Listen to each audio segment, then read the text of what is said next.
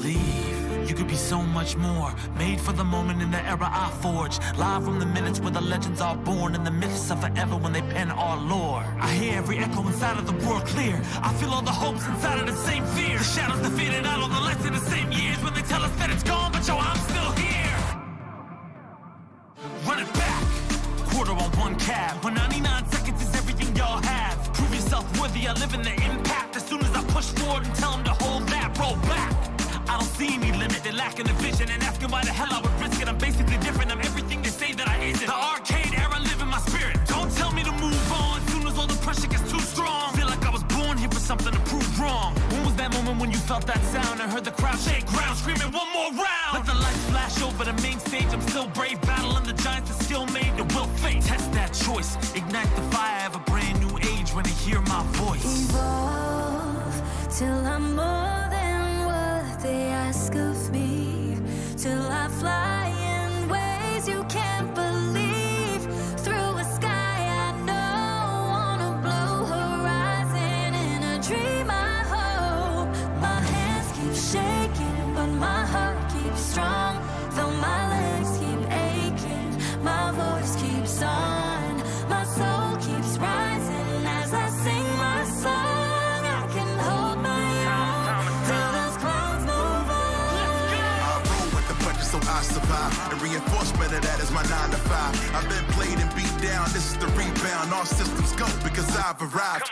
When it's the only option, second is unacceptable. Make them feel the music and crank it a couple decibels. Style is impetuous, defense impregnable. This is the beginning, imagine your boy at level 2. My brothers is tenured, we run in the trenches, so coming against us is utterly senseless. I didn't know it was in me, but now I know it for sure. Number 1 contender, soon as I hit the door. Heard y'all won a war, now jaws on the floor. My style is revered like art on the wall. If they ain't in the know, better keep them informed. Evolution's constant, and this ain't my final form. Evolve till I'm more than what they ask of me, till I fly in ways you can't believe, through a sky I know, on a blue horizon, in a dream I hope.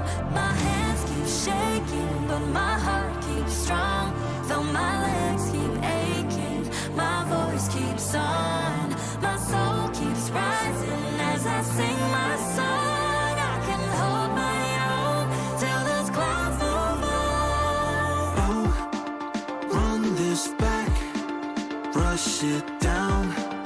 I got next, I'll be strong, prove myself. I'm still here, quarters down, infinite, infinite.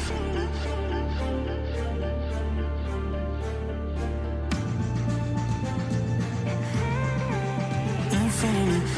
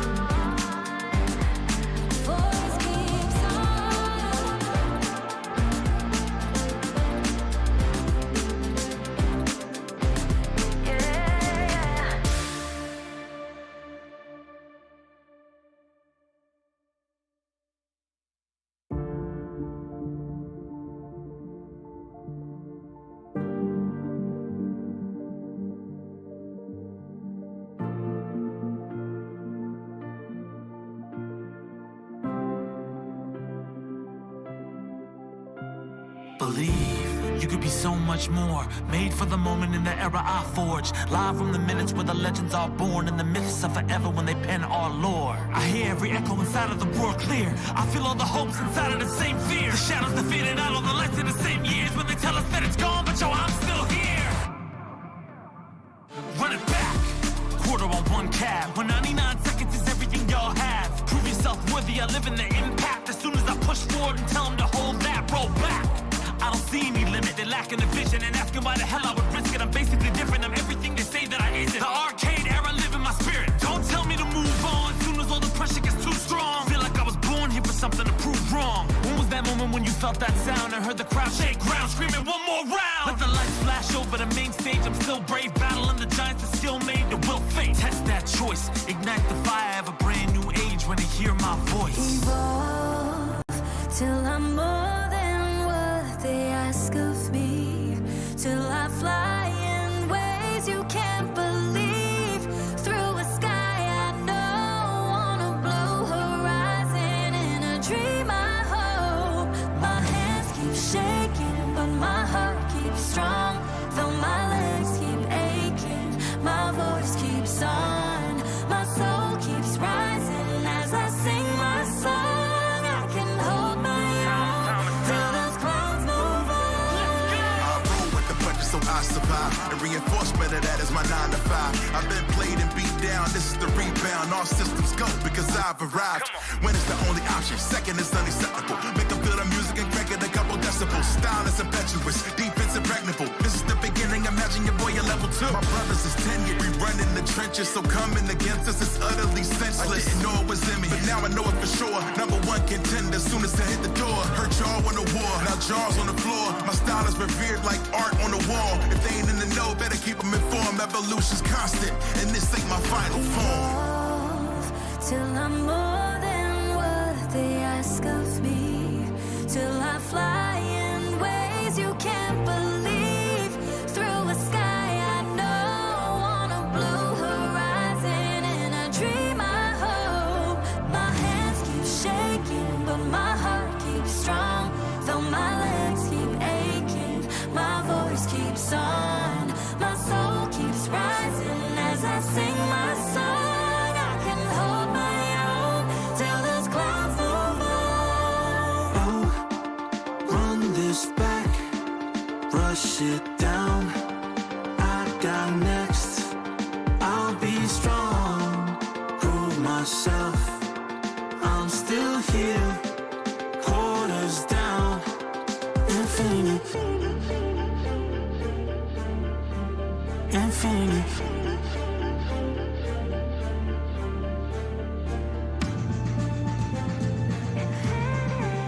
Infinite.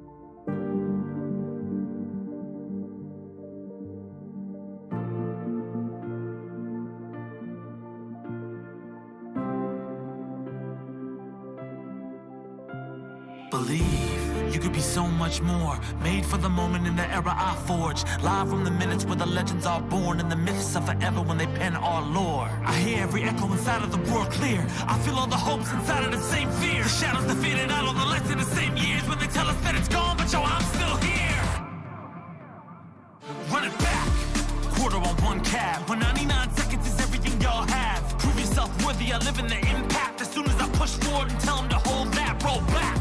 I don't see any limit, they're lacking the vision and asking why the hell I would risk it. I'm basically different, I'm everything they say that I isn't. The arcade era live in my spirit. Don't tell me to move on, soon as all the pressure gets too strong. Feel like I was born here for something to prove wrong. When was that moment when you felt that sound and heard the crowd shake ground, screaming one more round? Let the lights flash over the main stage, I'm still brave, battling the giants that still made the will fate. Test that choice, ignite the fire of a brand new age when they hear my voice. Evolve till I'm more than what they ask of me, till I fly in ways you can't believe, through a sky I know, on a blue horizon, in a dream I hope.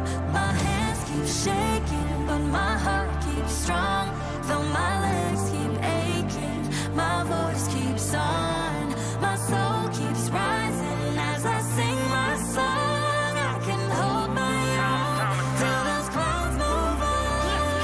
I roll with the punches so I survive. And reinforcement of that is my 9 to 5. I've been played and beat down, this is the rebound. All systems go because I've arrived. When it's the only option, second is unacceptable. Make them feel the music and crank it a couple decibels. Style is impetuous, defense impregnable. This is the beginning, imagine your boy at level 2. My brothers is tenured, we run in the trenches, so coming against us is utterly senseless. I didn't know it was in me, but now I know it for sure. Number 1 contender, soon as I hit the door. Heard y'all on the war, now jaws on the floor. My style is revered like art on the wall. If they ain't in the know, better keep them informed. Evolution's constant, and this ain't my final form. Evolve till I'm more than what they ask of me, till I fly in ways you can't believe, through a sky I know, on a blue horizon, in a dream I hope. My hands keep shaking, but my heart keeps strong, though my legs keep aching, my voice keeps on, my soul keeps rising as I sing my song. I can hold my own till those clouds move on. Oh, run this back, rush it down. I got next, I'll be strong, prove myself. I'm still here, quarters down, infinity, infinity.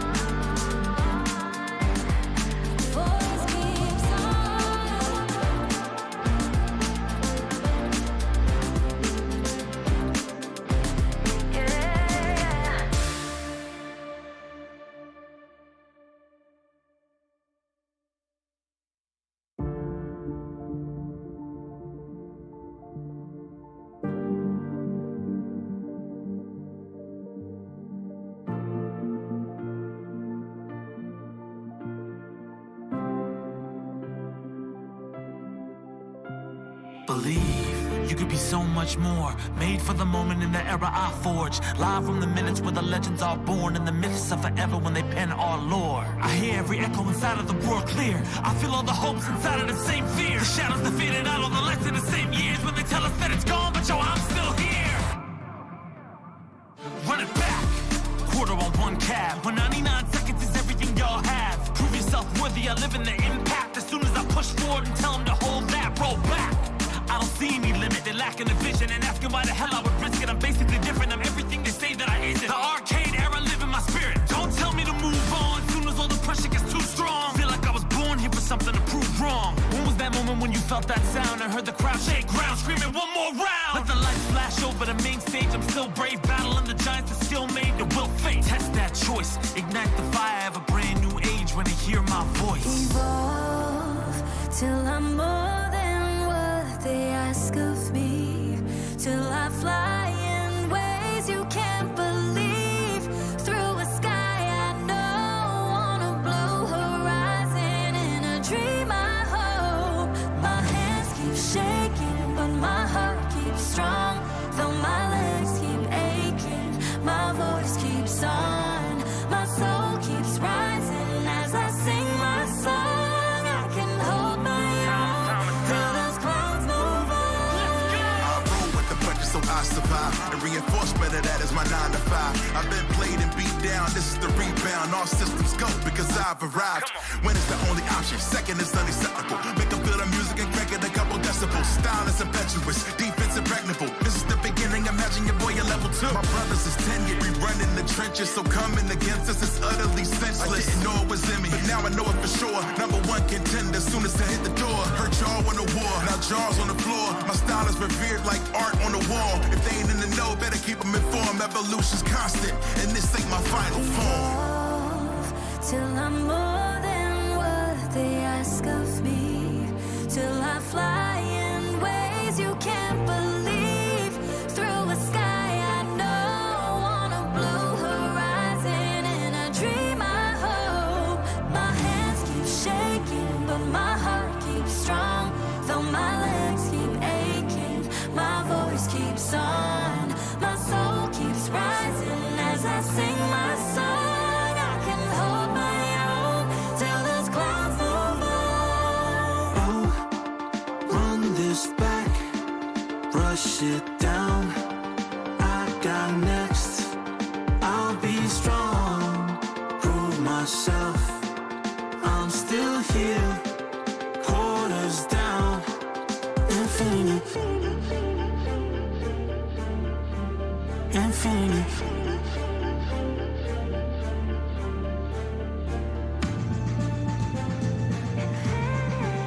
Infinity.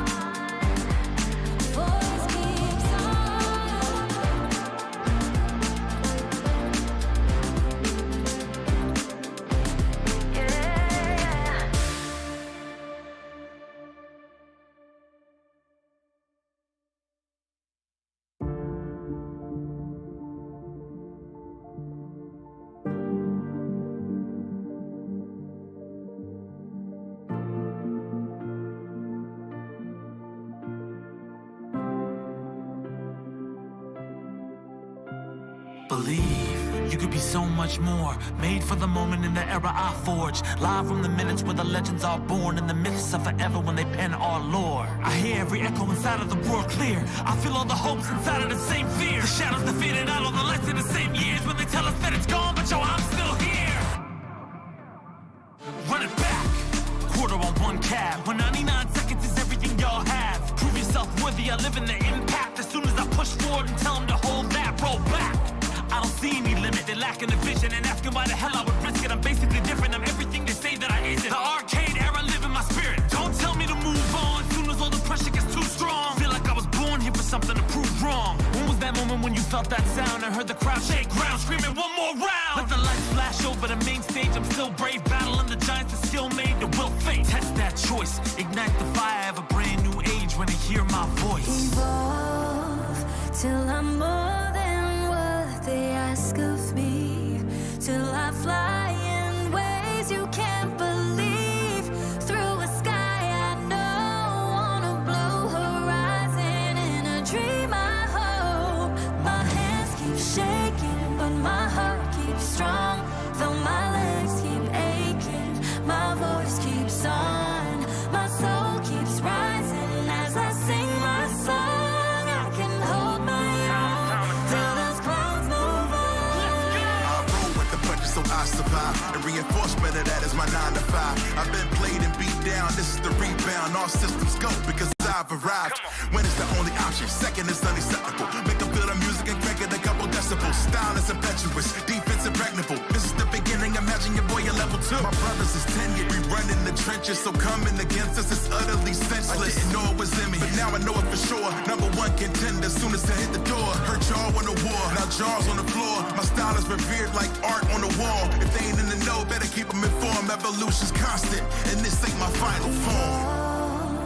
Till I'm more than what they ask of me, till I fly in ways you can't believe, through a sky I know, on a blue horizon, in a dream I hope. My hands keep shaking, but my heart keeps strong, though my legs keep aching, my voice keeps on, my soul keeps rising as I sing my song. Hold my own till those clouds move on. Oh, run this back, brush it down. I got next. I'll be strong, prove myself. I'm still here, quarters down. Infinity, infinity.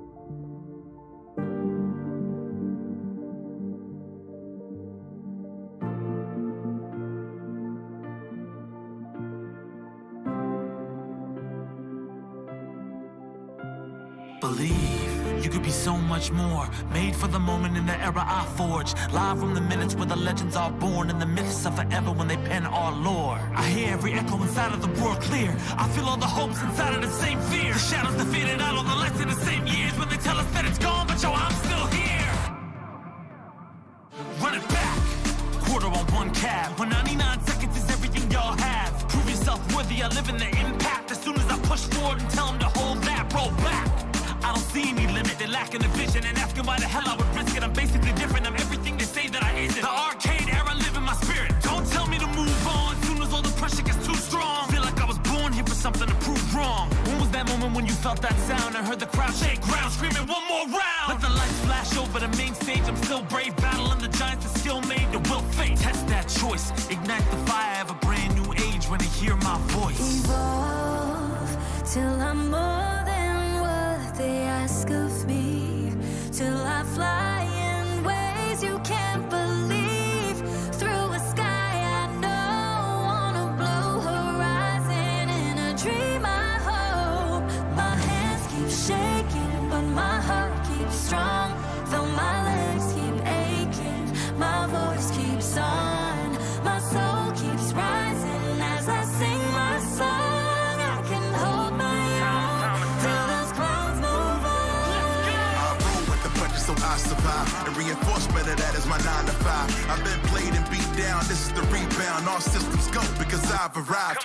When it's the only option, second is unacceptable. Make them feel the music and crank it a couple decibels. Style is impetuous, defense impregnable. This is the beginning, imagine your boy at level 2. My brothers is tenured, we run in the trenches, so coming against us is utterly senseless. I didn't know it was in me, but now I know it for sure. Number 1 contender, soon as I hit the door. Heard y'all won the war, now jaws on the floor. My style is revered like art on the wall. If they ain't in the know, better keep them informed. Evolution's constant, and this ain't my final form. Till I'm more than what they ask of me, till I fly in ways you can't believe, through a sky I know, on a blue horizon, in a dream I hope. My hands keep shaking, but my heart keeps strong, though my legs keep aching, my voice keeps on, my soul keeps rising as I sing my song. I can hold my own till those clouds move on. Oh, run this back, brush it down. I got next, I'll be strong, prove myself. I'm still here, quarters down, infinite. Infinite.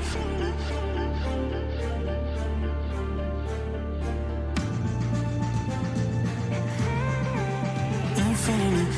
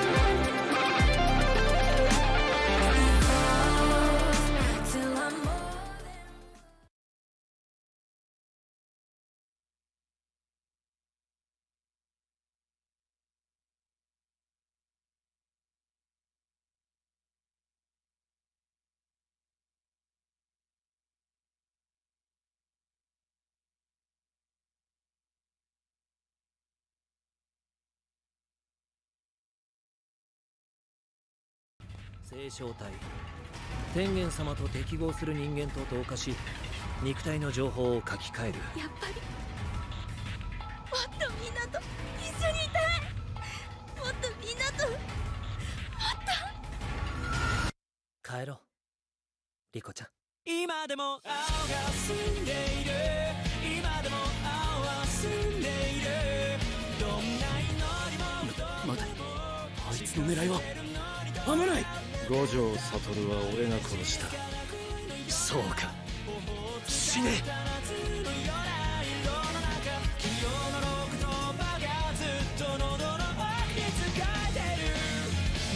勝負はこれからだろう。そうかそうだなそうかもな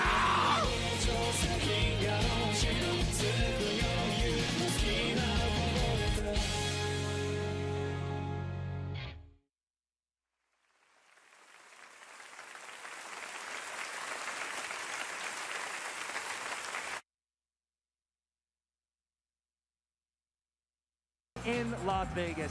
I don't think I could have written a better grand final set. Hunter down in the buzzsaw, nice and smart. Oh my God, I think that's it. Yes. Et c'est la fin, le champion de l'EVO 2022. What? No! What? He's got the lead. He's gonna do it. Reset! EVO champion, Umi Show.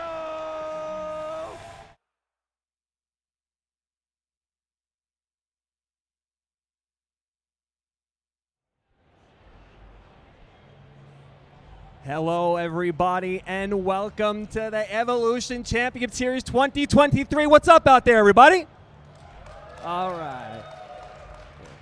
This Evolution is presented by Chipotle. Thank you very much for the sponsorship, gentlemen. Yeah, we're here live in Las Vegas at the Mandalay Bay, where thousands and thousands of fighting game fans are here to not only celebrate, but to also compete in their favorite fighting games. With that said, let's actually get on to our first panel. Can I please welcome to the stage Komone Shirazawa, Seiichi Yoshihora from French Bread to the stage, everybody. Give it up.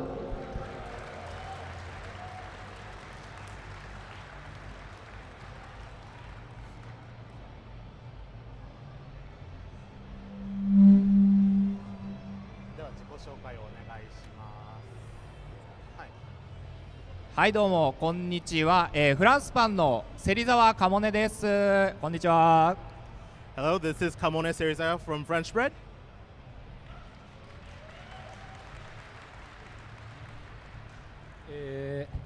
My name is Seiichi Yoshihara, Under Night Inverse, Lead Graphic Designer. Thank you.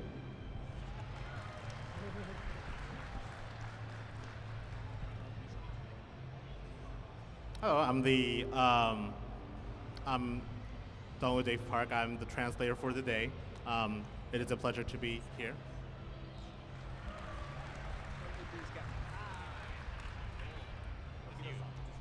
Okay, so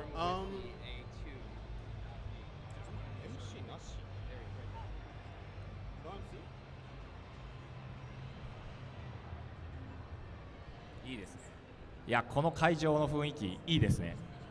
Oh, this place is getting hotter by the second. Okay, so what I'm going to do is I'm going to turn them on, power lock them. You guys don't have to worry about that. So we can just keep them on. So okay. All right. So, Kamone-san, let's talk about why you're here today. はい、なんで私がここにいるかっていうと、So let's talk about why I'm here today. はい、10周年、アンダーナイトインバースが出て10周年なので来ました。Because it's the 10th anniversary of Under Night Inverse. Round of applause. アンダーナイトインバースを遊んでくれて、本当にありがとうございます。So everyone, thank you all for playing and supporting Under Night Inverse. Any comments for 10th anniversary, Seiichi-san? じゃあ、せいちさん、吉原さん、10周年に向けてコメントございましたら、いただけますと。で、イラストが出てきました。イラストが出てる。So here's the illustration by Seiichi Yoshihara himself. こちらのイラストは一昨日できたばかりのイラストで、10周年の感謝を込めて、気持ちを込めて描かせていただきました。So we've actually drawn this illustration just for this occasion. And I've done my best to actually make the illustration to commemorate the 10th anniversary. こちらは主人公であるハイドの能力が、10周年であるテンスのこちらの10の文字をかたどっているのがポイントとなりま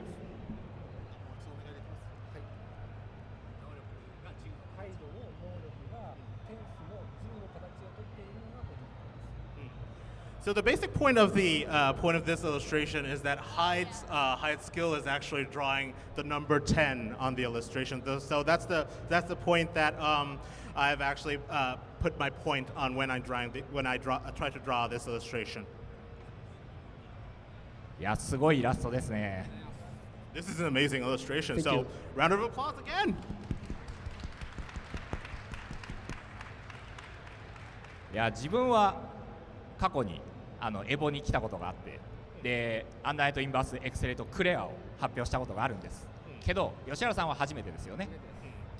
So for Kamone-san, he's been here to EVO before, and he've actually announced under 9th in Birth Claire before.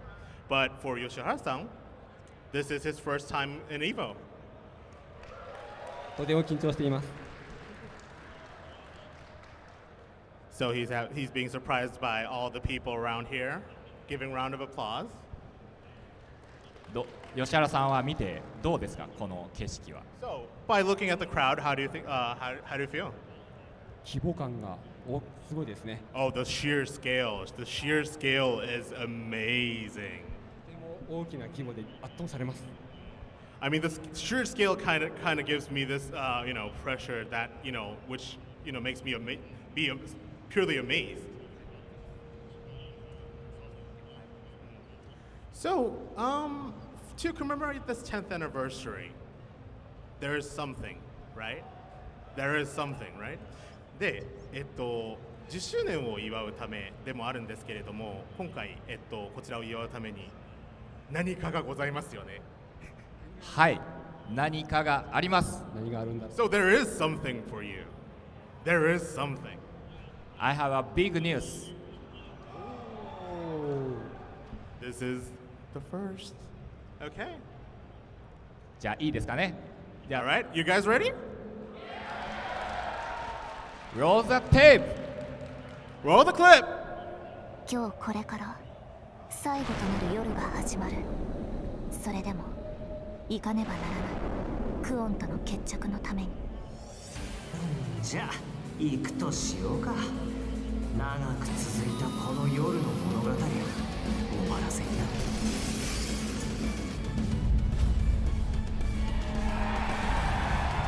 アンダーナイトインバース2。怖いのか？安心してくれ。俺は絶対に負けたりしねえよ。ようやくこの時が来た。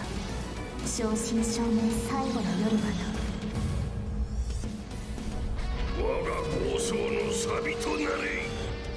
こよだけは私の答えのためにこの剣を振るいます。私はオートノミックナーブバティスタ人ではないもの。俺は俺のなすべきことをなす。それだけだ。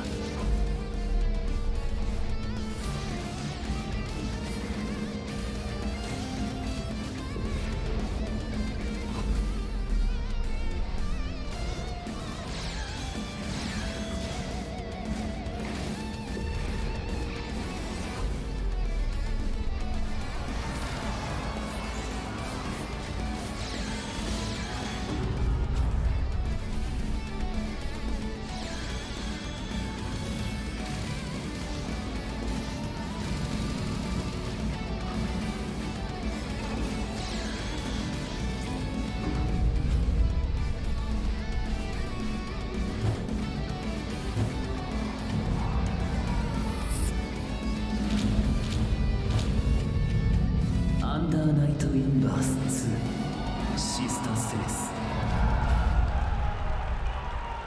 待ちわびたよこの時を。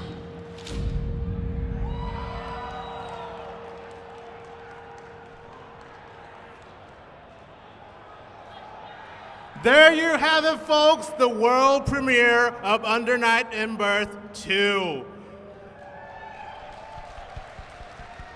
アンダーナイトインバース2シスターセレス、今日初めて発表いたしました。 So this is the first reveal for Under Night in Birth 2 Sister Celeste. 映像は皆さん楽しんでいただけたでしょうか。 Did you enjoy that trailer?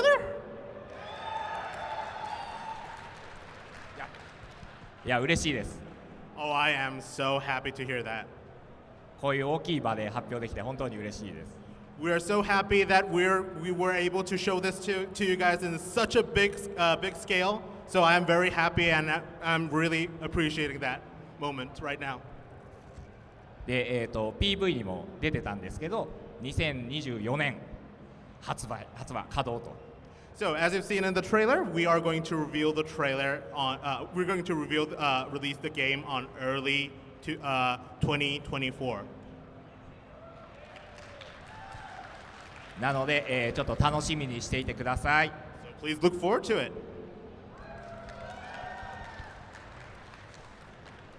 All right, so Kamura-san, I have a question. 一つ質問がございます。はい。で、so what's new in this game? Can you talk briefly about it? まあ今回あと新しく追加されるまあ何が追加されるかとかお話しいただければ。はい。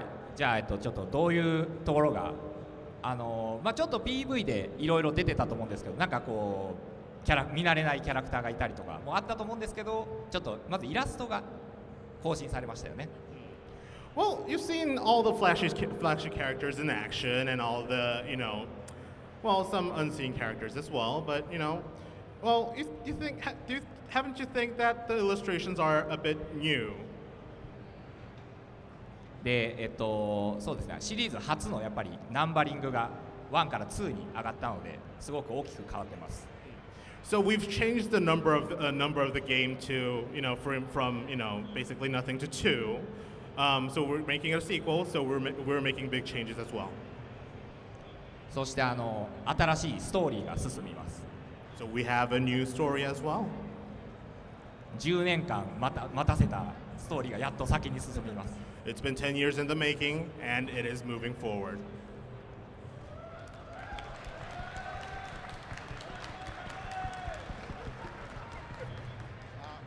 そうですね。あと、はい、ゲームシステムも当然新作なので大きくアップデートしてます。So obviously this is a new game, so we're going to make new system updates as well. アンダーナイトインバースの面白いところはそのままによりエキサイティングにアップデートしてます。So we're keeping what's good for Under Night In-Birth, and we're also going to add and introduce new system to actually, excite things up for the game. そして多分ここにいる皆さんが一番待ち望んでいるロールバックネットコードに対応しています。So we can confirm the game will include rollback netcode. すごく大変でした。Oh, it was really difficult. You have to know that. いや、これが発表できて本当に嬉しいです。I'm so happy that we were able to reveal that today.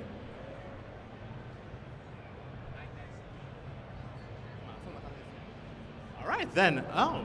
Now we've revealed the new game. We would like to hear some comments from Yoshihara-san as well. では吉原さん、新作を発表となりましたので、コメントを一言いただけますと幸いでございます。はい。皆さんのおかげで10年間、たくさん遊んでいたおかげで新作を出すことができました。とても感謝しております。Thank you for all your support and playing. Because of that, we were able to, we were able to reveal the sequel today.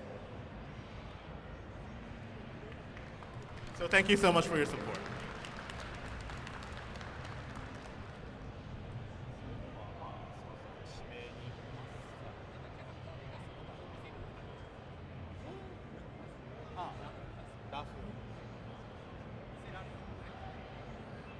So we have a couple of, old illustrations ready to show if that is actually available right now.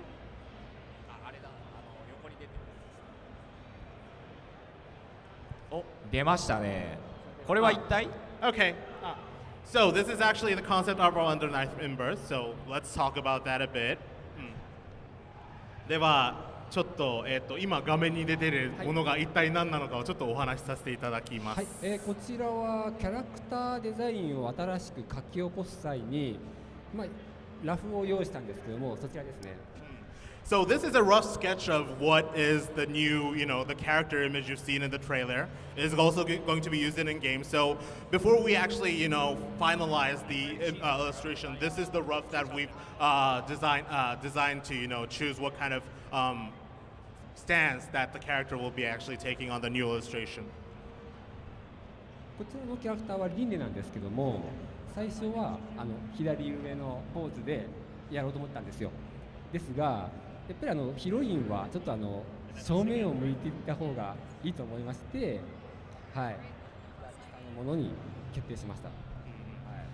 So this is a rough illustration for Irene, and we've thought of many iterations of illustration and poses, but I thought that if it is a heroine character, it should be shown up front. So we decided to go with an upfront pose with the character. All right, that's amazing. So if that's the case. So this is the illustration that's been, taken care of. で、こちらが完成できたイラストですよね。はい、その通りです。左側が完成一歩手前の下書き、右側が完成版となります。So the left side of the illustration is the rough image that's just before the before completion, and after a couple of more process, we have the right side, the illustration on the right side is the completed image.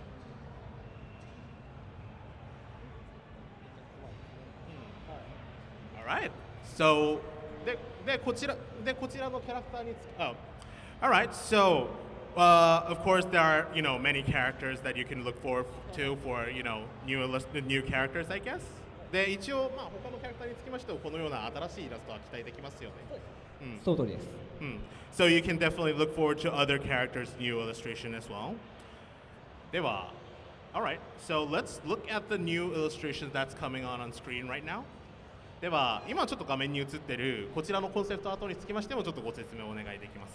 こちらはオリエというキャラクターなんですけども、最初は左側のポーズでやろうと思っていました。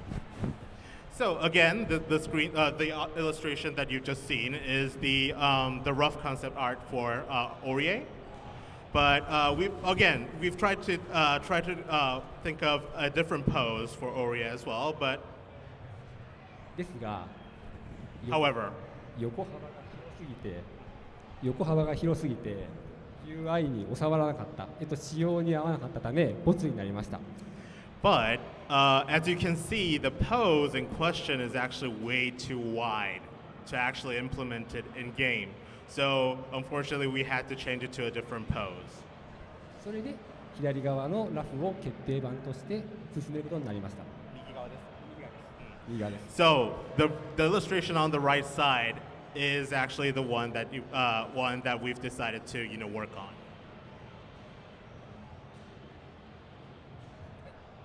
こちらが下書きで完成版ですね。So same as Rene. So the one on the left is just before completion, and after further process, the right side is the completed version of the illustration. はい。でですね、今回右側のイラストにオリエの他に後ろにサブキャラクターがいると思うんですけども。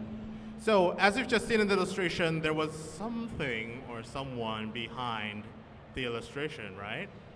こちら今回のキャラクターセレクトのコンセプトとして全てのキャラクターの戦闘手段をイラストに書き入れようと書いてあります。武器とか能力とかあとはパートナーキャラクターを絵に書き起こすというイメージ化としたんですね。それ全キャラクター。So the illustration behind the character is actually an image of what the user, what the character will actually hold on to and fight, and what kind of skill the character is using. So this is the image that all characters will have on their character select screen behind the actual character. こちらなぜ操作がと言いますと、既存のプレイヤーはもちろん初めて触る方でもこのキャラクターはこれで戦うんだなというのが分かりやすくしたいためです。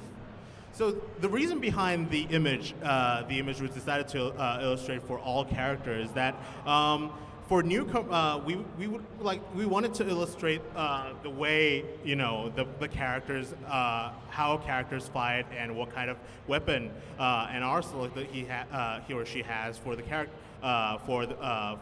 for the gameplay. We wanted the newcomers and other fighting game players to actually join in under 9 birth and recognize or guess on what kind of gameplay that the character would have. That's all for Orie.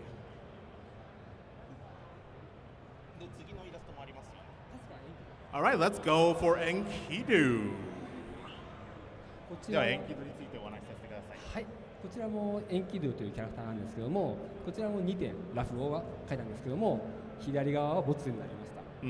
So as you just seen, you've seen 2 rough sketch of 2 poses for Enkidu as well. But again, we've decided to go with the right side of the illustration. ポーズはかっこいいと思って書いたんですけども、右肩の模様が隠れてしまって、キャラクターの特徴が失われてしまうためボツになりました。So when I draw this, I thought the pose was amazing, and it really looked great. But the problem is, his tattoo on the right side of his shoulder, it can't be seen on the screen. So while we thought the pose was great, we decided to go on with a different pose.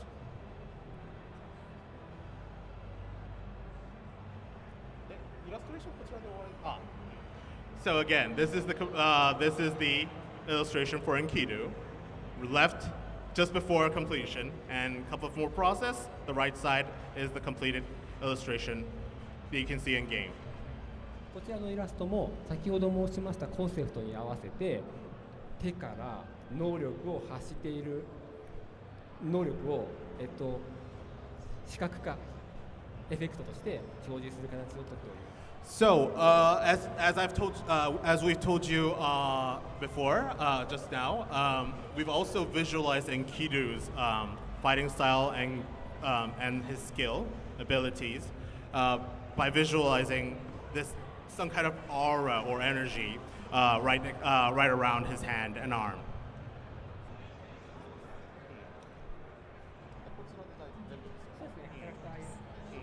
All right, that was interesting. So that's about it for illustrations.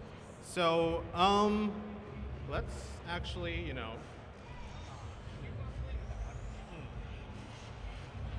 So do we still have time for this session? If you guys are actually, if you can actually let me know.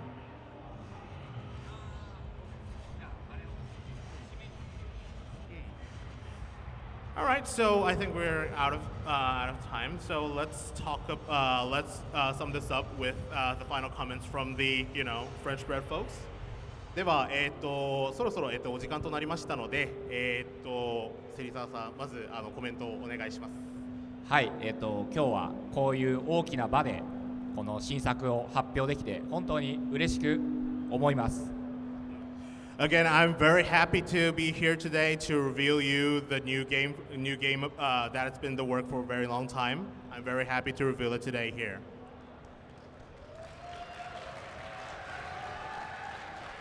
で、皆さんが楽しんでもらえるように新しい要素をたくさん入れてありますので、これからの発表も楽しみにしていてください。So we've tried to implement many new aspects in the game for you guys to enjoy. So look forward to the coming updates. Please stay tuned. All right, thank you.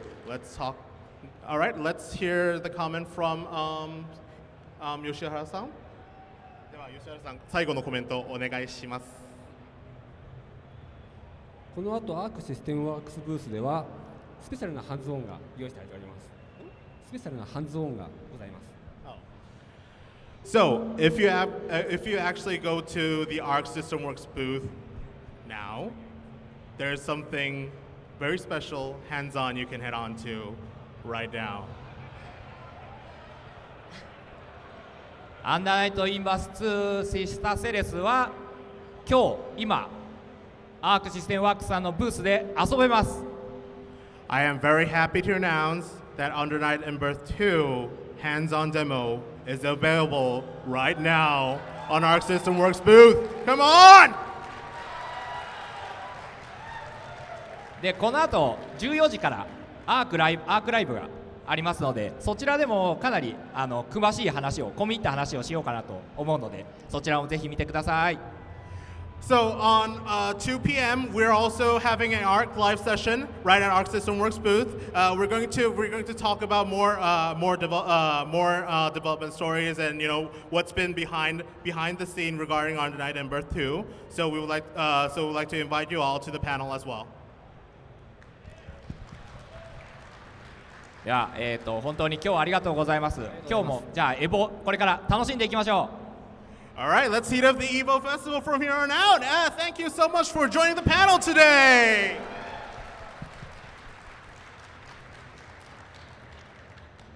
All right, that's all, folks, for Under Night in Birth 2. All right, let's give it up for that panel. Come on, everyone. All right, we'll stick around because after this quick break, we're going to have Psy Games coming up to talk about their new title. Chipotle's new chicken al pastor is fire on every level. Fresh chicken hot off the grill. A rich marinade of seared morita peppers and ground achiote balanced with a splash of pineapple. All combined for the right amount of heat. Chipotle's all-new chicken al pastor is where fire meets flavor.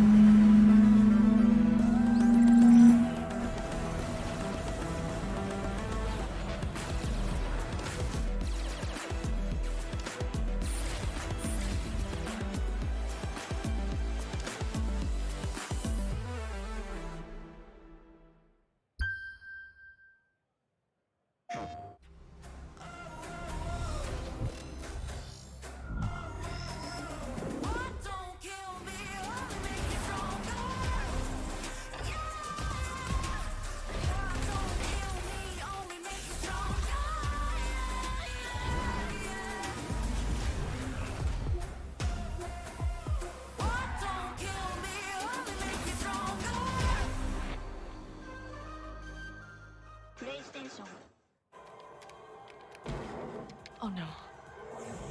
Super roll-up! Victory feels good! Yes!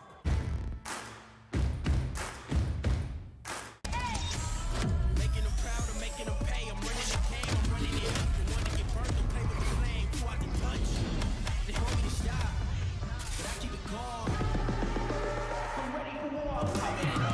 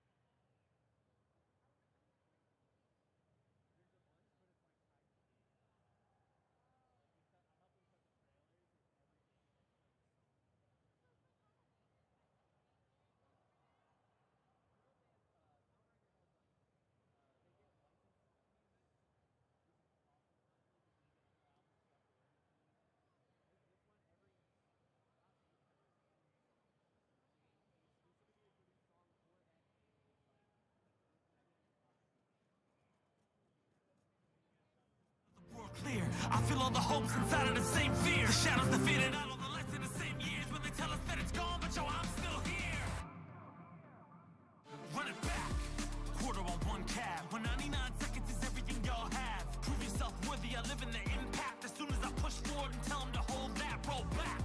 I don't see any limit, they're lacking the vision. And asking why the hell I would risk it. I'm basically different, I'm everything they say that I isn't. The arcade era live in my spirit. Don't tell me to move on, soon as all the pressure gets too strong. Feel like I was born here for something to prove wrong. When was that moment when you felt that sound? I heard the crowd shake ground, screaming one more round. Let the lights flash over the main stage, I'm still brave. Battling the giants that still made the will fate. Test that choice, ignite the fire of a brand new age when they hear my voice. Evolve till I'm more than what they ask of me. Till I fly in ways you can't believe. Through a sky I know, on a blue horizon. In a dream I hope. My hands keep shaking, but my heart keeps strong. Though my legs keep aching, my voice keeps on. My soul keeps rising as I sing my song. I can hold my own till those clouds move on. I roll with the punches so I survive. And reinforcement of that is my 9 to 5. I've been played and beat down, this is the rebound. All systems go because I've arrived. When it's the only option, second is unacceptable. Make them feel the music and crank it a couple decibels. Style is impetuous, defense impregnable. This is the beginning, imagine your boy at level 2. My brothers is tenured, we run in the trenches. So coming against us is utterly senseless. I didn't know it was in me, but now I know it for sure. Number 1 contender, soon as I hit the door. Hurt y'all on the war, now jaws on the floor. My style is revered like art on the wall. If they ain't in the know, better keep them informed. Evolution's constant, and this ain't my final form. Till I'm more than what they ask of me. Till I fly in ways you can't believe. Through a sky I know, on a blue horizon. In a dream I hope. My hands keep shaking, but my heart keeps strong. Though my legs keep aching, my voice keeps on. My soul keeps rising as I sing my song. I can hold my own till those clouds move on. Run this back, brush it down. I got next. I'll be strong, prove myself.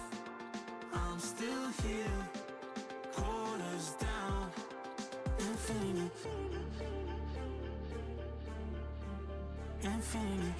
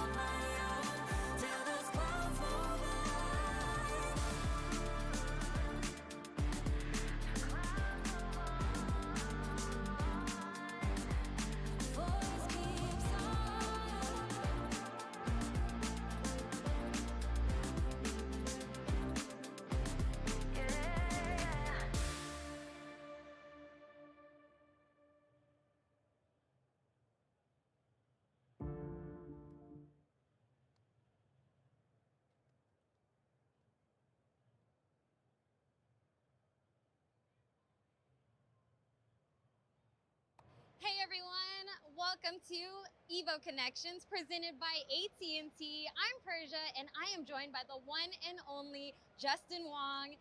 Justin, we are here, EVO 2023, from champion to content creator and everything else in between. Tell me about the importance of connecting with your community.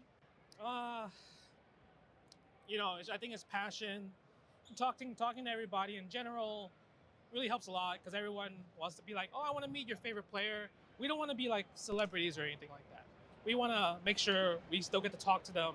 And I think that's the best part, is giving them an opportunity to have a conversation with you. Exactly, connecting, having conversations, being personable. We're all fighting game fans here. And speaking of fighting games, this wall behind us got a lot of champions on this wall. I see your name quite a few times. How do you feel about the future of fighting games? And you think you're gonna get another championship under your belt? It's so hard to win EVO now because everybody's here, more people are playing, and I'm old, I'm old, I got no time. But in general, I still want to play, see what I can do, and I think like that passion, that fire will never go away. So I hope I can keep playing. I hope more people get into fighting games because it's such a beautiful genre, beautiful sport. So we're gonna try. I want to retire at 10. I don't like odd numbers, so we'll see.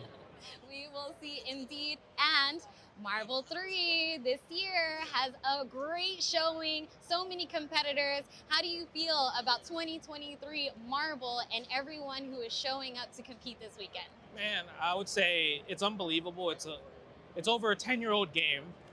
So really big shout outs to everybody who really kept the scene alive, especially during the pandemic with Parsec and everything, right? Tong, West Coast, everyone really loves this game. And I feel like it's a game that can never be replaced. Even after EVO, let's say if it never came back to EVO, we would still all be playing Marvel 3. Yep. So even 10 years from now, we'll still play Marvel 3. Even 10 years from now, if EVO wanted to have a Marvel 3 tournament, everyone will still show up. So it's one of those games, unreplaceable. Exactly. And thank you so much for joining us. We're going to send it right on back to the main stage. Of course, is Granblue versus Rising.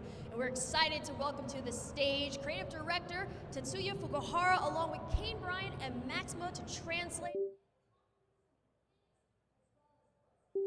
this new update.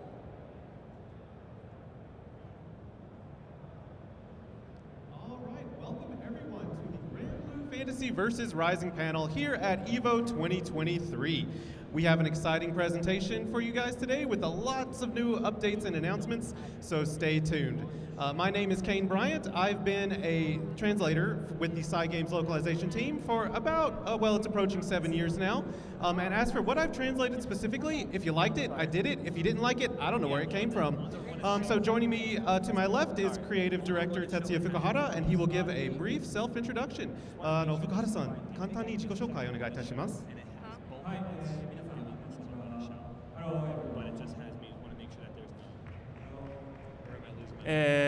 株式会社サイゲームス、グランブルファンタジーシリーズディレクター、およびグランブルファンタジーバーサスのクリエイティブディレクターを務めております福原と申します。今日はよろしくお願いします。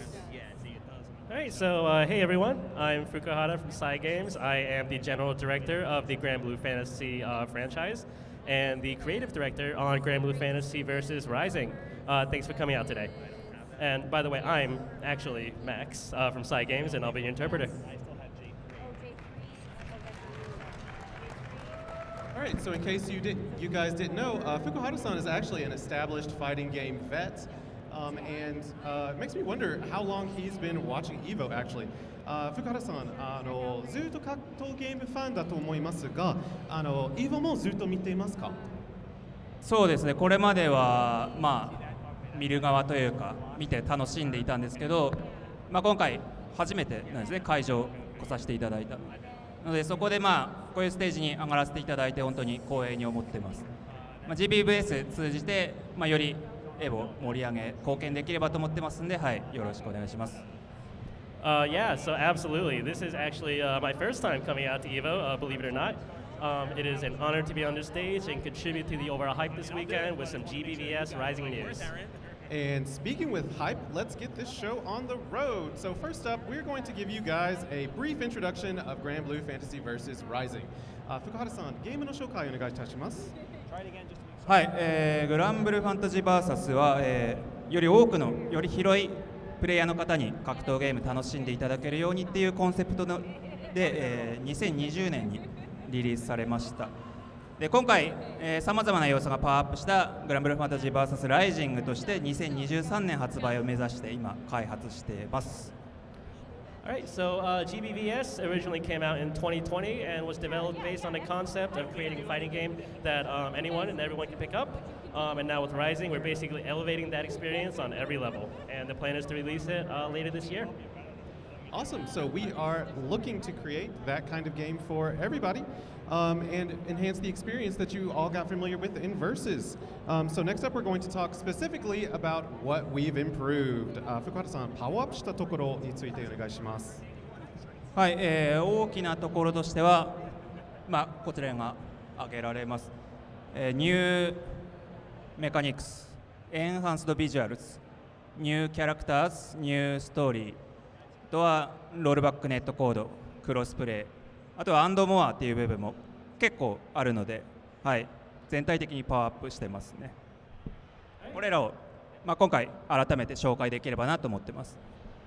Right, and so these are the main changes coming to Granblue Fantasy Versus Rising. As you can see on screen, we've got new mechanics, enhanced visuals, new characters, new story, rollback netcode, crossplay, and more. Awesome.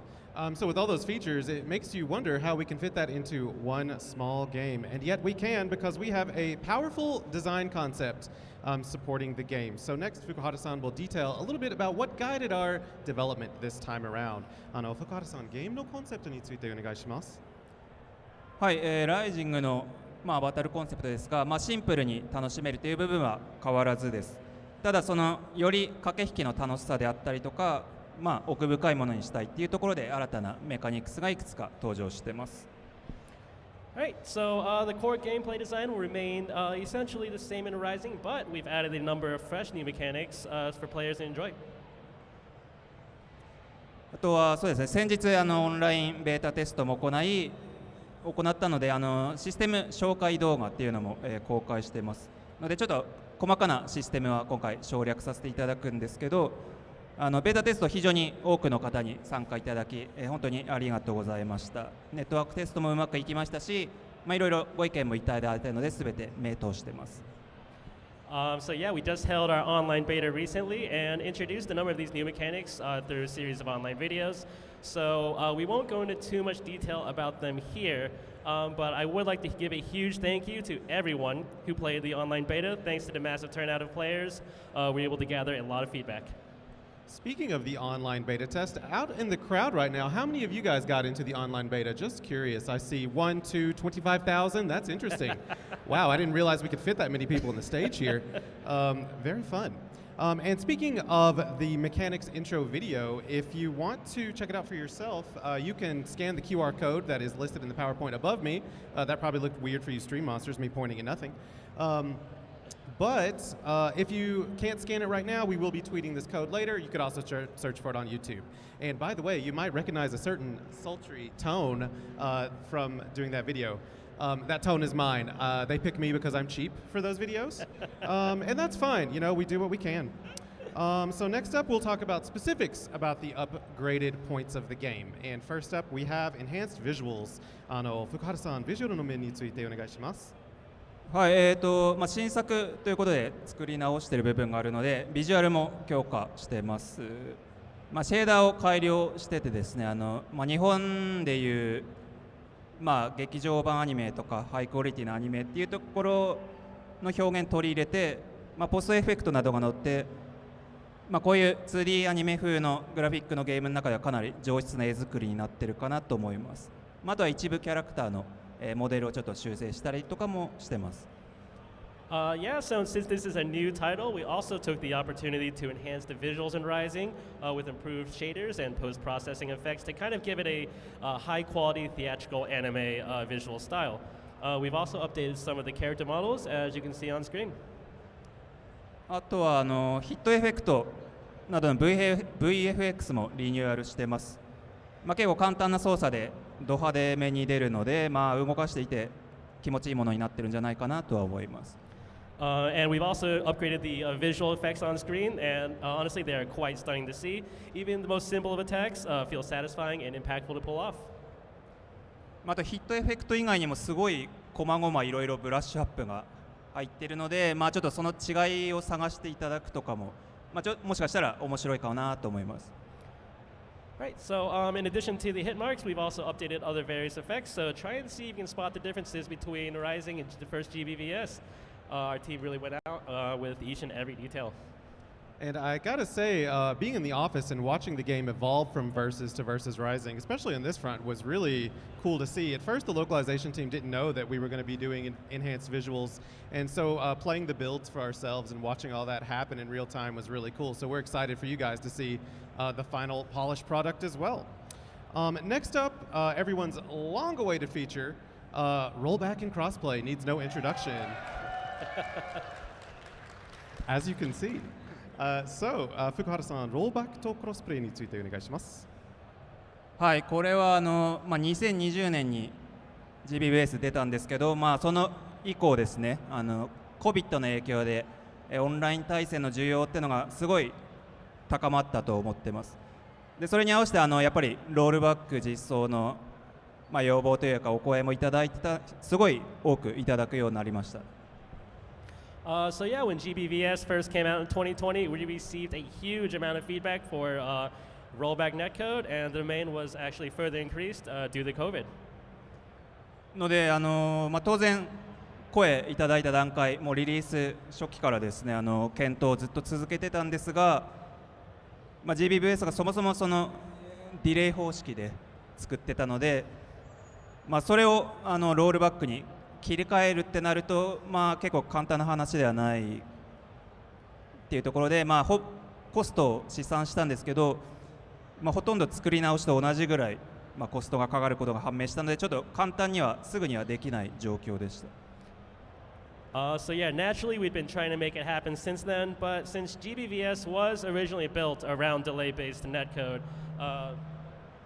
sorry about that, the cost of implementing rollback would have been nearly the same as building an entirely new game. So it wasn't something that we could do just on a whim, unfortunately.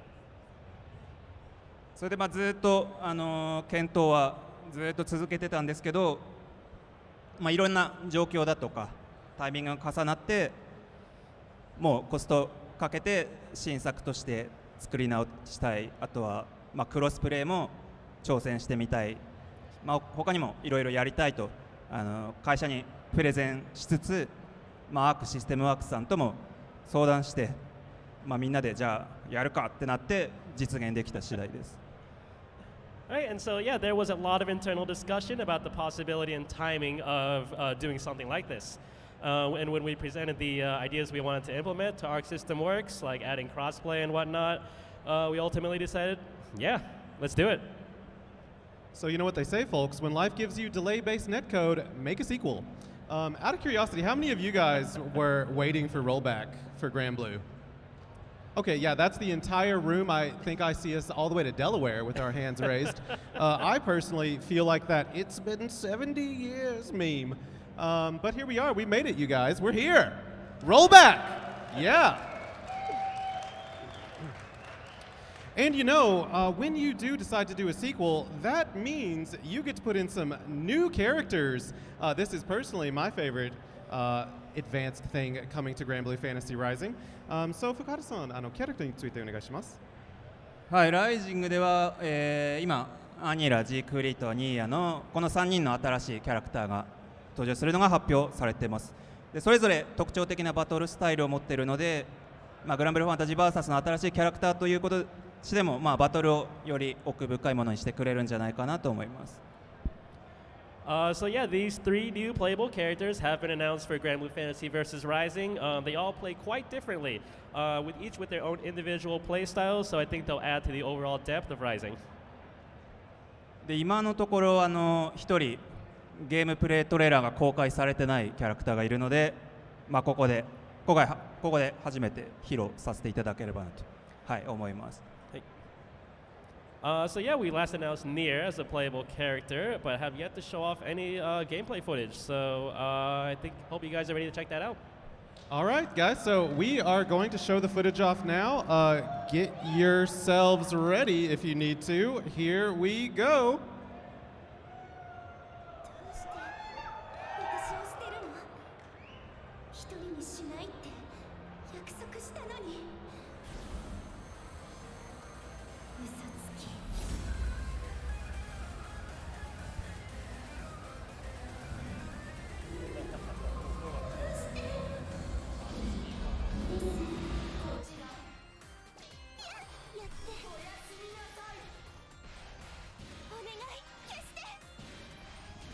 邪魔なものは全部消そう。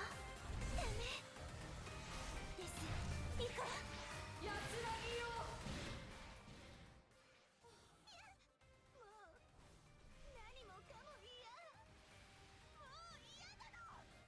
みんな消えればいい。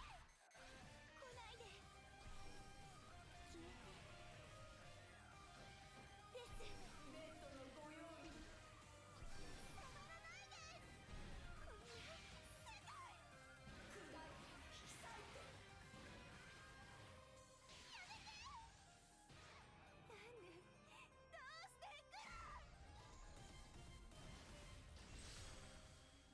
Granblue Fantasy Versus Rising.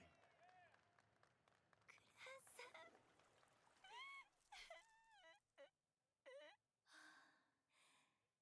しい人。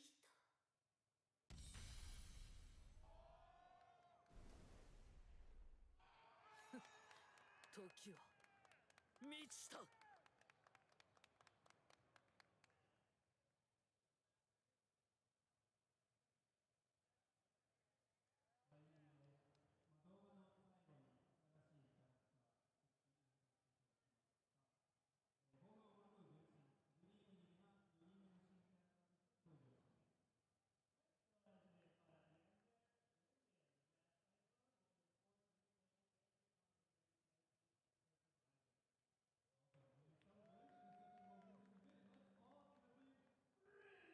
Yeah. All together. 3, 2, 1. Grimnir! I feel the love. I myself am so excited for this character. This is my favorite Granblue character, and I promise there was no nepotism involved. This happened totally naturally. So let's hear a little bit about the character from the man himself. Fukuhara-san, Grimnir no character shoukai onegai shimasu. はい、グリームニルですが、軌道を変化できる飛び道具を持ち、多彩な移動方法と突進技を駆使して、画面内を縦横無尽にかけることができるキャラクターです。その機動力を生かしてですね、あらゆる間合いから攻撃を仕掛けることができます。はい、Alright, so Grimnir is a character who can use the wind to manipulate his projectiles and movement, giving him a huge variety of movement options to let you rush down your opponents from every angle. また今回出る新キャラクターはですね、全員新しいストーリーに登場するんですが、グリームには特に重要な役割を持って登場しますので、ストーリーも、楽しみにしててください。あとすみません、グランブルーファンタジー VS ライジングでは、初期キャラクターとしては、グリームにのこの4人を含めた全28キャラクターが登場します。Alright, so all of the new characters will appear in the new story arc coming to Rising, but Grimnir will play a particularly important role, so Grimnir fans look forward to that. And with these 4 new characters coming to Rising, 28 characters will be playable at launch. はい、で次のスライドからは、アンドモアにあたる新要素をいくつかご紹介します。And on the next slide, we'll be going over exactly what we meant earlier by and more coming to Rising. All right, here we are, the and more. So this picture actually made waves at Anime Expo, so we thought we would debut it again. この写真はアニメエクスポで少しバズった写真ですよね。バズった、そうですね。はい。これに関してアニメエキスポで発表させていただいたときに、結構反響いただいたんですけど、ちょっと情報をいくつか補足というか追加させてください。まず概要から説明します。Yeah, so this is something that we introduced at Anime Expo, but we wanted to reintroduce it here and give everyone just a little bit more context. 格闘ゲームは1対1で勝負するゲームなので必ず勝った方が不幸になりますとのでチーム戦じゃないので全部自分のせいなんですね。で僕も家でランクマッチとかやってると家族が音を立てたりとかでしてそれをちょっと負けた理由とかになんか一瞬頭よぎっちゃったりして結構自己嫌悪に陥ったりするんですけど、そこはちょっと良くないんでどうにかできたらなってずっと思ってました。Alright, so fighting games are essentially comprised of one-on-one matches, which means there will always be someone suffering defeat. And you know, we've all been there, salty after losing a ranked match. You start to blame others maybe, like your family being noisy, someone maybe distracting you. But blaming others is never good. And so I'd feel even worse and more frustrated myself for this. 格闘ゲームすごい孤独な戦いを強いるゲームなので、そこをちょっと緩和できればなと思って考えたのが今回の、機能です。Right, and that's where we came up with this new mechanic to help you manage your salt levels. I'm also personally excited for this because I am salty as a bag of chips after most of my matches. And so we will go into a little bit more detail about the partner system. So Fukuhara-san, パートナーのシステムについてお願いします。はい、このパートナーシステムですが、ゲームプレイの内容とか状況に応じて、自分で選んだ好きなキャラクターが都度、プレイヤー、あなたにコメントをしてくれるようになります。で試合に勝ったときはもちろん褒めてくれますし、負けたときは励ましてくれたりとか、します。で試合の内容によってもコメントが変化してで全部フルボイスで再生されます。Right, so partner characters will explain things to you and provide you with advice. Of course, they'll praise you when you win your matches, and they'll provide support for when you lose. And the comments will actually be based on what happens during your matches on top of that. And also, they're all fully voiced. Yep, if there's anyone that can make me get over a bitter loss, it is Tiny Narmaya, so I am looking forward to that. We have just a little bit more about this coming up now. いろいろかなりバリエーションが用意されててですね、キャラクターによってはかなり個性的なコメントを言う、ものもいます。でパートナーは自分の使用キャラとは別で好きに選ぶことができるんで、好きに選択してみてください。Right, so we put in a huge variety of lines for every situation, so you can really see each character's personality shine through. Of course, you get to choose your partner character, so go ahead and pick your favorite and jump in. はい、じゃあ、次からが本当の新しい情報です。はい。Alright, and we've got some real info coming up next. Uh-oh, it's costumes. Get it hype. This is where I'm like, this is where the real game begins. Drip time. So, Fukuhara-san, costume skin についてお願いします。はい、コスチュームスキンがついに可能になりました。GBS の 2D アニメのようなアートスタイルはコスチュームスキンが作りづらいっていう弱点がこれまであったんですけど、それがなんでかっていうとそのマントだとかその髪の毛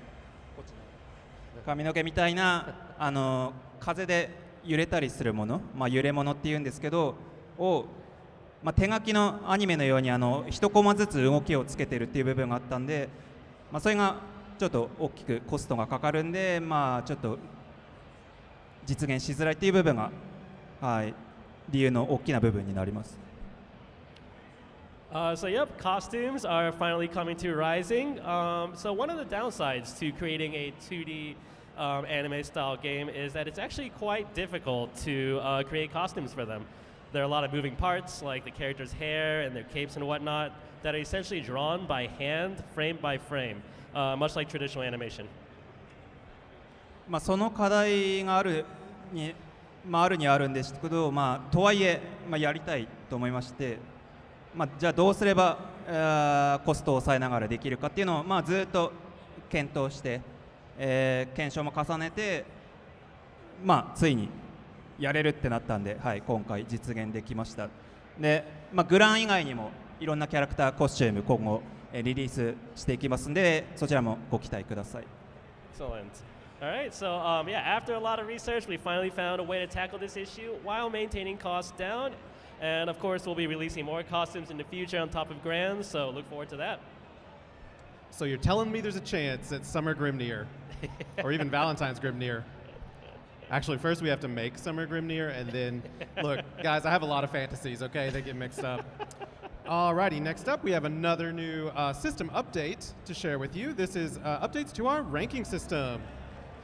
ランキングシステムについてのアップデートお願いします。はい、ライジングではバーサスレベル、いわゆる段位ですね、ランクマッチのが、キャラクターごとに分かれるようになります。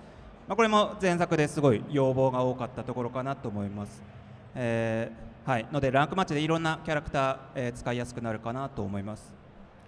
Right, and so in Rising versus Ranks will be character based. It will also this was also a feature that was highly requested. And it should make it easier to jump into ranked matches and try new characters out. またこの他にですね、経験値システムのようなものもありまして、経験値、試合して経験値得て、レベルが上がると報酬がもらえるっていう、要素もあるんで、それもキャラクターごとに用意されてますんで、持ちキャラ以外にも、楽しんでいただけるんじゃないかなと思います。で、経験値はその試合に負けても得られることができるようになってます。Right, and so there's going to be an experience point system where players can earn rewards as their level goes up. You can still earn experience even after losing, so I hope that'll encourage players to use characters other than their mains. See, you guys are going to get to S rank because you're good at the game, but I'm going to get to S rank because I want the S for Anila to stand for sheep. We are not the same. So next up, we are going to talk about some of our updates to the training mode options. トレーニングモードのアップデートについてお願いします。はい、これはちょっと地味ではあるんですが、トレーニングモードで状況別トレーニングとか、コンボ練習をシームレスに選択できるようになりました。前作だとトレーニングモードとタクティクスモードって分かれてたんですけど、分かれているのでちょっとロード時間とか挟むようになってたんですけど、今回、ロード時間なしで、練習メニューですね、開くことができるようになってます。Right, so this feature here is more for the lab monsters, but in training mode you'll now be able to seamlessly switch between standard training mode and combo trials. In the previous game it was a bit tedious to jump in between training mode and trials on top of all the loading times in between. And so by integrating it into training mode you'll be able to easily practice on your own or boot up some trials. All right, so smoother experience coming at you. We also have one more training mode update here for you now. フレームデータについて、I think that one got more than the costume skins. You traitors! It's about the drip! Not kidding. Let's hear about this frame data. フレームデータについてお願いします。はい、フレームデータ表示できるようになります。これもすごい要望いただいてたところです。はい。Alright, and this one out here is definitely for the lab monsters. We've added a frame data display to training mode. This was something that was highly requested as well. Awesome. That's it for our training mode updates. Let's see what's next in store. Ooh, okay, here we have some engaging new features that are coming soon to you. I think I'll give Max a break from interpreting here because he's been going a while now. And I'll take over interpreting duties. But Fukuhara-san, could you please explain what we're looking at? Fukuhara-san、このスライドの内容についてお願いします。はい、これは、かなり大きなアップデートになります。オンラインロビーがめちゃくちゃ広くなりますっていうものです。前は、そのグランサイファーの甲板だけだったんですけど、今回島になるので、いろんなロケーションがあって、でそこで遊んだりくつろいだりっていうのができるようになります。いわゆるMMORPG の街的な居心地の良さを感じていただけるんじゃないかなと思います。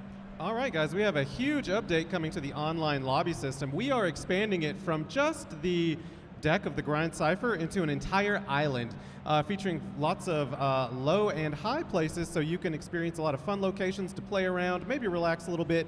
And we're really aiming to give you a sense of comfort that you would get from exploring an MMORPG town. あとはロビーの中でジャンプしたりとか、あとグライダーで飛んだりっていう要素もありますし、あと殴れるサンドバッグが設置されてるんで、何らかのストレス解消にもしかしたらなるかもなって思ってます。So it'll be an area where you can release some of your stress from your matches. You'll be able to do things like jump around, fly on a hang glider, and we even have a special punching bag for you to attack to get some of that stress out. はい、そして、グランドブルースレジェンズですね。これ発表時ちょっとドキドキしたんですけど、格ゲーにはこれが必要だったんだっていう、ポジティブな反応いただけて、ほっとしてました。でこれは障害物競争だとか、サバイバルゲームだとかっていうさまざまなルールのパーティーゲームが楽しめるようになってます。So at first when we announced Granblue's Legends, I was a little bit nervous because I didn't know how people would take it. However, I was very relieved to see that people really gelled with the feature. And that even we received comments like, this is what fighting games needed. So in Granblue's, you're going to play a variety of party games, including obstacle races and survival courses, etc. So it should be a fun time. このグランドブルースレジェンズだけを遊んでもらってもいいと思ってますし、対戦の気晴らしにもなると思ってます。もしかしたらっていうか、配信とかもすごい盛り上がるゲームになってるんじゃないかなとは思ってます。Yeah, so feel free to play Granblue's Legends whenever you need a break from fights, relieve some of that stress, or also you can use it to spice up your streams a little bit. So lots of ways you can have fun with Granblue's Legends. はい、今回は、そのゲームルールですね、グランドブルースレジェンズについて、ちょっと簡単に紹介します。And now we will go over some of the games that you can play in Granblue's Legends. はい、ライジングロワイヤル、これがさまざまなゲームルールのうち最もベーシックなものになります。いろんなアトラクションを攻略しながらゴールを目指す、障害物競争ですね。So this is Rising Royale. I believe it's probably the simplest of the games available in Granblue's Legends. It features a obstacle race where you have to obviously dodge obstacles to proceed to your goal. そうですね、アイテムを使って、相手を妨害したりだとかっていう、逆転要素も多数盛り込まれているので、とてもラフに楽しめるゲームになってます。So the game will feature items where you can use them to hinder the progress of your opponents, making for an unpredictable time with lots of table-turning action. So if you like to fight dirty, this might be the game for you. Next up, we'll go into the next game here. 次がゴールドブリックホーダーですね。これは4チームに分かれて、自分のチームの陣地にゴールドブリックをより多く集めるゲームです。グラブルファンであれば、このゴールドブリックの奪い合いのビジュアルは結構刺激的なんじゃないかなとは思います。Next up, we have Gold Brick Hoarder. Teams will be split into 4, and then you will be working with your team to try to collect as many gold bricks as possible. The team with the most gold bricks wins, and this is especially hilarious for fans of the mobile game because you understand the value of a gold brick. And personally, if I lose in this game, I'm going to tell people to post grids. We'll see how you actually make use of those gold bricks. And next up, we have another game to showcase here. はい、ボムシェルバラージュ、これが、ベルゼバブが、筋トレしてるんですけど、それに合わせて爆弾が落ちてきて、床がこう爆発して崩れていきます。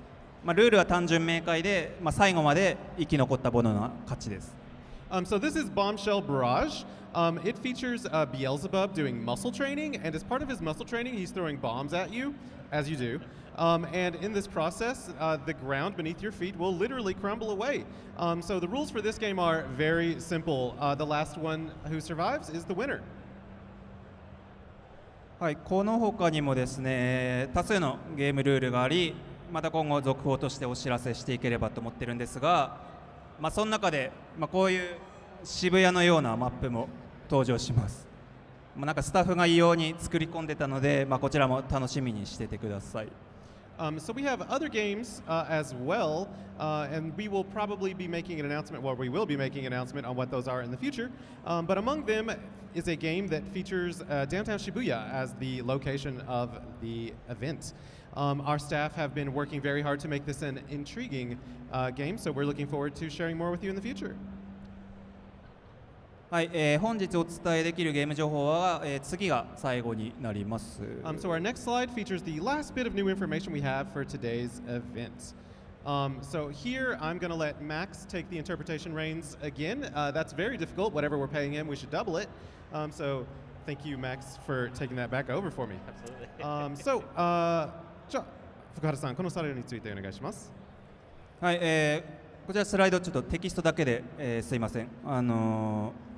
いただいている意見で現在の GBVS から、アップデート対応はできなかったのかっていう、意見、いくつかいただいてるんですけど、ちょっと冒頭にお話しさせていただいた通りロールバックだとかクロスプレー実装のために、ちょっと作り直している部分があってですねで、格闘ゲームとしてもさらに進化させるべく、いろいろ、導入今回紹介させていただいた機能とかモード追加を行っているので、ちょっとただのアップデートではもはや実現できないボリュームで開発を、行っています。Right, so first off, sorry that there was only text on this slide, but yeah, so we received a lot of comments asking whether or not this would be an upgrade to the first GBVS or not. And with the implementation of rollback, crossplay, all of the new features and modes being added to the overall experience, the amount of content we've added just wouldn't be plausible through a simple update. ので本当に申し訳ないごめんなさいなんですけど、改めて、ご購入いただくことにはなるんですが、あくまで GBVS シリーズの新作として、リリースさせていただけますと、助かります。So I know some of you are hoping for an update to the original GBVS, but Granblue Fantasy Versus Rising will be released as a separate entry to the GBVS franchise. はい、あとは先日のベータテストの結果を踏まえて、いろいろ調整を予定しています。ロールバックとか、クロスプレーの実装によって、ライジング他の人にもすごい進めやすくなるんじゃないかなと思ってますし、世界中でより多くの方に楽しんでいただきたいので、頑張って開発していきます。前作プレイしていただいた方もまた手に取っていただけると嬉しいです。All right, so we've also received a ton of feedback during the online beta. Thank you for that. And we will be looking into making some changes to the game moving forward. And so I hope that rollback and crossplay will make it easy to recommend this game to your friends. I'm confident that this game will be a title that players around the world will enjoy, so that I hope that players who enjoyed the previous title will pick it up again too. でその前作遊んでくださってた方にもせめて何かできないかなと考えていくつか要素を引き継げるようにする予定です。ストーリーの新コード、前作分すべてあるのでその新コードと、大会の称号、あと、EX カラー、あとは一時期やってたバトルパスのキャラクターカラーと、武器スキンをお持ちの方は、ライジングに引き継げるようになります。ただセーブデータ残しておいていただく必要あるんで、ちょっと削除しないようにお願いします。With that being said, we thought we should do something for those who enjoyed the previous title, and so we're planning on making some elements of the previous game transferable to Rising. So in addition to your story progress, will be you can transfer your tournament trophies, any EX colors, and Battle Pass weapon skins and colors as well to GBVS Rising. So hold on to that save data. Awesome. So we had a few important clarifications there and an announcement about the stuff that you can keep from your Versus group, Versus save data. I personally am excited to keep my EX colors. I spent so long collecting those. I think that wraps us all today. Before we go, however, just going to make sure that we don't have any final things we want to talk about. 福原さん、それでは今日は以上となるでしょうか。なんかもう一枚あるらしいんでお願いします。I've just got one more quick thing to share with you guys today. So next slide. はい、なんかちょっと自分で紹介するのもあれなんですけど、ここエボの会場のサイゲームスブースで、なんかサイン会をやるそうです。で今日と明日2日間こちらの時間でですかね、やってまして、なんかオリジナルポストカードみたいなのもあるらしいので、ぜひいらっしゃってもらえればなと思います。All right, so it looks like I'll be doing a signing here at the Side Games booth at EVO. We have original postcards and goods available too, so if you're here and have some time, come through. すいません、ありがとうございます。あと、この後午後2時頃からですかね、ライジング初のオフライン大会の Day1 トーナメントが始まります。今日は予選で、明日がトップ32と2日間に分けて、開催します。And of course, today we'll be holding day one of the very first offline GBVS Rising tournament at 2 p.m. after this. So today will be pools with top 32 starting tomorrow. あとそのサイゲームスブースでのトーナメント開催していないときはGBVS ライジングのフリープレイが可能になってます。こちらも、会場にいらっしゃっている皆さん見つけたら、ぜひプレイしてみてください。はい、あと大会の配信もあるらしいので、こちらの情報はツイッターなどでツイッター X で、確認してください。All right, and so during all tournament hours, anyone here can swing by the Side Games booth and try out GBVS Rising for free. Once again, if you're free, come through and give it a shot.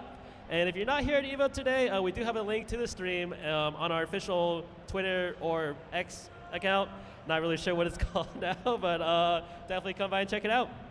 Awesome. I personally am wishing all of you Catalina mains out there a very good tournament at day one.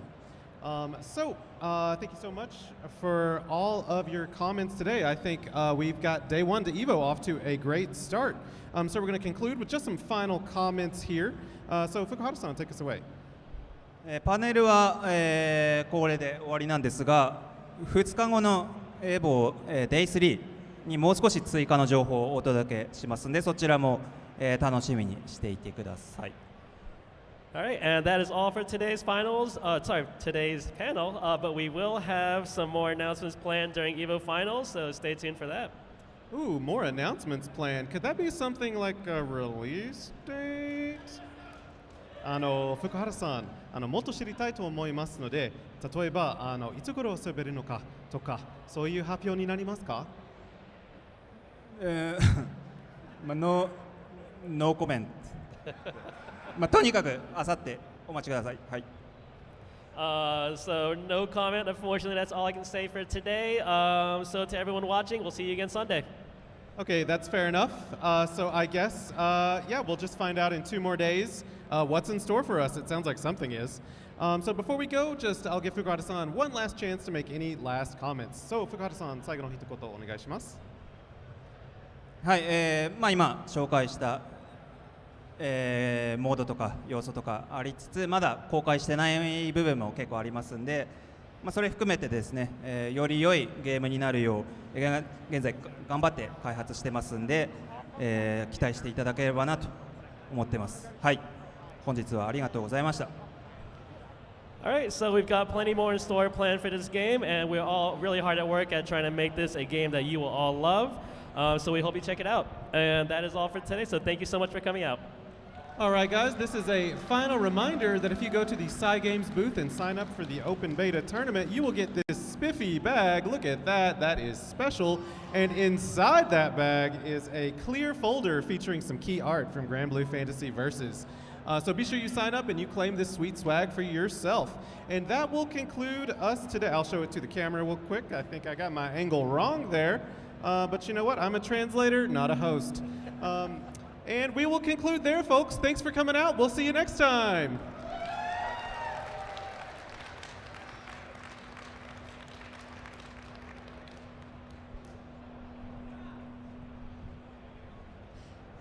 Be sure to check out Granblue Versus Rising Tournament Finals tomorrow at 4 p.m. PST. All right, we're going to take a quick break, and when we come back, we're going to have Arxis on stage to talk about Guilty Gear Strive.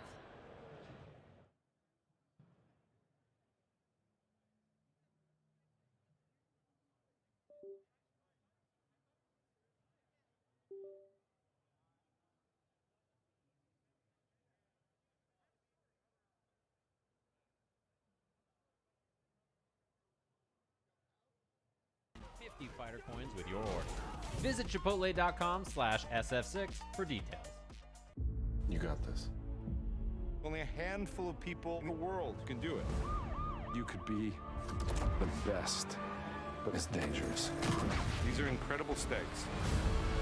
You're you're going to be forced to make split-second decisions that could cost you your life. Get out! Whether you like it or not, you are in this race! Get in the fight! Yes, sir. Gran Turismo, based on a true story. Rated PG-13. Red Bull gives you wings. Double Dragon Guidance! Rise of the Dragon!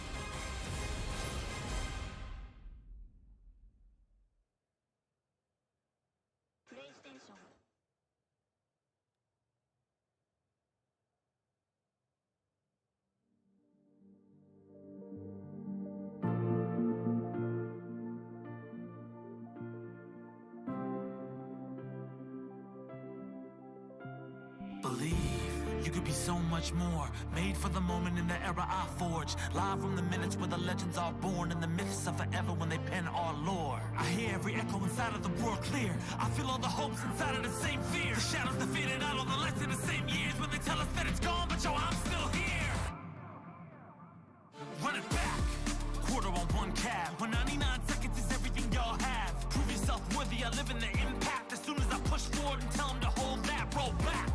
I don't see any limit, they're lacking the vision and asking why the hell I would risk it. I'm basically different, I'm everything they say that I isn't. The arcade era live in my spirit. Don't tell me to move on, soon as all the pressure gets too strong. Feel like I was born here for something to prove wrong. When was that moment when you felt that sound and heard the crowd shake ground, screaming one more round? Let the lights flash over the main stage, I'm still brave, battling the giants that skill made to will fate. Test that choice, ignite the fire of a brand new age when they hear my voice. Evolve till I'm more than what they ask of me, till I fly in ways you can't believe, through a sky I know, on a blue horizon, in a dream I hope. My hands keep shaking, but my heart keeps strong, though my legs keep aching, my voice keeps on, my soul keeps rising as I sing my song. I can hold my own till those clouds move on. I roll with the punches so I survive, and reinforcement of that is my 9 to 5. I've been played and beat down, this is the rebound. All systems go because I've arrived. When it's the only option, second is unacceptable. Make them feel the music and crank it a couple decibels. Style is impetuous, defense impregnable. This is the beginning, imagine your boy at level 2. My brothers is tenured, we run in the trenches, so coming against us is utterly senseless. I didn't know it was in me, but now I know it for sure. Number one contender, soon as I hit the door. Hurt y'all on the war, now jaws on the floor. My style is revered like art on the wall. If they ain't in the know, better keep them informed. Evolution's constant, and this ain't my final form. Evolve till I'm more than what they ask of me, till I fly in ways you can't believe, through a sky I know, on a blue horizon, in a dream I hope. My hands keep shaking, but my heart keeps strong, though my legs keep aching, my voice keeps on, my soul keeps rising as I sing my song. I can hold my own till those clouds move on. Run this back, brush it down. I got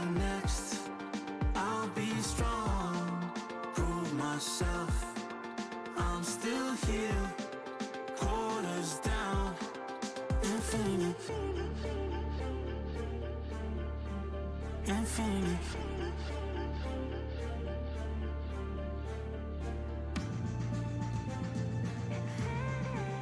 Infinity.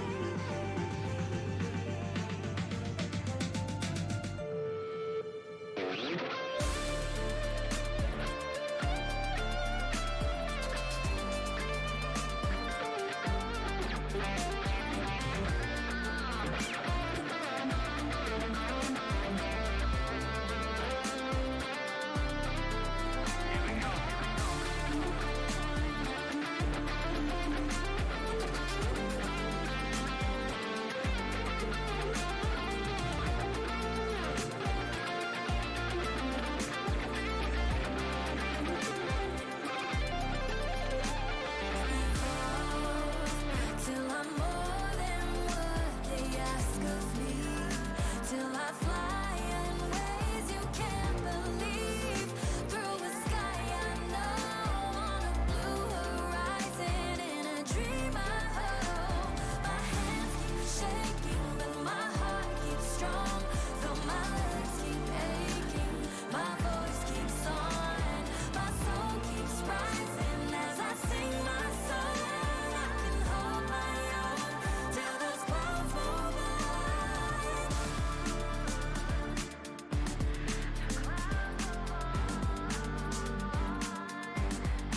Voice keeps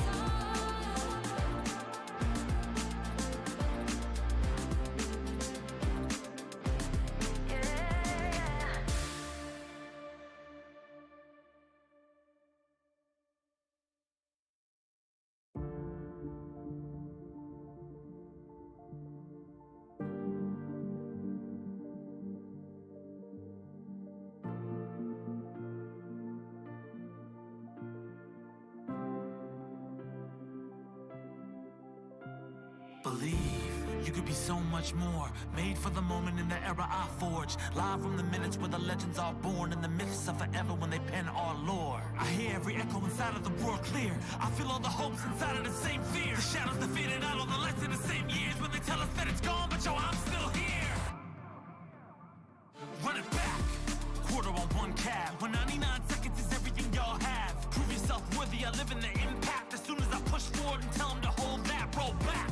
I don't see any limit, they're lacking the vision and asking why the hell I would risk it. I'm basically different, I'm everything they say that I isn't. The arcade era live in my spirit. Don't tell me to move on, soon as all the pressure gets too strong. Feel like I was born here for something to prove wrong. When was that moment when you felt that sound and heard the crowd shake ground, screaming one more round? Let the lights flash over the main stage, I'm still brave, battling the giants that still made the will fate. Test that choice, ignite the fire of a brand new age when they hear my voice. evolve till I'm more than what they ask of me.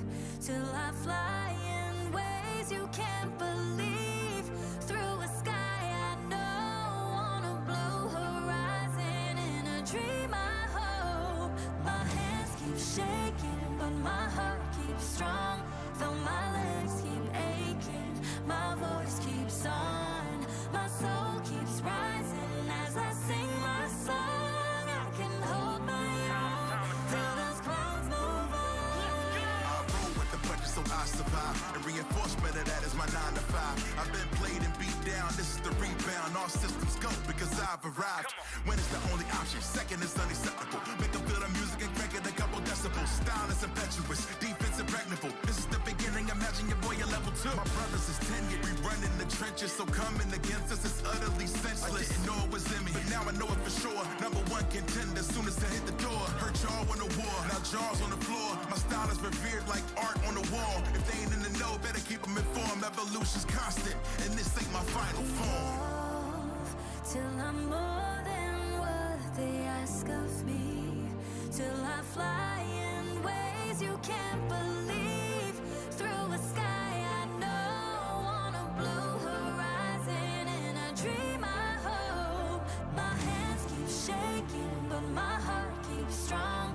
Though my legs keep aching, my voice keeps on. My soul keeps rising as I sing my song. I can hold my own till those clouds move on. Run this back, rush it down. I got next. I'll myself. I'm still here, quarters down, infinity, infinity.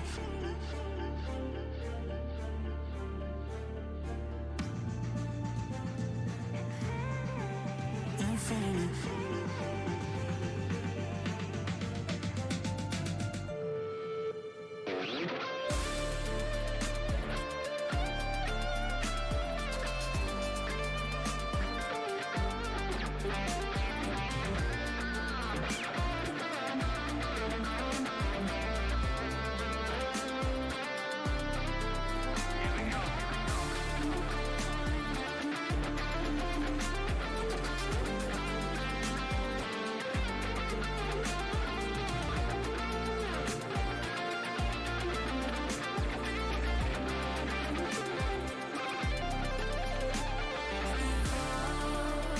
Till I'm more than what they ask of me.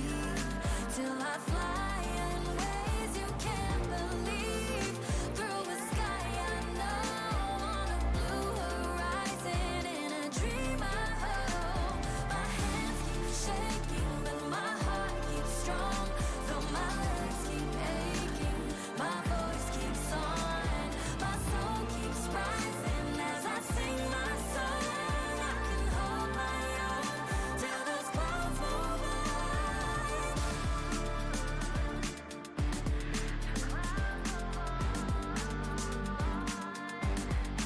Voice keeps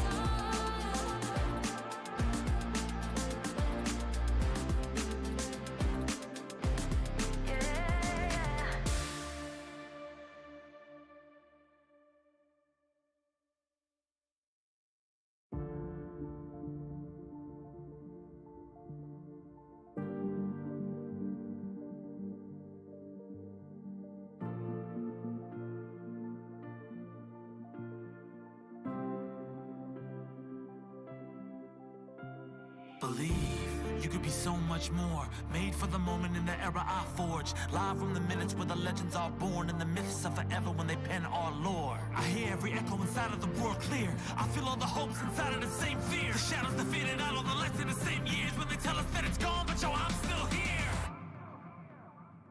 Run it back. Quarter on one cab. When 99 seconds is everything y'all have. Prove yourself worthy. I live in the impact. As soon as I push forward and tell them to hold that, roll back. I don't see any limit, they're lacking the vision and asking why the hell I would risk it. I'm basically different, I'm everything they say that I isn't. The arcade era live in my spirit. Don't tell me to move on, soon as all the pressure gets too strong. Feel like I was born here for something to prove wrong. When was that moment when you felt that sound and heard the crowd shake?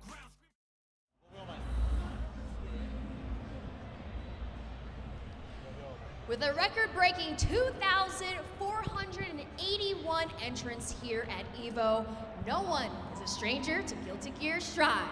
Please welcome on stage director Ken Miyuchi, Akira Katano, and Kenta Asano to talk a little bit more about the game. All right, hold on one more time, everybody. Let's make some noise for Guilty Gear Strive and the developers and the CEO. Come on. Thank you, everyone, for being here, and thank you guys for joining us on this panel today. So we got a couple of slides we're going to go over. I do actually have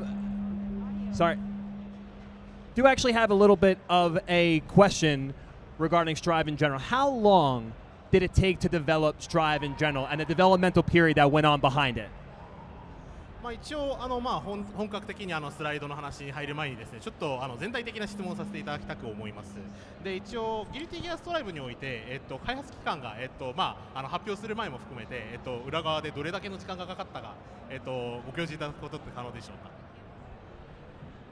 うか。もともとギルティギアエグザとレベレーターを発売してから、その後レブ2を出しましたけども、そのレブ2というのが実はレベレーターの後に大きい新作を作り始めて、それと並行してアップデートをやろうって言ってレブ2が生まれたんですね。なのでレブ2が世に出た時にはすでにギルティギアストライブの開発はスタートしていたので、企画段階から始めるともう7年とか8年とか、それぐらいのプロジェクトではあります。So basically, we started developing Guilty Gear Strive right after Revelator. So in terms of concept level, we started developing right after Revelator released. released to the public. And after that, we actually released update for Revelator Rev 2, but we were still developing Strive behind. So with that all combined, it will be around 7 to 8 years. So there was actually a time where you were still working on some Rev Guilty Gear while also working on Strive at the same time. ということはやはりレブ2の開発とストライブの開発を同時にやってた、並行してやってたという認識で大丈夫ですか？はい、そうです。石渡がストライブのストーリーであったり企画を企画のベースを考えている間に僕がレブ2のディレクションをしていた。社内的にはそういう分担でしたね。So that you are correct. So while Daisuke was working on the basic concepts and scenario for the new Guilty Gear Strive, I actually build it up, developing Rev 2. That is extremely impressive. Extremely impressive. I do have a question. How long does it take to say develop one character? Like let's use Asuka for example. How long does it take from start to finish for the concept art and the lore and the animations? How long does something like that take for just a single character? まず並行して開発している点につきましては非常に素晴らしいところかなと思いまして、ではちょっと続いてちょっと一つ質問なんですけれども、キャラクター単体において開発がコンセプトの段階から完成に至るまでどれぐらいの期間がかかるかについてご教示いただくことって可能でしょうか？キャラクターによって大きく差が出るんですけども、ざっくり言えば1年ぐらいかなと思います。まず、このキャラクターを出そうっていうプロモーションとかの決定があってから、キャラクターの設定であったりラフデザインが始まり、でその後にちょうどここにいる2D リードデザイナーの浅野が、キャラクターデザインを書き起こして、そこからモデルを作りモーションをつけ、エフェクトをつけたり声を取ったりっていうさまざまなところまでやって、最後のデバッグが完了するまではだいたい1年ぐらいかなと思います。はい、そうです。So yeah, when you think about the base concept level and going to the completion, it will take around a year. So we'll have a concept data and rough concept art, and 2D artists like Kenta here will draw a rough design of the character, and he'll actually make the specific designs of the character in 2D, and they'll model it, they'll actually put the effects, and they also put the motions in, and also record voice lines, and after that the character can be tuned and be completed. That will take around about a year or so. Another question regarding Asuka in general. I feel like that has been a character that a lot of Guilty Gear fans have known and cared about for a long time. Was there a reason why Asuka is now in Strive as opposed to some of the other Guilty Gear games? Like why was Asuka for Strive and maybe not Rev 1 or Rev 2? 一応ではちょっとアスカにちょっと単体のキャラクターを話したついでにちょっとアスカについてもちょっとお話をさせていただければなと思うんですけれども、アスカというキャラクターってギリティギアの長年のファンにおいてはかなり昔から待ちわびていたキャラクターかと思います。でかなり記念日的なキャラクターでもあるんですけれども、ストライブになって、実装することになった、経緯につきましてお話しいただけますでしょうか？そうですね、ソルバット界の物語がストライブで一応の完結をしたということで、アスカは絶対出したいねという話はこの企画の最初からずっと出していました。ただし、この会場にいる人は多分、大丈夫だと思うんですけども、ストライブのストーリーの都合上からアスカを普通に戦わせることはできないんだというところが、チーム内というか、石渡の希望とかもありまして、それもあってこのアスカを出すんだけども、このストーリーの都合からどのようにプレイヤブル化するかっていったところが非常にチーム内でも揉めていろいろ議論をして今の形に落ち着きました。So obviously, Guilty Gear Strive is basically one endpoint of Soul Bad Guy's story. So at some point, we definitely wanted to put Asuka out in some point of Strive. However, there was this complication of I'm not sure if I'm okay to say this out loud here because it's a bit of a spoiler, but on story mode, Asuka is in certain state, and and we were not sure how to implement that into the playable characters. So for a long time within the dev team, we had long discussion about how to implement a playable character of a character that's in certain state in the scenario. After a long discussion, we decided to implement Asuka in the current state of form. Very good. So how long, when you guys implement a new character, what does that do to the development of like balancing the game? Is that difficult when you have a new character, then you have to balance that character around the game? Does that take a while? Do you guys have a lot of conversation about that? Make sure they're tuned the right way? じゃあ新しいキャラクターを追加する際にですね、バランスとかにも影響は当然あるかと思うんですけれども、それってどのような形でアプローチするのでしょうか。あとどれぐらいかかるのでしょうか。そうですね、社内には、もともと格闘ゲームのトッププレイヤーでもある、バトルデザイナーが何人もいまして、そのバトルデザイナーのグループで、追加キャラクターであったり既存のキャラクターでずっと対戦を回します。で最低でも1ヶ月ぐらいは最後の締めに、実際その実装しながら毎日対戦っていうのを、合計そうですね3ヶ月ぐらいとかやってるんですけども、それで対戦をしてテストプレイをして、でそれに応じてチューニングを施してまた翌日対戦してっていったものを、そうですね、2、3ヶ月間ぐらいは、これもちょっとキャラクターであったりスケジュールによって変化はするんですけども、ちなみにアスカはすごい時間がかかったキャラクターですね。一番時間がかかったキャラクターだと思います。3ヶ月です。そうですね。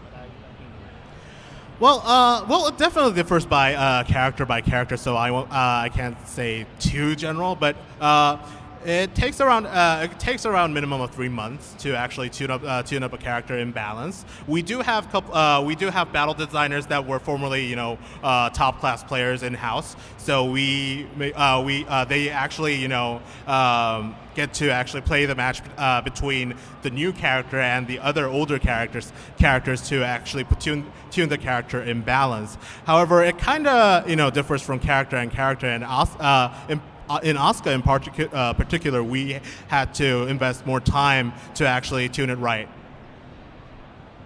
Watching that character is probably one of my favorite things in Strive, by the way. So excellent job on that character. I think the character is so cool. I do have another question. Is there anything that we can look forward to in the future regarding Guilty Gear Strive that you might be able to tell us?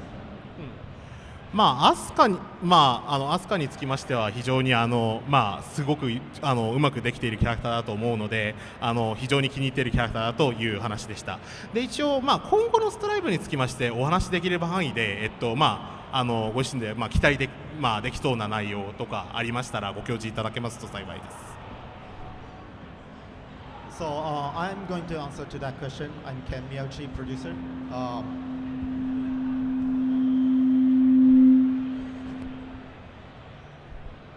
Okay, check. Good. All right. Just recently released developers back here. I kind of mentioned a little bit about the new updates that's coming shortly, which is one is the new special moves to some characters, and a new battle mechanics that's coming also, along with like new additional characters, of course.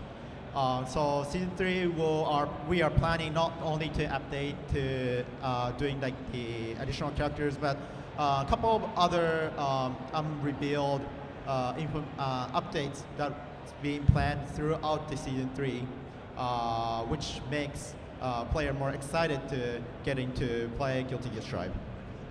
Well, I am extremely excited for the future of Guilty Gear Strive. Are we excited for the future of Guilty Gear Strive?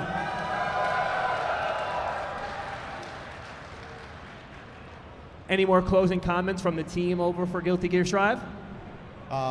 We actually brought some slides here. If you want to show? Yeah, let's show some slides. So the reason I brought this slide is to appeal Kenta Asano, who is our awesome lead 2D artist here, who drew this.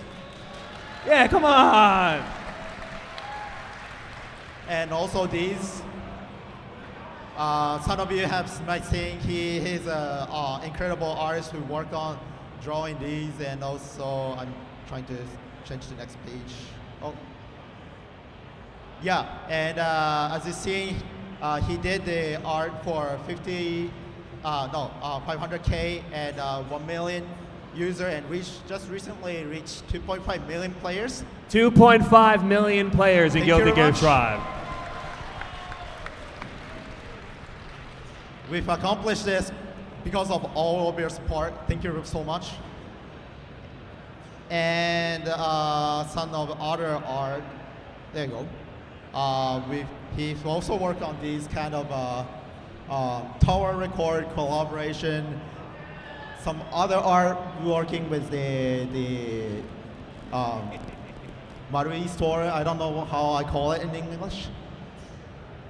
And this is a recently announced collaboration art. And I also brought some, rough image of Asuka. Didn't have a chance to show it, but yeah.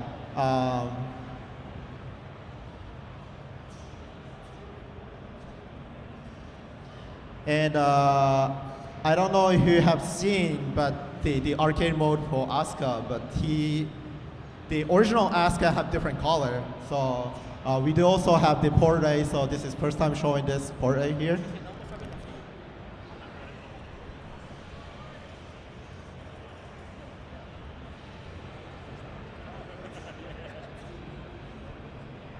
And Kenta Asano, he also works on the character colors.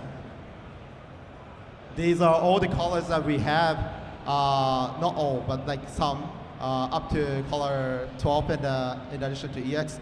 Kenta, do you want to talk about like what colors do you like?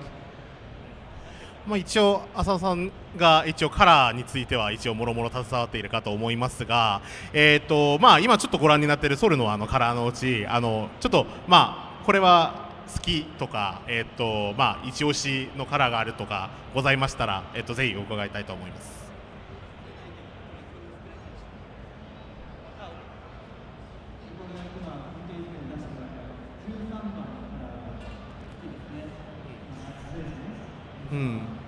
So there's this color number 13, as you can see in the screen right now. That's one of my favorite.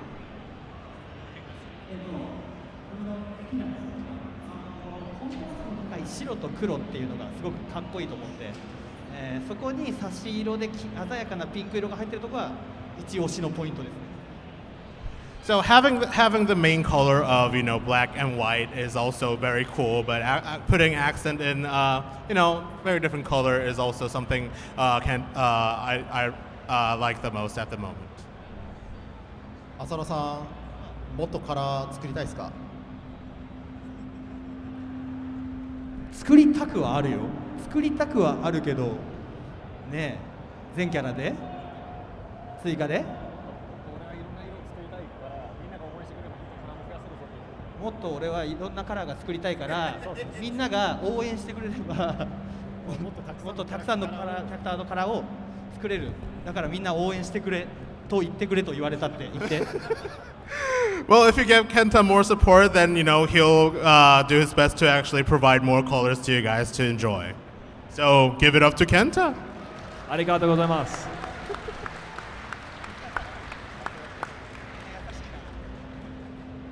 So yeah, that's kind of it. And thank you for your time. I know that there's still tournaments going around and people are having fun. There's a lot of fun moments around EVO for sure this year. We all are also planning to make more exciting announcement soon. Sometimes maybe during EVO. Maybe this weekend. I wouldn't say anything. All right. Okay. I tried, guys. I tried.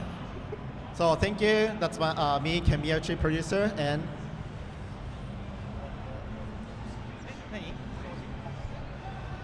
最後のコメントをありがとうございました。あんま喋ることできなかったですけど、皆様の前に立ててお話できてよかったと思います。ありがとうございます。So thank you all for the loud support. This has been Kenta Asano. I will say that as being a huge Guilty Gear fan since day one, I'm extremely excited to see what this game does and what everybody does in the future for this title. はい、この会場に来ている人や配信を見ている人、いろんな情報を期待してこのエボを見ている人も多いと思いますので、最終日まで目を離さずに一緒に盛り上がっていきましょう。お願いします。So I'm sure that a lot of you people who are in the venue and watching the stream are looking forward to some kind of, information coming up. So please keep an eye out on EVO till the final. So please look forward to it. Everybody please, one more time. The developers of Guilty Gear Strive. Thank you guys so much. It's great to see big developers on the stage, but we gotta give some love to the great indie fighters as well. Let's check out some trailers.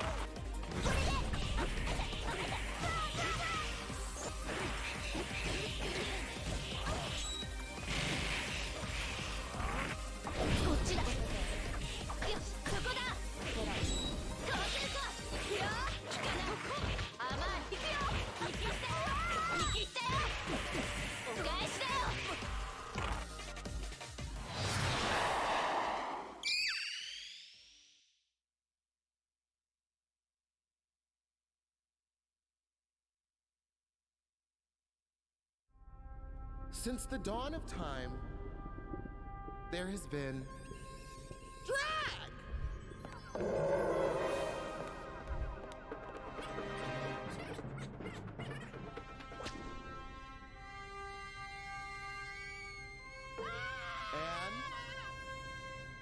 Brawl! It only took a few centuries, but ladies and gentlemen, please welcome to the stage, the drama-filled, gag-worthy fighting game fantasy you've always dreamed of. Drag Her features real-life drag performers in all their camp queer kick-assery. Sir, duking it out to discover who the one true top is in a world full of bottoms. Yeah! Fierce, you're a champion. Drag Her is being death-dropped onto you by Fighting Chance Games, a fistful of good Judies who realized no one else was gonna do it, so they had to strap on. I mean strap in. I did whatever. Strap on, strap in. We know you're thirsty.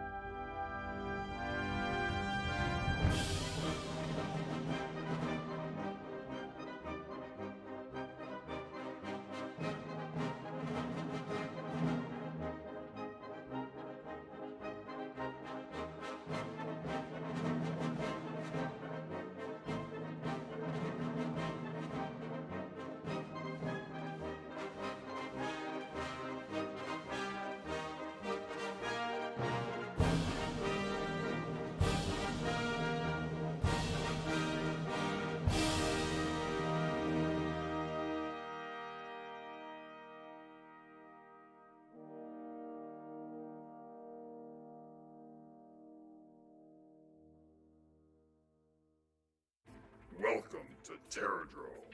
Frankenstein. Ready to break. Sasquatch. You weak. Cannot fight me. Alex Van Helsing. Let's make this quick. Neverman.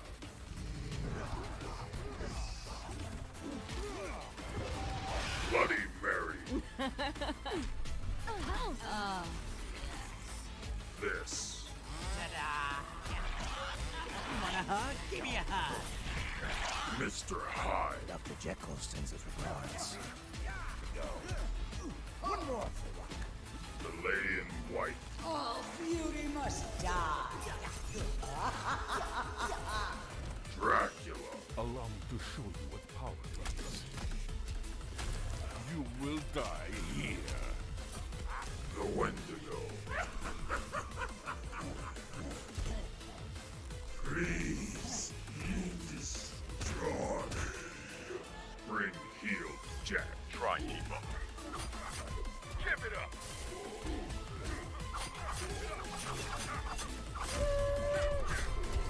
Choose your legend. Terradrome, Reign of the Legends. Joe, I gotta say, I love all the different artistic styles of these indie fighters. Well, guess what? What? We got a lot more to show off, so let's check them out.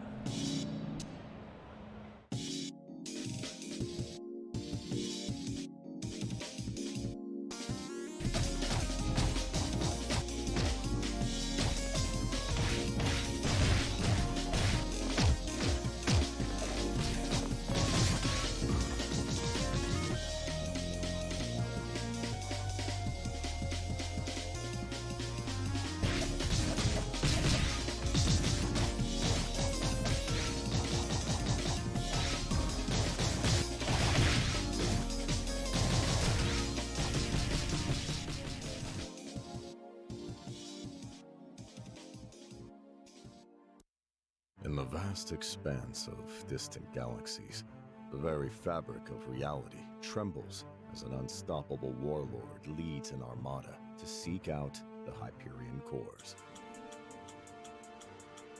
Imbued with unimaginable power, they hold the key to either salvation or annihilation.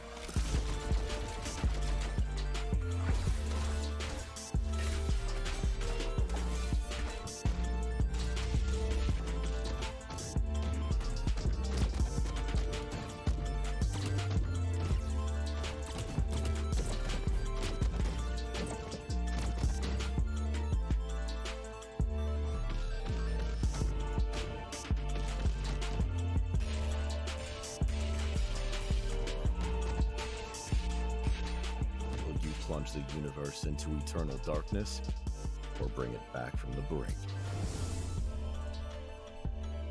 Wish list now.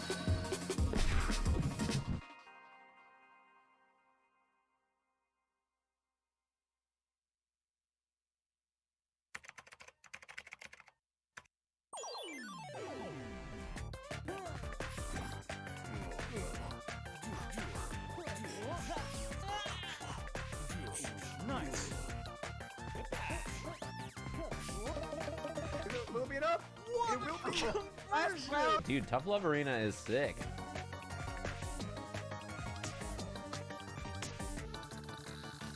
And I tried to add just enough to get to the fighting game that I would have fun playing, but still felt as simple and bare bones as possible. Tough Love Arena at toughlovearena.com.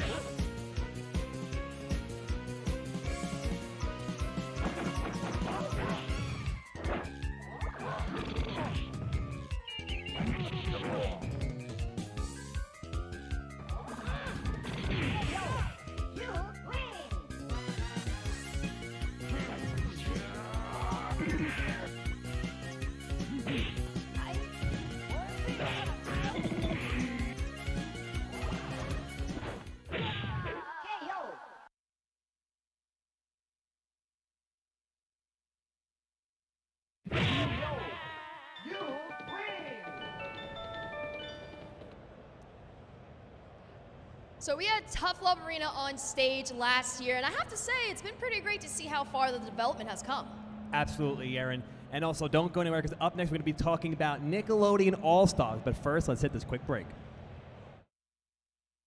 At Chipotle, real food always starts with real ingredients in real kitchens. When you order Chipotle, real food starts with you. Whether it's in restaurant, pickup, or delivery. However you Chipotle is the easiest way to Chipotle. Oh no. Super roll-up. Victory feels good. Yes.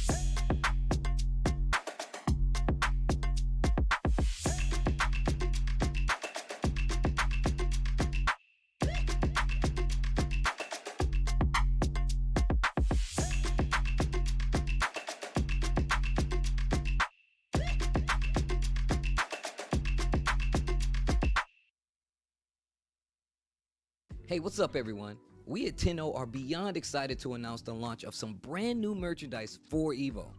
Beginning with our new officially licensed Street Fighter designs, which include premium embroidered hoodies and more. Also, we have new officially licensed designs for the King of Fighters 15, Guilty Gear, Tekken, and other FGC partners. Each Tenno product is carefully designed by FGC heads with only the best material for maximum comfort and style. Trust me, you don't want to wait to cop these. Welcome back, everybody, to EVO Connections, presented by AT&T. My name is Vicious, here with the industrious, the illustrious Robert Television, a.k.a. Hollywood. It's good to see you, man. How you feeling? Bro, I'm feeling amazing, bro. We here at freaking EVO. I'm with my dog, Vicious. You know, you the real Hollywood one, bro. You in the game. They ain't got Big Hollywood in the game, at least yet. What's going on? Put in a word. Everything's been going great, man. Now, I do have to ask you, coming in from a professional perspective, you are a professional Street Fighter player. How does it feel making that connection with all of the Street Fighter fans around the world with the brand new Street Fighter 6 now being the headliner at EVO? So it's been amazing, of course, playing Street Fighter 6. I would say that I'm no longer a pro player by my standards. I'm still nice, but I ain't like, you know, it's not like I was in the past now that I'm doing other things. But with that being the case, it's amazing being out here seeing everybody, bro. I mean, and of course, I'm ready to see all these pools matches too. Now, I have seen you make that transition of being a man of the people in the fighting game community. What is it like to you, in your opinion, having an event like EVO bringing the FGC together? Yo, so that right there, I've been walking around just smiling ear to ear throughout this entire event, like so far. Just everybody that you see, there's people from around the world. You already know, Jeremy, like we do this for real. Before any of this, cameras and beautiful AT&T microphones and all that, just us riding around in raggedy cars, city to city, playing for next to no money whatsoever. So all of this happened is extra and it's beautiful, but the most important thing is the community aspect. So seeing all of my friends and everything, like, you know, like yourself, has been dope. And I gotta say, you know, speaking of community, shout out to my man's Piano Densetsu, you know, RIP, you know, absolute legend. You know what I mean? I feel like he's somebody who completely represented exactly what the FGC is all about. So I gotta show love to him, and it's a perfect time to bring that up. And we couldn't do it without those types of folks, especially folks like you as well. We're going to go back to the main stage. We'll hit it off with everything going down here at EVO. The excitement continues on day one of EVO because coming up next, we have a great reveal from Nickelodeon. Check it out.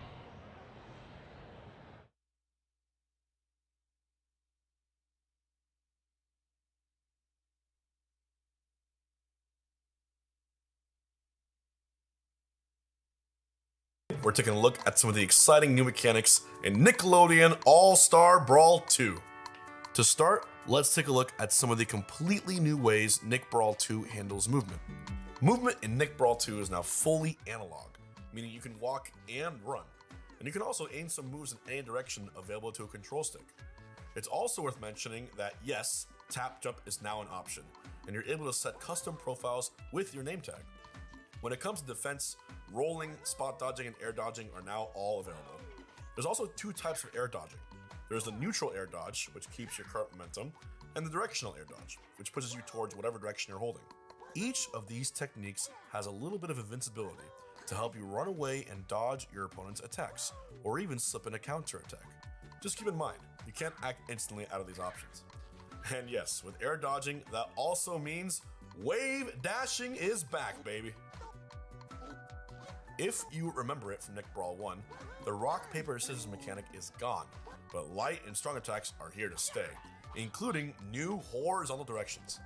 Strong attacks are what you'd expect, stronger than your regular light attacks and usually quite a bit slower. They can now also be charged both on the ground and in the air, and they still reflect projectiles. As for light aerial attacks, you now have 5 total options: up, down, forward, backward, and neutral. Blocking has also been changed. While blocking, you can get still pushed around and even go into a teeter if you get pushed to the ledge. But now, you can only block a limited amount of damage and for a limited amount of time before your bubble bursts, leaving you wide open for an attack. If you also manage to start blocking just as you're about to get hit with an attack, you'll flash blue and hear an audio cue that lets you know that you just performed a parry. When that happens, you suffer no block stun and no block push from your opponent's attack and can act immediately. And now, the biggest addition to Nickelodeon All-Star Brawl 2, the Slime Meter. Build up your slime meter during your match by hitting your opponent to enhance your attacks, movement, combo game, and more. One of the first ways to use slime is by spending one of the 3 available bars to enhance your special attacks. SpongeBob, for instance, normally blows 1 measly, tiny, innocent bubble. But if you enhance it with slime, he blows 3 much more powerful, individually threatening bubbles that can assist you in controlling space and locking down your opponent. Feel like Patrick's neutral special needs a little more oomph? Try spending some meter on it. Maybe your up special just won't quite reach the ledge. Bummer. That's also a great time to use your meter. All special moves in the game have a powerful slime version to explore, so make sure you use every single one. Slime Burst is another usage of slime that can help you out on defense. If you're getting comboed mercilessly are about to go flying out of the ring, you can do a slime burst to stop all of your momentum and knock your opponents away. It can definitely be worth using to break out of a combo or hang on to a stock for a little bit longer. Just keep in mind, it costs 2 whole bars and there's plenty of other powerful offensive options available with slime as well. One of those powerful options is the super attack. If you manage to build up all 3 bars, you can unleash your super as an easy way to ring out any opponents you might catch that also happen to be at high percent. Everyone's got a totally unique looking animation to their super, so definitely be sure to check those out and let us know which one is your absolute favorite. Slime is altogether the key to becoming a master at Nick Brawl 2, but what we just mentioned only scratches the surface of how you'll be using it. Once you're comfortable with the basics, it's time to get into some of the more advanced techniques. For all you sweaty players out there, slime canceling is another powerful option that you can spend your meter on, and its applications are only limited by your creativity. Instead of spending a bar to enhance an attack, you can use it to cancel an attack. What does that mean? Basically, instead of having to wait for the rest of your attack recovery, you can do a slime cancel, and then, well, do anything you want. If your opponent is nearby and tumbling from a recent attack, they'll momentarily freeze next to you, allowing you to line up your next attack, maybe take a quick breath, and keep the combo going.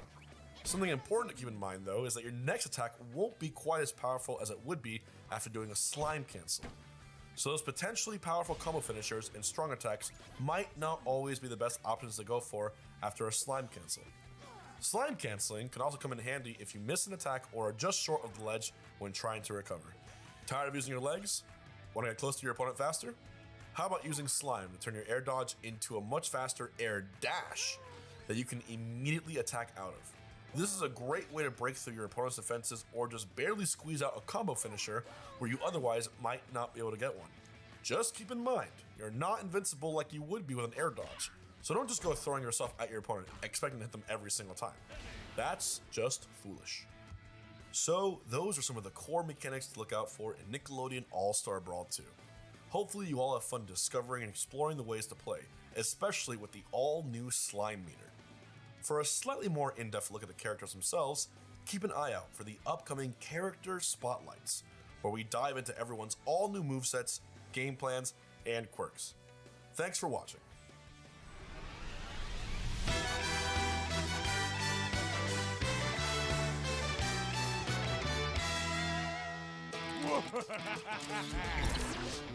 Let's do this! Get back here! Don't call me Sheldon! Karen, make ready! Hello, suckers!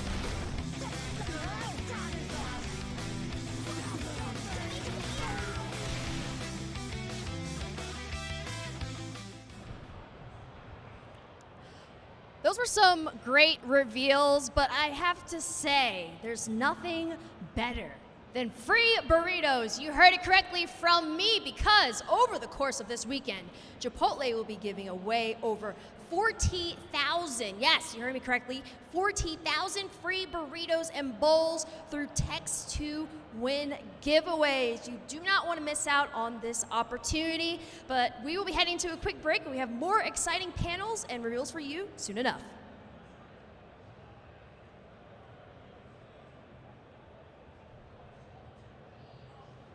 Test that choice, ignite the fire of a brand new age when they hear my voice. Evolve till I'm more than what they ask of me, till I fly in ways you can't believe, through a sky I know, wanna blow horizon in a dream I hope. My hands keep shaking, but my heart keeps strong, though my legs keep aching, my voice keeps on, my soul keeps rising as I sing my song. I can hold my own till those clouds move on. With the punches so I survive, the reinforcement that is my 9 to 5. I've been played and beat down, this is the rebound. All systems go because I've arrived. When it's the only option, second is unacceptable. We can feel the music and crank it a couple decibels. Style is impetuous, defense impregnable. This is the beginning, imagine your boy at level 2. This is 10, you be running the trenches, so coming against us is utterly senseless. No, it's in me, now I know it for sure. Number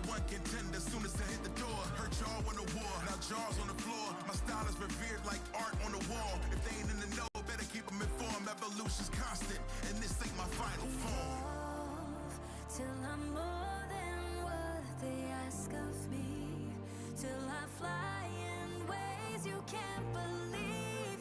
Through a sky I know, on a blue horizon, in a dream I hope. My hands keep shaking, but my heart keeps strong.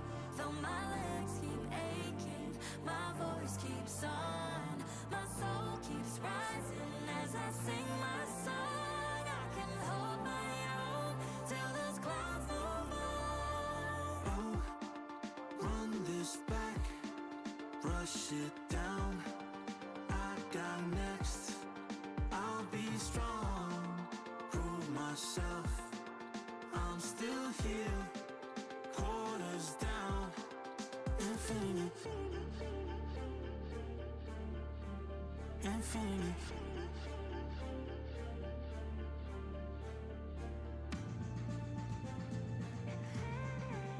Infinity.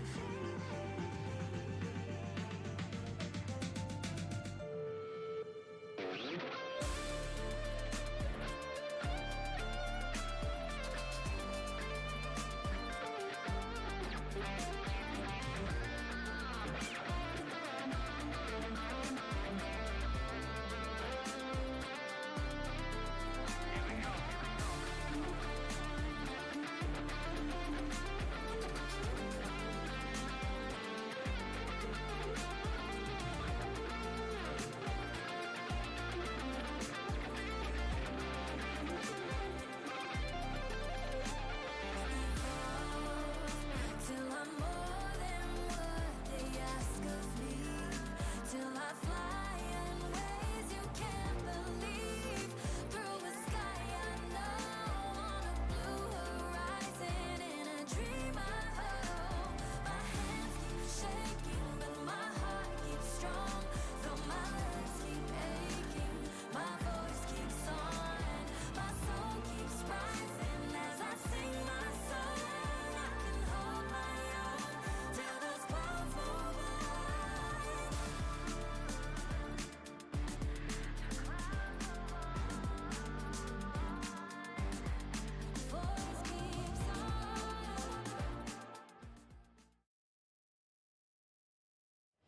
Welcome back to EVO 2023. Now, you do not want to miss out on this upcoming conversation because we have one of the most prolific voices in the FGC, Seth Killian, who's going to be interviewing one of the most accomplished players in EVO history, MenaRD.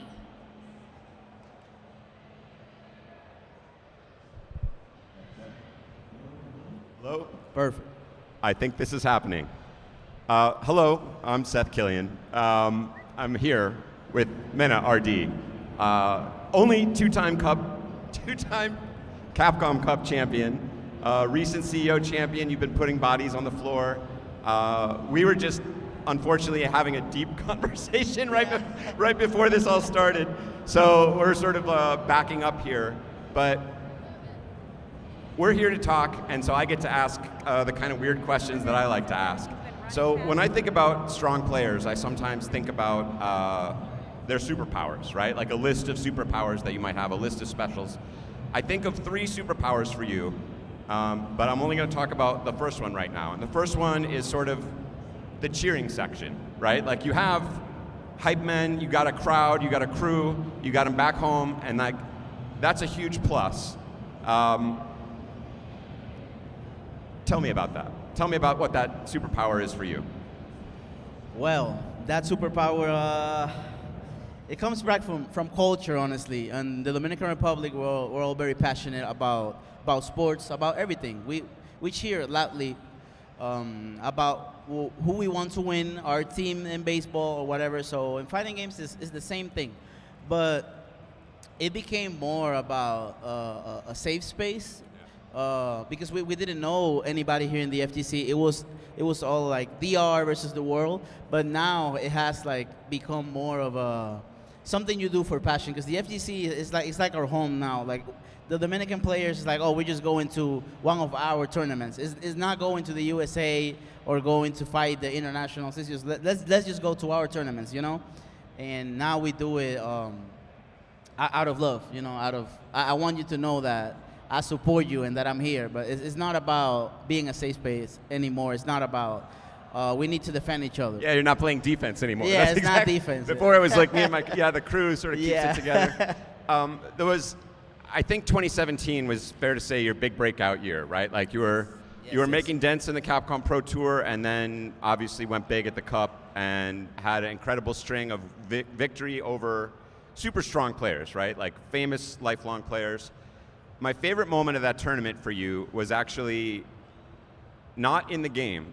It was the moment you won. I don't even know if you'll remember this, but the moment you won, you sort of froze and you looked at the kind of at the camera for a second, where you're like, "Oh, that just happened." So you're realizing it, but at no point do you stop moving.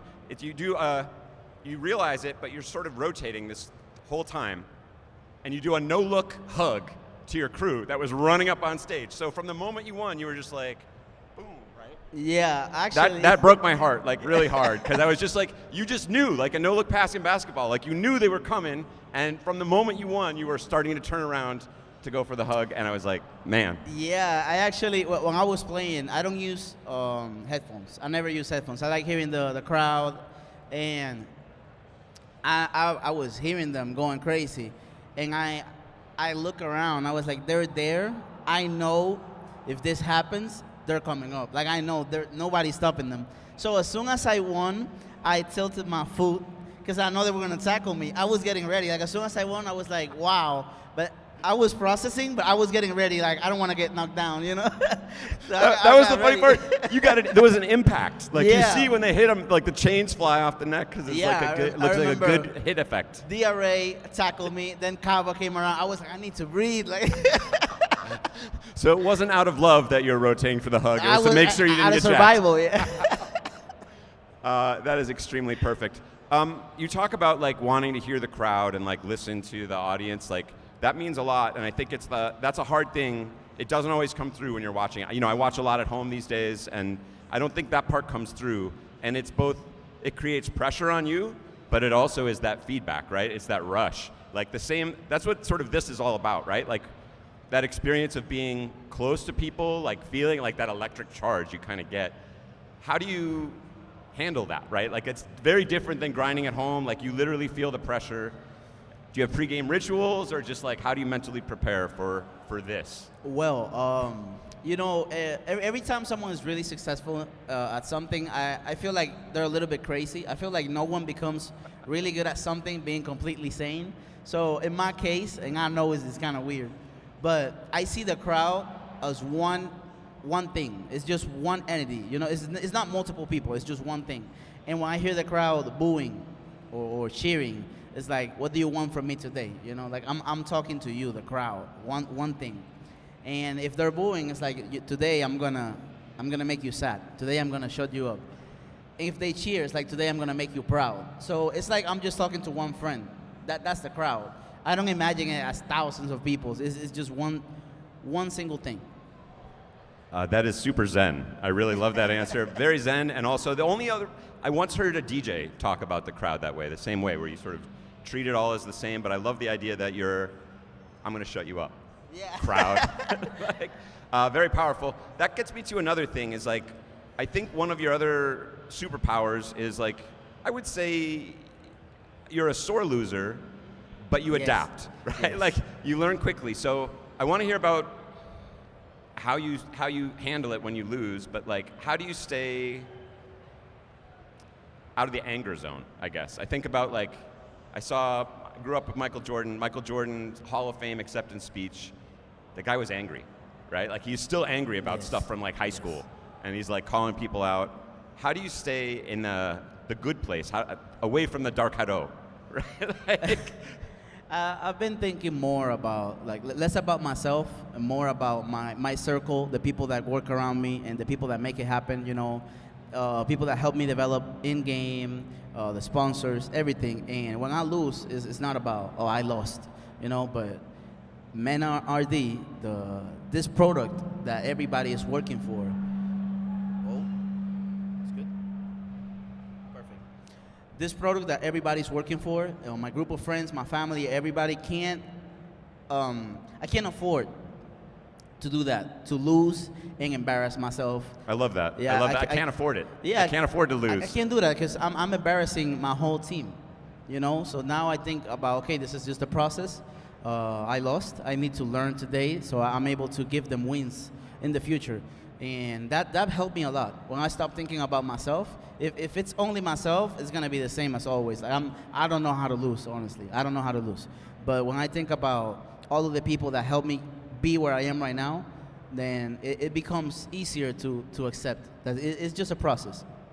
I really love that. You flip it and make it not about you, but you make it about service to them, and that's a form of strength. I really love that. That brings me to sort of one of your second superpowers, which is the confidence, right? Like you're always willing to bet on yourself when you make a hard read, and I think this confidence pairs with sort of the third power, which is pattern recognition. I see you and you do funny stuff to top players. Like you do stuff to top players that you don't really see a lot of other people get away with, right? Like you sort of walk up and throw, like you have a freedom to your movement.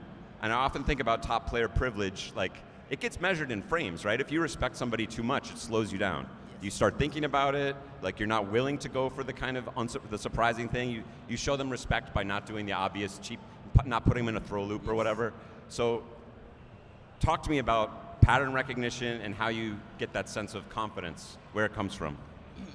Actually tying it together is very important because I feel people become predictable. They have a pattern when they're not confident, when they need to go like, okay, I can't see everything, I can't react to everything. I need to have a pattern that helps me survive. I need to do things that just work. Hadouken here, I stand here, maybe I'm safe, you know? And that's when I feel like people are getting scared, when I feel they're getting uncomfortable, I start looking for patterns. Oh, as soon as he gets scared, he does this. When he's confident, he does this. But when they're confident, it's harder because they'll do anything. But when they're scared, no. So that's what I look for. And I actually, you know, like Taskmaster from Marvel. Like I feel I identify a lot with that character. It's because of that. Because I can like see what people are doing, but not only in gaming, real life. And see myself in that. And that confidence came from Kava. Kava was absurdly confident for no reason. I was like, why are you so confident? You're not going to beat them. But he kept going and going, kept doing great things. And I took that. I was like, okay, let me try that. And when it worked, it actually inspired him. He says, oh, Mena gives me the confidence. I was like, what? I stole it from you. It's a loop like that, right? Yeah. You reinforce each other, and because, you play together. It worked like that. But that's the thing. Like, I try to learn from everyone that I see, try to see the good things in everybody, and I just steal the good things from them, you know, and bring it into myself. And they won't even realize that I did that. You know, it's amazing. I do it in game, and I do it in real life, and it works. So who are some other players that who do you learn from? That's a hard question, I know, but you're task mastering it up. It's tough, but I learn from a lot of players. It's hard to say because every player that I play, I try to see what they're doing, the ideas that they have, and if I can speak with them, I try to see like, why will you do that? You know, the reasoning. But that's great advice, by the way, for everybody at home. Just ask. Ask the top player why that happened or how, and be specific, right? Like, don't just ask a general question, like a situation. Why did this happen in this way? Why did this happen specifically? Yes. And from regions, I learned a lot from regions. Like, so in Japan, they have a certain style of play. In America, they have a certain style of play. In Europe, it's also different. So I try to see like, why are they playing like that? You know, is it because they're used to fighting a certain style and they shape their gameplay that way? So if I fight that style, should I play like a European? You know, if I fight this character, should I play like a Japanese? And what does it mean to play like a European? Playing like a European is, it depends on the matchups. But for example, when they play against Bison in Street Fighter V, a lot of them didn't give him the respect. They disrespected his spacing. Like, I will stand right here because you're very slow. And a lot of players tried to like approach him, smother him. They just stood right outside his range every time. And if he committed, then they jumped. It was like so simple, but so effective. I was like, I just need to do this, and I'm gonna have an easier time. So yeah, that's what I see. I see it in regions. I learned a lot from that. That's a super great analysis. I love approaching it that way. I heard John Choi gave you some fireball lessons, and then you learned how to throw fire. You beat everybody up by throwing fireballs. True? He did. He did. I asked him. I like asking, and Just ask. Everybody Just ask. kept telling me, "Oh, John Choi, the best fireballs in the world." I was like, "Wait, I need to talk with him, see what's going on." And I learned a lot. I was terrible at using fireballs because I used to use them like as a poke, like birdie. But now it's all about where you're standing and when you can abuse it, when they can jump, and it's really it helped me a lot. Honestly, asking is I think is my biggest strength as a player. I just ask a lot. I think that's good advice for everything in life. Just ask. You'd be surprised what comes back, and the cost of like somebody saying no is much lower than you think. Yeah, My it life is. changed a lot just by asking. This part of this whole thing is here because we were running a tournament, and I would just go to the Capcom booth as a random guy from the internet and ask for stuff, and they said no 3 years in a row. And then the third year they were like, okay, maybe. And then away we went. All it was just ask, and kept asking. And they told me to get lost. I was like, yeah, that makes sense. I'm just some guy from the internet. Why would you give us anything? But they did, eventually. We talked to the right person. So just ask. Great advice.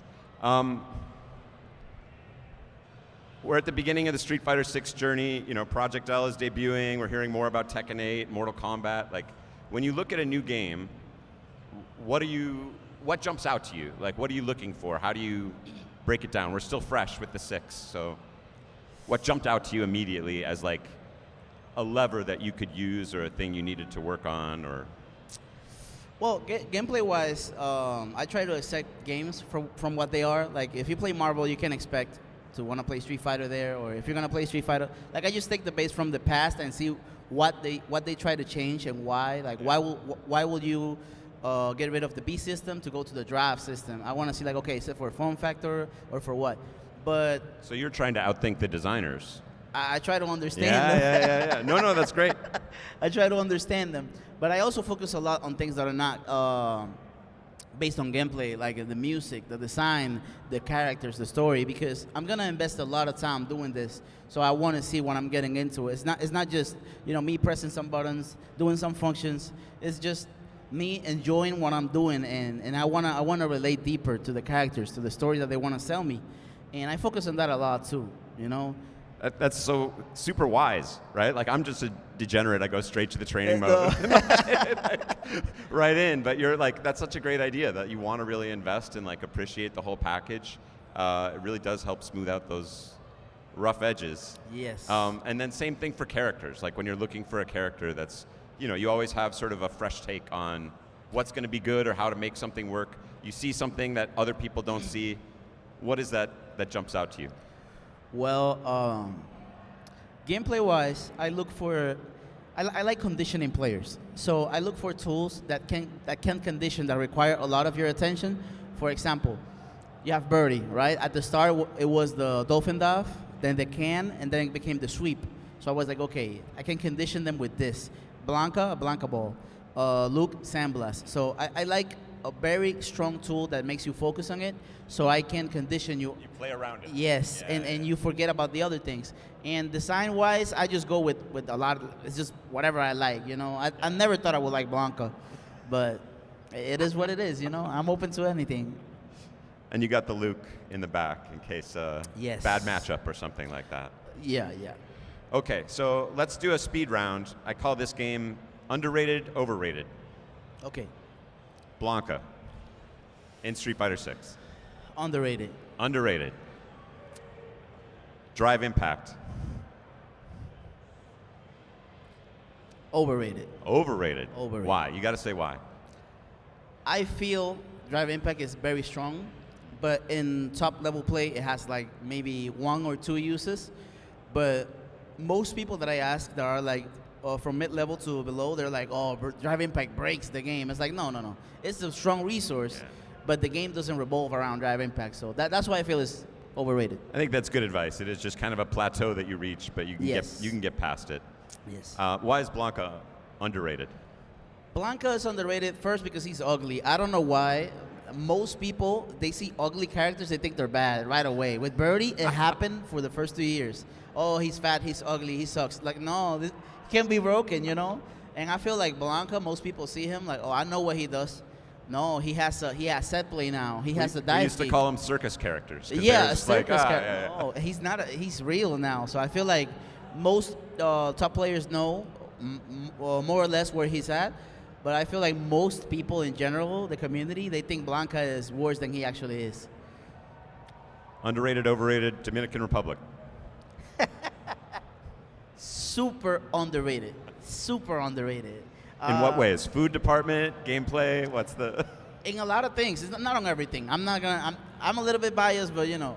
Keeping it real. Keeping it down. Keeping Yeah. it real. I appreciate I that. feel like first thing first, players. I think that they're very underrated. I think you need to rank players on their ability to perform when they are given the chance. If they're never given the chance and they don't do anything, okay, then they don't do anything, but they never played. So a lot of them never get to travel, and they're amazing players. So they're underrated in that department.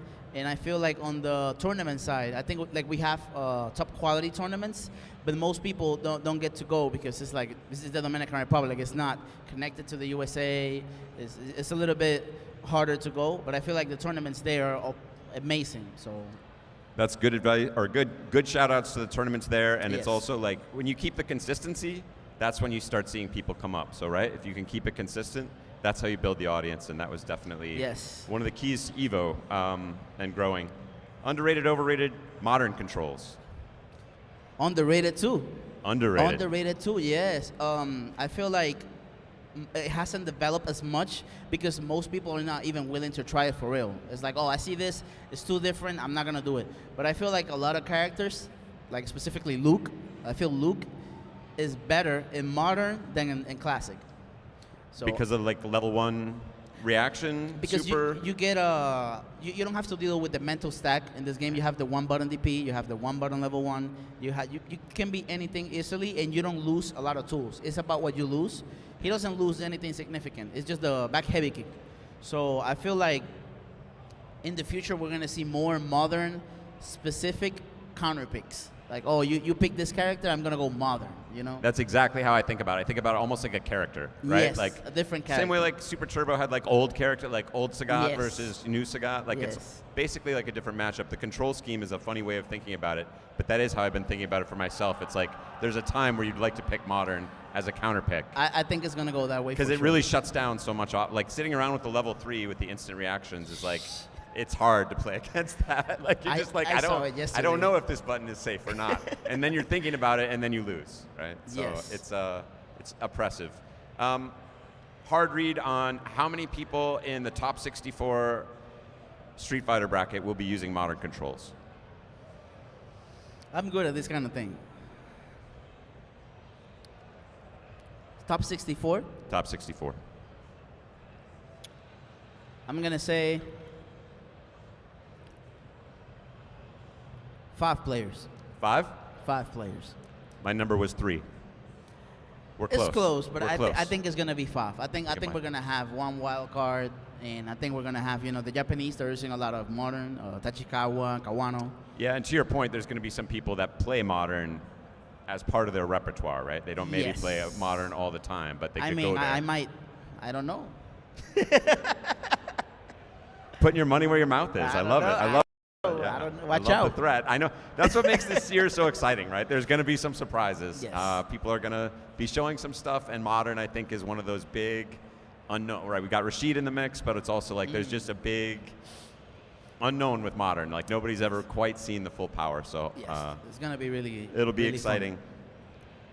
What's something that you know now that you wish you knew 5 years ago, 2017 or something?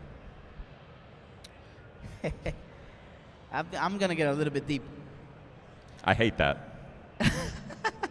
I wish I had known people show love in different ways. Like, not everyone loves the same way that you love. And I didn't really understand that. I saw a lot of people from different cultures, even from here, from America, And I saw them as dry, because in my country, everybody's like really warm. They're really confident that you like them. Yeah. They don't have self-awareness. So in USA, everybody's like, good looks, you know, keep doing your thing. I'm like, wow, they're not really my friends, you know. What are they doing? And the more I kept interacting with everybody, the more I kept being here, I was like, wow, people really follow what I do, and a lot of them care about what's happening with me, but they just have different ways of showing it. You know, sometimes it's just words of encouragement, and sometimes it's just a gift. They think about, oh man, you want to go eat or whatever, and a lot of them just watch your things, they watch your streams, they support every match, and I wish I had known that before. You know, I thought a lot about what people were saying about me, and I just focused on the bad things, but I realized, like, the people that do the good things, they do the actions. You know, they support you, and every time I got that support, every time people clap for me, every time they like my posts, all of those things, I didn't see them, and I wish I had known that before. I will have been happier all of those times. You know. I think that's super wise, right? And that's one of my favorite things about the fighting game community, and always has been, is just, right, seeing people from all over the place that have their own form of respect, their own form of disrespect. Yes. Right? Like both, goes both ways. And finding those common grounds and finding people pay respect to each other. And that's always one of my favorite things about these big tournaments is, for as much as we all have favorites, right? Like, the crowd is cheering for a hype play. They want a good match at the end of the day, right? Like, they have their favorites, but everybody's just cheering for something great to happen. Yes, it is. When we're talking about, like,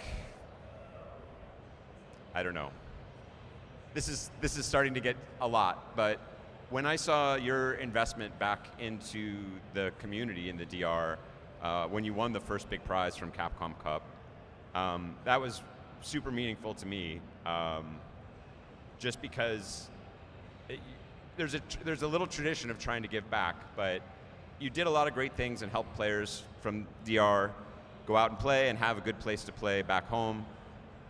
But you raised the floor for everybody, right? You set expectations at a new place, and you created not just a good thing or a good time, but you created opportunity.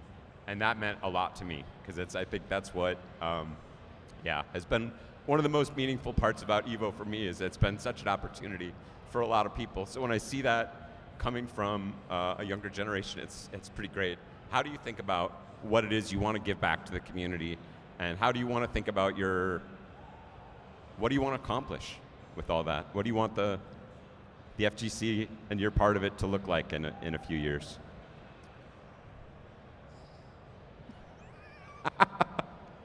Honestly, I've been thinking about this a lot, about what I'm gonna do after I stop being a player. I know it's early, you know, but I've been thinking about that. Like, what am I gonna do after I'm a player? How can I help? And I went back to how it all started. You know, why did I start playing? And I realized I started playing because I wanted to share with my friends that I was having fun and that we could kick it together. And I realized, like, how big the FGC has become a part of my life, such an important part of my life after the pandemic. I was like, man, I'm home. I miss everybody. I miss the strangers that I'm gonna meet. And I just want the FGC to keep growing and that more people can live the same experience that I had. It's been so magical, you know, my life, all the people that I've known. And I want more people to know that there's a space that you can do that. You know, you don't even need to play fighting games to be part of the FGC. It's funny. I met so many people that just like to watch. They just like to watch. They just like being here. And the world needs that. The world has a lot of people that they're alone and they want to meet people. They want to have fun. They want to find the meaning of what they're doing here in this life. And I feel like the FGC helped me. It gave me a space in life. And I want more people to find that. So I just wanted to grow more. You're killing me here. I'm going to try and keep it together. I think that's, incredibly powerful. Like, how do you judge that? Is it that by the performance? Like, what does progress look like to you? Is it seeing more DR players traveling? Do you judge by performance in a tournament? You know, it's a hard thing. There's a lot of things that can happen in big tournaments, and so can be inconsistent. How do you measure progress, and how do you feel like you're tracking towards what's most important to you? Well, it's when I have a multiple circles of people in my life. I have people from all walks of life in my life. People that, you know, they focus on their college, people that work in business, people that are like, you know, not doing so good. Yep. When all of them start talking to me about fighting games, and it's not about me, it's like, oh, I saw the new game. I was like, wait, what? Why is my uncle talking to me about Scorpion? Every time I see people get more invested into it, and I see like more friends that don't know anything about fighting games getting into it, it's like the product is good. People like this. And I feel like it's been growing. Look at this. Look at us. We're sitting here. I don't even know where my friends are. I don't know where Kava is. I don't know where nobody is. The whole room is full of friends. It's full of friends. It's full of people that enjoy fighting games. And this is progress. This is progress.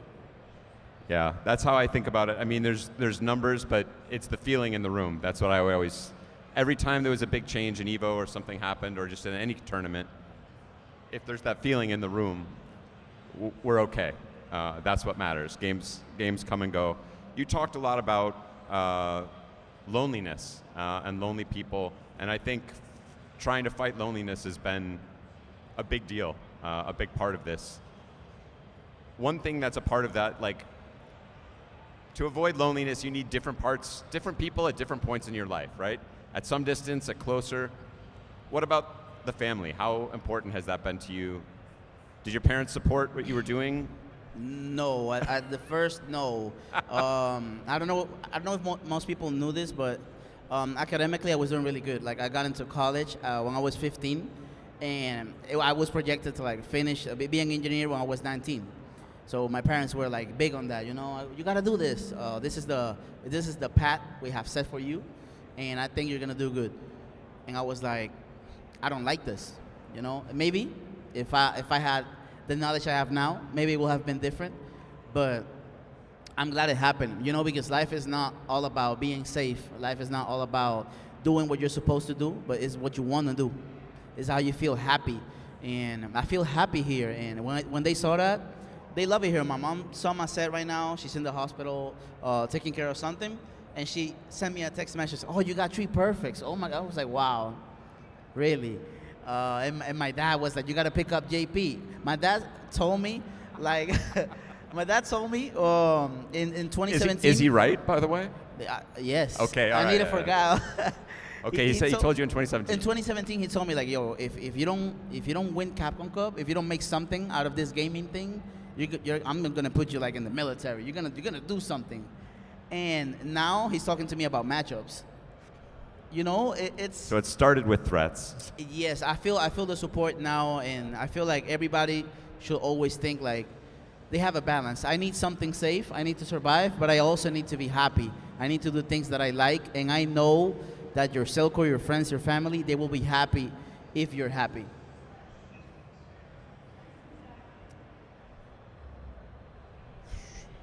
You said a lot of things there. Maybe this is the same answer, but I think at the beginning, right? Like, you came on, had such incredible, undeniable success, now have a second Capcom Cup under your belt, many other wins, CEO just recently. What does respect look like? This was a thing that I felt like was not given at the beginning, in spite of the results, right? Now the results are super undeniable. What form does respect take for you? What does it look like? I think it comes as acknowledgement. Being unknown, not being recognized, people not even noticing you're there. It's pretty deep. It hurts. And when people start to acknowledge you, you are part of something. You're here. I think that's the biggest form of respect you can give. You know, like they know you're there, they know you're alive, and they know you want to do things too. So I know before when people used to like boo me and go against me, I would be so tired, like, why? You know, I don't even know you. And now I see it as such a sign of respect. Like, we know you can win, and we don't want you to. You know, like, we know you're good at this. They're afraid. Yeah. It's they like, recognize the fear. Yeah, the we hate you because you can do what we don't want you to do. So I see it as respect when they cheer for me too, you know. But yeah, just acknowledgement for me is like the biggest sign of respect I've seen in the FGC and in life in general. I think we're getting to the end of our time. Let's end on gratitude. You've been talking a lot this time about things that are important in your life, and when you think of the FGC and you think of your time here, what's the gratitude like for you? What gives you that feeling of gratitude, or what are you grateful for? I'm grateful I have something to look forward to every day that I wake up. Every day that I wake up, I have friends to think about. I have self-improvement to think about. I have events. I have places to go in the world, opportunities, and I have a chance to change the world and to inspire people. And people see themselves in what I'm doing, and I can send a positive message. Like I have the platform, but at the same time, I'm part of it. Like I receive what I'm giving. Like if I try to help, more people will help back. And even if I don't help, more people are just helping. It amplifies. Yes, Yeah. so I'm really, really grateful. I have something to look forward to in my life, and honestly, like, the way my life has been, I'm not even like, I think God has done enough for me. I'm a firm believer, so I think my life has been too good, and I'm just grateful for the time that I've been here. I think that about says it all. Please join me in giving a hand to MenaRD. A lot of wisdom Thank you here so today. much. Thank you so much. Let's give it up for Seth and Mena once again. Let's get the round of applause, everyone. All right, don't go anywhere because we're going to take a quick break, and right after, we're going to have an exciting Skullgirls exhibition right here on stage. We'll see you soon. Chipotle order just got extra with fighter coins from Street Fighter 6. Order any entree in the Chipotle app using promo code HDKN236 and receive 250 fighter coins with your order. Visit chipotle.com/SF6 for details. I asked for an equal, and this is what you find. Sir, perhaps a new hunting ground. Creighton wants a hunt? I'll give him one he'll never forget! Better take him out before they find the lizard. This gunship won't quit! I do not want to be lizard food!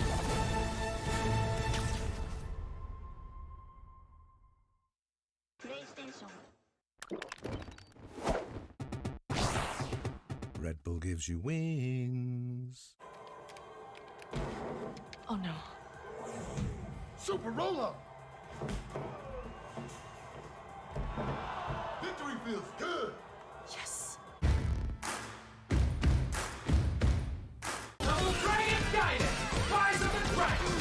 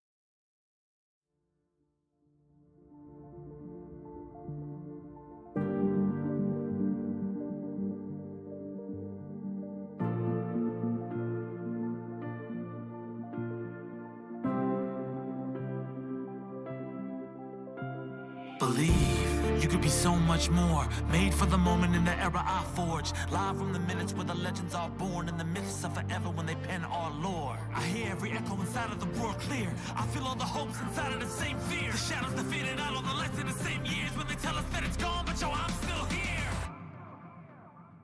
Run it back.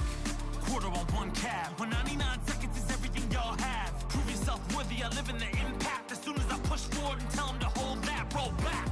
I don't see any limit, they're lacking the vision and asking why the hell I would risk it. I'm basically different, I'm everything they say that I isn't. The arcade era live in my spirit. Don't tell me to move on, soon as all the pressure gets too strong. Feel like I was born here for something to prove wrong. When was that moment when you felt that sound and heard the crowd shake ground, screaming one more round? Let the lights flash over the main stage, I'm still brave, battling the giants that still made the will fate. Test that choice, ignite the fire of a brand new age when they hear my voice. Evolve till I'm more than what they ask of me, till I fly in ways you can't believe, through a sky I know, on a blue horizon, in a dream I hope.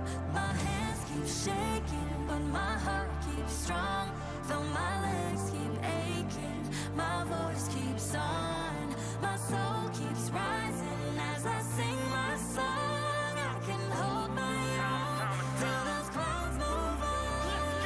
I roll with the punches so I survive, and reinforcement of that is my 9 to 5. I've been played and beat down, this is the rebound, all systems go because I've arrived. When it's the only option, second is unacceptable. Make them feel the music and crank it a couple decibels. Style is impetuous, defense impregnable. This is the beginning, imagine your boy at level 2. My brothers is tenured, we run in the trenches, so coming against us is utterly senseless. I didn't know it was in me, but now I know it for sure. Number 1 contender, soon as I hit the door. Hurt y'all in the war, now jaws on the floor. My style is revered like art on the wall. If they ain't in the know, better keep them informed. Evolution's constant, and this ain't my final form. Evolve till I'm more than what they ask of me, till I fly in ways you can't believe, through a sky I know, on a blue horizon, in a dream I hope. My hands keep shaking, but my heart keeps strong, though my legs keep aching, my voice keeps on, my soul keeps rising as I sing my song. I can hold my own till those clouds move on. Run this back, rush it down. I got next. I'll be strong, prove myself. I'm still here, quarters down. Infinity, infinity.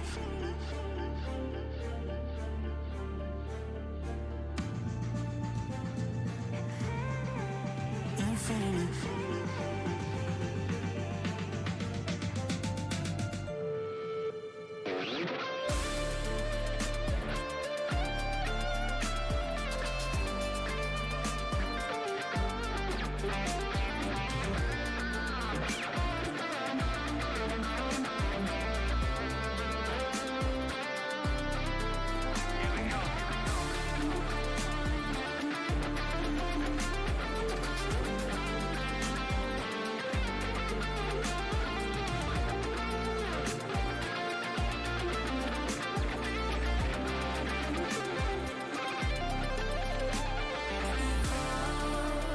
Till I'm more than what they ask of me, till I fly in ways you can't believe, through a sky I know, on a blue horizon, in a dream I hope. My hands keep shaking, but my heart keeps strong, though my legs keep aching, my voice keeps on, my soul keeps rising as I sing my song. I can hold my own till those clouds move on.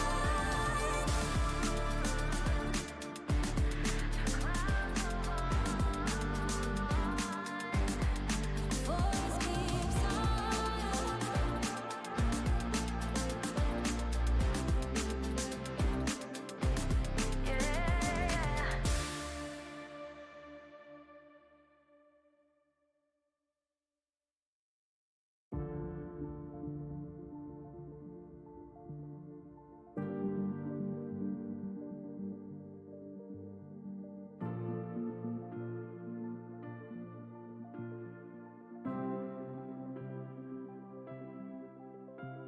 Believe You could be so much more. Made for the moment in the era I forged. Live from the minutes where the legends are born and the myths are forever when they pen our lore. I hear every echo inside of the roar clear. I feel all the hopes inside of the same fear. The shadows that faded out, all the lights in the same years when they tell us that it's gone, but yo, I'm still here.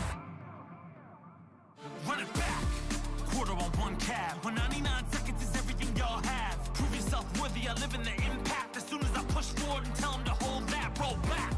I don't see any limit. They're lacking the vision and asking why the hell I would risk it. I'm basically different. I'm everything they say that I isn't. The arcade era live in my spirit. Don't tell me to move on. Soon as all the pressure gets too strong. Feel like I was born here for something to prove wrong. When was that moment when you felt that sound and heard the crowd shake ground, screaming one more round? Let the lights flash over the main stage. I'm still brave, battling the giants that still made the will fate. Test that choice, ignite the fire of a brand new age when they hear my voice. Evolve till I'm more than what they ask of me.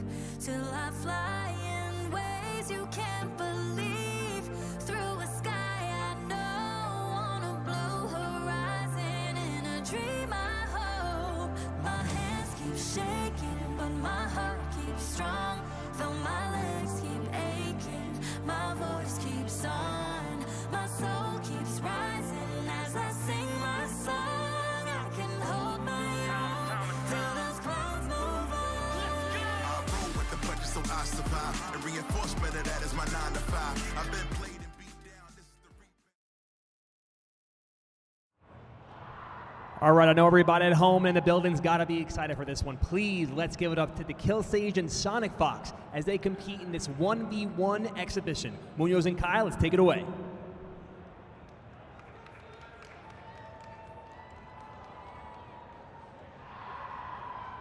Everybody, welcome to beautiful Las Vegas, Nevada, home of EVO 2023, and of course today's Skullgirls exhibition between two players you know and love. My name is Kai Kennedy. I'm joined by the one and only Mr. Mixmasters himself, Munoz.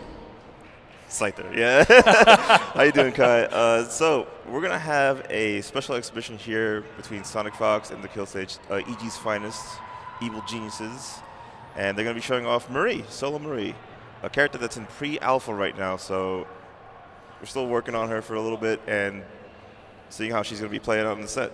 Yeah, exactly. So you're going to see some uncleaned frames, but some really awesome action. We're actually going to go to 2 first to 3s today. The first to 3 is going to be a solo Marie match. We want to see all that action. The second first to 3 is going to be with Marie inside of a team shell. So I'm very excited to see these matches. I don't think there's much else to do but get right into the action to Kill Sage versus Sonic Fox Marie exhibition. Are you guys feeling excited out there?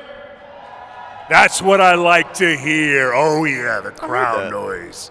Oh, man. So I think we're going to see some really cool things. We're going to walk you through what we see on. I've been following the players, watched some of the footage that they've had as they've had a chance to play with this build. So you're not just going to see them flailing around on these buttons. They actually do know a couple tricks they want to pull off. So if you see something hype that you don't understand what just happened, I want you to make some noise anyway because it's probably sick, right? So let's just see what we see. I'm in the same boat as y'all. Yeah, we're almost in the same boat as everybody else. When we see something, we're like, what happened?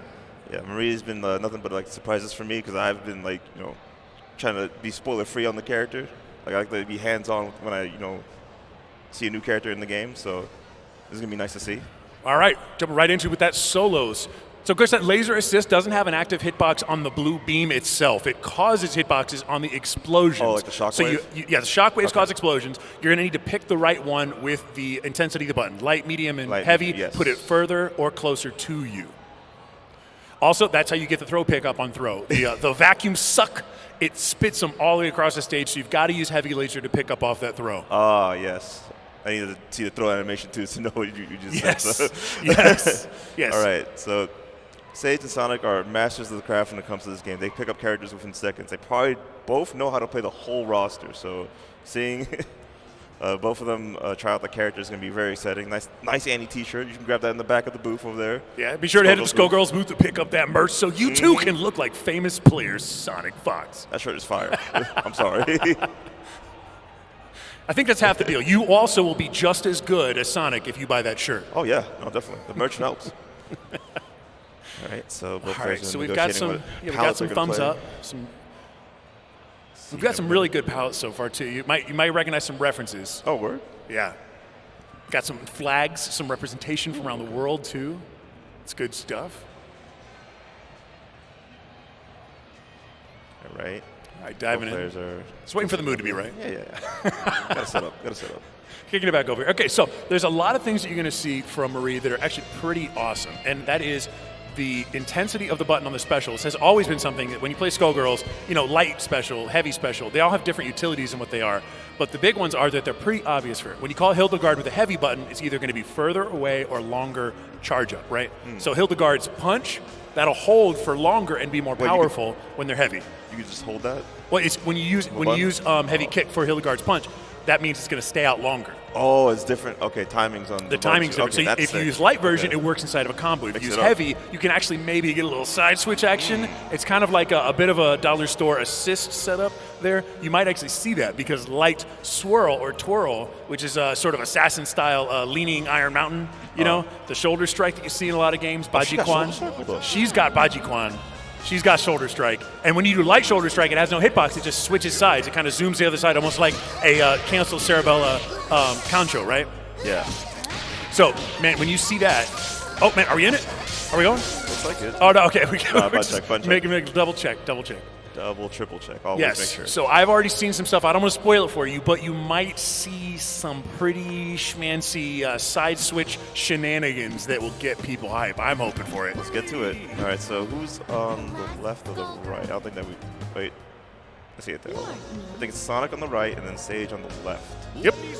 Yeah, Sonic rocking default Sonic talent. and Cannon colors. Yeah. Oh, wow, what a starter. You get hit by that round start? Sonic showing you the damage that you can get. Oh, nice. really? Suck. What side? No, switch side too far, though.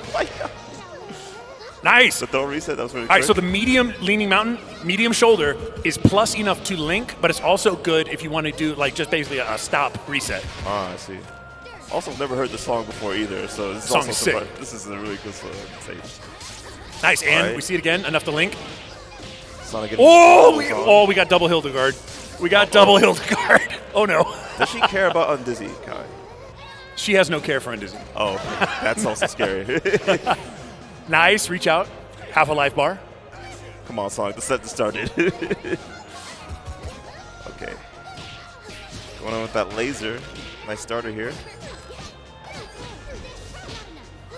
Yeah, so that medium shoulder strike is actually plus on block. That's its utility. Light has no hitbox. It gets behind you. Medium is plus. Heavy is armored. So her air throw literally just sets her to the corner and wall splats? Basically, That's insane. yes. It's extremely fair. That, nice reset. Very close. That's a reversal? Okay, I'll take it. Nice combo here from Sage. Nice to stagger with heavy shoulder. This should kill. Please kill. I'm not a liar. Let's go. That caught him? Oh, a chip? Oh, okay.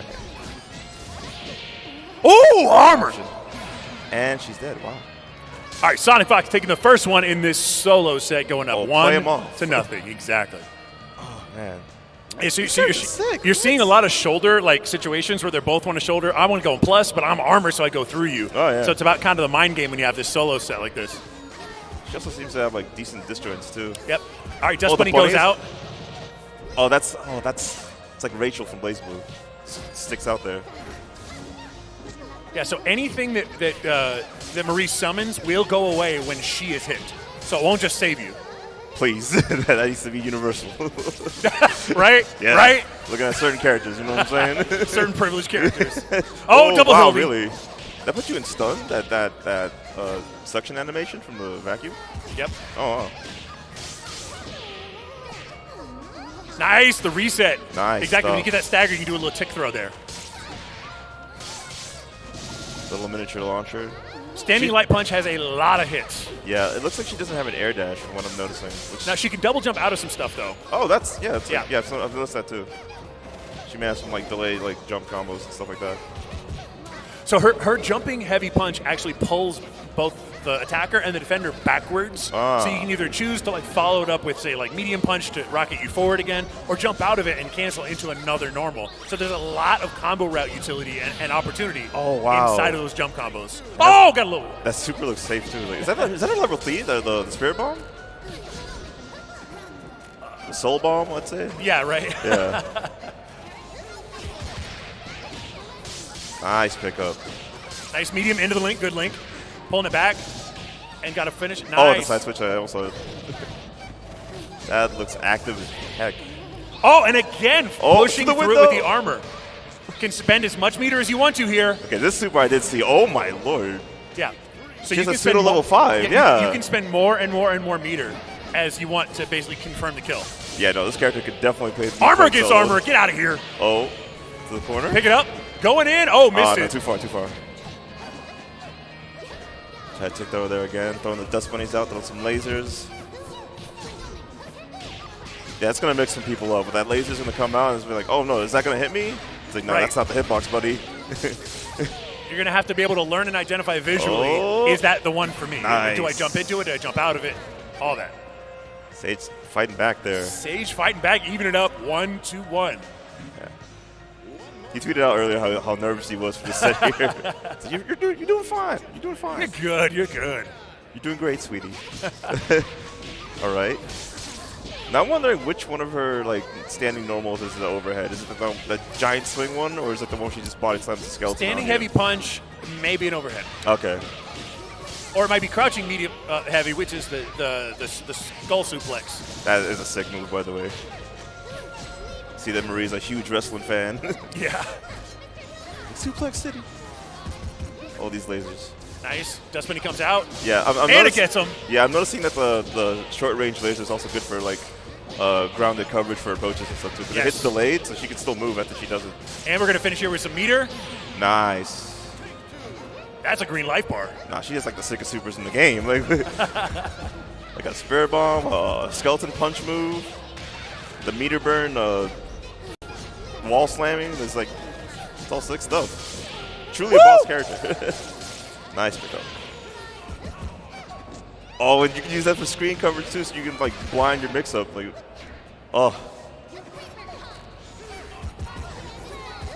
Insane what could happen if you put this character on a team. Oh with, yeah, we're about to see that after. Man, that's gonna be nuts. Brass, the works. This is a good pickup from Sonic here. Oh, nice punish. Oh, get off me. Okay, they're scrambling here. Oh, nice. Not enough. Oh, so she gets 3 reps off 1 bar, from what I'm noticing. If I'm not mistaken, it gets sequentially more expensive the longer you choose to keep it going. Nice. So basically, the 9th hit is, very expensive compared to those first All right. Sage looking like a Marie master over here with this character. We had 2 seconds with her. Excellent. So one of the things you'll see a lot, and it has so many different situations, is the crouch heavy punch is that skull suplex where she suplexes the skeleton. That pops them up off the ground, and you can cancel that into a Hildegard special and then continue the combo after the special, which means you can create a situation where the mix or combo is done very, very differently after that crouch heavy punch. Yeah, so versatile. Like many other characters in the game. Just do whatever you want. Open world a game. High degree of freedom. Yeah. Nice. All right, Sonic getting started here. Sage in the lead in the set, though. Right there, exactly. Doing that light punch to sort of create an opportunity to jump in. Didn't quite work. Yeah. And some of her buttons kind of drag in the air, too, so she can just set up some mix. Which is very important, for mid-screen stuff. Ooh, the skeleton. Almost hit meaty. We got just a little bit away. Oh, nice side switch. Of course, that is, light shoulder strike, has no hitbox. Dude, she is like mini lock and load. I love it. Man, imagine if Cerebell could switch sides. Is light lock and load? It's the autocorrect lock and load? No way. Now those bunnies. Oh, no, hits him. Oh, wow. Launcher? Okay. Sonic got him in the corner. I think that was an overhead. Oh, that was plus. You pushed. That bunny. Oh, bunny! Oh, nice pickup. Thank you, bunny. It looks like you can only shoot one at a time, right? Yes. Ah, okay. You can only have one Wascally Wabbit out at one time. Some true Looney Tune mix with that. That's really that Looney Tune mix, yes. I can't stress how great it is to see all these characters jump into the game after 2 years of DLC. The long life, man. Long life. And they look like they just fit right in. Like they've been here for years. Oh, wow, the setup again. Okay, yeah, try it. So what happened there is you want to use multiple medium kicks to raise the height of the character, so when you do Spirit Bomb, it gets the most hits impossible. Because it does not stop until you hit the ground and pow. Yeah, they're trying to set that up. But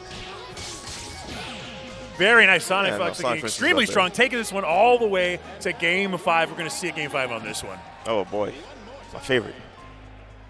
Excellent. If you're out there and you've got a favorite, let them know and make some noise. Woo! Oh, wow.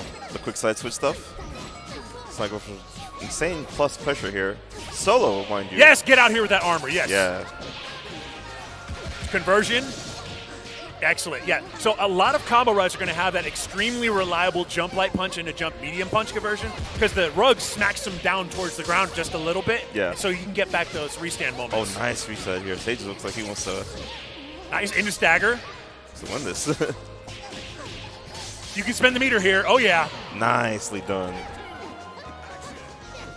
Looking very quite strong. clean. Very strong. Oh, nice. Yeah. And again, the rug puts them right on the ground. Get on the ground so I can combo you. I love how even these two are. Oh, double Hildegard. Oh, man. Cheat codes. Are we out? Nice. Stagger. What's Sage going to do in the corner with this? So that's some hits him with the laser? tip. Just a tip. Yeah. Oh. Oh, okay. Trying to float over for that over like Princess Peach. Double Hildy. Because that's a lot of meter. Just got to stun him right here. Yeah, go into it. That's you could have stunned into the grab. what? Oh, yo, she's safe. What? Tries to go the plus. Oh, we out. Sage really wants out this corner here. It's a one hit for Sage because look at all that meter. Oh, yeah. Nice pickup of that late laser hit right there. Like the Finish the life bar. tail end of that hit. Dunzo. Nice. Oh, we're even. We're even.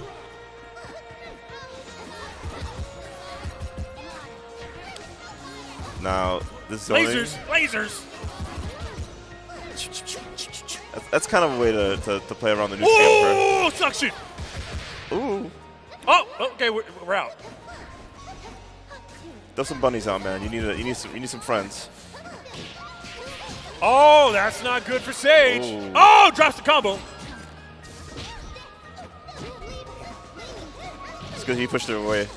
And we're out. The land Nice. cancel. Yeah, that cancels all of the guard stun that was in air. That block stun is gone when you touch down. Oh, wrong Hildegard. Yeah, I think he wanted laser there. Wait, is Sonic going to spend it all here? Expenditures. Yes, okay, get that nice is level and high. Okay. Hey, oh! No, she's dead.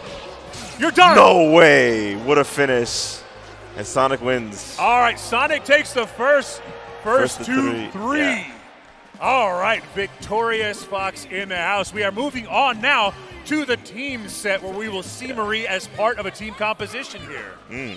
Very nice. All right, so you saw we got that finish exactly as we talked about. Multiple jump, medium kicks that pops them up, boom, boom, pops them up, and then you're way up there. Okay, and we finally saw it towards the end there. Yeah, that did so much damage. Yes, and that's a thing that when this character comes out and everybody learns their combo routes, that's going to be something you see consistently. That's a staple. When you want to Spirit Bomb, you got to get them real high. Amplitude's got to be way up here off screen.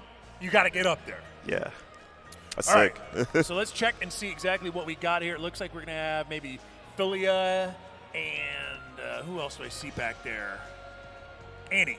And yeah, looks like Sonic Philia is going to be on one side, with Annie on the other, and yeah. we will see the assist game come out. So this is obviously something that changes it a lot when you have a character that can project something out there. So right now we have characters like Peacock, right? You can get George out there as an assist. It can confound a lot of game plans where you go, well, okay, man, I just blocked it, but I can't even, what can I do now? Nothing, right?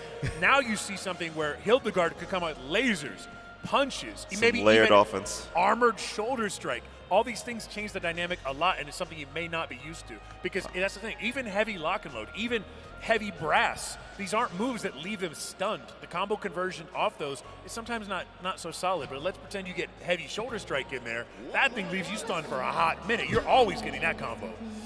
Oh, man.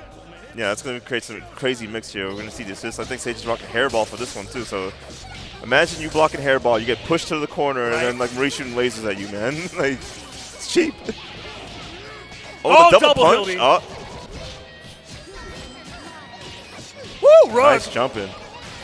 Yeah. No. Maybe we might see a double snap showcased here.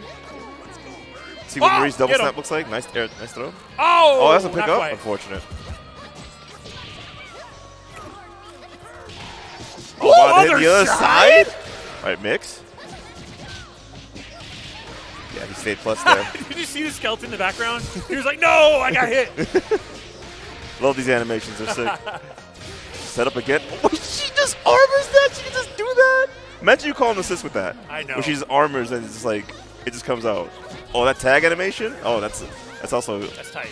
Cool about seeing her with a team here. Nice reset. So what's cool about the super, that's actually an overhead. If you're crouch blocking when that comes out, Oh, no. They gave her an overhead super? That's death. Don't you ever block low on me. Don't ever block low on me. Spirit bomb damage. Brah! Damn. That's so much towards the end. Yeah, back it up.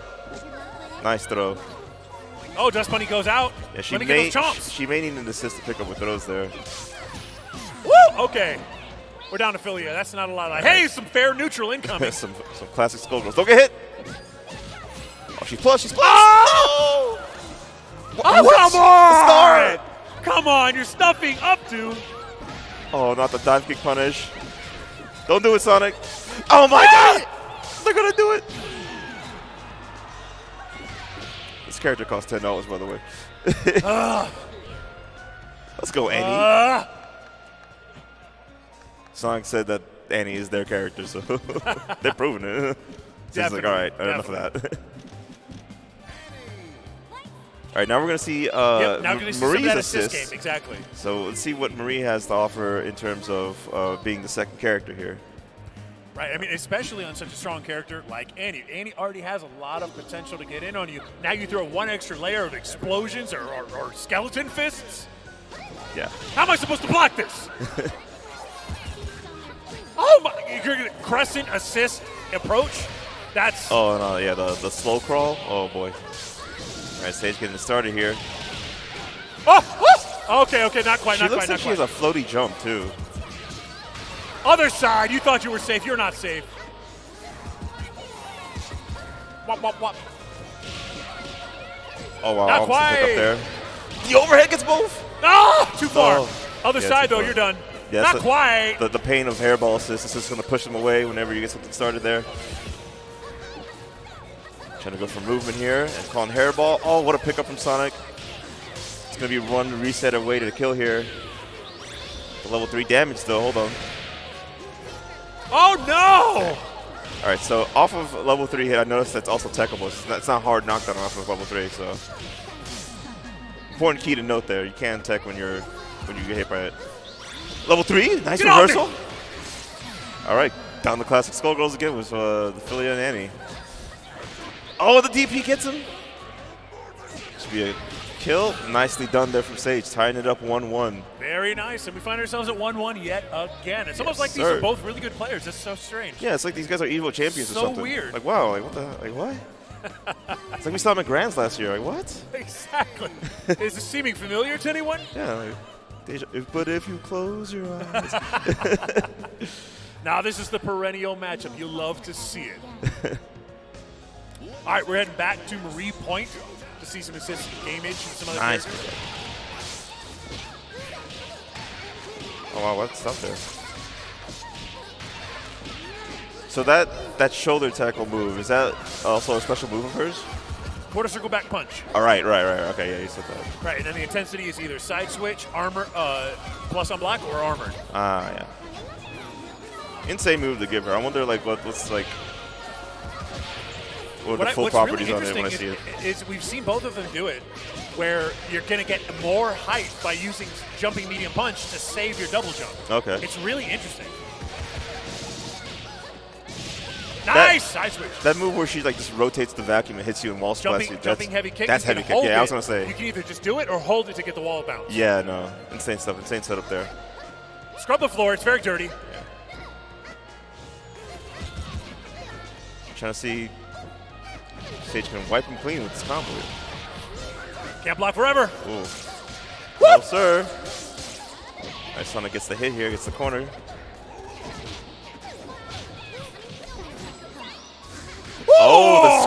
Oh, nice. It grabs her.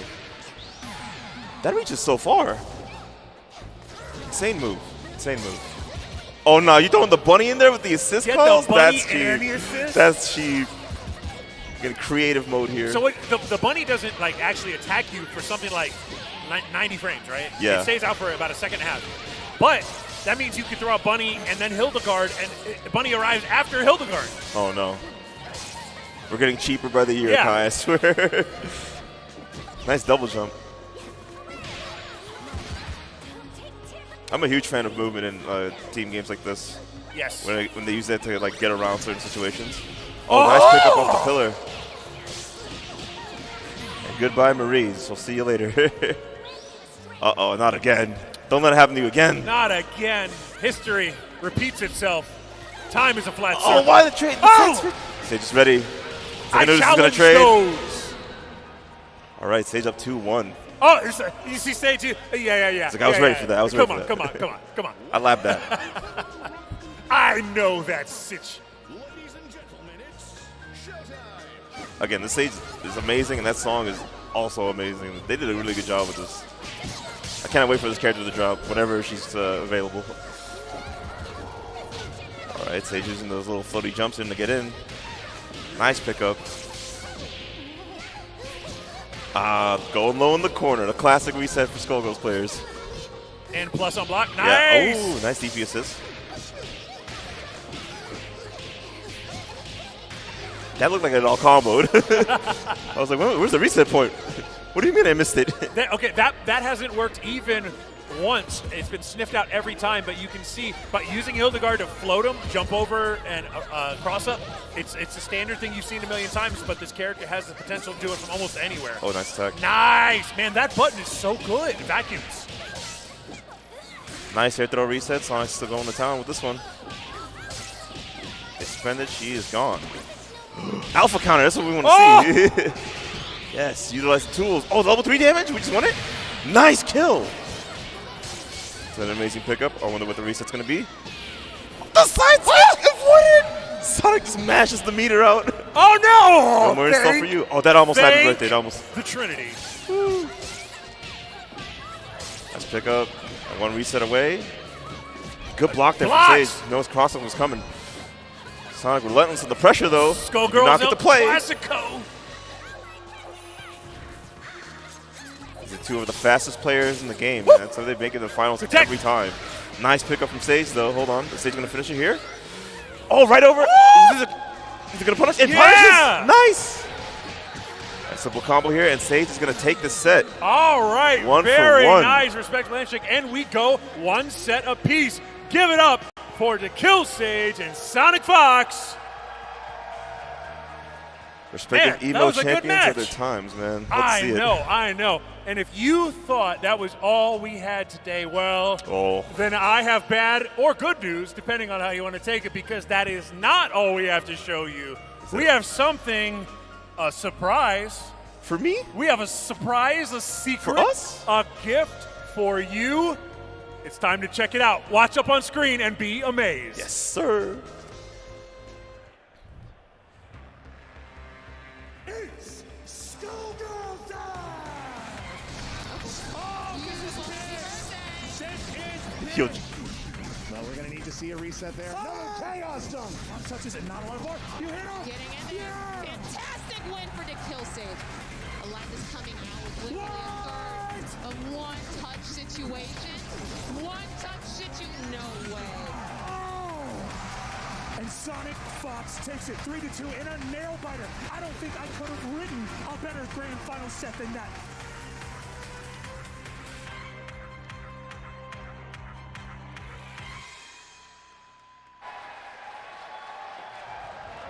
We back, baby. That yes! is right. A fully offline Skullgirls Pro Tour. Yes, it is back yet again. It's going to be leading all the way up to our favorite tournament, of course, also run by popular people. That means that if you want to come out to tournaments in January all the way up through May and June, that all of those are going to be part of the points there. And of course, we've got purse, we've got points, and we've got prizes for everybody outperforming. This one is fully under our control, and we are going to run this thing straight into the sun. So make sure to go to @Skullgirls and get all the news you can, because Skullgirls Pro Tour is back.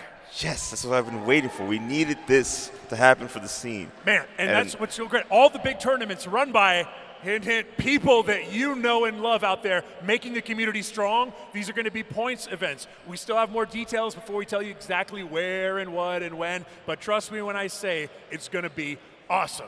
Man, oh man, am I excited to see that one back. Hey, just so, they can hear you right now. Do you guys like that? Y'all better be there. That is what I thought. I'll So, be there hey, too. remember to show support for this one, because Skullgirls is still strong here in 2023. Still growing. 10 more years, man. 10 more years. Skullgirls, exactly. All right, well, I think that's all we've got for right now. Munoz, any thoughts on what we just saw? Great character showcase there from both players. The season pass has just been wonderful. I've just been like falling in love with the game all over again. It's like since I've been playing since 2014, been a part of the scene, been hosting events, and yeah, just excited for the future of the game, man. This is gonna be great. I hope to see all y'all there, and to be a part of the scene more. Like, I host so many events. Follow me on Twitter. Like, listen there, yeah. Every Thursday we do Mixed Masters online. We're gonna introduce Mixed Masters for the scene for South America and Europe as well for Saturdays. Mixed Masters Yes, South America and Mixed Masters Europe. That, you heard it right here. That's so cool. And the expansion. And one more big event happening in December in New York City at OS NYC. We're going to be hosting Big Masters, which is like the biggest Mixed Masters we'll ever host. A Mixed offline. Masters major? Yes, sir. Whoa. It's happening. Whoa. Follow us for more. The Kill Sage and me as well are proud of Mixed Masters and want you guys to be a part of it as well. So just hit us up and we'll get you there. Excellent. All right, well, we reached the conclusion. Hey, they don't want me to tell you this, but you might want to keep an eye on maybe some more news not too far in the future. There's more. There's maybe some more. No. Okay, no, I'll stop. I won't say any more. Chill. Okay, we're done. All right, thank you guys so much. Make one more round of applause for Skullgirls, baby. All right, we will see you tomorrow at the community tournament. Thank you, and have a good weekend. Don't miss it, y'all.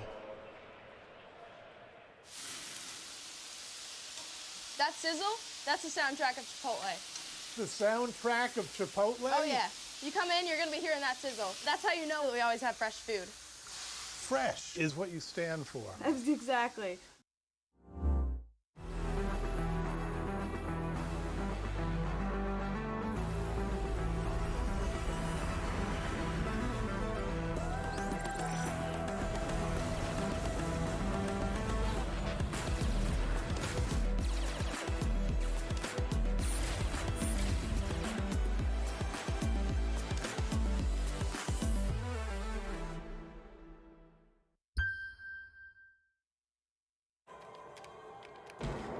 Oh no.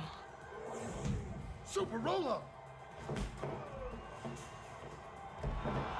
Victory feels good. Yes.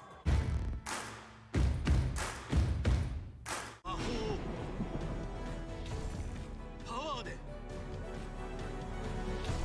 打ち破れ。ぶっ壊すしかないでしょ。グーパンで。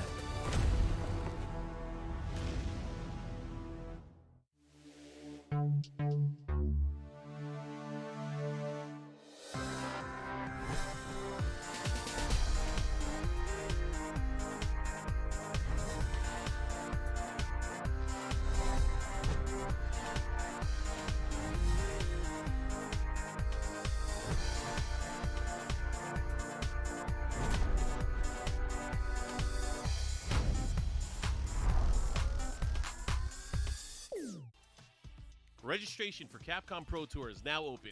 Over $2 million is on the line for the season, with the first place prize of $1 million to the Capcom Cup 10 champion. Winners of the online and offline premier events will also auto-qualify for a spot at Capcom Cup 10. Open to all players in good standing, so check out CapcomProTour.com for scheduling and to find a qualifying tournament in your area.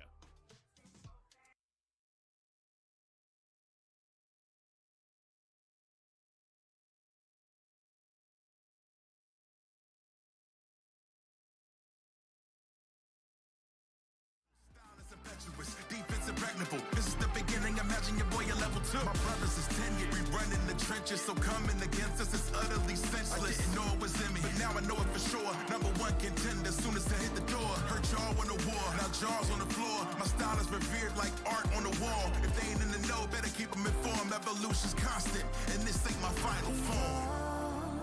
Till I'm more than what they ask of me. Till I fly in ways you can't believe.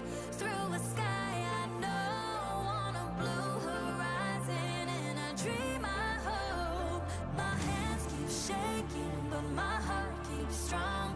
Though my legs keep aching, my voice keeps on. My soul keeps rising as I sing my song. I can hold my own till those clouds move on. Run this back, brush it down. I got next. I'll be strong, prove myself. I'm still here, quarters down. Infinity, infinity.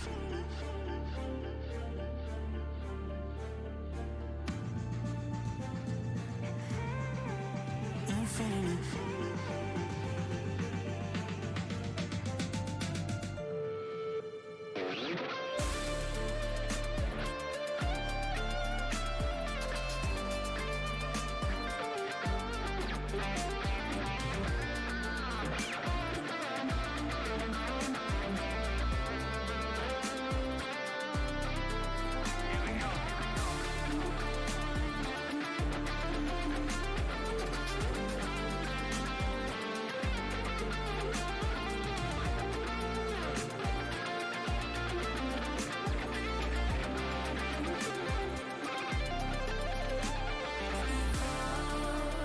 Till I'm more than what they ask of me. Till I fly in ways you can't believe. Through a sky I know, on a blue horizon. In a dream I hope. My hands keep shaking, but my heart keeps strong. Though my legs keep aching, my voice keeps on. My soul keeps rising as I sing my song. I can hold my own till those clouds move on.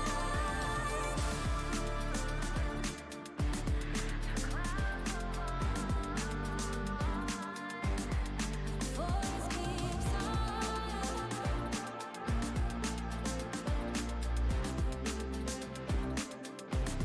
Yeah.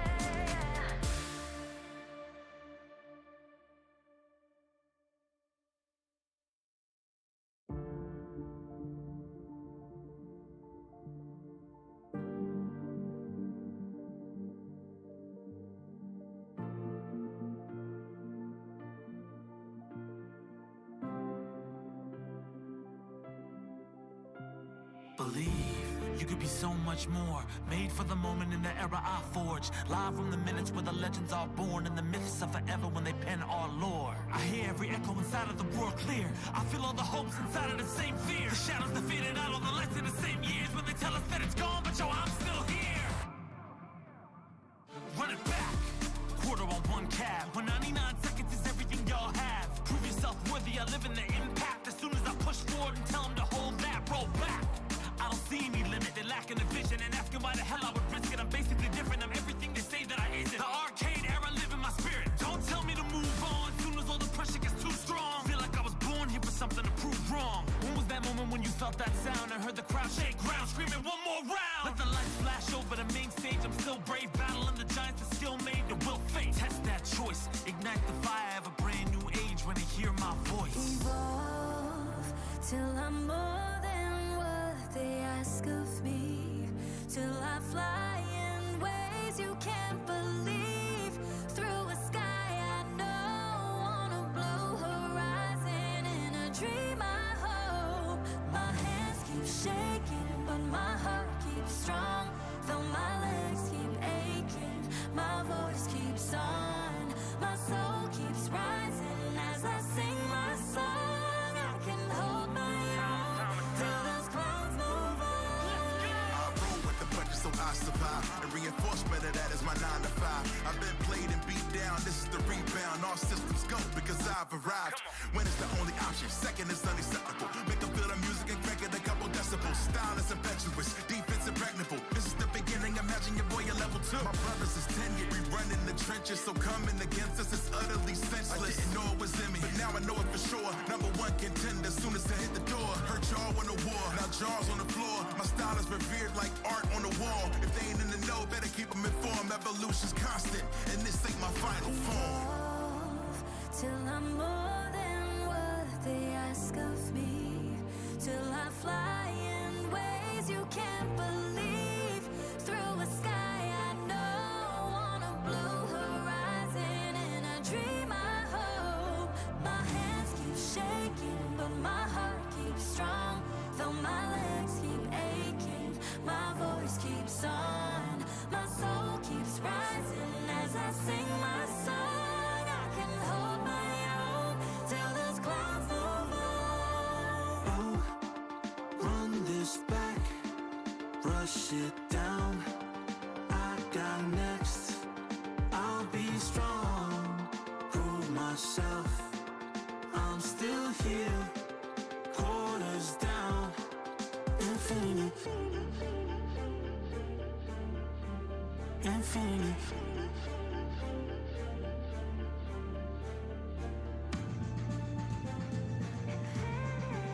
Infinity.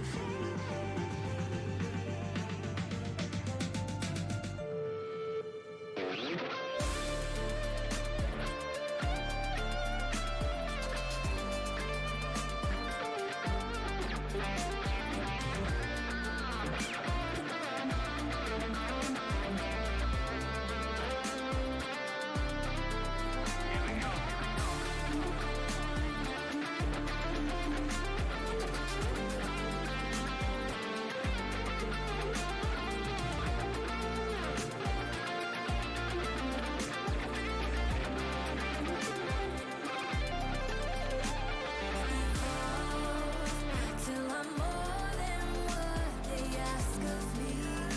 Till I fly in ways you can't believe. Through a sky I know, on a blue horizon. In a dream I hope. My hands keep shaking, but my heart keeps strong. Though my legs keep aching, my voice keeps on. My soul keeps rising as I sing my song. I can hold my own till those clouds move by.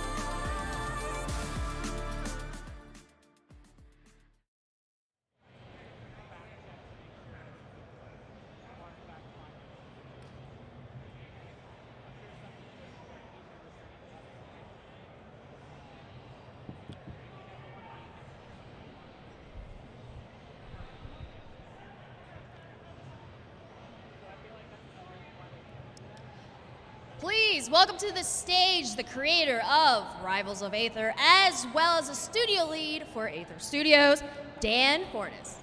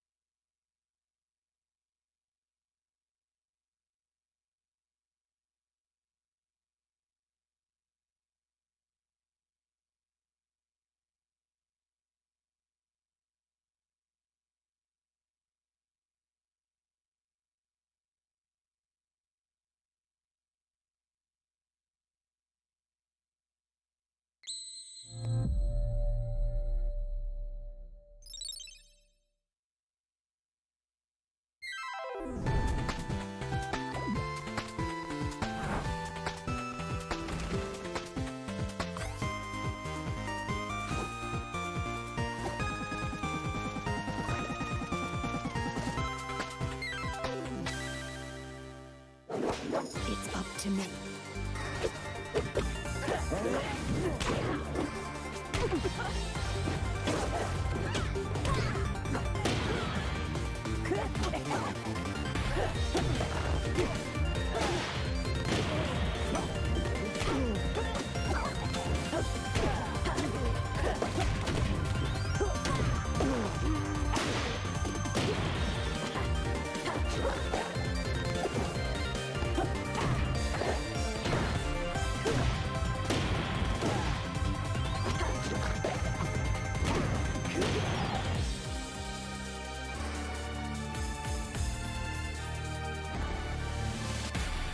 Get him, Lily.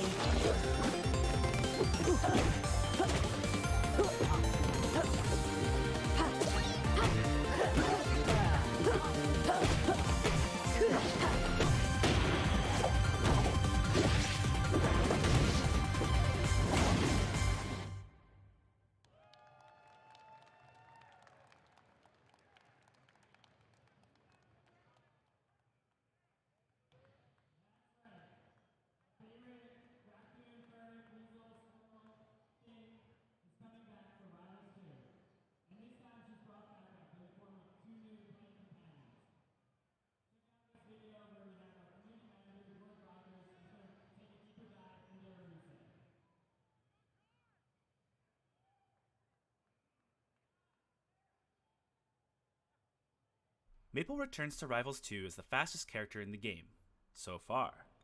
Her insane dash and run speed make her difficult to pin down. Her donut air dodge from Rivals 1 returns as well, but this time it's paired with an adorable wave dash animation.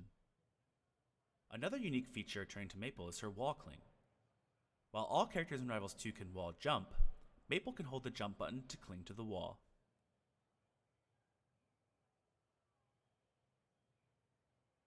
Maple's normal attacks complement her awesome ground speed.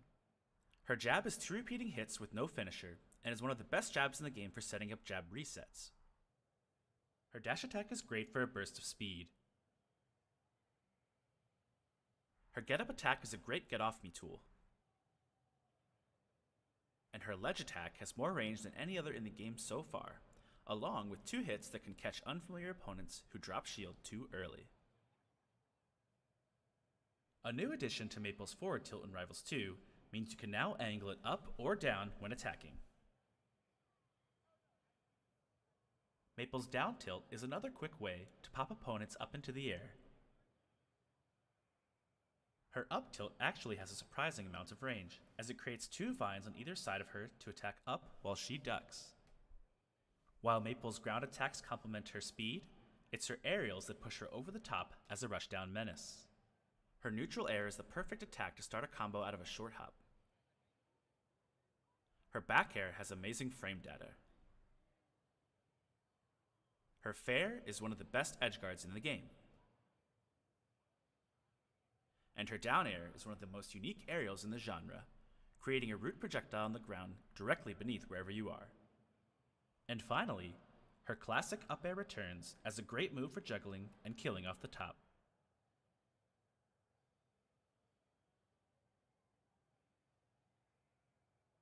While her normals are quick and frequently low range, Maple's strong attacks are the exact opposite. Both forward strong and up strong are slow, but come with massive range to catch opponents.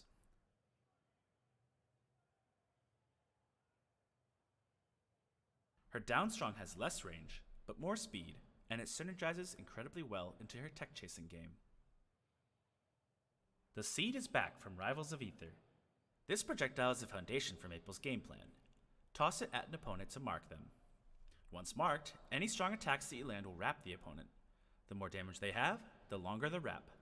Then it's up to Maple on if she wants to extend her combo or wrap up the stock.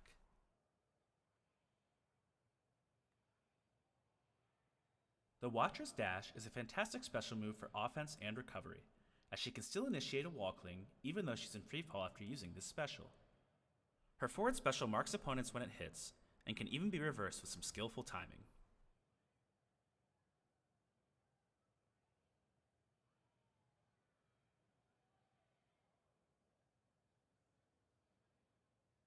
Our favorite plant companion is back in Rivals 2. Lily returns with all of her actions from rivals, including Bite, Wrap, and Parry Stun. But she also has a new counter where opponents can attack Lily to briefly stun her in order to combat Maple players camping next to Lily and shield. Lily will also redirect your seeds up into the air if you throw one her way. Down special in the air is a downward watcher's dash. This special has a brief stall at the start, so it's a great way to mix up your approach. It's also a great recovery tool because you can surprise your opponent on the path to the wall. Maple's up special is a simple yet incredibly useful recovery option. It's also one of the best aerial kill moves in the game. Maple can combo into it, but needs to be confident because she's a sitting duck if it whiffs.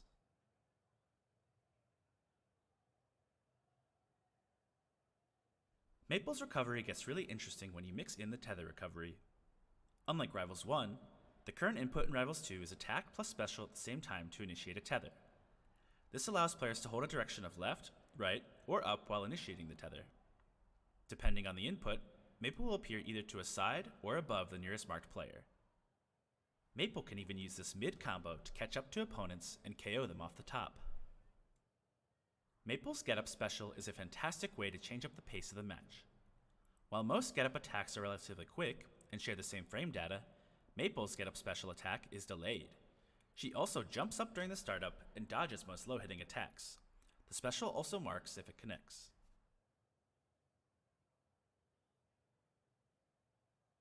Maple's ledge special is a new plant companion named Terry. Maple stays on the ledge, but Terry spawns and attacks on stage. Maple can throw seeds at Terry to make him attack again, or she can tether to Terry after super deep edge guards. Maple's special pummel is another new plant companion named Poppy. Poppy is legitimately my favorite character in the game now. Maple attaches Poppy to the opponent's back if the special pummel is successful. She can then toss a seed at the opponent to pop Poppy, causing the opponent to be knocked the opposite way they are currently facing.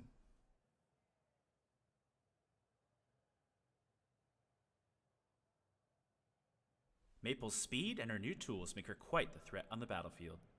We're extremely proud of how she's playing, and we can't wait to see what players can do when they get their hands on Rivals 2 in 2024.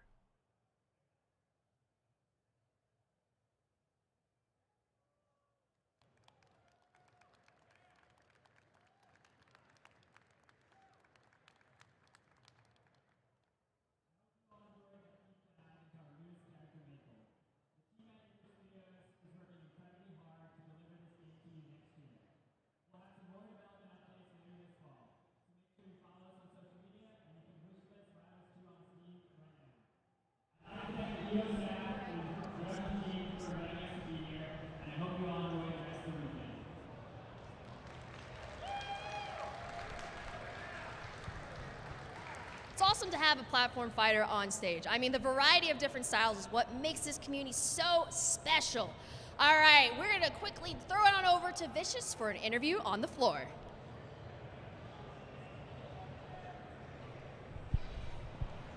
Thanks, guys. Vicious here with EVO Connections presented by AT&T. I'm here with a man of many different talents as well as a player of many games. We got Jake Ryan here at EVO. Now, I do have to ask you, being a man of many talents and obviously many games, who are some of the players that you have connected with here at EVO or are looking to connect with considering how many different games you play?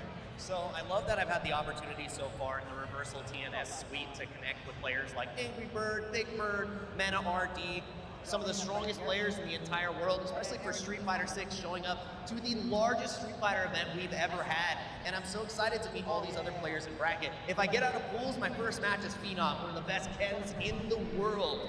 And being able to play that mirror match and see how I shape up, I think that's what EVO is all about. Because even though I've got top 8s in other games, Street Fighter is a new beast. And I'm coming back from 4, played a lot of 5, and 6 I feel like is the time to shine. And playing all these players across the world is where we can do it.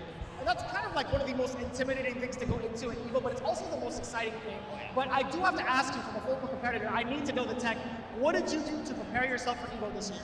I've definitely been watching a ton of VOD review to see exactly what playstyles I'm going to be clashing with, what my strengths are, how my strengths are exemplified in those matches, and what weaknesses I need to shore up, and putting that all together to be successful in multiple games while splitting my time. I'd say it's like 40% Street Fighter, 30% Dragon Ball, 30% Marvel. there you have it. You already broke down the math for each and every one of you. Jake Ryan, always good to see you. We can take it back all the way to the main stage. We'll see you there. So ever since EVO's inception, you'd be able to see people walking around carrying big CRTs to play games like Rumblefish 2. I mean, Vortex Gallery is still keeping the spirit alive over in our community event area as well. All right, let's check out some of these trailers.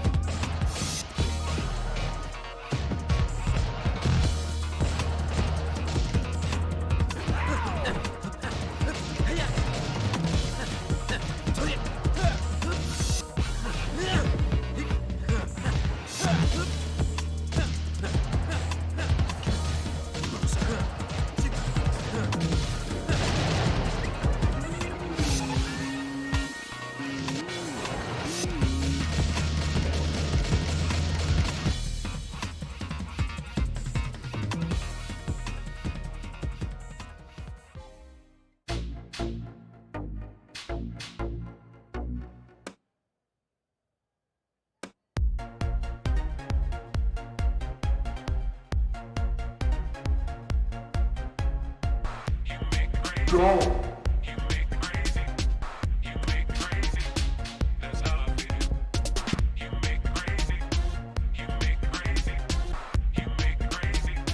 That's how I feel.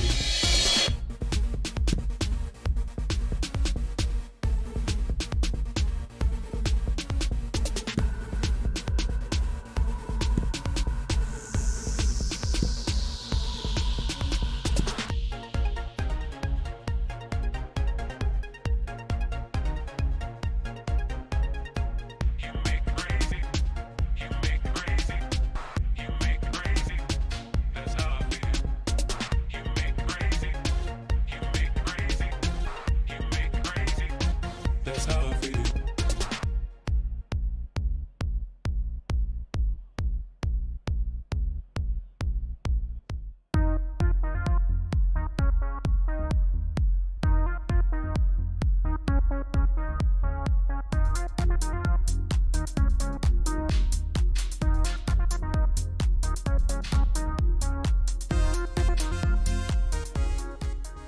A game that's been played for nearly 1,500 years finally got a new update.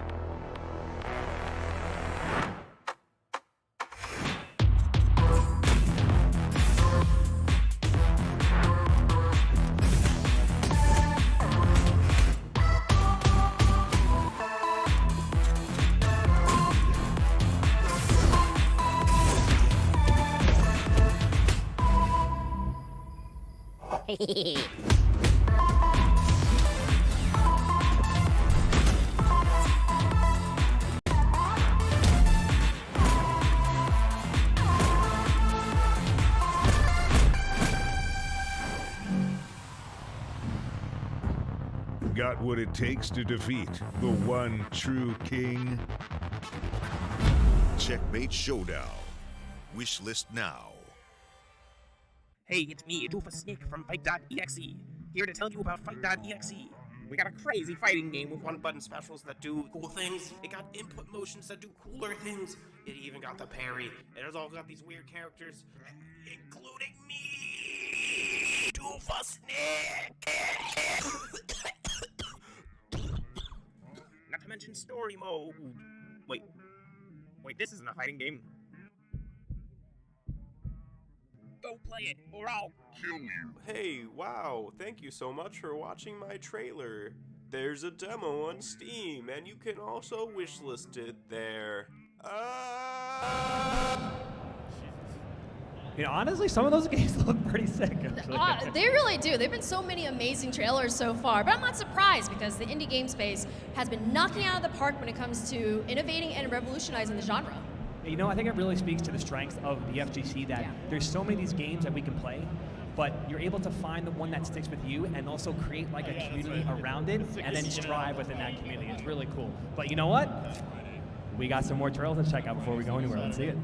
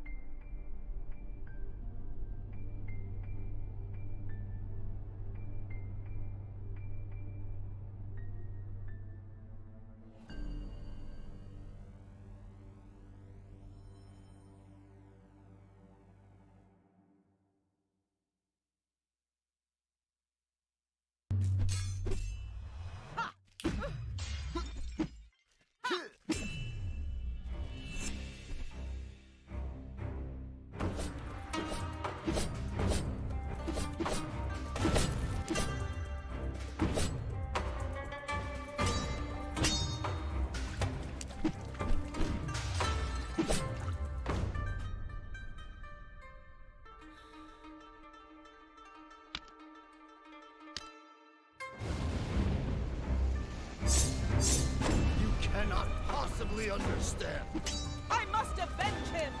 I will make sure you don't get up again this time. You stole her from me. You know nothing of the pact that binds us.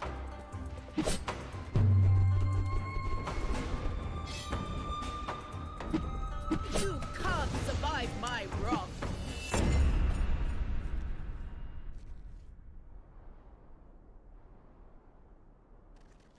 You finally got what you deserve.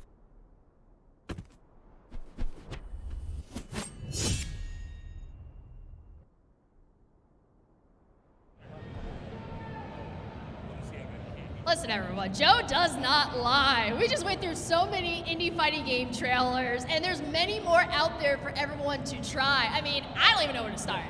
Absolutely, you know what? And also, stay hanged right here because we got plenty more indie trailers for you guys. But first, we're going to take a break and bring back some very special VIPs. Keep it locked.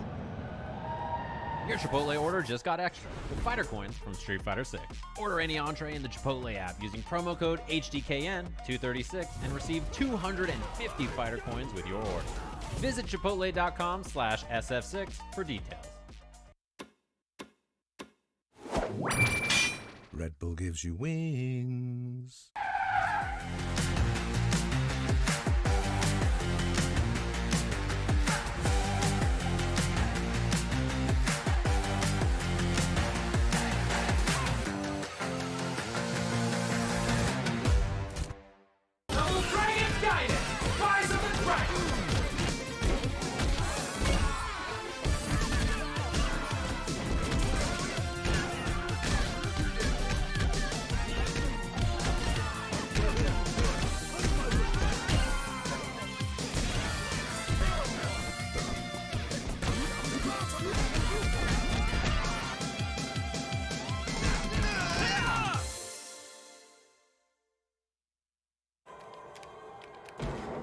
Oh no. Super Roll-Up! Victory feels good! Yes!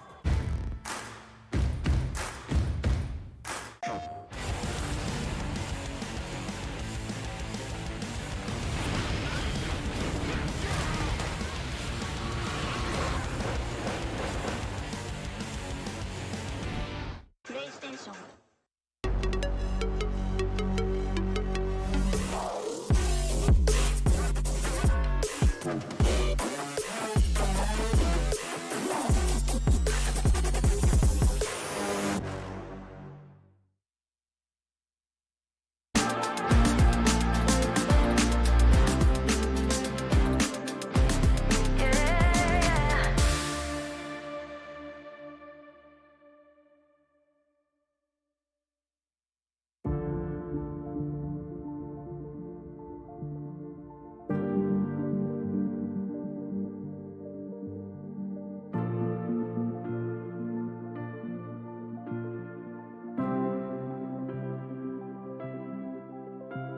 Believe you could be so much more. Made for the moment in the era I forged. Live from the minutes where the legends are born and the myths are forever when they pen our lore. I hear every echo inside of the world clear. I feel all the hopes inside of the same fear. The shadows that faded out, all the lights in the same years when they tell us that it's gone, but yo, I'm still here. Run it back. Quarter on one cab. When 99 seconds is everything y'all have. Prove yourself worthy. I live in the impact. As soon as I push forward and tell them to hold that, roll back. I don't see any limit, they're lacking the vision and asking why the hell I would risk it. I'm basically different, I'm everything they say that I isn't. The arcade era live in my spirit. Don't tell me to move on, soon as all the pressure gets too strong. Feel like I was born here for something to prove wrong. When was that moment when you felt that sound and heard the crowd shake ground, screaming one more round? Let the lights flash over the main stage, I'm still brave, battling the giants that still made the will fate. Test that choice, ignite the fire of a brand new age when they hear my voice. Evolve till I'm more than what they ask of me, till I fly. It is with incredibly great honor that I get to bring out these next VIPs. Please, everybody at home and in this building, give it up for the co-founders of EVO, Tom and Tony Cannon. Thank you, Joe, for that introduction. It's so incredible to be here at EVO again.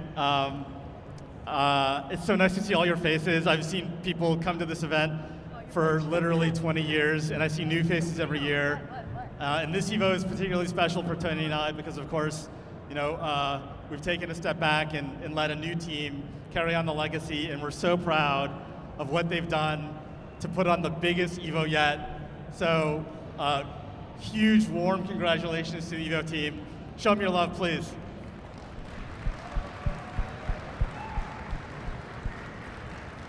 So we are delighted with the scale of this event and how it's become like a global family reunion for the FGC. But this is not possible without the work of so many tournament organizers, community organizers, players who put their heart and soul into rallying players at the small scale. And we like to say support your locals. It's become a motto, but it's more than a motto. It's like a rallying cry. It's how this thing works. It's all of us working together. And we, in years back, had an award that we would present to the unsung heroes who were working behind the scenes to get it done. We called it the Cannon Award. And we put it down for a few years. This year, we've decided to bring it back. And so it's Tony and my honor to present this year 2 awards. So please bear with us. It's going to take a few minutes, but we really want to make sure that we recognize these people who have given their all to bring all of this for all of us. So Tony, why don't you take it away? Yeah, I'm so happy to be the first presenter of the Cannon Award in so many years. This is really a great story. It's a story about perseverance. It's a story about grit and determination and putting the community above all else. And really about support the games you love, support your locals, right? You may know there are over 40 medal events at EVO this year, right? There's the 9 big ones, right, of course, but then there's all these events in the BYOC, right? That are run by the community for the community. And the passion you see there is no less than the passion you see for the main games on stage. For the longest time, a staple game in the community center has been Marvel vs. Capcom, right? I am happy to say that Marvel vs. Capcom will not be in the community center this year. It won't even be on the main stage this Friday, right? Because you people supported that game so well that Marvel vs. Capcom will be in the arena Sunday morning, opening the show, right? It's amazing, right? This is an old game that was supported by the community, that was brought back to life by the spirit of the community, and no one worked harder to make that happen than our first recipient of the Cannon Award. He started off running his own local events in Tampa in 2009, which grew and has more recently transitioned to an online event, which is sort of a hybrid mix of YouTube and Twitch, and exhibition events and tournament events. And he's worked tirelessly behind the scenes at practically every major you've ever heard of. He's been on the staff of CEO for a long time. He's working the event at EVO today, right? I was just watching an exhibition event he ran last week for Marvel Online. I'm like, man, you've got a show to prepare for. And he's just, I don't know how the man has time to sleep, honestly. I just don't know how he does it. And so I am very happy to award the first Cannon Award in quite some time to Tong Lee, Tampa Never Sleeps.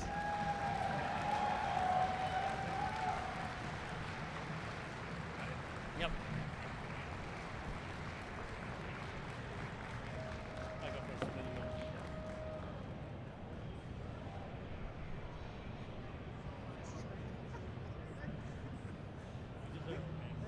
Congratulations.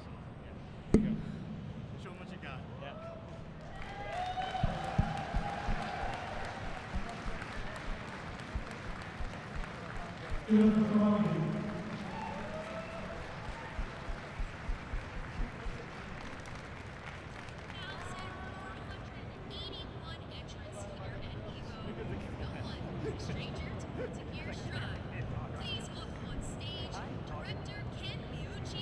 I mean, you can see it.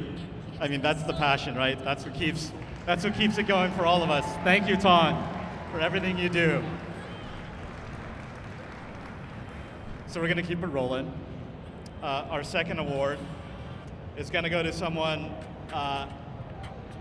who has really stepped up, organizing tournaments when his local scene lost their local. And the scene could have died, but he kept it alive. He's been at it for a while and grown his scene from a struggling local to one of the major tournaments every year.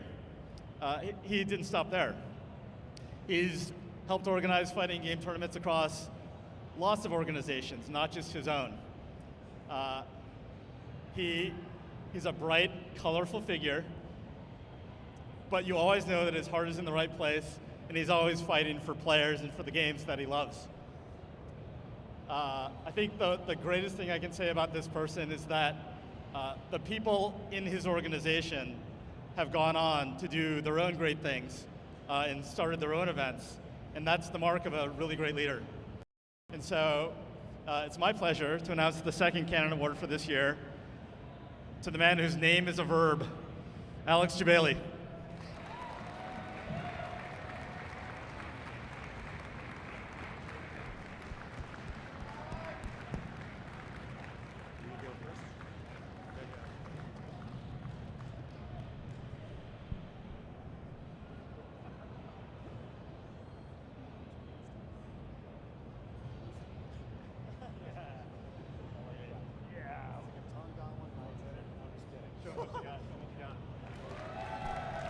Let's give it up for Alex. So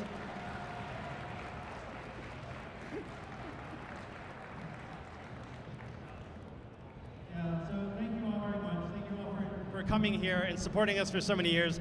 If it's your first EVO or if it's your 23rd EVO, like, it really means a lot to all of us. When I reflect back, I'm gonna get a little nostalgic and I'll try to hold it together. Like, we have come so far with all of your support and the support of people who run locals and people who run majors. And a few years ago, we were looking back and sort of reflecting on where's the event been and where can it go? And what does it mean for people and what can it mean for people? And I was talking to some people, trying to figure out how to bring it back, and I had a really great conversation with a good friend of mine, and who just had this vision, and he's always had vision about a community is not about a fiberboard cabinet that you play on in the arcade. It's not even about the competition here, although that's a major part of it. It's about how we show up for each other and the cultural ties that binds us, right? Our commitment, you know, and how it reflects in the clothes that we wear and the shoes that we put on and the music that we love. And, you know, it's a community. That makes a community. And no one has done that better, ever, than my friend. He runs one of the most beloved majors ever. Every year, people go and say, this is my favorite event. And he runs it with a level of integrity and passion and empathy that is unheard of in my experience. He understands that as a community, if we're going to win, we win together. And that stands for TOs standing up for TOs. It's for players sticking up for players. And it was a really great chat. We chatted for over an hour. This guy's not afraid to speak truth to power either. A lot of people can be intimidated by the mystique, but he was like, you know, we've made some mistakes. And I think it was a real big mistake for you guys to retire the Canon Award. Because when he was coming out, he saw that as an aspiration. He's like, yes, I'm down for the community, and that's something I could strive for. Even if I never reach that mountain, it's inspiring for me. And I never thought of it that way, and I recognize it. And that's why we brought it back. He went on to say, and I'm really disappointed because I know that I can never win that award now. This was a conversation we had when we were transitioning the organization from Tom and I to our honorary third Canon Award member, awarding to Rick Tyler.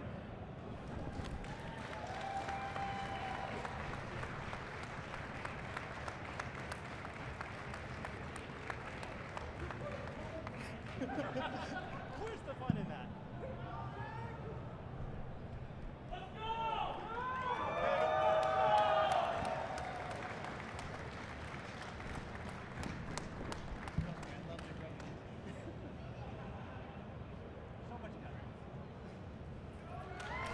The Hado, everyone. Give it up for Rick. One of a kind.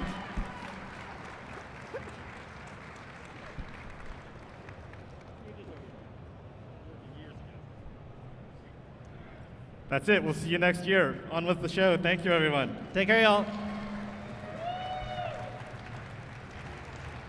One more time, please. Let's give it for everyone that just won a Canada Award. Everybody, give it up. Let's make some noise. Let me hear it.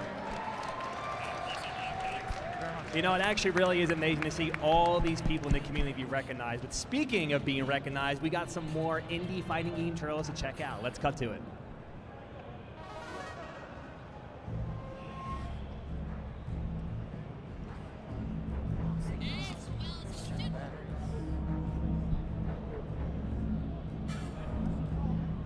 Please, welcome to the stage. The rivals of Aether as well.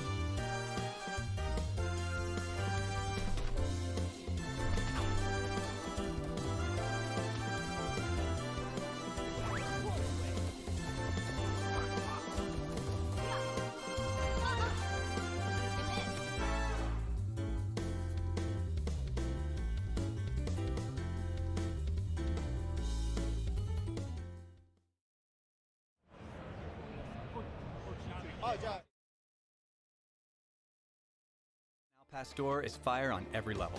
Fresh chicken hot off the grill. A rich marinade of seared morita peppers and ground achiote balanced with a splash of pineapple. All combined for the right amount of heat. Chipotle's all-new chicken al pastor is where fire meets flavor.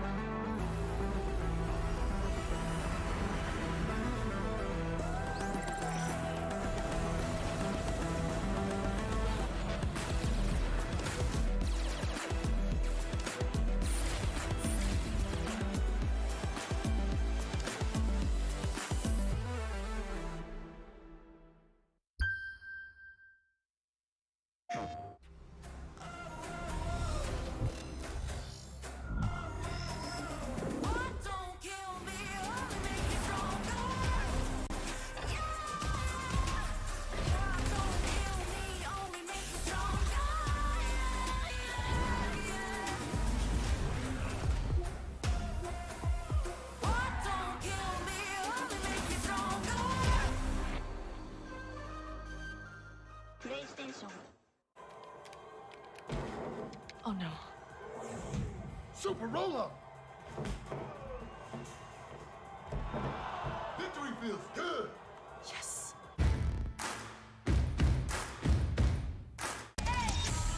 Making them proud, I'm making them pay. I'm running the game, I'm running it up. The one to get burnt, don't play with the flame. Too out to touch. They want me to stop, but I keep it calm. I'm ready for war. I'm ready to know.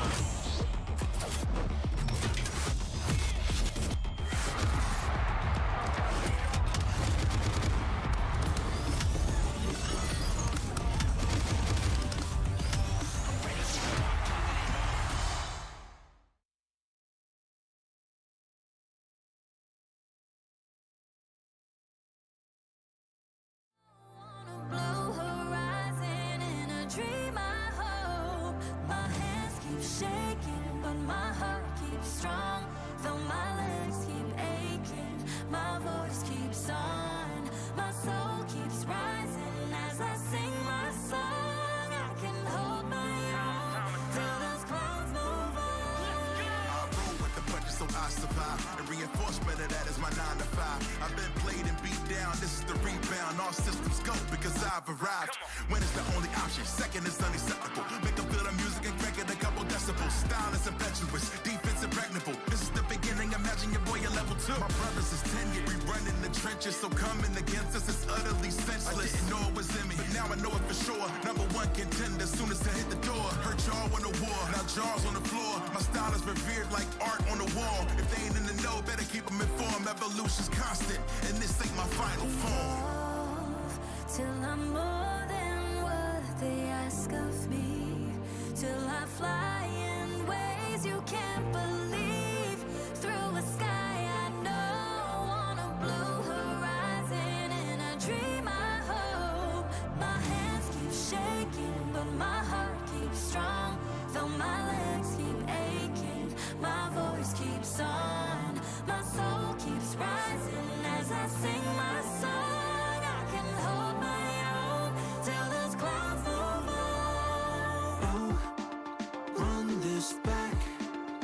push it down. I got next. I'll be strong, prove myself. I'm still here, quarters down. Infinity, infinity.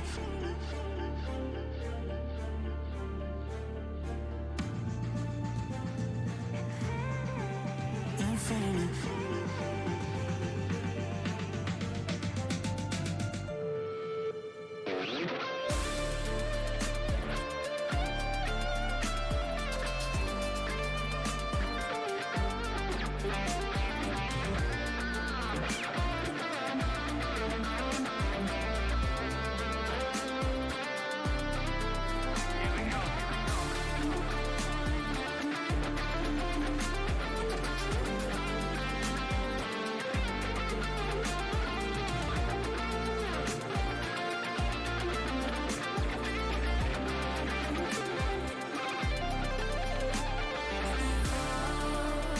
Till I'm more than what they ask of me. Till I fly in ways you can't believe.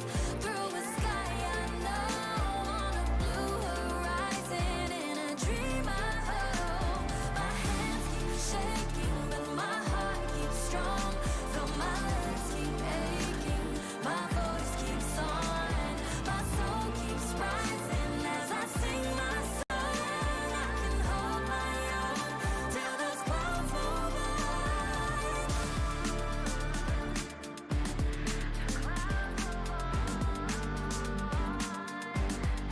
Voice keeps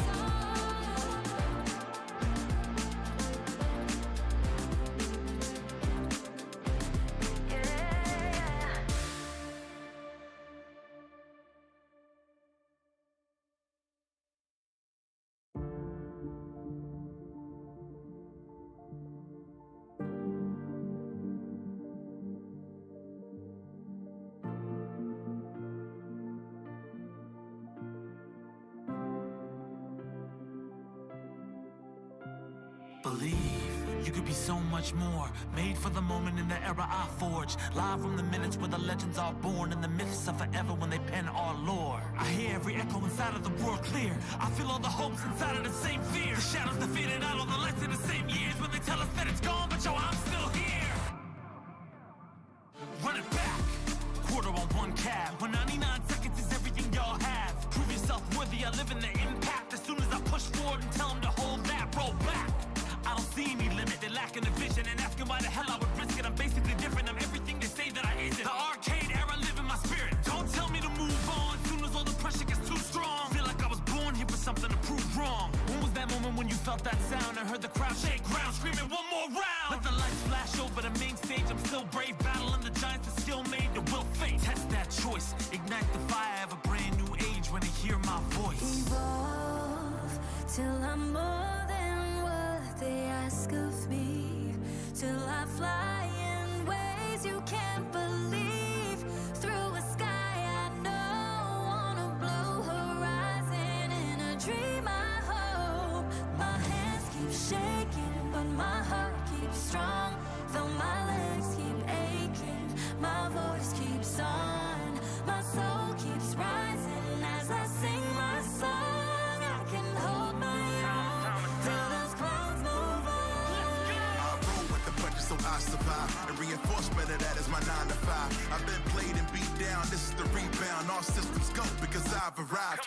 When it's the only option, second is unacceptable. Make them feel the music and crank it a couple decibels. Style is impetuous, defense impregnable. This is the beginning, imagine your boy at level 2. My brothers is tenured, we run in the trenches. So coming against us is utterly senseless. I didn't know it was in me, but now I know it for sure. Number one contender, soon as I hit the door. Heard y'all won the war, now jaws on the floor. My style is revered like art on the wall. If they ain't in the know, better keep them informed. Evolution's constant, and this ain't my final form. Evolve till I'm more than what they ask of me. Till I fly in ways you can't believe.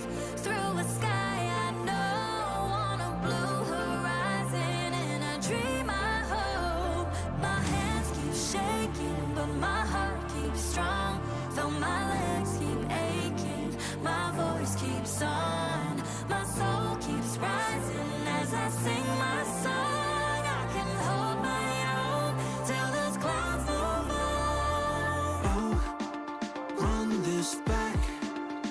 shit down. I got next. I'll be strong, prove myself. I'm still here, quarters down, infinite, infinite.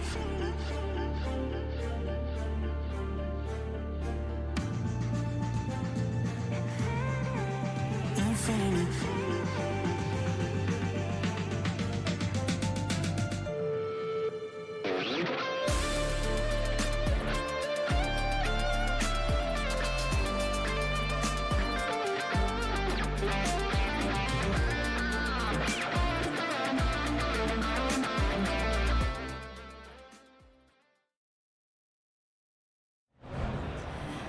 Welcome everyone to the Street Fighter 6 panel here at EVO. We're super excited for today.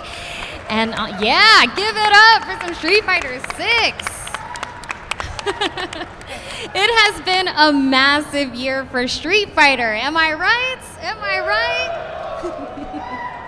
Absolutely. And I'm Persia, and I'm super excited to be here because we've got one heck of a panel ahead of us. It has been a long wait for Street Fighter 6, which came out this summer, and then just a few short weeks ago, now Rashid has hit the scene, and we're going to be talking all about it today. So now we're here at EVO, and Street Fighter 6 is making its first competitive debut here at this legendary event, even breaking records with the most signups for a single bracket tournament. Over 7,000 players. Most of you in the crowd right now.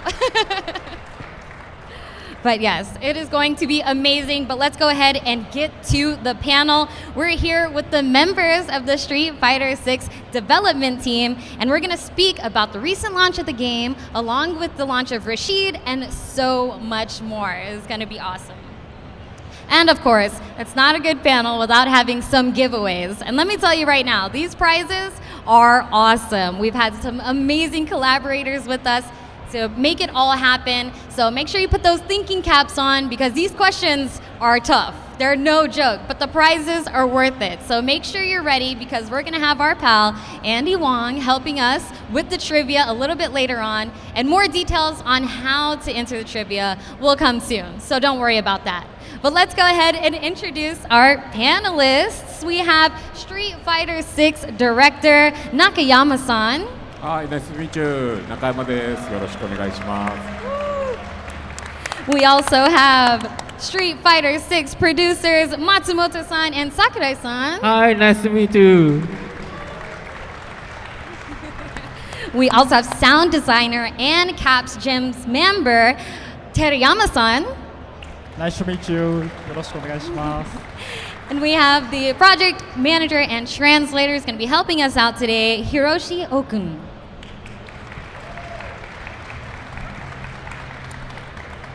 All right, from throwback arcade boxes to next-gen consoles, which is where we're at right now, the Street Fighter franchise has had quite a ride, with no plans of stopping, might I add. Street Fighter has collaborated with a few amazing partners this weekend, and today we're giving away those amazing prizes. So now I'm going to give you the details on how you could possibly win some of those prizes. So we would like to, first off, give some special shout outs to everybody who helped us get these prizes together. And we have to give some major thanks to Chipotle. We got some custom skateboard decks for you guys. High Ground providing some keyboards and some mouse pads. We also have Jada Toys providing some really cool figurines. And we have Udon Comics providing a brand new Street Fighter 6 comic for us as well. But the grand prize, the very end, so make sure you're here until the very end, is we have a arcade cabinet from Arcade 1-Up, a Street Fighter 2 themed cabinet, which isn't coming out until the fall. And if you get that question right, well, we'll send it your way right after the event. So make sure you stay tuned to the end. Make sure you participate in all of our trivia today while we're going through the panel. All right, so you heard the prizes, you know they're good, and like I said before, we're testing your Street Fighter knowledge with some of these questions, so make sure you're paying attention. Google might not help you at this point. They're that tough. All right, so be sure to look to Andy Wong, the senior community manager, who's going to be helping us kick off those trivia questions. And he's going to be also, holding the answers. He's going to be able to tell whether you're right or wrong. So make sure you stay tuned for that. Now, actually, I think we should start with a giveaway right now. What do we think? All right, sounds good. Where's Andy Wong at? I'm right here. Oh, I hear right. you. There he is. Here I am. Hey guys. Take it away. So our first prize for this is the Chipotle skateboard. There's a toy, a collector's edition, a poster, and a comic they're gonna get right now. And we're pulling people from the audience to answer the questions. These are difficult. All right, you ready? This is according to the Street Fighter website. Which two characters hate indecisiveness? You can make a guess. I'm gonna go my boy Honda, Edmund Honda, and I'm gonna go Jury. You're so close, you got one of them right. Sorry. Do we have someone else that wants to come up on stage?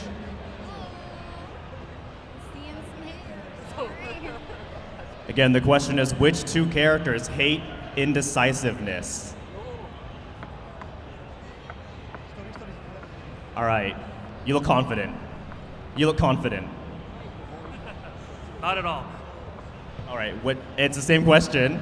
Which two characters hate indecisiveness? Decisiveness, I want to say Jury and Chun-Li. You got one of them right again, but that's not. Who's the next victim? This is on the website, you guys, if you want to look it up. All right, which two characters? I'm hearing Jury and Bison. No. None of those are right, actually.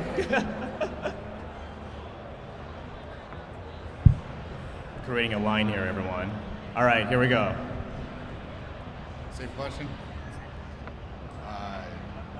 Jury and Cammy. No, none of those are right. It's not Jury, you guys. Not Jury.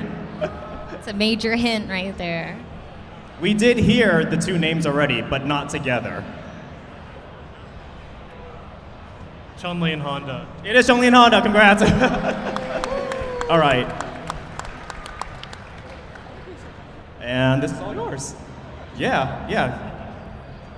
Congrats. Yeah. All right, back to you, Bersha. Thank you so much, Andy. And now I think it's time we go ahead and hop into the panel. But don't worry, we got more trivia coming up later. But let's go ahead and get right to it. This question is for everyone in our panel to kick it off. How do you feel now that Street Fighter 6 is out in the public? みんなに対する質問なんですけれども、やっとストリートファイター6がみんなプレイできるようになって、皆さんの気持ちをお聞かせてください。なんかものすごく多くの人に遊んでもらえてるっていうのがすごく実感できたからめっちゃ嬉しいですよね。嬉しいですね。結構長いこと作ってたんで、本当にこんな会場でね皆さんプレイしてくれてるのを見ると本当に嬉しいです。Yeah, this game has been in development for many years, and finally it's in the hands of so many people that we're seeing right now. So we're all very excited that this is happening. Thank you. And now this one is going to be for Nakayama-san. What were some major goals that you were trying to achieve to set apart Street Fighter 6 from previous Street Fighter titles? これまでのストリートファイター作品とは一線を画す大きな目標は何だったのか教えてもらえますか？そしてそれを達成できたと思いますか？ですね、対戦格闘ゲームとして遊んで楽しいものっていうのはもちろんベースに考えていて、そこからシングルプレイヤーというかね、一人で遊べるコンテンツっていうのはどんどん充実させないといけないなと思っていて、考えてました。であとはプレイヤーさん同士のコミュニケーションを取れるようなね場も用意したかったので、ファイティンググラウンドとバトルハブとワールドツアーという3つを作ることを最初からすごい考えてました。So yeah, the intention from the beginning was to deliver that classic Street Fighter experience, but then build upon that with elements like a robust single-player mode and an area where like-minded fighters can also communicate with one another. So that's why from the very beginning of development, they always had these three key pillars in mind of developing Fighting Ground, World Tour, and Battle Hub. And yes, we definitely feel like we were able to succeed in doing so. And what type of players did you really want to appeal to with Street Fighter 6? 具体的にどのようなプレイヤーにアピールしたかったのか教えてもらえますか？はい、もちろんね、今までのシリーズを好きな方とかね、対戦格闘ゲームが好きな人たちに楽しんでもらえるようなものは目指してたんですけども、それプラス、キャラクターのことが好きだったりとか、なんていうのかな、シリーズのことを対戦だけじゃなくても好きな人に向けて、よりキャラクターを好きになってもらえるようなゲームモードを作りたかったっていう、タイトルになってますね。なのでワールドツアーには本当にいろいろ昔からのファンの方とかだったら気づくであろうイースターエッグとかもいっぱい入ってるんで、ぜひね楽しんでプレイしてもらえたらと思います。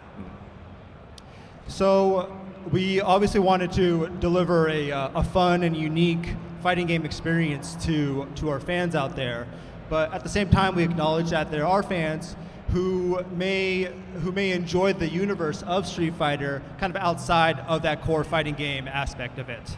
So that's why they incorporated modes like World Tour, where they could enjoy aspects like avatar customization, meeting with familiar faces within that world, and hopefully by playing those modes they would naturally get to kind of improve their game while enjoying like a non-core fighting game aspect to it. And beyond that, they also included elements like, Easter eggs that fans of Street Fighter will recognize, and that'll hopefully kind of enhance the overall experience of those players. Now, Matsumoto-san, have there been any major surprises that you've noticed in terms of how players have been enjoying the game? 発売してからプレイヤーがゲームを楽しんでいる様子で、なんか特に驚いたこととかってありましたか？ワールドツアーがすごく評価がいいのがいい意味で驚いてます。で、ワールドツアーってストリートファイターでも新しい取り組みでそのキャラクターをカスタマイズできたり、RPG 要素があったり、あとは冷蔵庫とか家電と戦えるっていうのが初めての取り組みなので、どういうふうに受け取られるかっていうのが結構どうなるのかなと思ってたけども、評価が良かったので嬉しかったのと、あとはバトルハブも新しいチャレンジでユーザー同士でコミュニケーションするようなものになっているので、それが日本でもあった、アーケードの体験ができるっていうのを、体験してもらえて嬉しかったなって思ってます。Yeah, so one of the most surprising things that we saw people react to was World Tour, especially because there were so many aspects to that mode that have never actually been included in a Street Fighter game, whether that be things like avatar customization, RPG elements, refrigerators and home appliances that you could fight against. So all these things were very unique to a Street Fighter experience, and but people really resonated well to those things. So we're very happy that people were excited that we decided to include these elements into the game. And beyond that, there was also the Battle Hub, which was also a completely new challenge to us. But we were really happy to see that people were saying that, oh, this reminds me of being in an arcade, which was exactly what the team was going for. So yeah, we're really happy with the reception overall, and we're glad that we included that into the game. Now, as we've seen this weekend, the popularity has been explosive for Street Fighter 6. How do you feel about breaking the EVO registration record and making EVO history? 今回ストリートファイター6はすごい爆発的な人気を博していると思いますけれども、今回の登録者記録を更新できたことによって、エボの歴史に名を刻んだ気持ちっていうのはどう思っているのか教えてもらえますか？エボとストリートファイターってもう立ち上がった当初から一緒にずっと進んできた歴史があるので、今この6のタイミングで登録者数っていうのをエボで更新できたっていうのはものすごく嬉しいし、コミュニティの皆さんとかファンとか、あとは対戦してくれてる皆さんと一緒にこう掴み取れたっていう気持ちがあるので、すごく光栄だし嬉しいし感謝してます。Yeah, so from the very beginning, I mean, EVO's history has been pretty much in alignment with Street Fighter's history also, and we were able to see both EVO and Street Fighter kind of grow along with each other, and seeing this outcome today and seeing all these fans here playing together and really enjoying Street Fighter 6 is just it's an honor, and we're so happy that people are having such a great time with it. Awesome. Now our next question is going to be for Sakurai-san. Throughout the campaign for Street Fighter 6, it's been presented in a unique way compared to previous titles by having the pillars of World Tour, Fighting Ground, and the Battle Hub. So I'm curious about that direction and what were some challenges behind communicating that to the masses? Yeah, so as Nakayama-san and Matsumoto-san just mentioned, those elements are entirely new, completely new to a Street Fighter game. So, it was, we had to think about how to deliver, how to carry those messages in, those elements in our messaging very carefully. Because there are tons of content we wanted to show to our audience. Each time when we release a new trailer, it was quite difficult to balance everything out, put all core modes, visual gameplay in one single trailer. There was also a debate internally whether to release all the core three-pillar game mode at very first time when we revealed the title, but we always had a strong desire that all type of players should experience and would have fun with all those intertwined three different modes. And we are glad we did it, seeing a lot of players enjoying them in their own way. Yes, we've definitely been seeing everyone enjoying all these different modes. But one thing that always pops up on social media is the ability to customize your avatar. Are you surprised at how the community has been interacting with this feature? Yes, we've certainly seen a lot of interesting work by fans. But we are super happy seeing everyone's creativity shine through.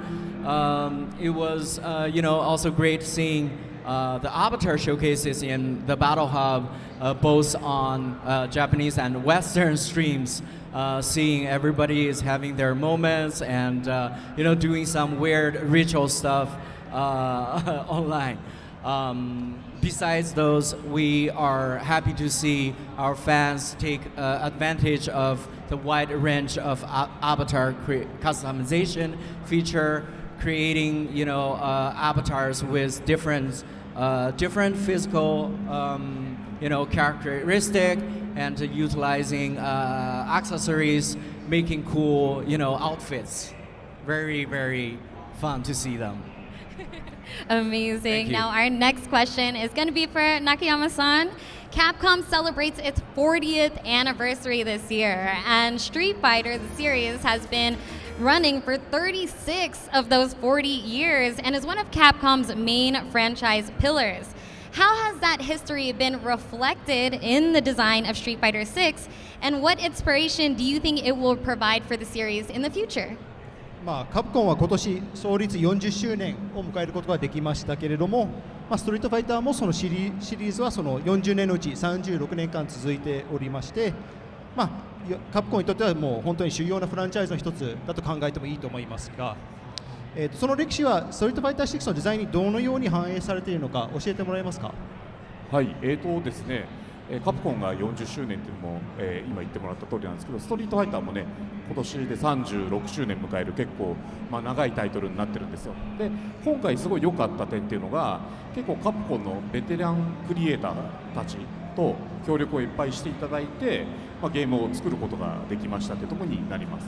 で、ストリートファイター6のアートディレクションをしてくれてる藤岡さんは、モンスターハンターシリーズのアートディレクターで、有名なんですけど、彼はもうオリジナルっていうかね、ストリートファイター2のクリエイターさんたちと一緒に仕事をされてきた経験っていうのがありますし、そういうノウハウっていうのをね、すごいチームに還元してくれました。あとは、ワールドツアーのシナリオを、担当してくれてるのが池原誠さんという方なんですけども、彼はこう歴代ブレス・オブ・ファイヤーシリーズのディレクターを務められた方なんですね。そういうこう先人たちとかね、先輩たちのノウハウがすごく生きてるタイトルになったと思います。で池原さんといえば、ちょうど40周年カプコン40周年を記念したカプコンタウンというサイトがありまして、そこで来月ぐらいからかな、過去のブレス・オブ・ファイヤーが遊べるようになったりするウェブサイトがあるので、ぜひ皆さんでアクセスしてくれたら嬉しいなと思います。もうすでにストリートファイターとかファイナルファイトは遊べるようになっているので、ぜひチェックしてくれると嬉しいです。Yeah, so as mentioned, this is we're celebrating the 40th anniversary of Capcom and the 36th anniversary of Street Fighter. So, both the company and the brand has been going strong for quite a while now. And because we have such a long and rich history within our company, we were able to get a lot of veterans from within Capcom who've been working on various titles for a long time to help us out with Street Fighter 6 as well. For example, the art director of Street Fighter 6, Kaname Fujioka-san, he was mentored by some of the legacy Street Fighter 2 artists, including Akiman-san. And beyond that, he's been involved in the Monster Hunter series at a directorial level too. And also we have Makoto Ikehara-san, who was the scriptwriter for World Tour. He was very involved in Street Fighter 6 as well, but before that he was also involved in the Breath of Fire series at a directorial level too. So we're truly blessed to have such immense talent within our company to really make Street Fighter 6 into something very special. And actually, speaking of Ikehara-san, we're here to announce that we actually have our 40th anniversary website, Capcom Town, and starting next month, you will be able to play the project that Ikehara-san was involved, Breath of Fire, the Super Nintendo version on the platform for free. And you can already play games like Street Fighter 2 and Final Fight there as well. So please check it out when you have the chance. Ooh, awesome. Definitely looking forward to that. And I'm looking forward to talking about some Rashid up next. But before we get to that, how we feeling about another giveaway? Oh no, y'all are gonna have to do better than that. Are you ready for another giveaway? Thank you. All right, Andy, take it away. All right, we are back. So, as you guys know, these are pretty hard questions. Whoever gets this one right, this is the next prize. It's a PlayStation 5 Collector's Edition or a Mad Gear box with High Grounds keyboard, a High Grounds keyboard mat, a Udon comic, a poster, and a toy. So I was debating whether or not I wanted to ask frame data questions, and I thought this is the perfect crowd for that. So this question is, Ryu's crouching medium kick is minus what on block? How's it going? You seem pretty confident. -3? It's not -3, sorry. Next victim. Ryu's crouching medium kick is minus what on block? 25? No. Little too high. Maybe a lot too high. All right. -2? No.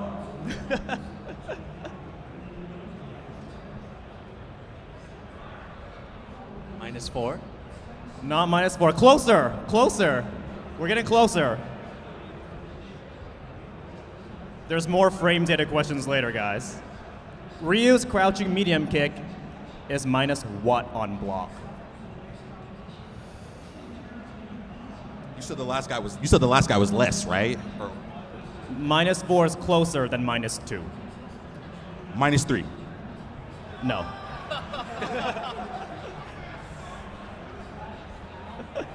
All right. Where's my Ryu mains at? I'm a Ryu main. Let's see. 8. Nope.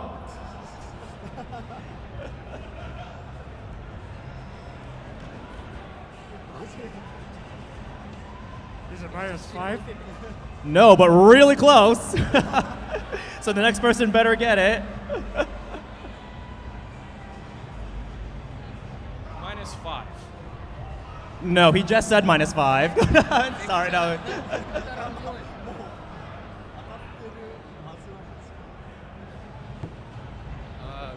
6. It is -6. Congrats. That's it. There we go.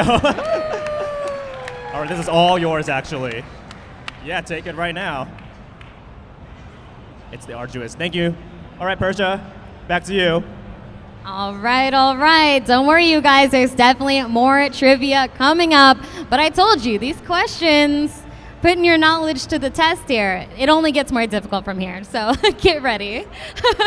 But yes, now it's time to talk a little bit more about Rashid, the newest released character in Street Fighter 6. And Rashid made his debut in Street Fighter V and has only grown in popularity. People who attended San Diego Comic-Con were able to get their hands on the character a little bit before the release, but now if you haven't had a chance to play Rashid, you can definitely head on over to the Capcom booth, J4, if you want to try him out. You might need a little bit of practice with him if you're entering this bracket, because personally, I'm hoping we see a lot more Rashids in this bracket, shaking up the meta, you know, ruining dreams out there, but we'll see what happens this weekend.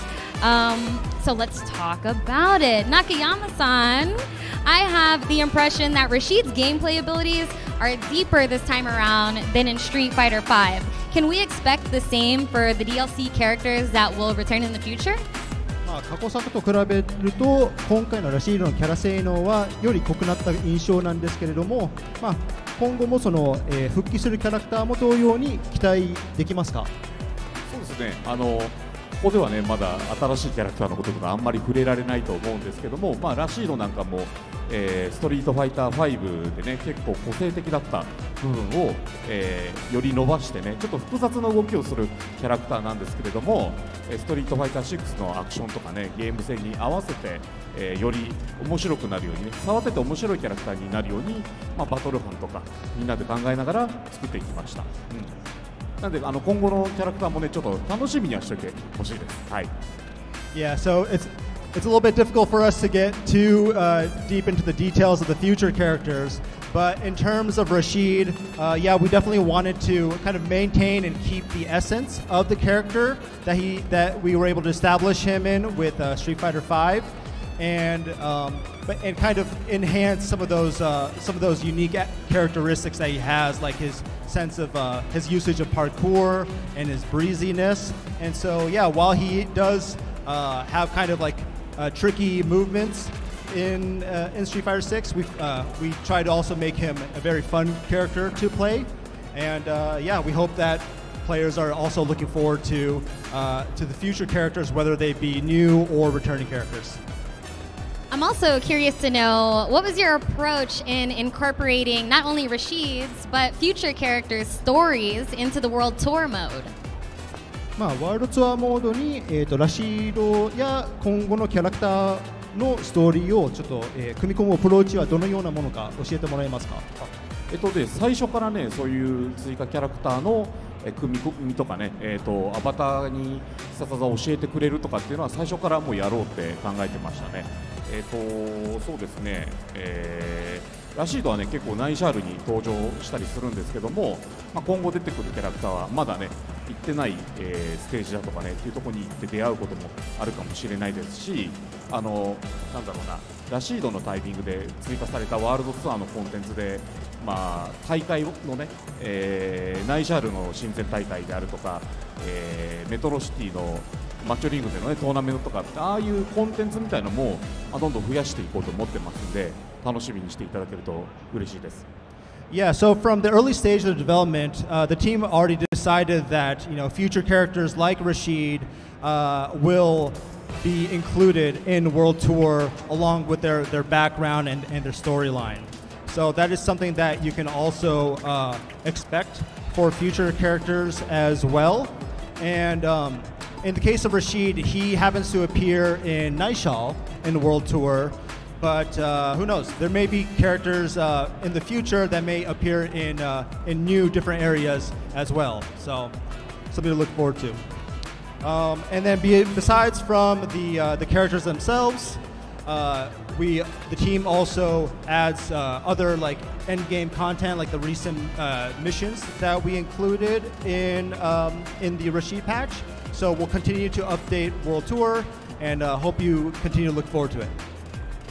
And I'd also love to know whose idea was it to make Rashid a streamer or a food tuber? And is he a popular streamer in the world of Street Fighter?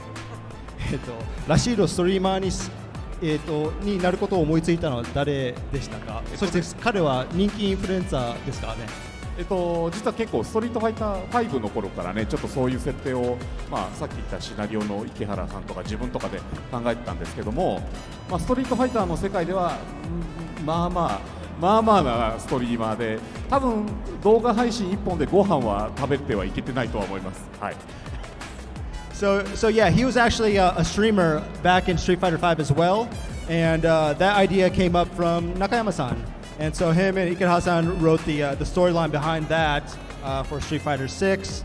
And in regards to the question of whether he's a popular streamer, he's moderately popular, but he might not be able to eat off of just his streaming talents.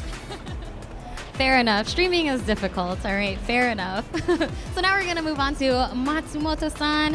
What was the inspiration behind including Rashid in the year one lineup and also having him be the first new DLC character? ラシードはなぜ、最初の DLC キャラクターとして加えたかったのか教えてもらえますか？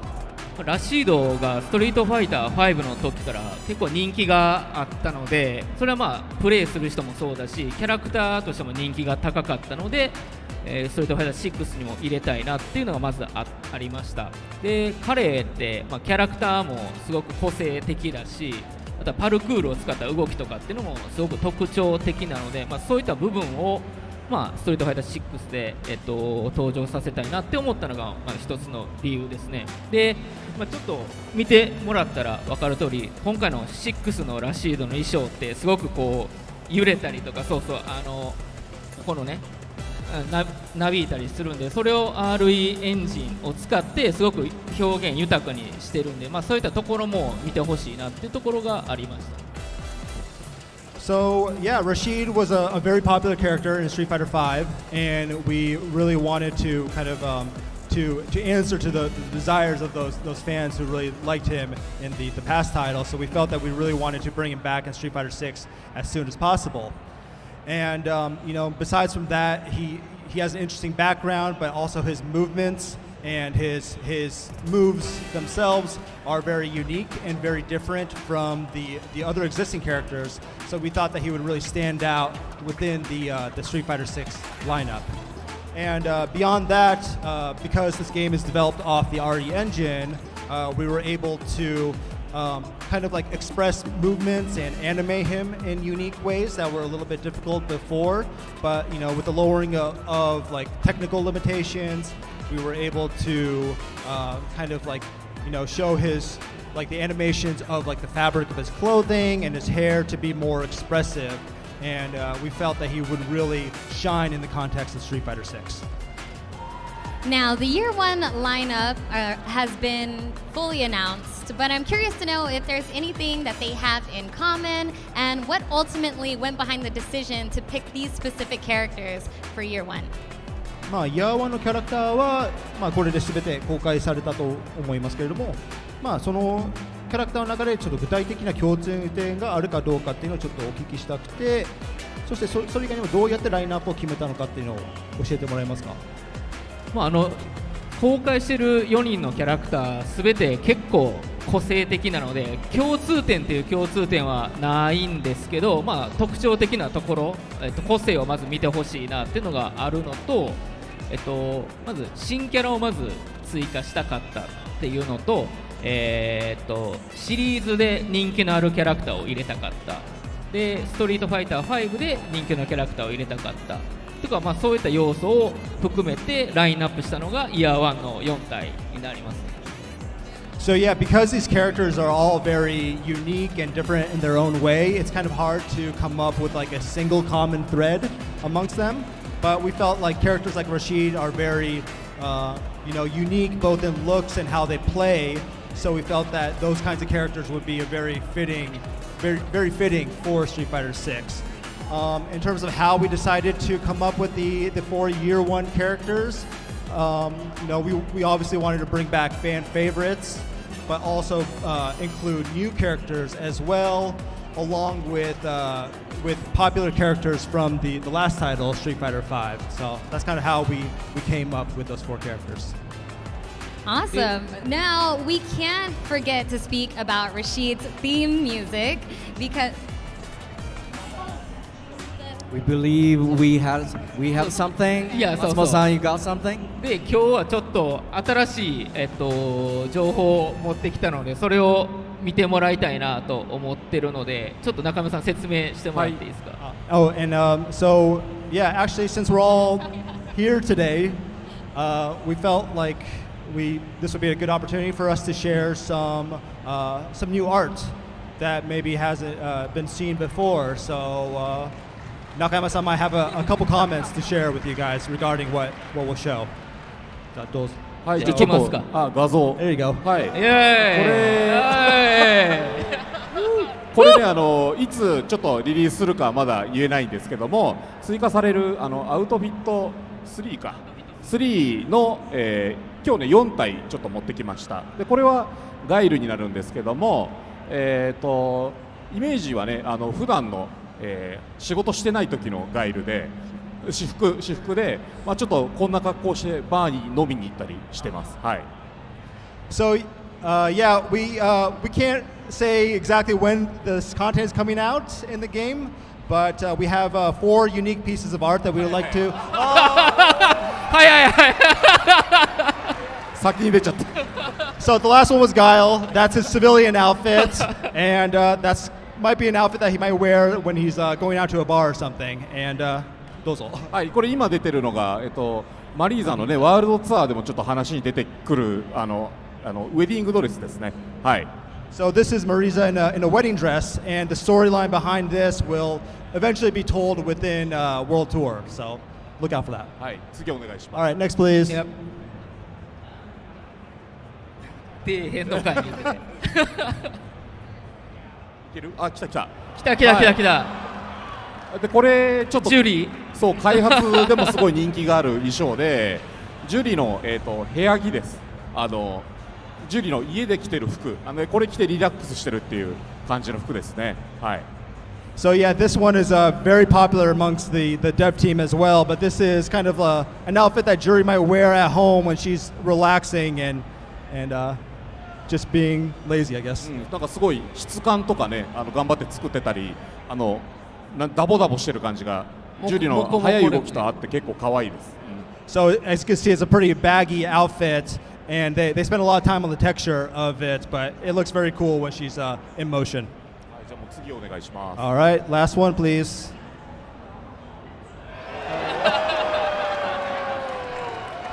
はい。はい、これ DJ です。はい、DJ はすごいねかっこいいあそこに DJ いるけど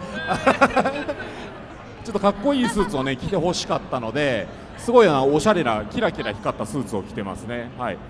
Yeah, so this is DJ in his fancy suit. We wanted him to let him shine a little more, so that's his new outfit. ちょっと今日はねこの4体だけなんですけどもちゃんと他のキャラも作ってますんで楽しみにしててくだ And さい。 today we can only show these 4 outfits, but yeah, please, you'll definitely be able to expect similar outfits for the other characters as well. So look out for that. Yes, how are we feeling about those costumes? Everybody's going to be looking crispy real soon. I'm looking forward to it. And I saw DJ over there looking extra excited about these costumes as well. So we're all looking forward to it. All right, now we can't forget to speak about Rashid's theme music.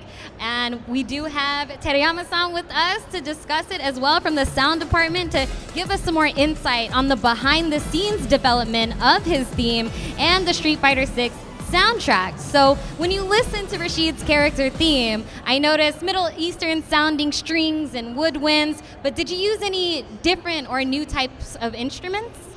まあラシードのテーマを聞きますと結構中東系な弦とか笛の楽器の音がすごい聞こえますけれども、今回新しい楽器を使って作曲されましたか？はい、そうですね、ラシードを表現するにあたって中東的な楽器を使うのは絶対に必要だと考えたので、まずパーカッションでダラブッカという楽器を採用して、で弦楽器であるウードという楽器を採用しております。でですね、その楽器だけではなくて音階でも中東的なところを表現したかったので、ストリングスでそのような音階を入れてみたりとか、あとはですね、ラシードのこのバトルの感じというか、風を使う感じとか疾走感のある感じを表現したくて、口笛の音を使ってメロディーを演奏していたりとか、そういうのを入れていますね。So yeah, I mean, considering that Rashid is a character from the Middle East, we felt that it was essential to represent him by including Middle Eastern instrumentations within his character theme. So if you listen closely, you'll hear a percussion instrument, a Middle Eastern percussion instrument called a darbuka, and also a Middle Eastern string instrument called an oud. And beyond just the instrumentation, they included kind of Middle Eastern-like scales within the music, and also in Street Fighter V, he kind of had like a whistling-like sound in his theme, but they felt that whistling sound was essential to kind of express his like cheeriness and his sense of speed. So they incorporated that into this new theme as well. And did you refer to any other Middle Eastern music as inspiration? 他の中東系の音楽などインスピレーションとして参考されましたか？はい、そうですね、中東系の音楽っていうのはラシードの曲を作るときに、たくさん聴いてはいたんですけども、特に一つ挙げるとすれば実は中山さんがすごく音楽大好きで、中東系だったらこういうのどうっていうのがあって、ダブケっていうジャンルを中山さんが教えてくれたんですね。それで僕も聞いてすごくいいなと思ったので、そういうダブケの要素とかもしかしたら感じられるかもしれないですし、その要素がラシードの疾走感を出すっていうところにちょっと役に立っているかもしれないなとは思います。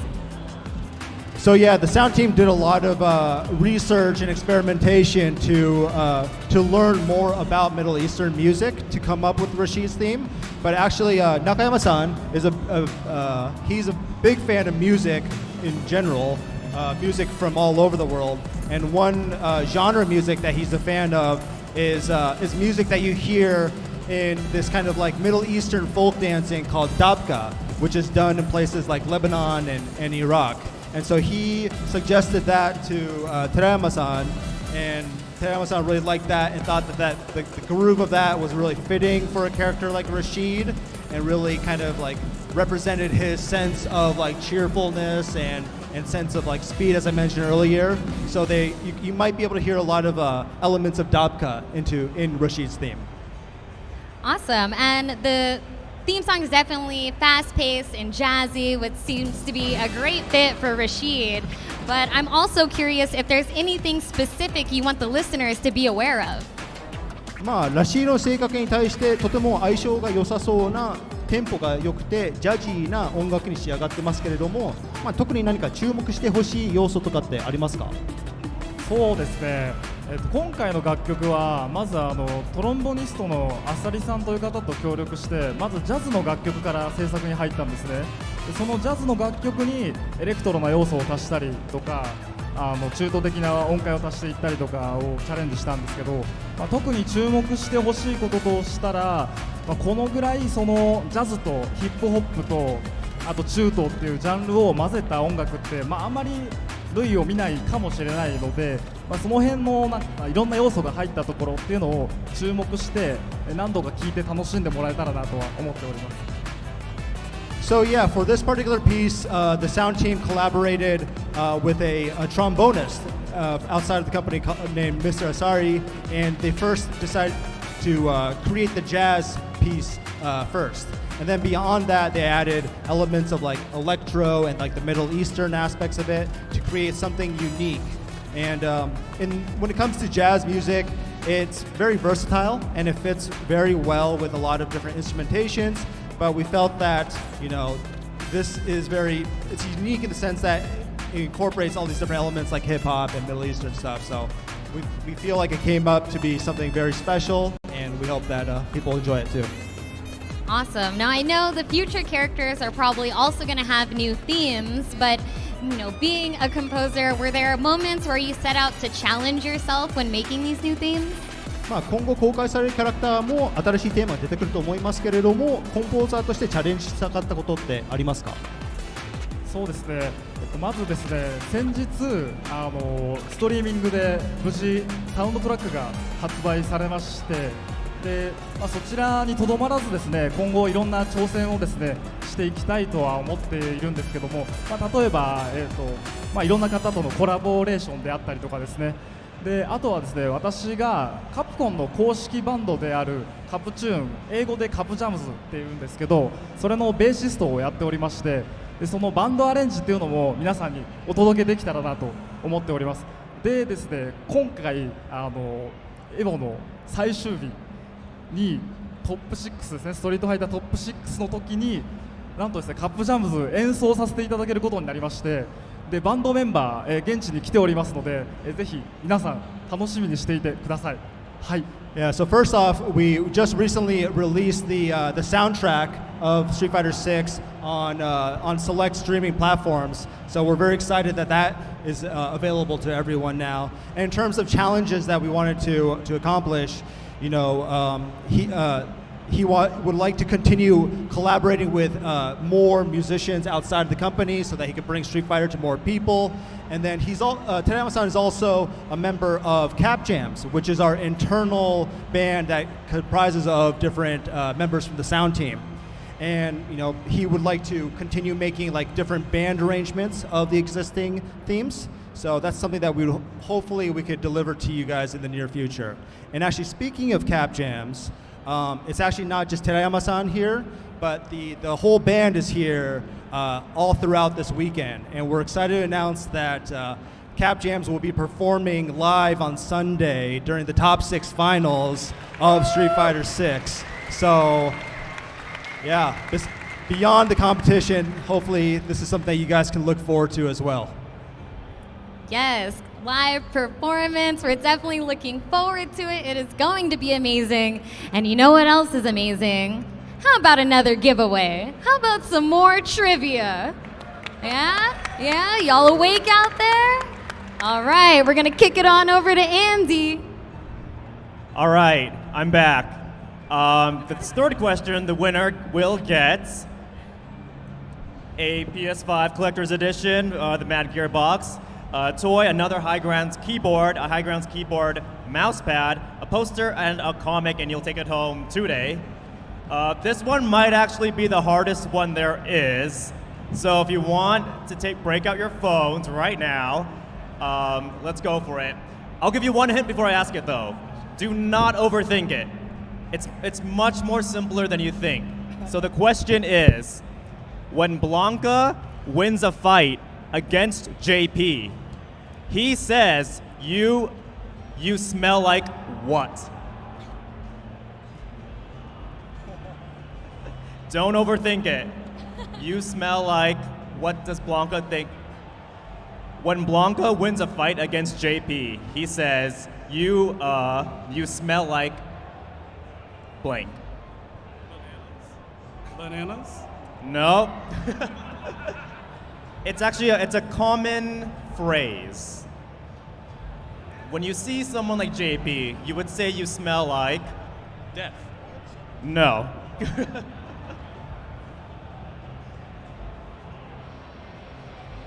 Bananas. No, the first person said bananas actually.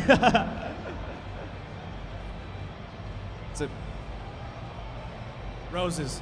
No, it's a super common phrase. When you see someone that looks evil or something, hey, you smell like... Accounting books. No, he said accounting books, no. You smell like poop. No. This one might take a while.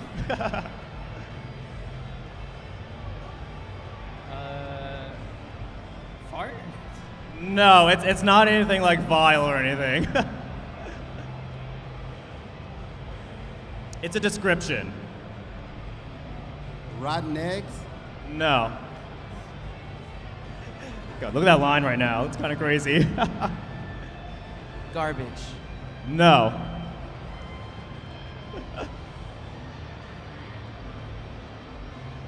Garbage? No, he just said garbage. It starts with the letter T. Starts with the letter T. You smell like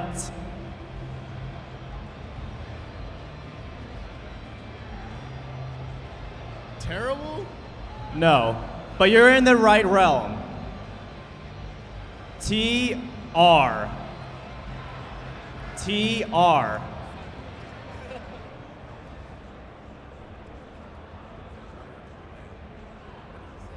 He said terrible.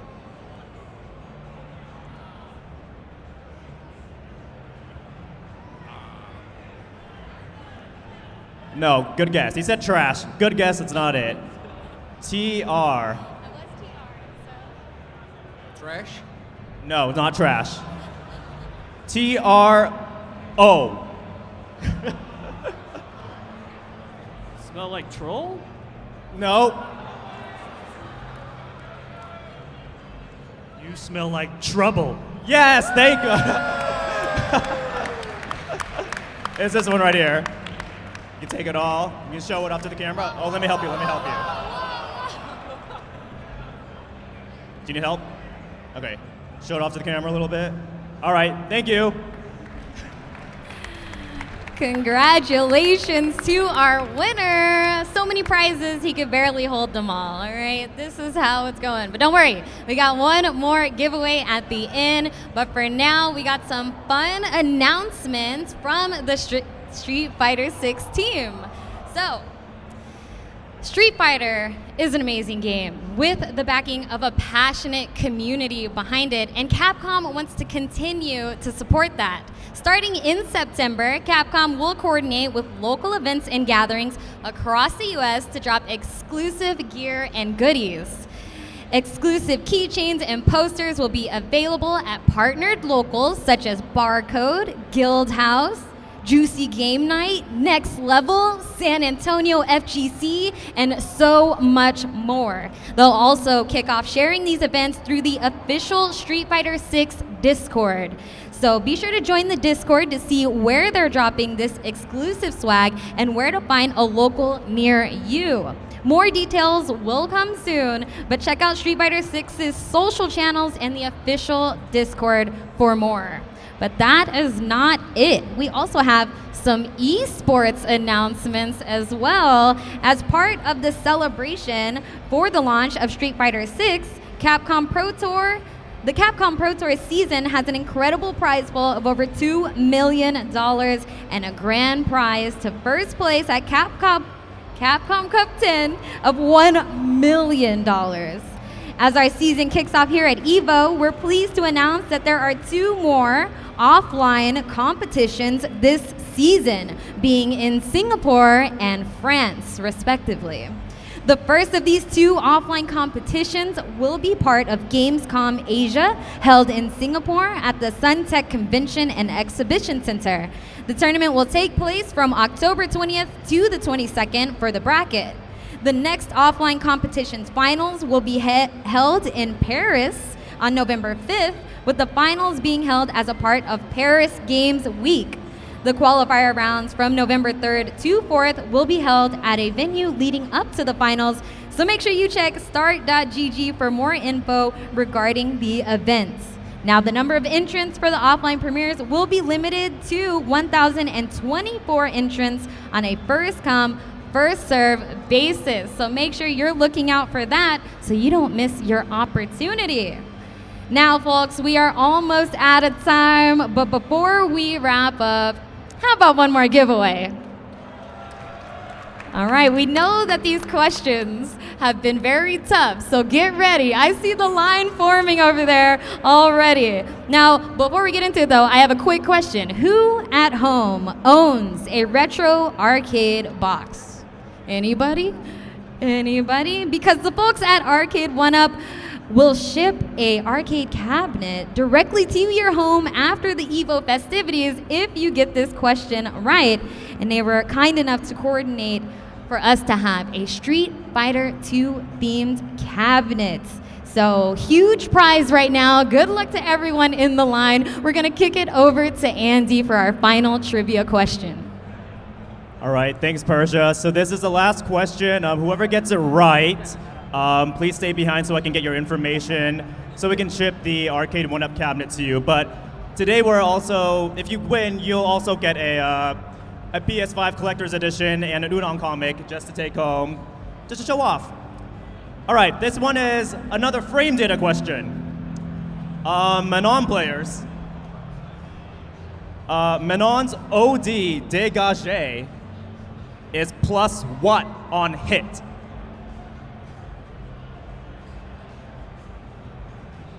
+4. Nope, sorry. Everyone's on their phones looking up Menon frame data. +17. Nope. Where's all the Menon mains at?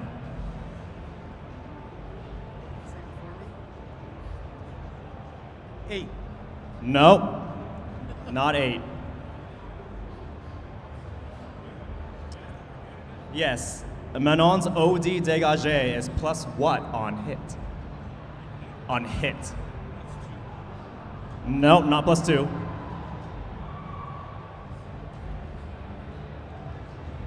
All right. All right, her what is +1? OD dégagé is plus what on hits? I'm not gonna tell you what that move is.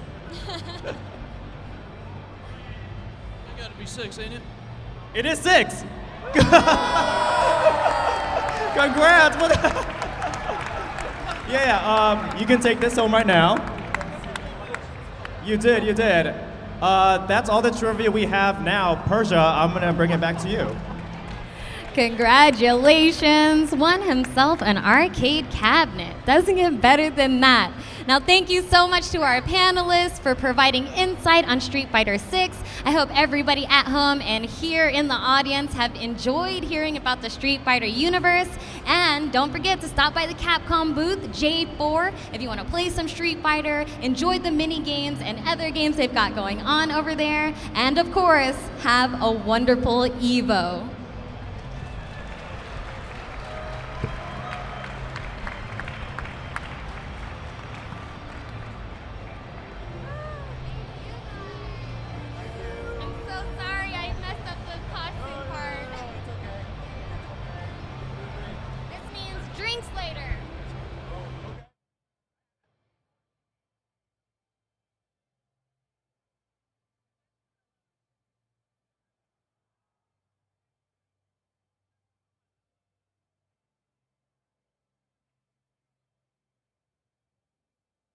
Your Chipotle order just got extra with fighter coins from Street Fighter 6.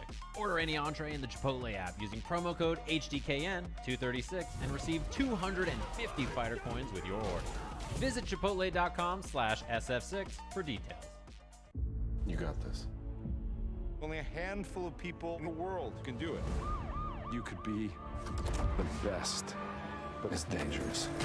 These are incredible stakes. You're going to be forced to make split-second decisions that could cost you your life. Get out! Whether you like it or not, you are in this race! Get in the fight! Yes, sir. Gran Turismo, based on a true story. Rated PG-13. Red Bull gives you wings. Rise of the dragon!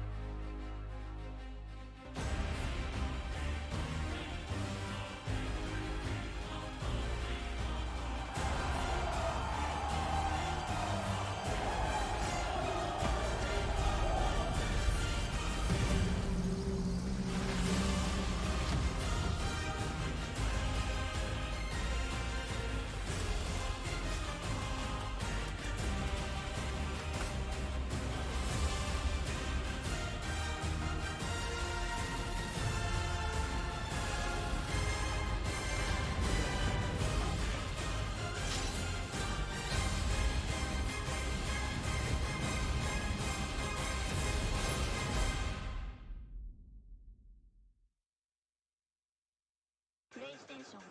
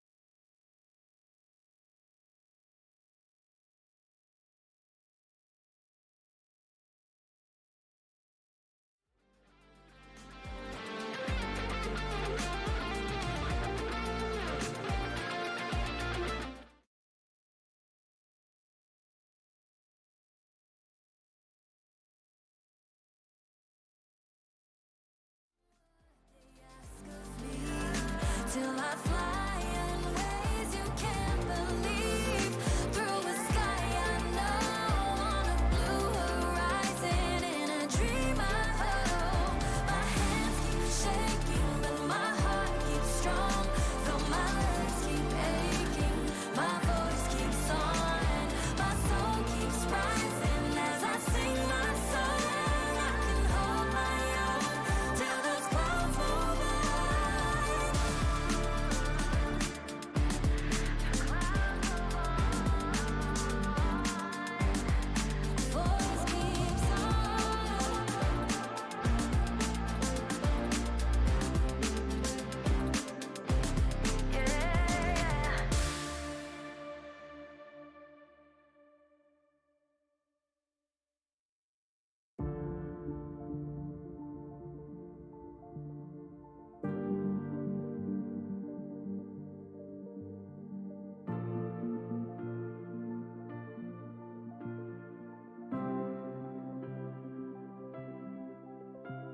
Believe you could be so much more. Made for the moment in the era I forged. Live from the minutes where the legends are born, and the myths are forever when they pen our lore. I hear every echo inside of the world clear. I feel all the hopes inside of the same fear. The shadows that faded out, all the lights in the same years when they tell us that it's gone, but yo, I'm still here.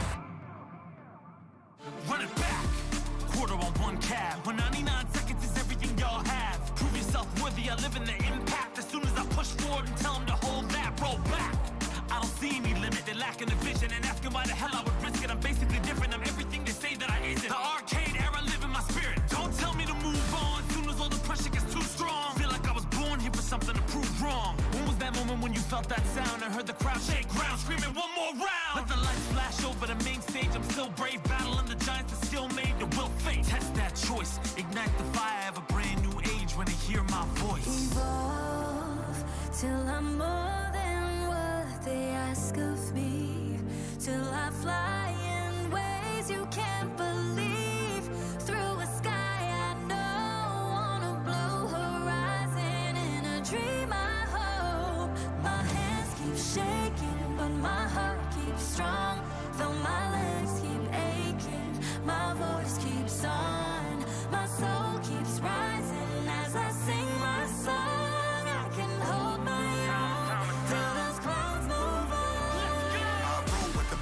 I survive. And reinforcement of that is my 9 to 5. I've been played and beat down, this is the rebound. All systems go because I've arrived. When it's the only option, second is unacceptable. Make them feel the music and crank it a couple decibels. Style is impetuous, defense impregnable. This is the beginning, imagine your boy at level 2. My brothers is tenured, we run in the trenches. So coming against us is utterly senseless. I didn't know it was in me, but now I know it for sure. Number 1 contender, soon as I hit the door. Hurt y'all on the war, now jaws on the floor. My style is revered like art on the wall. If they ain't in the know, better keep them informed. Evolution's constant, and this ain't my final form. Till I'm more than what they ask of me. Till I fly in ways you can't believe. Through a sky I know, on a blue horizon. In a dream I hope. My hands keep shaking, but my heart keeps strong. Though my legs keep aching, my voice keeps on. My soul keeps rising as I sing my song. I can hold my own till those clouds move on. Run this back, brush it down. I got next. I'll be strong, prove myself. I'm still here, quarters down. Infinite, infinite.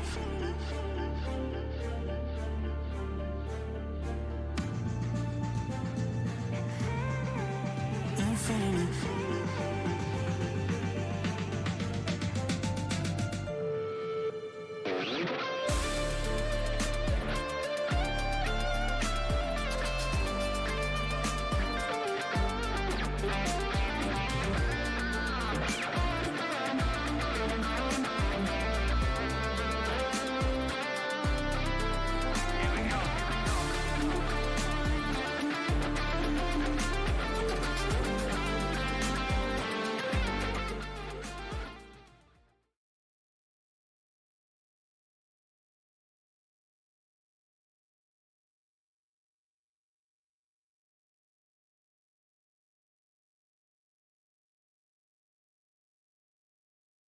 Al Pastor is fire on every level. Fresh chicken hot off the grill.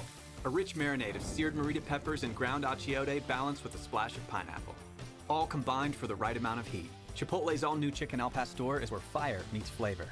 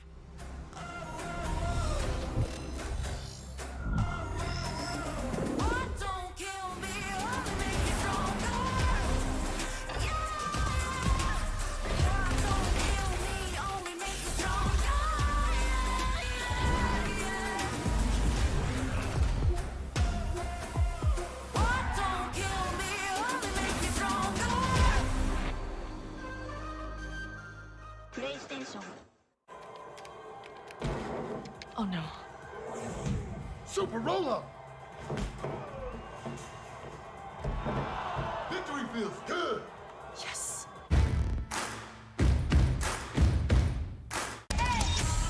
Making them proud or making them pay. I'm running the game, I'm running it up. You want to get burnt, don't play with the flame. Too out the punch. They want me to stop, but I keep it calm. I'm ready for war. I'm ready to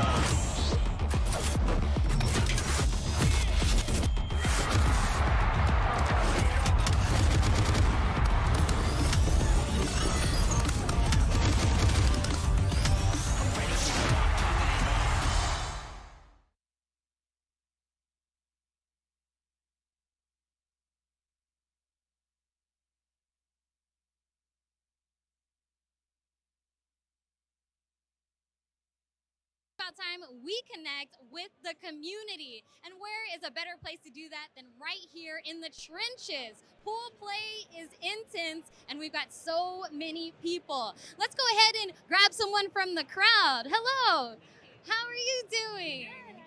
Let us know what's your name, where are you from, and what are you looking forward to the most here at EVO? My name is Marilyn June, and I'm from Phoenix, actually. Yeah, and I'm excited. This is my first time here, and I'm excited to see how far my boyfriend gets in the competition. How's he been doing so far? Has he started playing already? Yes, he's done 2, and he's won both so far, so hopefully. Right, sounds like he's on fire. Good luck to him. Wishing you guys the best, and I hope you have a great rest of your weekend. All right, let's keep it moving. Street Fighter 6 pools obviously packed to the brim, but that's not the only pools that are packed right now. I'm looking forward to seeing how everybody does. How's it going? What's your name? Where are you from? And what are you competing in this weekend? Hey, I'm Chet. I go by Bushido Brown. I'm doing all right tonight. I'm in Street Fighter, Marvel 3, and Guilty Gear. Yo, Marvel 3, let's go. Massive tournament. Who are you looking forward to seeing the most in the Marvel 3 bracket? I had Jabril in my bracket, so I wanted to see him so I could whoop him. But, they moved him out, kept him safe, so, no, I really want to see, this is the biggest tournament we've had in a while. So there's all the new blood, and then there's all the old blood. Everyone's here. I want to see it. I want to see the old versus new clashing. That's what I'm here for. Yeah, I'm here for it too. You guys already know I love me some Marvel, and we're in that Sunday arena, so it's going to be fire. Thank you guys so much for hanging out with us, connecting with some people in the community. Good luck to everybody else in their pools, and we're sending it right on back to the main stage.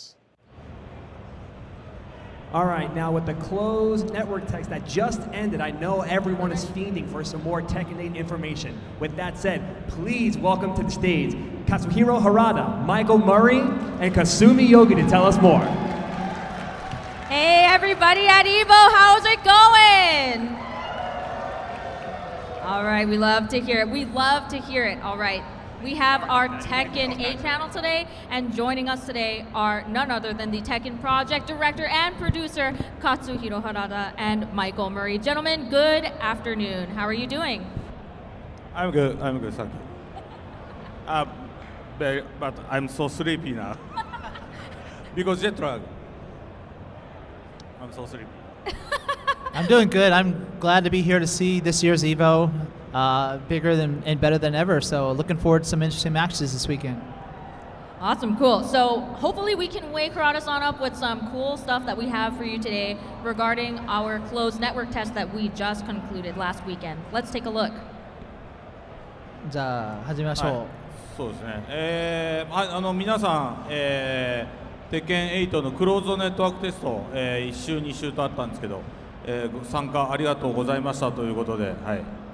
So we just concluded the CNT test spread out over 2 weeks, and we'd like to thank everyone who participated. Yes, so once again, everybody, thank you so much for your participation. Thank you so much for signing up, and thank you so much for participating. We got so much information that we are super excited to share with you all. We're going to give you a little bite-sized look right now. で、今日と明日のこの2部制にパネルが分かれてて、で、ちょっと明日はさらにディープな、フィードバックの話とかはしようと思ってるんですけど、今日、簡単にこうクローズドネットワークテストでどういう結果が得られて、あとちょっといくつか皆さんにも、今後どういうふうにちょっと考えていくかみたいなところを少し話したいなと思います。So our panel is actually spread out over today and tomorrow. Today is going to be kind of an overview of some of the key findings that we think people might be interested in that we found out during the test, and also some of our thoughts on what we plan to do with that data. And then tomorrow we'll dive deeper into some of the more the nitty and gritty of the game, I guess you could say. All right, cool. Let's get started with the first stats that we have for the closed network test. So the closed network test was conducted using the closed network test version of Tekken 8. Excuse me, sorry everybody. And through competitive online play, players were able to experience the new aggressive battle system, which represents the battle concept of Tekken 8. So can you guys tell us a little bit about what that aggressive battle system is? そのアグレッシブなバトルシステムについてのそうですね。Sorry, I'm getting mixed up in English. So this time, we wanted to really focus on aggressive battle system, and the whole new design mechanics have been kind of tailored around that. The new heat system which players can trigger at any time, once per round, which makes the character's abilities even stand out more and adds more depth to the individual elements that each character possesses. So that's one of the biggest main changes for this time in Tekken 8. Cool. So we have some stats for you about the number of testers. Tell us about this number. What led you guys to choose like this number and stuff like that? そうですね、これ結構、皆さん応募が非常に多くてですね、ここの表を見てもらえば分かると思うんですけど、大体、倍率が300% 超えてるみたいな状態で、結構外れちゃった人も多かったと思うんですけど、おかげさまでたくさんサンプルが取れました。ありがとうございます。So you can see the number of applicants was quite a bit, and the people that actually got in is a smaller percentage of that. So you can see that it's overwhelmingly 300% applied in relation to how many slots were open. So we were able to gather a lot of useful data because so many people applied and got in. Tell us a little bit about the different weekends, because obviously there may have been difference in participation due to the platforms that were used in week 1 versus week 2. So let's look a little bit at these stats. データについて。はい。これが、ウィーク1はPS5 だけでやったテストで、ウィーク2は、全プラットフォームクロスプレイでやった時の、データになりますというところで、これワイヤードといわゆる有線と Wi-Fi の、比率を見た、あと地域別で見た表になります。So this is a kind of an interesting table of data. So keep in mind for people who don't know a lot about the CNT, the first week was PlayStation 5 only, and then the second week we opened it up to other platforms, Xbox and Steam. So this data shows the percentage of wired players and people who are playing on Wi-Fi, with it broken down by area and region. で、もちろんね、皆さんご存知の通り、有線 LAN でやってもらった方が、非常にエラーもパケットロスも少なく遊べるんですけど、PS5 の時はだいたいやっぱり4割超えるぐらい、Wi-Fi が、のプレイヤーがいたってことになりますね。So obviously, we don't need to tell everyone here at EVO that it's optimal to play on a wired LAN connection because of the packet loss and such that can occur on Wi-Fi. But when we're looking at the data, we can still see during the first week on PlayStation 5, you had a little bit more than 40% of people played on Wi-Fi.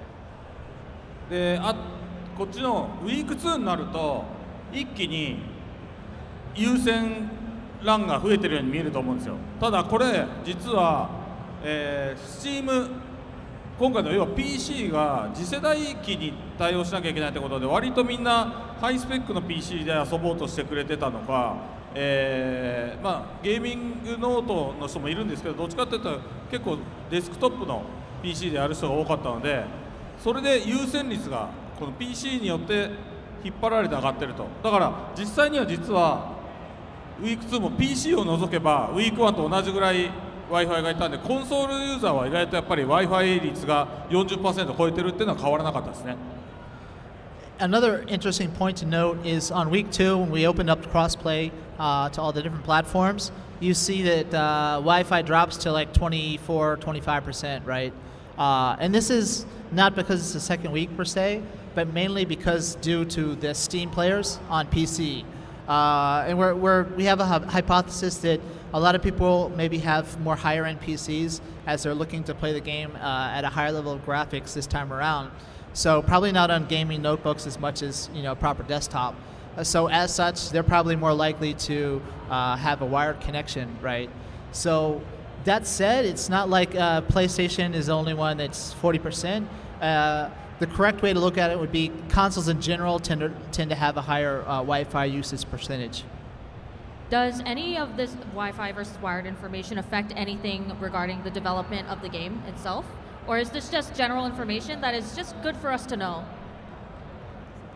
はい、そうですね。今回ワイヤードと Wi-Fi のやっぱり、なんだろうね、快適さの違いって相当あったんですよ、実は。だから同じ、ピンの値でも、全く、ね、例えばピングの値は60ぐらいでかなりいいのに Wi-Fi なんか有線なんかで結構差が出てたので、そこはもうちょっと内部のパラメータをいじって Wi-Fi でも快適にしようというふうに、思ってます。ただやっぱりワイヤードにしてもらった方がよりベターなので、ぜひ皆さんこれを機会に次世代機、せっかくいいマシンがあるのでワイヤードにしてもらえば他の格闘ゲーム含めて快適になりますよってことはお知らせしておきたいなと思います。So, obviously, we were able to see firsthand as we were all playing the test at the time as well, how different it is when you have a wired connection compared to wireless, right, or Wi-Fi. So obviously, it feels much more responsive when you have it playing on the LAN cable inserted, etc. And this is not just because the ping could be the same. It shows you in game, right? But it's because of the packet loss that occurs during Wi-Fi that makes the experience, less optimal on Wi-Fi. That said, we still really hope that most people try to play on a wired connection, but we still do hope to try to tweak the settings a little bit to try to cover up packet loss wherever we can. Cool, that's awesome. So we noticed that when we're playing the test, there were two different icons that showed up. So we could tell the difference between someone who is playing on a wired connection versus someone who's playing on the Wi-Fi connection. Tell us a little bit about the intention behind that. What is the reason for that?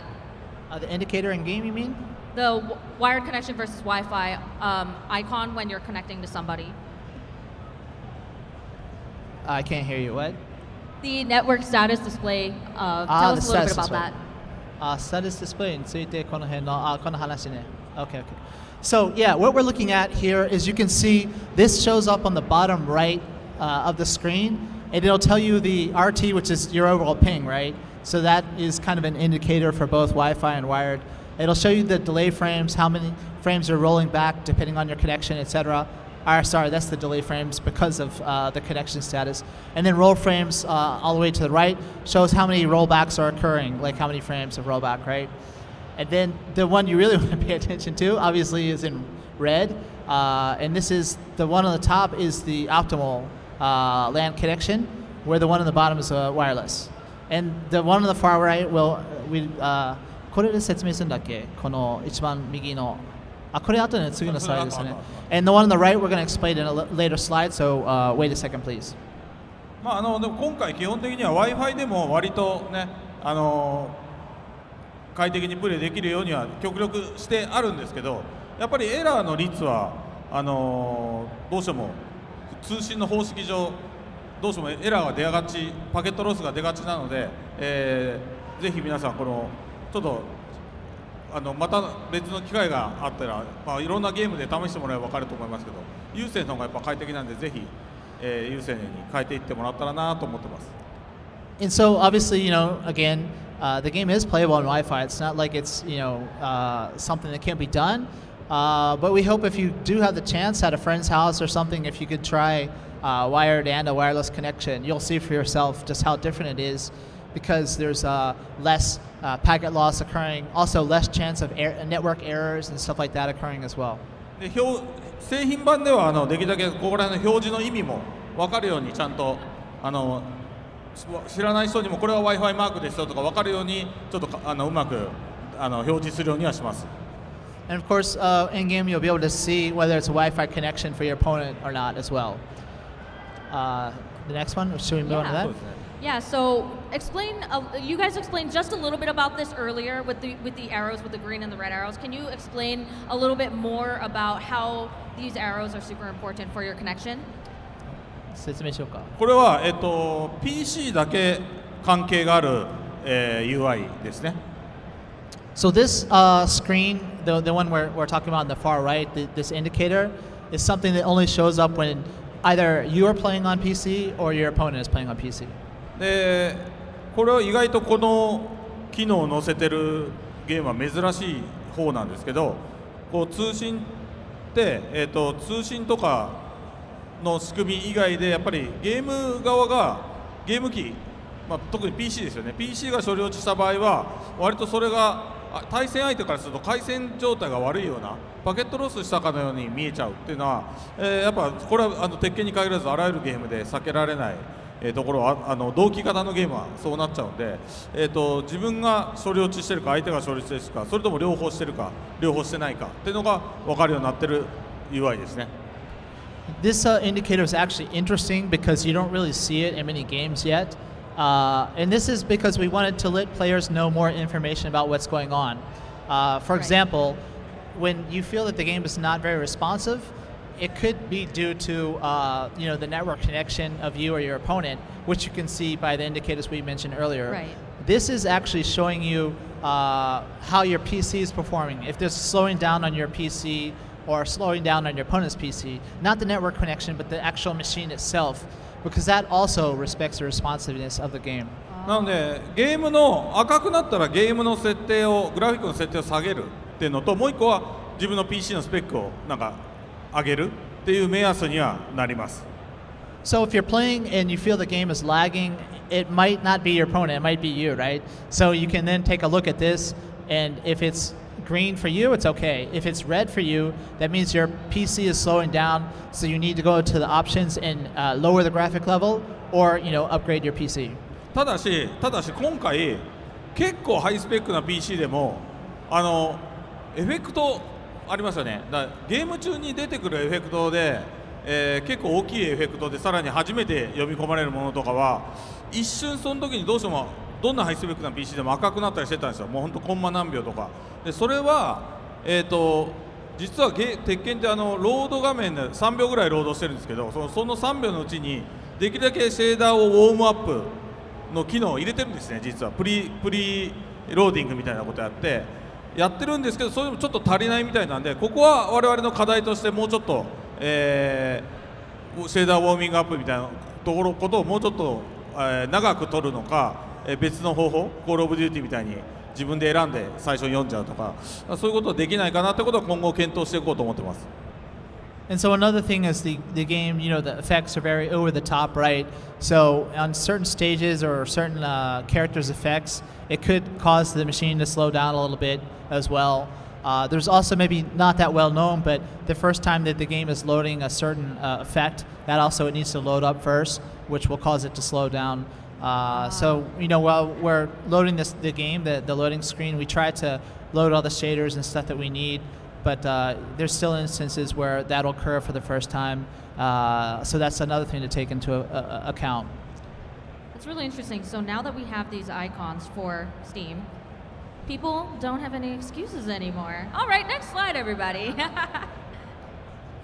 みんな言い訳ができなくなるよね。あとこれがちょっと実は、面白い機能で。こういうちょっとチューニングできるっていうのはあるんですけど割と今回珍しいのは、対戦相手と自分がこう例えばレスポンス重視っていうのとグラフィック重視っていうのを別々で選んでても、もしくは標準っていうのをどれを選んでてもお互いができるだけ影響しない範囲で自分の設定をちゃんと優先してゲーム上は、スムースにできるっていうような仕組みでこのオプションを入れてます。So this feature is also quite interesting as you can kind of customize your experience by choosing to prioritize graphics or response.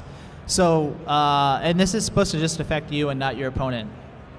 で、ちょっと今回分かりにくかったのがまずこの機能がちゃんと入ってること自体がみんなに、分かりにくかったっていうのとあとは、グラフィック優先って意味がちょっといわゆる一般的なゲームのグラフィック優先って意味ではなくて、こと 3D 格闘ゲームにおいてはこのフルアニメーションなのでこのフルアニメーションの、いわゆる 2D 格闘のリミテッドアニメーションに比べると非常にこうスムースかつ移動量が多いんですね鉄拳ってだからそれで、少しでも、例えばコマ落ちしたりロールバックした時に、ちょっとブレて見えちゃうとか一瞬止まったように見えちゃうみたいなのを軽減する意味でのグラフィックつまりアニメーションを優先みたいな意味合いの方が強いです。So first off, many people it seemed in the CNT didn't even notice this feature was in a game. So we'd like many people to check it out when they have the chance next time. But not just that, we felt like it wasn't fully understood because there's something similar in other games that let you prioritize like the frame rate or the resolution, right? Right. This is not that. What this is it's all about, because Tekken is a 3D fighter, right? The animations are more fluid, and they cover more distance than, for example, 2D fighters. So what this is if you turn on the graphic priority, then it's not going to be so stuttery when you have rollbacks or the connection jitters or etc. It's going to try to smooth out the animation as much as possible. Where if you prioritize response, maybe it'll look a little bit jittery, but you'll feel like it's responds quicker. So it's a little bit different than other games. でなんでここって、それぞれ、いわゆるネット対戦する時の内部パラメータみたいなものが、入ってるんですけど、今回のテストでいろんなことが分かったし、ユーザーのフィードバックが結構多かったので、ここをもう少し、調整したテーブルを渡したり、将来的には例えば、もうユーザーが直接そのパラメータのテーブル自体を数字を入れて入力してやって、それをお互い対戦相手と自分が好きな数字でやっても整合性が合うような仕組みに今なってるので、それもやろうと思ったらできるので、そこら辺そこまでユーザーが求めるかどうかみたいなところをみんなのフィードバックとか見ながら決めていこうかなと思ってます。So there's even more parameters behind the scenes that the player doesn't actually see. Right now it's just prioritize one or the other, but we could actually have it more digital, where you have various different stages of each setting, etc. So if that's something that we get a lot of feedback that people want more control of, that's something we may end up tuning before the release. So yeah, if you have any feedback, let us know. なんでできるだけね、僕らの方でフィックスしたもうこれがベストですよみたいなことができればいいとは思ってるんですけど、もちろんそれを目指してはやってるんですけど、ユーザーがちょっと触れる余地、ある程度アジャストできる余地はやっぱり残した方がユーザーも嬉しいかなっていうのがあるんで、そこら辺みんなの意見聞きながら、もう少しどうするかっていうのは、製品までに考えて、もちろん製品出した後もみんなのフィードバックでちょっと変えていこうと思ってます。So obviously we're going to try to make all the features look and feel like we think is the optimal experience, right? But if users feel like they want even more options or more bells and whistles and switches or whatever you want to call it, they can let us know the feedback. Yeah, it was really cool because in the middle of the closed network test, Harada-san, you actually posted on Twitter about this setting and you taught people about what the different settings do, and there were a lot of people who appreciated that and tried it out because of that. So your responsiveness is super appreciated by the community. そうですね、コメントで誤解してる人が結局その処理落ちとかこういうセッティングとかじゃあユーザーのせいにしてるみたいなわけわかんないこと言ってる人いますけど、そういうことじゃないですからね。より快適にするために自分の PC のスペックに合わせて設定をじゃあ変えた方がいいねとか、自分の、プレイスタイルだったりとか、もうちょっと回線の状態に合わせて自分のアジャストできる余地をあくまで僕こっちがオプションとして用意できた方がいいだろうと思ってやってるので、そういうことなんで、別にあなたのせいにしてるわけじゃないですよ。So there's many comments in regards to this, and some people maybe misunderstand that we're trying to make the user the bad person of why they don't have a good connection, etc. Right. That's not the case. We're just trying to make the game as transparent as possible so they have more options to figure out what's wrong, so they can address it and make the best experience or the optimal settings for each individual user. そうだから特に次世代機になったんで PS5 とか Xbox とかフィックスされた性能を持ってるものはかなり安定してるんですよ今回。で今回次世代機はだからそういう意味で言うとコンソールは結構逆に安定してて PC は結構性能によってかなりそこのばらつきが出るってことですよね。それがやっぱり今までの世代のゲームと次世代機の差なので PC ユーザーにとってはそういういろんな自分の状態がどうなのかって分かりやすいその目安となる表示とかっていうのはとても重要な情報になってくると思うんですよユーザーにとっても。だからそれをできるだけ用意してるって意味ですね。So this is especially helpful for PC because when you're looking at the consoles, it's a set spec, right? Right. So it's pretty stable when you're playing between two different consoles. It's when you're playing on PC where there's a variety of different combinations of graphic cards and hardware, etc. And how powerful the machines are. So it's more of people can look at these tools and kind of fine tune the environment, mainly for PC. All right, now going to our next slide, the effect saturation setting. Tell そ us うです about ね that. これはエフェクト結構もう慣れたから全然今のでいいよっていう人も多いんですけど、逆にやっぱり初めてやった人すごい眩しいとかあるんで、エフェクトの輝度を調整できるようにこれするオプションが入ってるんです。でこれもうちょっと製品版の時には、うまくアジャストしようと思ってて、標準を、もう少しちゃんとあんまりうるさくなくて眩しくないぐらいに、しといて、そこからもう少しさらに、下げたいだったりもう少し上げたいみたいなオプションにしようと思ってるんで、今とちょっと見かけは、少し変わるかなと思ってます。So many people have already gotten used to the over-the-top effects of Tekken 8, but some people maybe would like to dial it down a bit, and so obviously we have this option in-game for them to do that. Right now the default is kind of very flashy, so we are thinking maybe as a result of the CNT feedback, we might dial it down a little bit, and then the user can choose whether they want to, push it up higher or if they want to decrease it. これもだから使うモニターによってだいぶ印象が変わってるってことが今回のアンケートでも分かったので、自分のモニターに合わせてアジャストできる余地を入れとこうっていう発想でやってます。And so maybe many people didn't notice that this is actually an option in the game. So next time you get your hands on the game, perhaps take a look at it, and you can adjust it for your own monitor or the environment that you're using. Right. All right, guys. So we have been talking about so many cool things that we are actually running out of time. So let's try to get through the rest of these slides about the CNT because we have so much stuff to share. 時間なくなってきてるから。はい。All right. So let's get started with. 詳しい話はじゃあ明日言うとして、ちょっと今日。So we'll have more details for you tomorrow regarding the CNT, fine detailed stuff. Let's go with a little bit more light and fun topic here. Yeah.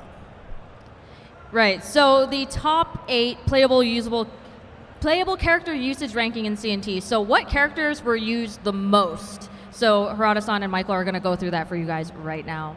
Okay. じゃあ見ていきましょう。So first off, we have in 8th place is Lily, right? So maybe I don't know if that's a surprise to you or not, but you can also tell that depending on the different regions, it's also quite different. But overall, she tends to be between first in some regions actually. So. なんか南米で人気があるんだね、リリアね。She's quite popular in South America, especially, right? なぜか。はい。じゃあトップ7いきましょうか。7位。Let's go with number 7. Next slide, please. ローですね。でもアジア人気がやっぱすごいですね、ローは。ね、ローもうちょっと高いかなと思ったんだけど。アメリカでもね、ノースアメリカもうちょっと伸びると思ったんですけど、ね。Higher, but maybe it depends on the region, right? Yep. Africa looks like what, second place? Yep. Africa's second place. Okay, じゃあ next slide, please. ジュンが6位です。So June is coming in 6th place, right? これももうちょっと上がるかなと思ったんだけど、意外と落ち着きましたね。So Harada was saying he was surprised. He thought she would be higher up, as did I, because it's the first time she's returning after a while, right? And the story trailers that we showed off, it was Kazuya, Jin, and Jun, right? もともとアメリカですごい人気があるキャラだったんで。But it really depends on the area, right? For example, North America, I think she's quite popular. じゃあ次お願いします。はい。ブライアンですね。はい。5th place for Brian, right? 意外と今回のテストでもいろいろ物議は醸してましたね、こいつね。Yeah. He was it was a lot of talks surrounding Brian, I guess. He is a favorite of several well-known players like Ni, etc., right? And I think Harada's mentioning the taunt is one of the main topics for Brian, right? OK, じゃあ next slide. はい。キングはやっぱり大人気ですね。はい。We heard some cheers from the crowd when King hit the screen. King は予想通りですね。キングは予想通りです。大体いつも3位、4位ぐらいには入ってくるんで。This is kind of expected. We've typically seen King very popular across regions, normally around 3rd to 4th place. So Yeah, this feels about right. はい。 So as we head into our top 3. いや、3。ネクストライド。OK。ああ、今回はバランですね。ちょっとこれ意外だよね、俺。意外だけど、今回のテストでは割とチップダメージでかなり猛威を振るってた。風のエフェクトも結構かっこいいよね。それもあって、ちょっとみんな触りたくなっちゃったのかな。So this is a bit surprising. We didn't think Quaron would come up so high in the ranking, but you know his moves. He's got a emphasis on the low attacks when he's in the heat state, but also the chip damage he's able to use. But you know, not also just his effects are quite cool. You know, the wind-looking effects that accompany his kicks. So yeah, I guess I can understand that. まあだけどみんなゲームバランスはもう全然変わりますんで、はい。Game balance, don't worry about it. It's still a work in progress. So. All right, let's hit second place then. Next slide. 2位はカズヤです。Kazuya. Yeah, that's fitting, I thought. That's kind of expected, right? Because, you know, he is, you know, one of the title characters. でも三島って今まで結構使いにくいイメージあるので、意外と三島が上に来ることはないんだけど、やっぱりデフォルトカーソルがカズヤに合ってるっていうのは結構それが大きいかなと思いますね。It's perhaps that on the character select screen, the cursor defaults to him, right? So, because we were just discussing, he is a Mishima, which typically takes a lot of precise inputs for his main moves and the way he's played, right? So it is a bit surprising he's number 2 from a play style perspective. But if you're going strictly from the character styling and how badass he looks this time, I guess I can understand that. Personally, I used him the most during CNT. So. All right, so before we hit first place, can I get some guesses from people? Like, who do you think is getting first place? I hear Asuka. All right, like for about 100 people just said Jin. So let's take a look at what our first place is. Okay. はい。風間Jin. It is Jin. そうですね。相当安定してますね。He's very popular worldwide, right? ほとんどどこでも1位。アジア人気ないんだ。アジアでなぜか2位っていうね、不思議な。So he's mainly first place everywhere except for some reason Asia, huh? I wonder why. Second place to what? Do you remember? Oh, in Asia? Yeah. Who was first in Asia? I didn't catch it. Was it Kazuya, I think? アジアって誰だっけ？誰が1位だっけ？アジア誰1位だったっけな？確認します。カズヤ。やっぱカズヤだね。Yeah. 悪いやつの方が人気なんだね。So I guess Asia likes the bad characters, huh? All right, cool. But yeah, I mean, what do you expect? He's the main character this time. His costume it looks incredible. His playstyle is tweaked a lot. The special effects I like quite a lot. He's kind of got partial control over the devil, and he can change whenever he wants. So you see the wing come out just partially during the special moves, his eye glowing, etc. He's got a lot of cool touch to him. So yeah, he would be my favorite pick as well. That jacket's really cool. I feel like that's kind of like a you jacket. I feel like you could rock that jacket.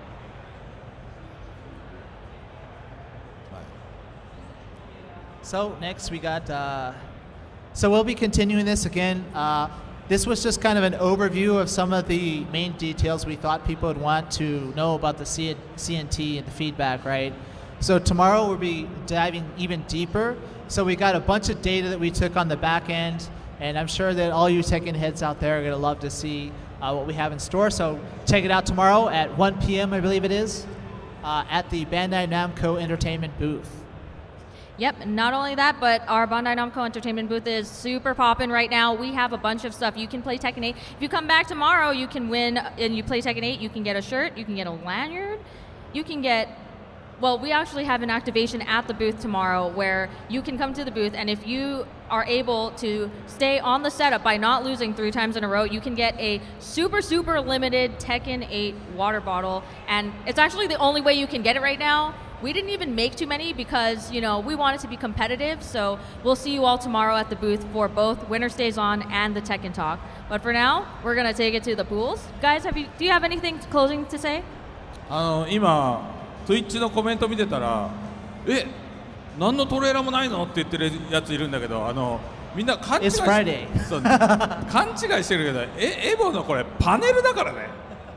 ね、エボの決勝ステージとは話が違うんだから、なんか俺らが出てきたら必ずトレーラーがあるってさ勘違いしないで。So he's not supposed to look at the comments on Twitch, but we're past that.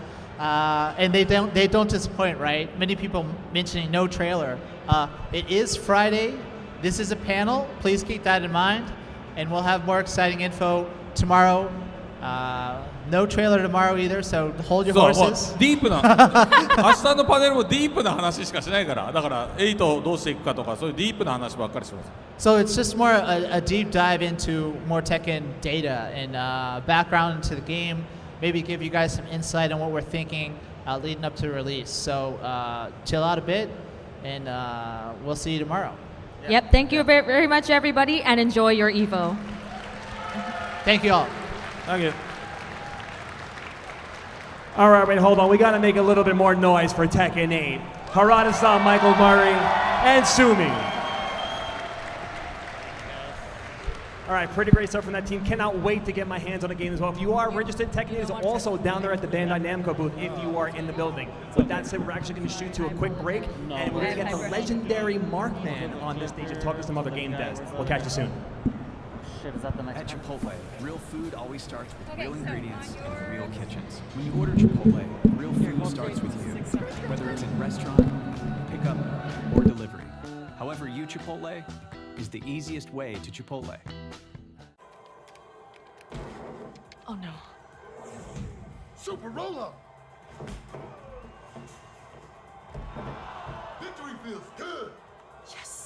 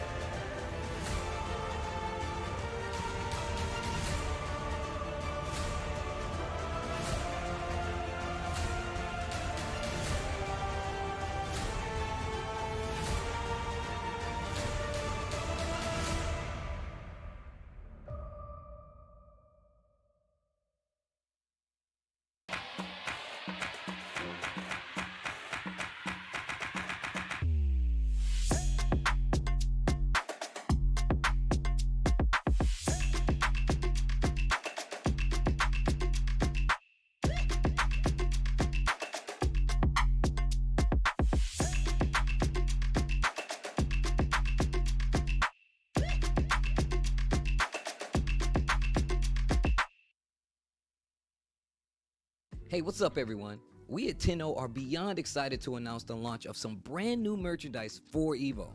Beginning with our new officially licensed Street Fighter designs, which include premium embroidered hoodies and more. Also, we have new officially licensed designs for the King of Fighters 15, Guilty Gear, Tekken, and other FGC partners. Each Tenno product is carefully designed by FGC heads with only the best material for maximum comfort and style. Trust me, you don't want to wait to cop these. Welcome back, everyone. We have another amazing conversation for you all on this stage. So please welcome Ian Ramsey, Beloved, and Markman. All right, guys, what's up? Welcome to EVO 2023. We're going to be talking about indie fighting games here at EVO. I'm joined with two very special guests. We got Beloved from the Five Force Fighters team, and we got Ian from Drag Her. So, guys, talk to me. How are you guys enjoying the event? Talk about the game. Beloved, you go first. Hey, what's up, you guys? I'm Beloved Yulinwa. You know, EVO is a great experience, and I'm happy to be out here to show off Five Force Fighters. It's a game created by myself, my little brother, and my friend Ben, and we're really excited to talk about all the mechanics and the diversity that we're ready to bring to EVO with our indie fighting game. And Ian, what about you? What do you guys got with Drag Her? We got a little game. Is this on? Yeah, it's on. Okay, good. Yeah, my name's Ian. I'm part of a small team of 6 working on Drag Her. It's a drag queen fighting game, available at D12. We're just out here trying to get a temperature check from the fighting game community, see what people think about it. Yeah. Cool. So for both of you guys, it's the second time you guys have been a part of EVO. I know for Dragger, you guys showed off your trailer last year. You guys were here last year as well, showing off the game. This is the second time that you guys are here. You're now on the stage. We're talking a little bit more about the game. I want to know a little bit more about it. So let's kind of talk about maybe the roster that you guys have as well. So for Five Force Fighters, we have a very diverse cast. Usually, with creators of games, you try to reflect what your character looks like in yourself. So we have 2 leads that are young black teens, and then the rest of the cast is, other cultures, because that's what we see around the world is different people of shades and colors like that. But, we wanted to represent a lot of different type of people. So that's what we went for when we decided to create Five Force Fighters. Yeah, and obviously very diverse. And speaking of diverse, I got talk to me about Dragger. This is a concept I've not seen before, but Ian, you got to tell me a little bit more about the roster. Sure. Yeah, the diversity in our roster is kind of the star. We've gone out and we've sought out drag performers, got their likenesses, brought them into the game, helped them design their characters. They're fully voicing it. They're on board, but it's a roster full of stunning drag queens, killer drag kings. It's phenomenal. Yeah.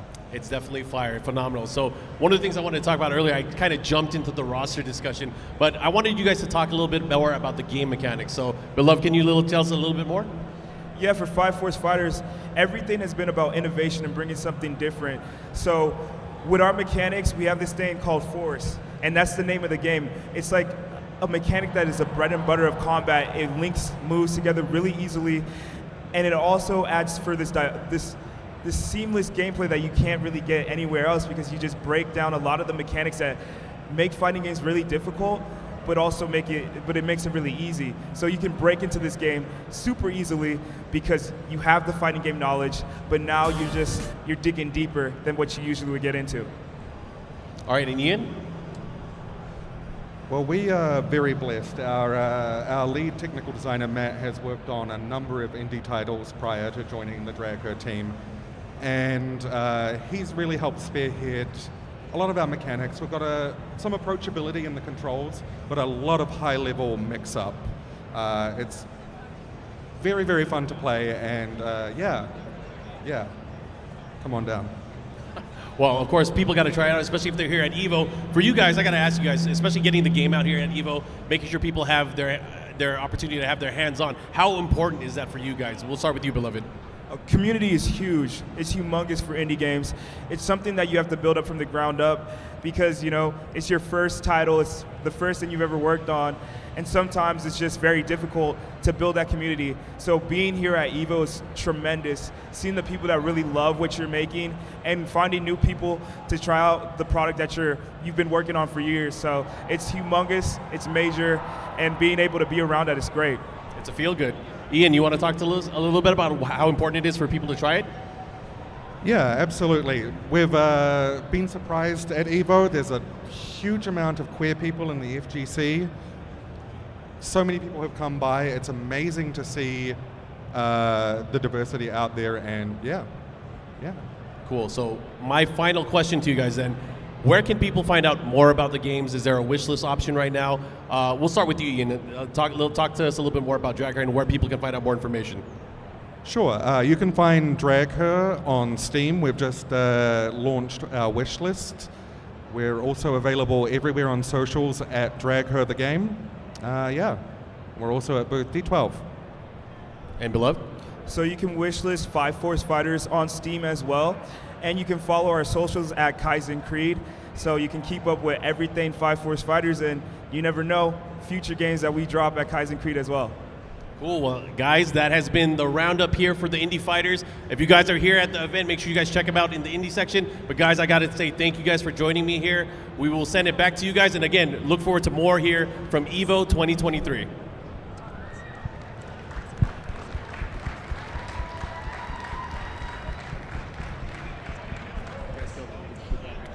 Hopefully you guys weren't too nervous or anything. Oh, I feel good. All right, yeah, we can do all day. We stay up here. We can stay up here. Oh, take a look.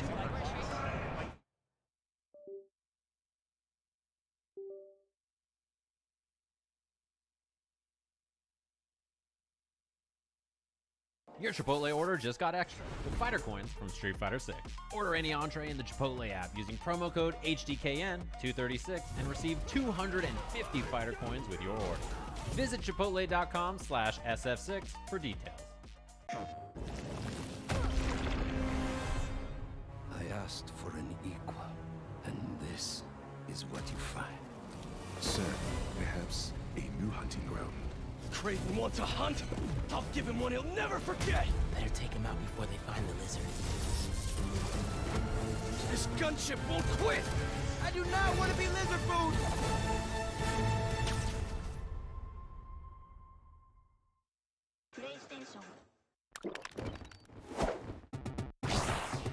Red Bull gives you wings. Oh no. Super roll-up. Victory feels good. Yes. Double Dragon Guidance! Rise of the Dragon!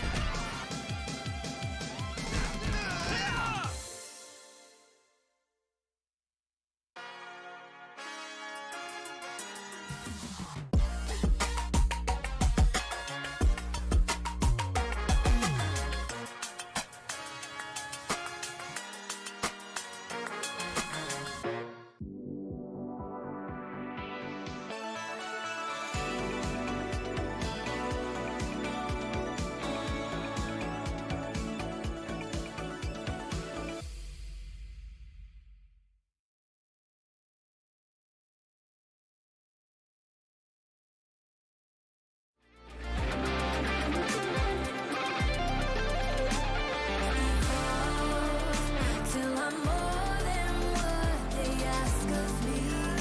Till I fly in ways you can't believe. Through a sky I know, on a blue horizon, in a dream I hold. My hands keep shaking, but my heart keeps strong. Though my legs keep aching, my voice keeps on. My soul keeps rising as I sing my song. I can hold my own till those clouds move by.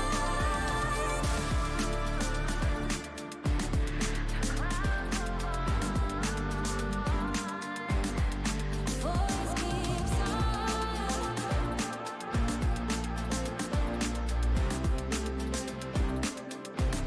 Yeah.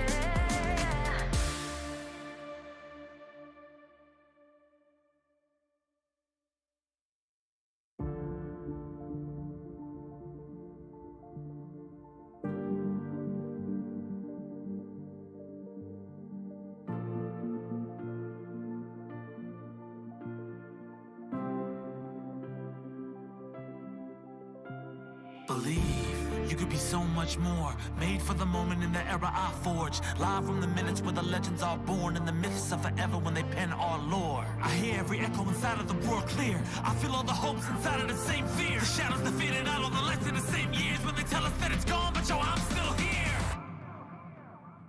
Run it back.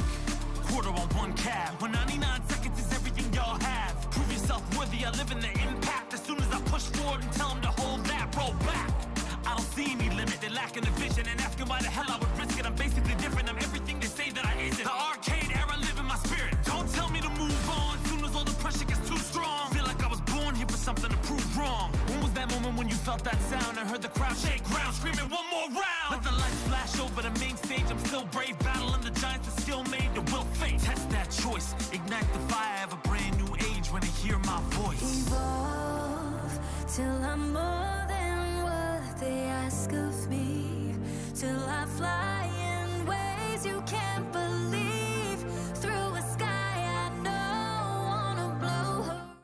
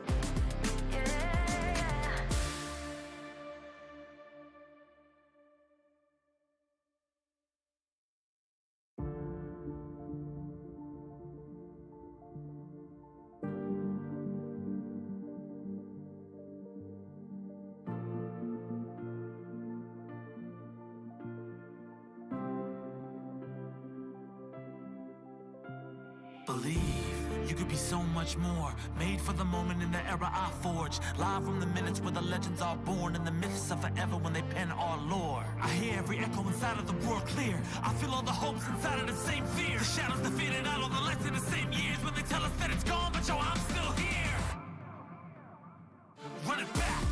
Quarter on one cab. When 99 seconds is everything y'all have. Prove yourself worthy. I live in the impact. As soon as I push forward and tell them to hold that, roll back. I don't see any limit, they're lacking the vision and asking why the hell I would risk it. I'm basically different, I'm everything they say that I isn't. The arcade era live in my spirit. Don't tell me to move on, soon as all the pressure gets too strong. Feel like I was born here for something to prove wrong. When was that moment when you felt that sound and heard the crowd shake ground, screaming one more round? Let the lights flash over the main stage, I'm still brave, battling the giants that still made the will face. Test that choice, ignite the fire of a brand new age when they hear my voice. Evolve till I'm more than what they ask of me, till I fly in ways you can't believe, through a sky I know, on a blue horizon, in a dream I hope. My hands keep shaking, but my heart keeps strong, though my legs keep aching, my voice keeps on, my soul keeps rising as I sing my song. I can hold my own till those clouds move on. I roll with the punches so I survive, and reinforcement of that is my 9 to 5. I've been played and beat down, this is the rebound. All systems go because I've arrived. When it's the only option, second is unacceptable. Make them feel the music and crank it a couple decibels. Style is impetuous, defense impregnable. This is the beginning, imagine your boy at level 2. My brothers is tenured, we run in the trenches, so coming against us is utterly senseless. I didn't know it was in me, but now I know it for sure. Number 1 contender, soon as I hit the door. Hurt y'all on the war, now jaws on the floor. My style is revered like art on the wall. If they ain't in the know, better keep them informed. Evolution's constant, and this ain't my final form. Till I'm more than what they ask of me, till I fly in ways you can't believe, through a sky I know, on a blue horizon, in a dream I hope. My hands keep shaking, but my heart keeps strong, though my legs keep aching, my voice keeps on, my soul keeps rising as I sing my song. I can hold my own till those clouds move on. Oh, run this back, brush it down. I got next, I'll be strong, prove myself, I'm still here, quarters down, infinite, infinite.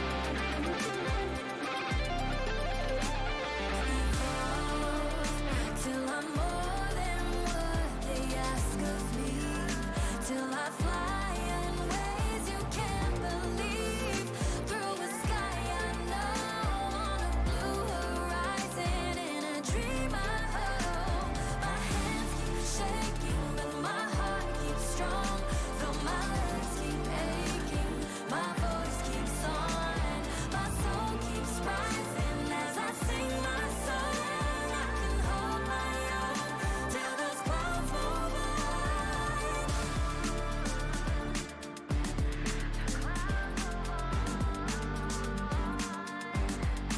Voice keeps on.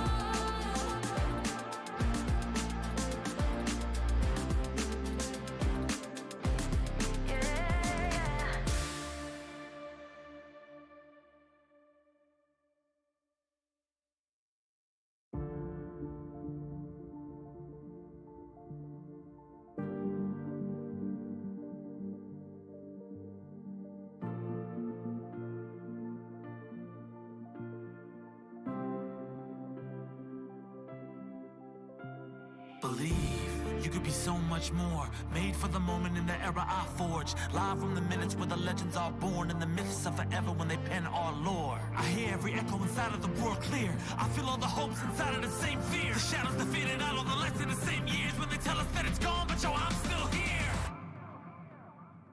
Run it back. Quarter on one cab. When 99 seconds is everything y'all have. Prove yourself worthy. I live in the impact. As soon as I push forward and tell them to hold that, roll back. I don't see any limit, they're lacking the vision and asking why the hell I would risk it. I'm basically different, I'm everything they say that I isn't. The arcade era live in my spirit. Don't tell me to move on, soon as all the pressure gets too strong. Feel like I was born here for something to prove wrong. When was that moment when you felt that sound and heard the crowd shake ground, screaming one more round? Let the lights flash over the main stage, I'm still brave, battling the giants that still made the will fate. Test that choice, ignite the fire of a brand new age when they hear my voice. Evolve till I'm more than what they ask of me, till I fly in ways you can't believe, through a sky I know, on a blue horizon, in a dream I hope.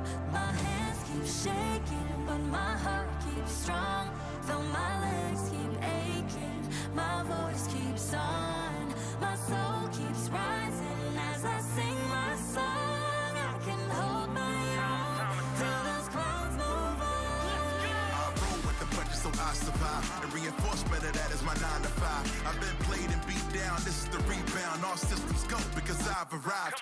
When it's the only option, second is unacceptable. Make them feel the music and crank it a couple decibels. Style is impetuous, defense impregnable. This is the beginning, imagine your boy at level 2. My brothers is tenured, we run in the trenches, so coming against us is utterly senseless. I didn't know it was in me, but now I know it for sure. Number one contender, soon as I hit the door. Hurt y'all on the war, now jars on the floor. My style is revered like art on the wall. If they ain't in the know, better keep them informed. Evolution's constant, and this ain't my final form. Evolve till I'm more than what they ask of me, till I fly in ways you can't believe, through a sky I know, on a blue horizon, in a dream I hope. My hands keep shaking, but my heart keeps strong, though my legs keep aching, my voice keeps on, my soul keeps rising as I sing my song. I can hold my own till those clouds move on. Run this back, rush it down. I got next. I'll be strong, prove myself. I'm still here, quarters down. Infinity, infinity.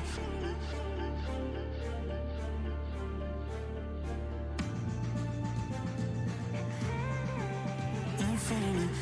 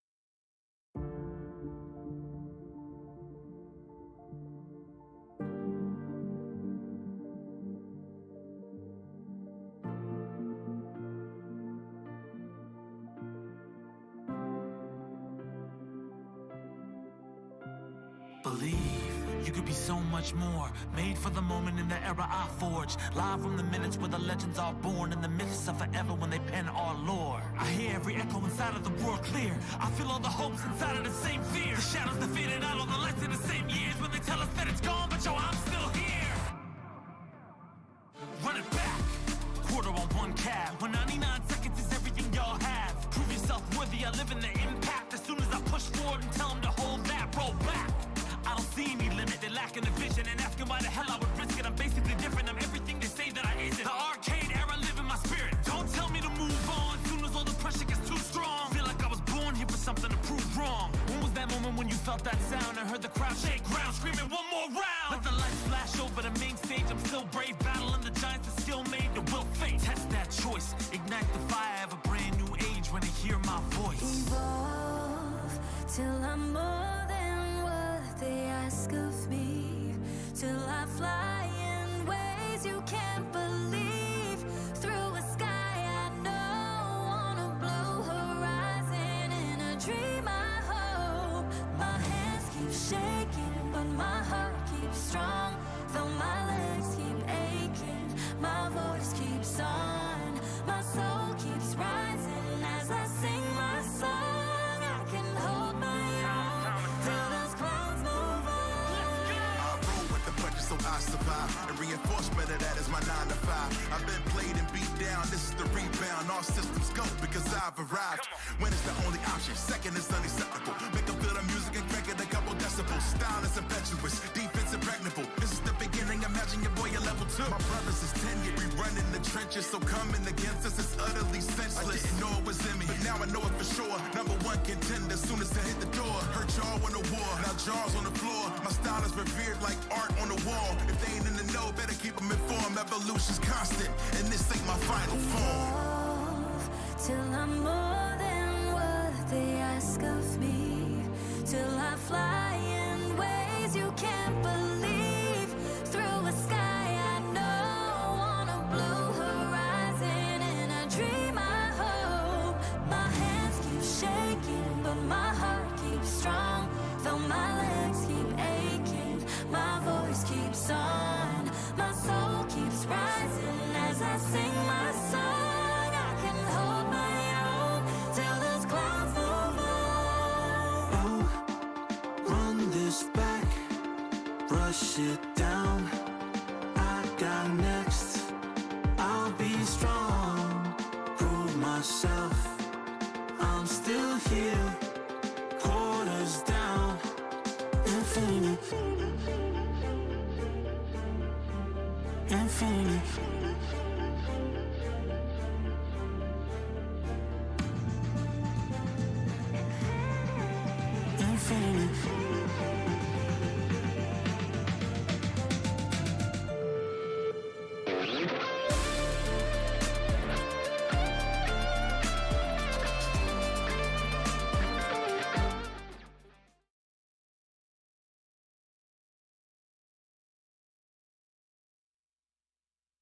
Hello, hello, and welcome back to EVO Connections, presented by AT&T. I'm Persia, and I'm joined by C9UU and Canadian Ed, who's going to be helping us out with some translations today.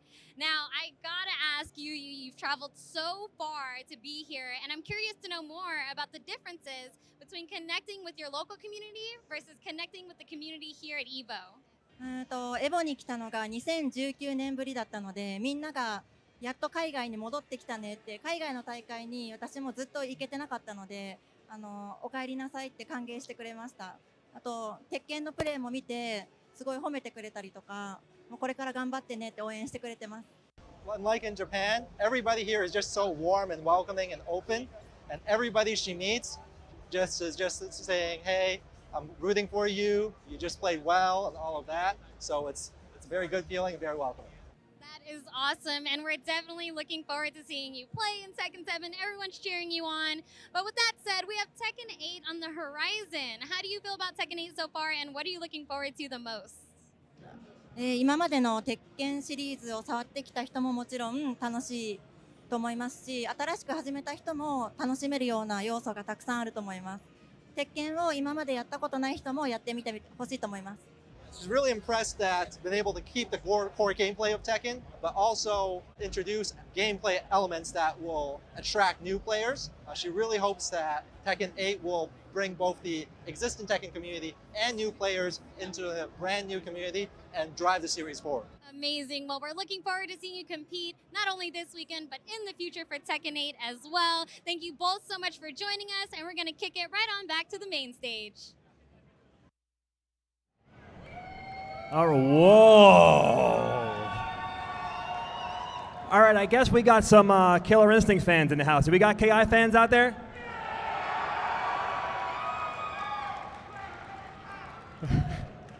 And as you know, we got a little Killer Instinct exhibition coming up. But before that, I got another question for everybody in the crowd.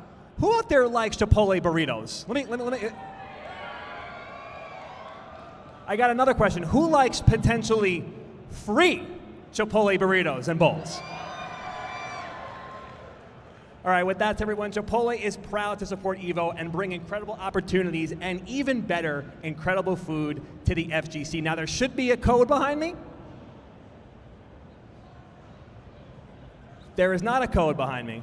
There should be a text code for you guys to potentially win a free burrito. Oh! Everybody take out their phone. I want to see phones in everyone's hand right now. In the pocket, in the pocket, in the pocket. Can you guys see now?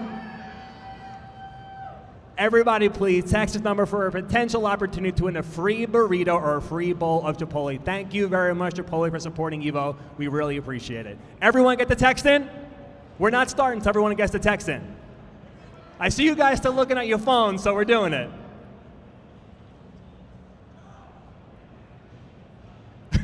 All right, that's it. We are good. Are we now ready for some Killer Instinct?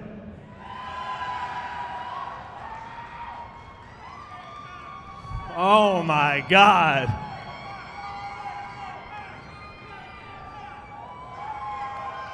All right, we're going to start bringing out the players right now. Can I get the players? The first player, can I please step up?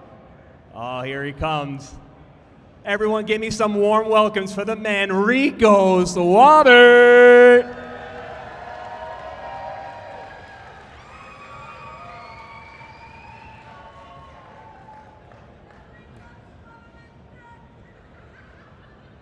All right, my man is coming up, a legend in the scene. Give it up, make some noise for my man, Hollywood Sleep.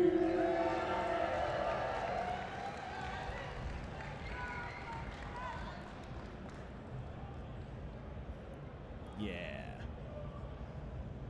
All right, here we go. I know this is going to be a big one. I don't even have to introduce this individual. Give it up. Give it up for Nikki, the KI legend, baby. Nikki. Yeah.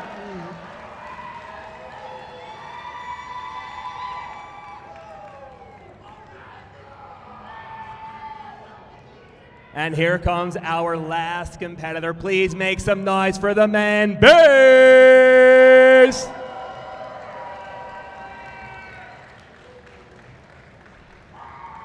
All right, I'm not going to hold you guys any longer. Hey, Sejam and Charbak, let's get this going.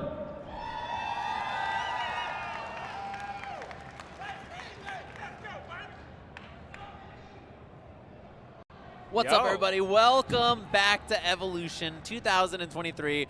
Ooh, I hear the music now. I hope you're all ready. I'm joined by the lovely Charbak for this KI exhibition. How you doing? What's going on? I am so excited that KI gets an opportunity to be on main stage, and there's some players up here that we haven't seen playing in a while. All of them household names. In fact, this is my Killer Instinct Mount Rushmore.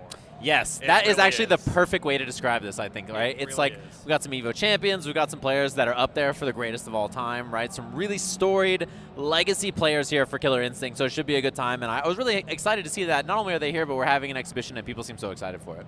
I know, I'm so excited. I mean, like, Sleep, I haven't seen him on this game in the longest, and Rico I haven't either.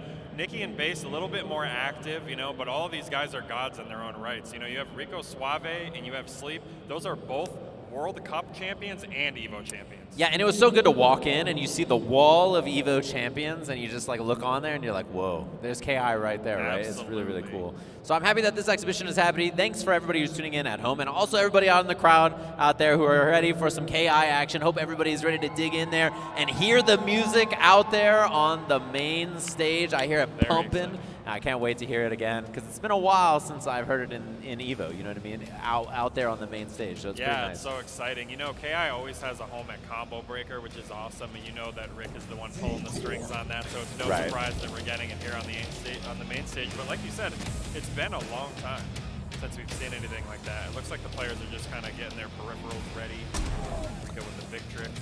Yeah, it looks like we're going to have Rico versus Base. That's not, I think, what we saw earlier, so that makes a lot of sense. They have a double limb bracket. It's going to be 3 out of 5 matches, which is pretty normal. 4 players, obviously, it's not too long of a tournament, right? This is the shortest tournament at EVO. It is, yeah.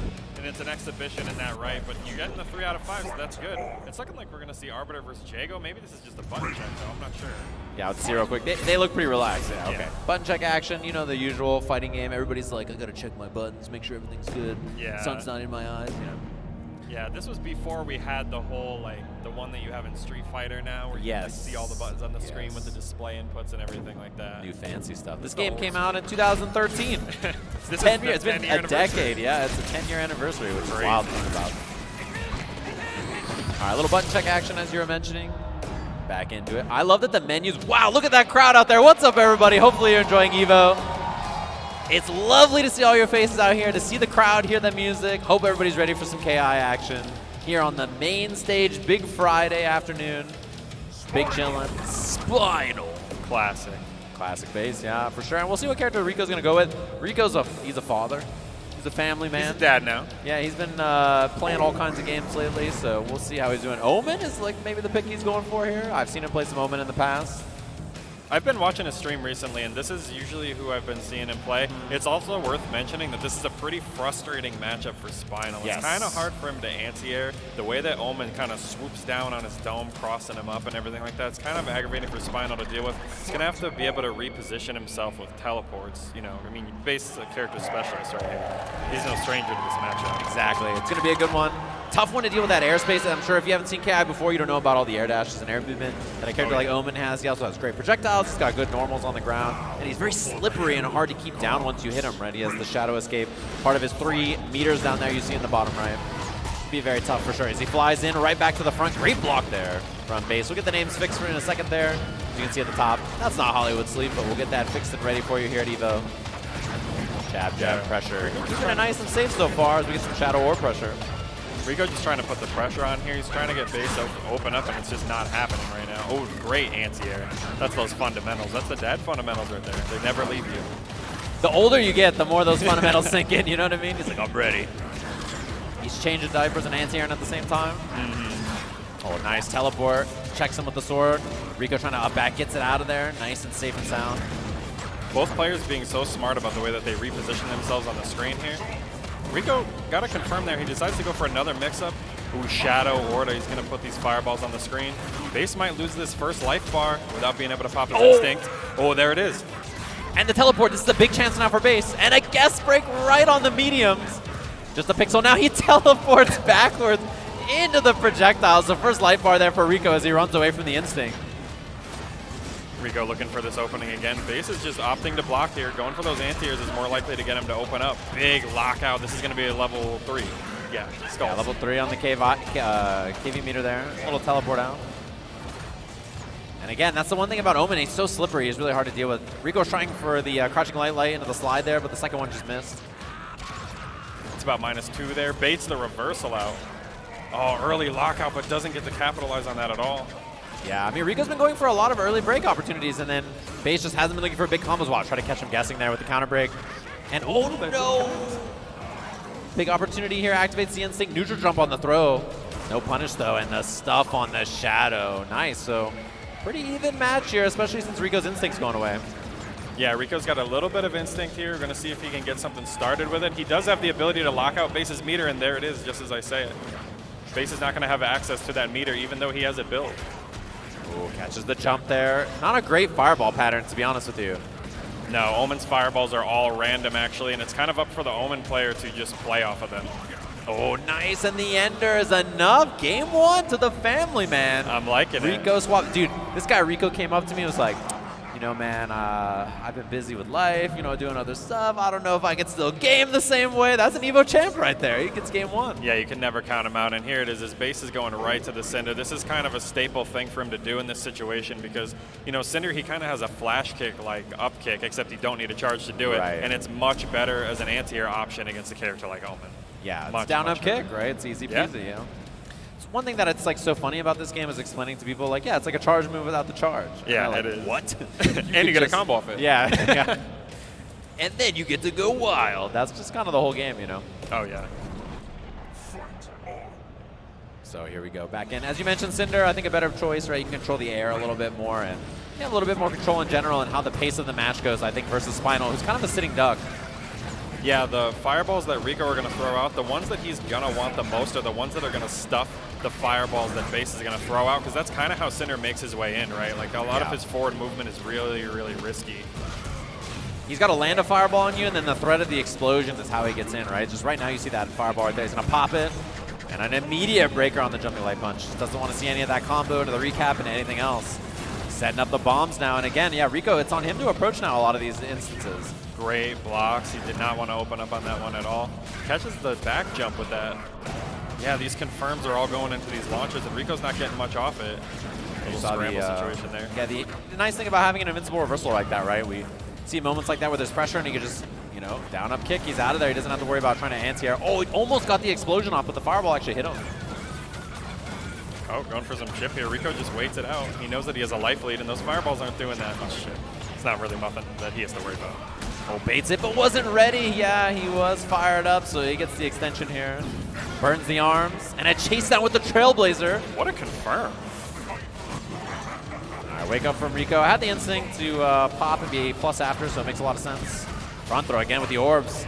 No combo afterwards, but just real more pressure and big moment here. Can he get the cash out? No, the breaker. These guest breaks from Rico have all been accurate. I think he's been right every single time.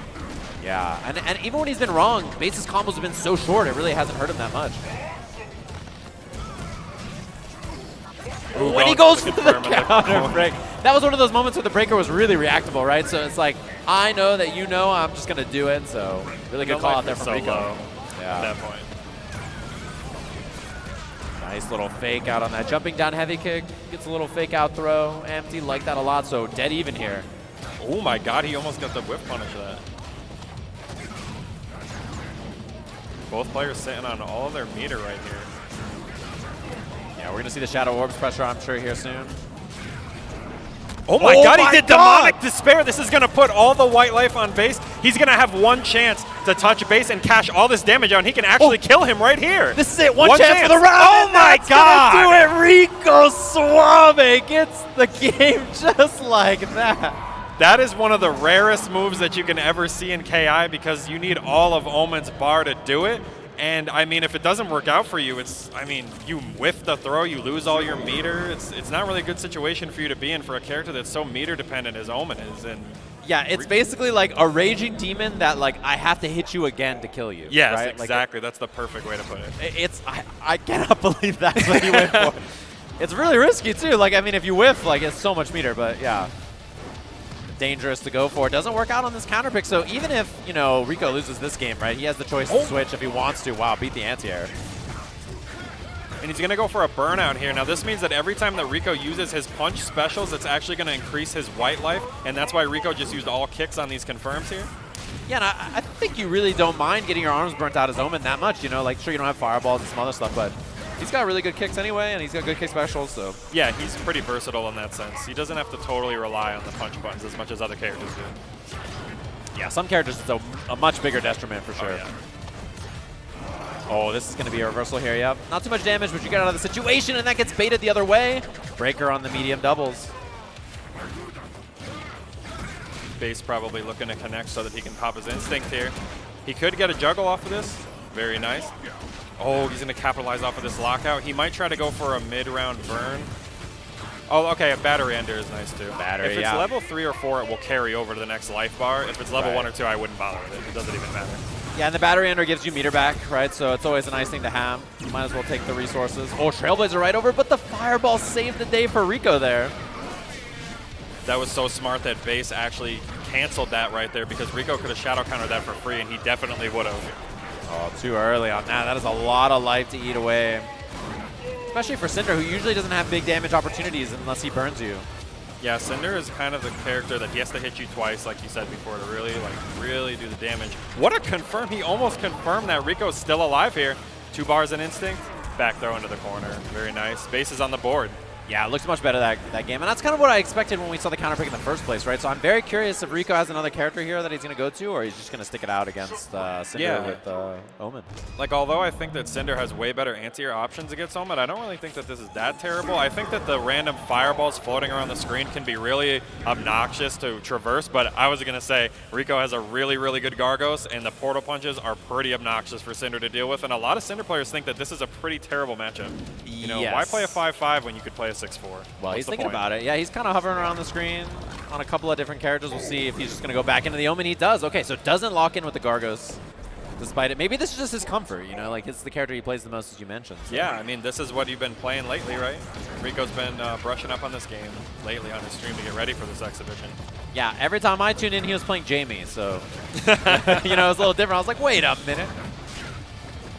Oh my god, he tried to chase that backdash down with that forward throw. Oh my god, the double dash, and then the big DP just challenges. Oh, but misses the recap. It's okay, though. Still some damage up there because of the KV. Wow, a couple of drops. Base jumping back, trying to set up and reestablish a neutral here. Gets counter hit on the triple.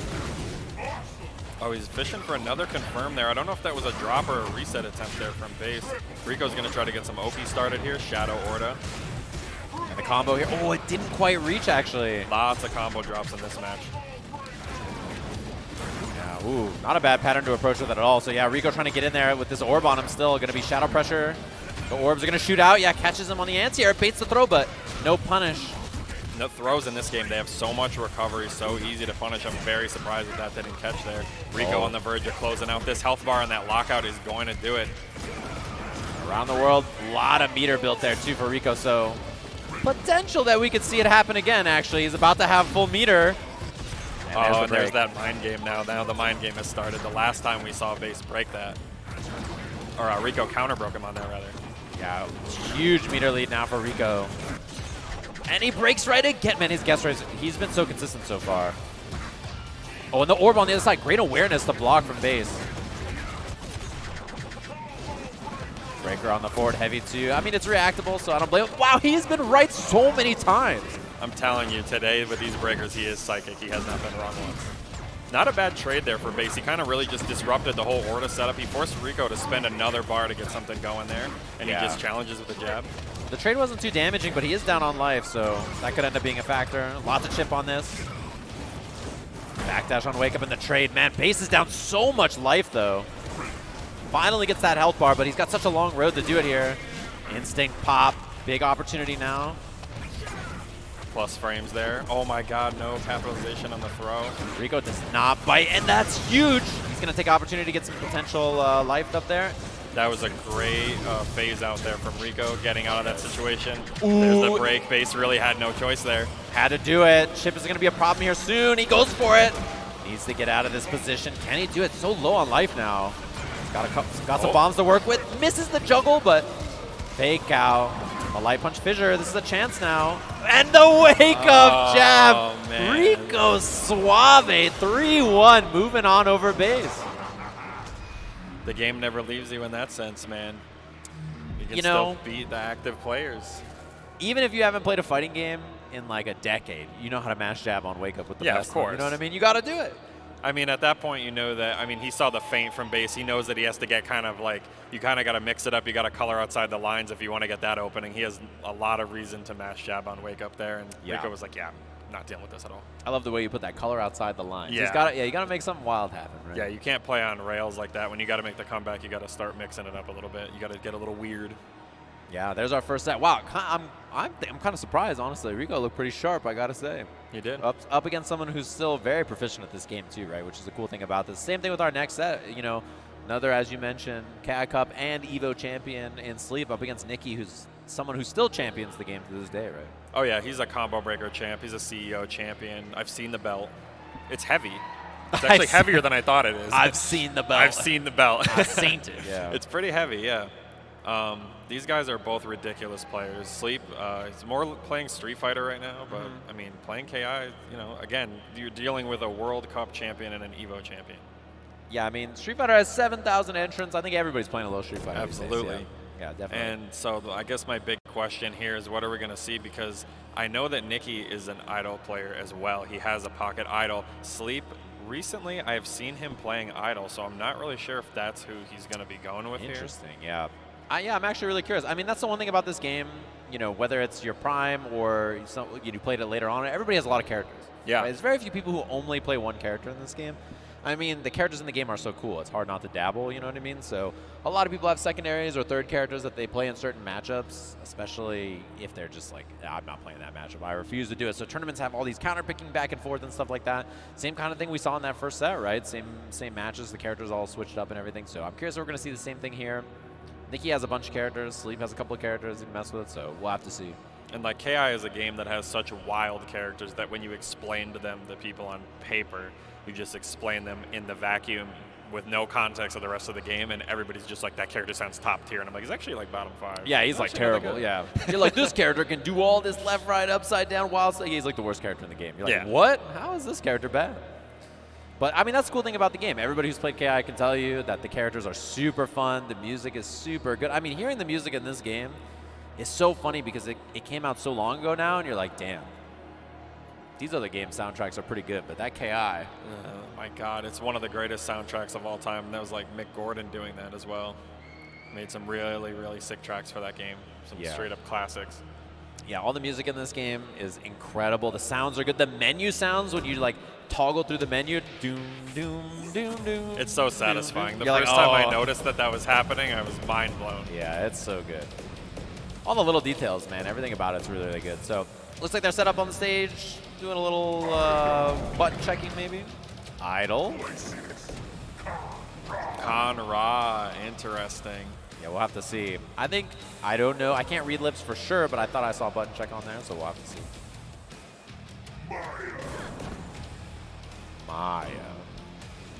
Yeah, so I think that this is Nikki going with Idol here, and Sleep is going with Maya. I'm not right. sure if they're ready to rock right here, but I do remember when they had these Microsoft tournaments in New York, I think Sleep won one of those with Maya. Yeah, I believe it. That was a while ago. But he has like a really, really strong Maya. Yeah, she's another example. Great character design. Really, really fun in this game. They're letting the intros rock. I assume this is real. Idol versus Maya.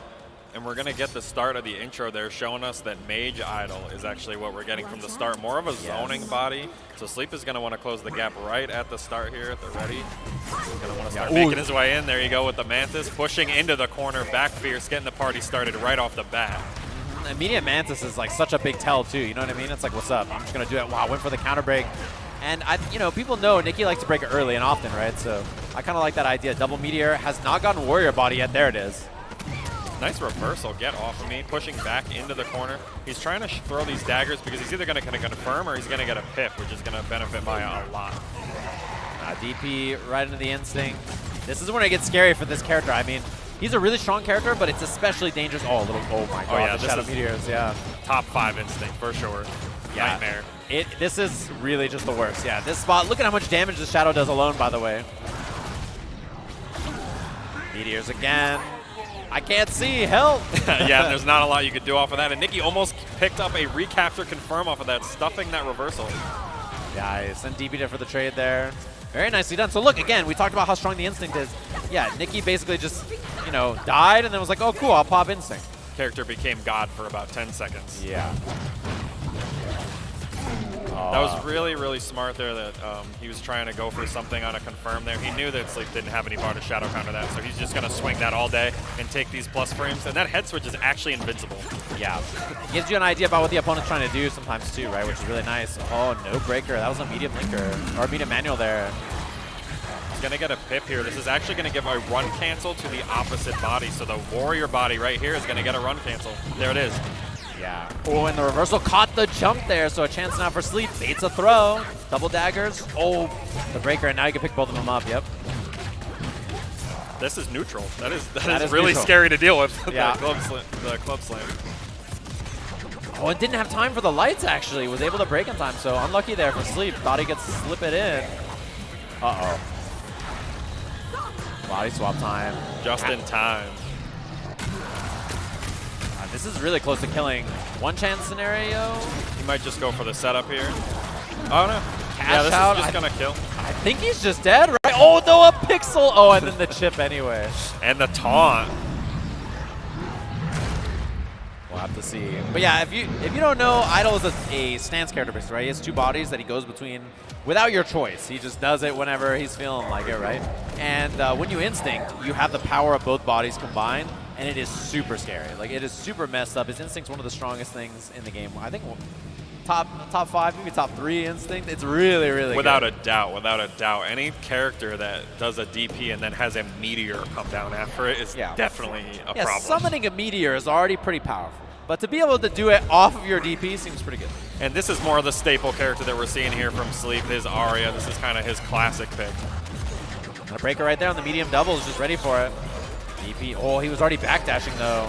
Trying to set up with the assist, and see Nikki, so much pressure. Now the swap to mage form, gonna be zoning. Yeah, teleport.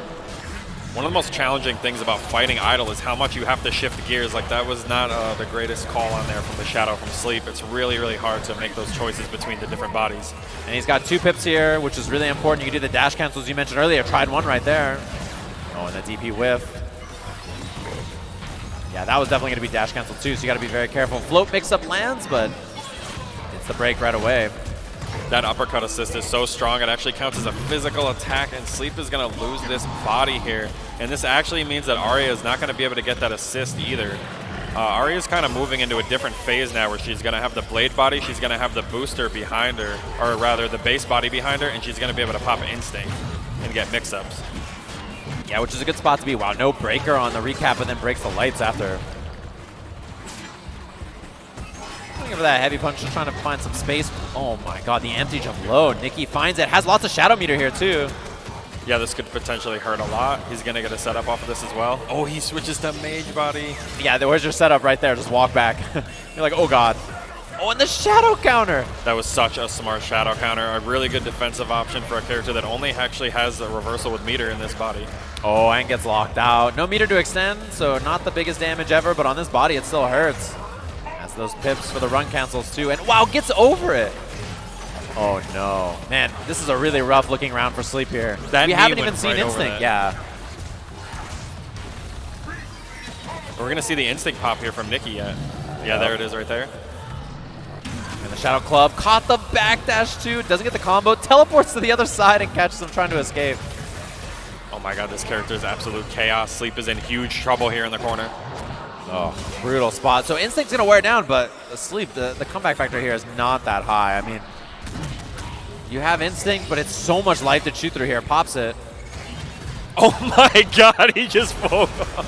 This is exhibition is wake up buttons, the exhibition right now. Yeah, wake up, immediate button, immediately says, oh, it's ultra time. I don't have to care about anything else. 2-0. Nikki looking good. The crowd happy to be here. He's trying to hype him up. And right back into it. Let's go. Wake up buttons. I did it. I mashed. Let's go. Let's go. That's how I am at home. I mash buttons. I wake up. Let's go. Great confirm on that. That's actually a pretty hard move to punish there. Yeah, the crescendo out of the air like that, especially because a lot of times there's an assist backing it up and other stuff's happening, so it's not always used to it. Yeah, we haven't really seen Sleep like take control of the match and like start his momentum yet. Nikki's kind of been in control for the past 2 games here. It's not really been able to establish. Wow, that was a great block. Even better shadow counter. Oh, got the swap to the mage form. Instinct pop. Yeah, that's a DP. And that freeze right there. Is this going to beat out the armor? Very nice. Oh. And counterbreaker at the end. Insult to injury there from Nikki. And he's going to get a pip there. It was already a 3-way guess. Oh, yeah. It's just like, why not? I'll just go for it. And the meteor. Wow, he almost got the recap on that. Yeah, he's been going for those confirms, and it kind of shows that he gets those often if he's going to go for that there. Yeah, ooh, the overhead connects. Got a guess, and yeah, guess is wrong on the ender there. Good spot in here for Sleep. He's going to have a little bit of instinct to play with at the beginning of this round, but it doesn't look like he's going to be able to get to play with any of it because Nikki kind of just back threw him in that situation. Yeah, I like the DP on the dash cancel too. Oh, and that time he does choose to break. Interesting. That's a spot where counter breaker is not a bad idea a lot of times too for the same reason, right? You know what the strength is going to be. You're ready to break. Wow, what a block. My God, what a block on that overhead. Both players sit on both meters here. Oh, he whistles. Wow, Oh, no punish on any of that. Man, yeah, he just did not even try. Maybe a little too afraid and breaks wrong. Oh, that is huge. Gonna take the command grab here at the end. Yeah, it gives you the pip for the other body. Yeah, that pip is going to give the mage body multiple special moves by just using one strength. You could kind of like surge it almost like Shadow Jago. Just double tap the button. Nice, Yeah, confirm. Oh, he didn't bite. Huge punish here for Nikki. Oh, man, this might hurt. Cheap. Wow, what a break from Sleep. He knows about that. Scary spot, but still the instinct's pumping. Oh, that's going to be huge. She might just be dead. Not quite. Pixel, that kills at the very end there, man. Nikki cleans it up. Oh, he tried to go for more too, and the taunting, dude. The taunts. I think he was trying to go for Ultra. He's trying to go for all kinds of stuff. Press here on the stage, thumbs up. So he's playing Rico in winner's side here. I like that little sequence that was at the end there from Nikki because the crouching heavy punch that he went for and that goes into an instinct pop has such a small window for you to break on it. Yeah. But Sleep knew about that because he was like preemptively breaking it. He saw that he had instinct and he knew immediately what he was going for in that situation. So that just goes to show that Sleep had the awareness there. Unfortunately, it wasn't enough to pay off. So he's going to drop down into losers. I think he's going to be playing base in there. Base, yeah. Man, what a wild little bracket here. Cool exhibition. I'm happy when EVO was like, yeah, we're going to do a little KI exhibition. I was like, dude, that sounds awesome. You know, it's really cool. There's games that came back like you're doing Marvel right here as a throwback tournament. I'm sure a lot of people looking at that, their game in mind, you know, they're like, ooh, is it time to do a little throwback tournament? But then an exhibition for KI, I'm satiated. You know, I'm satiated. Yeah, I can handle that. I was like, all right, that sounds good to me. It looks awesome. I would love for it to be the throwback game one year. It would be dope. Yeah. It would be really sick. Would be. But anyway, we got our losers match, it looks like, up on stage. They're ready to play here. It's not a very long bracket for this exhibition. No, it's not. You know, so it's easy to keep track of. You're like, there's 4 people. Grand finals two coming in up soon. here, and grand finals here, and losers there. Like, you know, you can figure it out pretty easily, which is cool. I love that a lot, and I appreciate EVO having it. It's very, very dope. Happy to be here doing this. So it's gonna be base up against Sleep. Sleep literally just played. You know, they're just like, hey, sit in that seat. Keep it nice and warm. You're going to be doing some gaming right now. Usually if somebody wins, they tell them, like, stay on that setup. They usually don't tell you to stay on that setup if you lost. Yeah. Usually not. Yeah, loser stays on. That's very rarely the format for a fighting game event, so here we have it. Wow, look at this camera shot. You can see some of the stages in the background. It's like a giant horseshoe is how I described it of stages for EVO this year. There's stages all across the walls, and then obviously we're here on the main stage with Killer Instinct at EVO, which is really cool. Yeah, it really is. I was looking for the main stage earlier, and I was like, I don't know. These all look pretty main to me. Yeah, all of them. Even there's the community stage just like straight across from us. Even that stage looks like a main stage too. I was like, what's going on here? So characters, it's Eagle Aria, it looked like to me. Which makes sense given these two. They both do play those characters. We just saw the Aria for Sleep, obviously, and Base definitely plays some Eagle himself, so we'll have to see. Good to go, locked in. Yeah, Eagle is a really good pick for Base. This is a character he has so much tournament experience with. He uses this character all the time. Even if the matchup isn't necessarily totally great, I think it's kind of it's hard for Aria to do Aria things when you have all these arrows coming from all these different angles, shooting Aria out of the sky, clipping her assist. It's really annoying. I think the real downside here is that both characters have crazy mix, but Eagle is the one with the bad reversal option. So we're going to see if Sleep can get something started here. Yeah, defensively, pretty whack. That's like kind of his big thing, right? The bird explosion is sort of his main way to deal with stuff, but it's not the best thing in the world. Oh man, base will throw. Oh, the bird. There it is. The bird saves the day, but then you lose access to it for a little bit, which can be a pretty big factor in this match, honestly. You need it for mix, you need it for the screech, you need it for doing the arrows or something, you know? A lot of uses for it. Ooh, try to anti-air there. Oh, gets stuffed out of that shot. Pushing into the corner here, he's going to call his assist. Sleep is going to try to keep the mix-ups tight enough to where the bird cannot get through the gap, and we have a pause. No, Bubba. It happens, just like that. Oh, back into the match? They're going. Whatever. Even the bird, he was like, are we done? You see him laying on the ground? Dude, imagine being in the exhibition and being like, I'm taking it. Where's the judge? I'm winning EVO exhibition. It's my time. Wow, float over, but the instinct pop lets him see it. I like that jab confirm. He knew that there was going to be enough recovery frames on the ground there. Nice, yeah. Pick up the arrows. You can see in the bottom left for Eagle there. You got to keep track of those arrows. And you lose them pretty quick sometimes, right? So it can be pretty difficult once you run out. So that's what the bird's for. That's what your body's for. You got to go pick them up. One arrow in the chamber here. Yeah, Eagle does have a super where he's able to pick all of those back up, but he's kind of just going to slide, and he's going to jump over the counter, grab him, jump back, put Sleep in the corner here. Nice, and the Screech covered it there, gets the DP. Oh, this should be a DP, I think, here, right? Oh, no. Yeah, I'm not sure what Sleep tried to was go there no, for there, but yeah, there was Blade out. Body. Okay, I was going to say, maybe there was no Blade Body, and I didn't see, but mix up. Yeah. Okay, he actually got through that. A lot of the times that'll trade with the reversal. Oh, he's hugging the screen to try to keep the arrows off screen, yeah. Now goes for the mix-up, so he's going to get the arrows back in a second here, but... Trying to get some pressure here. There's not really a lot that you could do about that bird, and it recovers so fast, too. It's kind of like the core of how Eagle gets all these mix-ups off. Yeah, it is really cheap. He does the Screech, he shoots the arrows over your head, and he goes low, and you're just like, well... Free-frame slide. Yeah, the slide, or shadow slide into the Screech, also very good. Ooh, and that assist got clipped there in the process. Yeah, Blade Assist is going to hit. Oh, whiff! Oh, I'm surprised she was plus there, if she was plus. Yeah, it was so scrambling in that situation, it's hard to tell, right? The whip jump heavy kick goes low afterwards. And Sleep, yeah, this pressure is so hard to deal with. Pops the instinct to see the mix-up. It's going to be a shadow. And Arya is so low on life here. Wow, woke up crashing leg kick, shotgun knee. Nice break. I mean, at that point, you got to make something happen. You have 2 bodies left, now 1. Yeah, snipes the body, trying to get those arrows back. I mean, it's so neck and neck here. Goes low, finds the hit immediately into Ultra.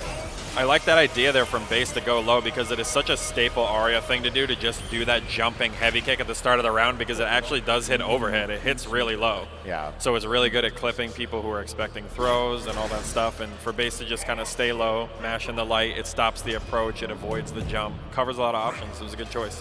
Yeah, look at that sea of gamers out there. There's a lot of people here. Oh, I like that. Just manual sweep right at the end. Holding, steady. Oh, my God. I don't know if that arrow was unblockable. If he holds it long enough, it's unblockable. And Sleep just was like, I'm not trying to hold that. And I can't say I blame him. Yeah, and you can see Sleep is just trying to DP out. Just says, I don't want to deal with the pressure. I'm just going to try to get out of here. I like that idea to just kind of scramble, avoid it. But this body is getting beat up. Oh, it just goes for the raw swap, and there's a punish. Yeah, you got to take the good with the bad there. You got to kind of take the hit on that body in the process. You're going to save the other one, though, and you're going to get a reversal. It's a pretty good trade out of that. Gets hit by the arrow on the way out. Man, Sleeve's bodies are getting beat up. Oh, holding it, looking for the unblockable, trying to charge it all the way, as you mentioned. Now this body is getting destroyed too. The cash out, not enough to kill. It's so close. And another tag. These raw body switches from Sleep are not working out in his favor right now. Base with a huge life lead, and I think that other body is still alive, right? Yeah, we might just see the instinct pop here, maybe. Oh, Bubba, the controller again. What's happening up there? Just go. They're going back into it.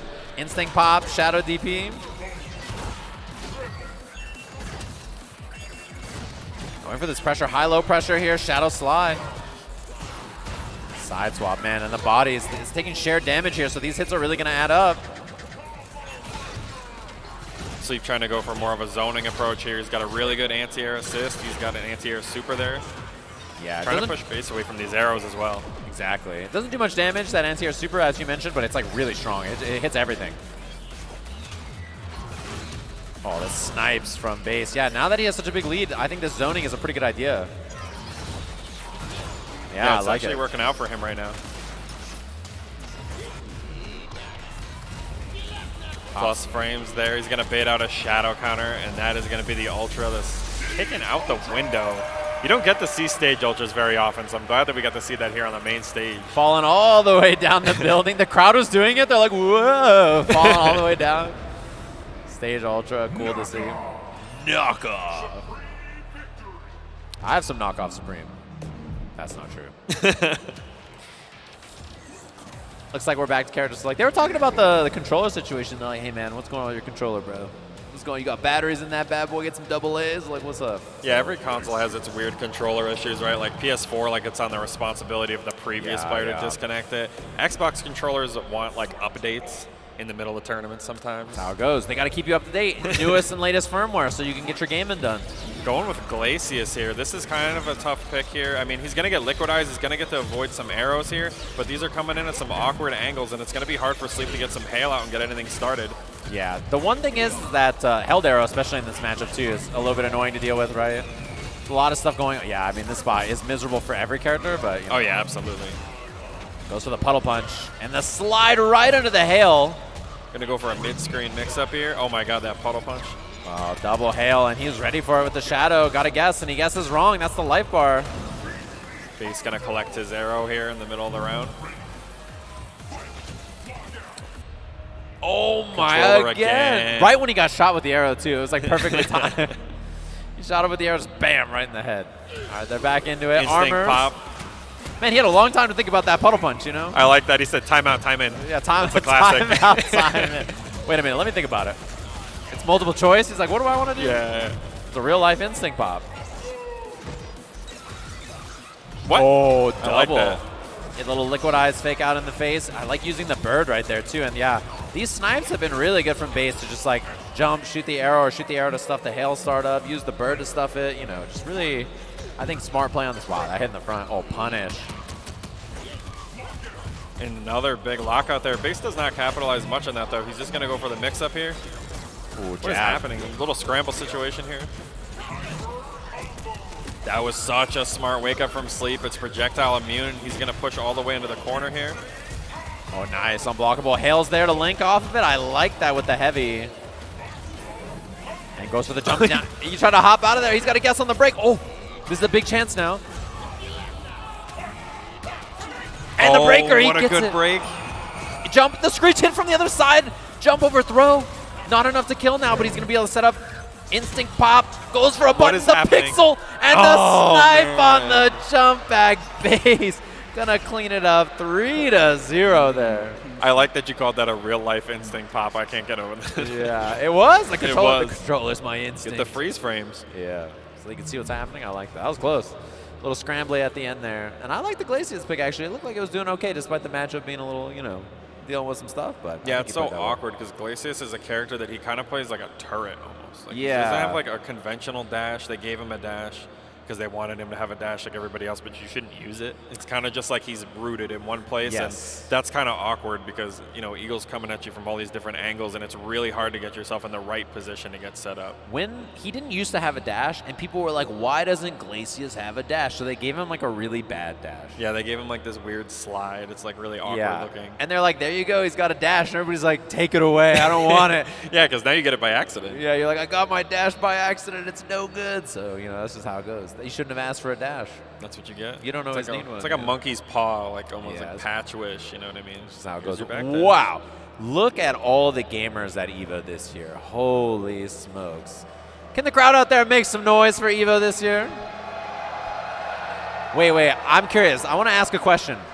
How many of you, by way of noise, is this your first time at EVO this year? That's a lot of people. That is a lot of people. That is a lot of gamers out there. Buy some noise out there. How many of you are not new to EVO? You've been here before. That's Okay. still a lot of noise. people. That's a lot of people. It's cool to see. Love to have everybody out here. So many people have come up to me and been like, yeah, I got into fighting games during COVID. And like, you know, this is my first EVO, or I came last year and this is my second time here. It's really, really cool to see. So awesome. Damn, that was a lot of people. There is a lot of gamers in this venue, I'll tell you what. Nikki gonna go with the Rash pick here. Rashing it up. Miko looking like he's still gonna stay with Omen.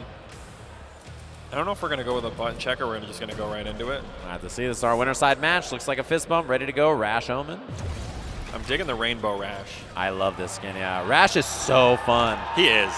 That's what we don't talk about enough, right? Because we're too busy talking about how cheap he is. He's super fun. Yeah, He super is so fun, super cheap, really cool character.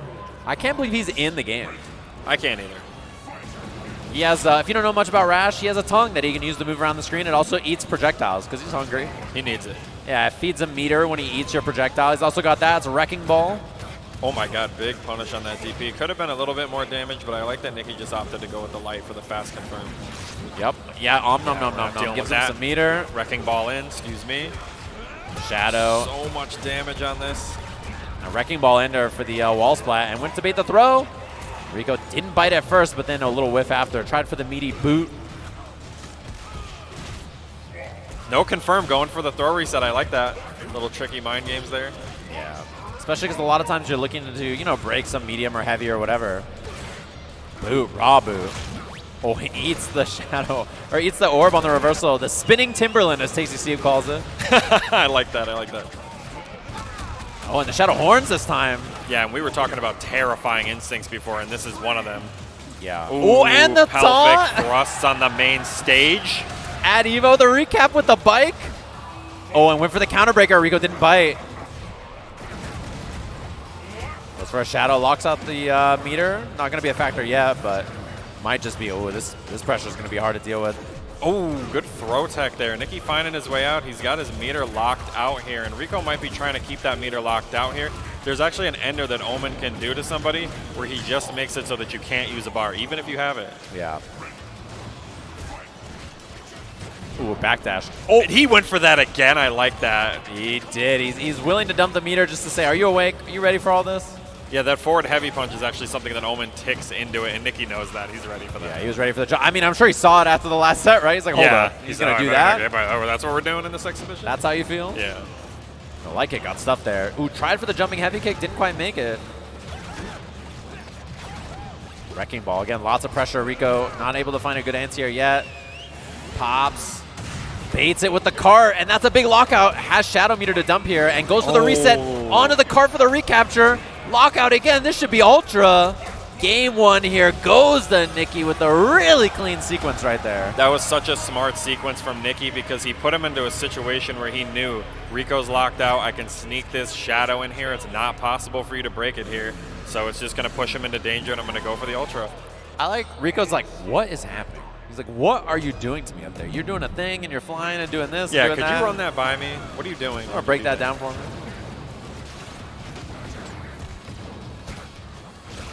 I like that. He kind of just challenges to get over the ball. He jumps over it, and he confirms into a lockout. Good damage on that, too, for no meter. Nice. Breaks on the lights. Ready for it this time. Wow, big Wrecking Ball. Doesn't get a juggle, though. Oh, he confirmed off of that crouching light kick, too. That was really good. Yeah, into the standing jab, target combo. Rico with the break, though. And this time, no break. No back throw, though. Yeah, I really do not hate that break at all from Nicky. That counter break attempt was really, really smart. Oh, a little early on the throw. Trying to find some pressure. I like the jump tongue, though. Not quite enough. Chip will do it, though. Yeah, Wrecking Ball, so hard to escape right there. It's such a hard thing to deal with. That's kind of why you see players block it, because if you don't challenge it with the right thing at the right spacing, with the right strength, it's just going to go wrong for you. You're getting opened up. Yeah, it has armor on it, too, so he just flies in, and you're just like, well, Shadow Wrecking Ball, other side, tongue action, caught him. And he has huge corner carry on those combos, right? He gets to use the ender with the Wrecking Ball ender, and it takes you so far for the wall splat. No wake-up instinct here from Nicky.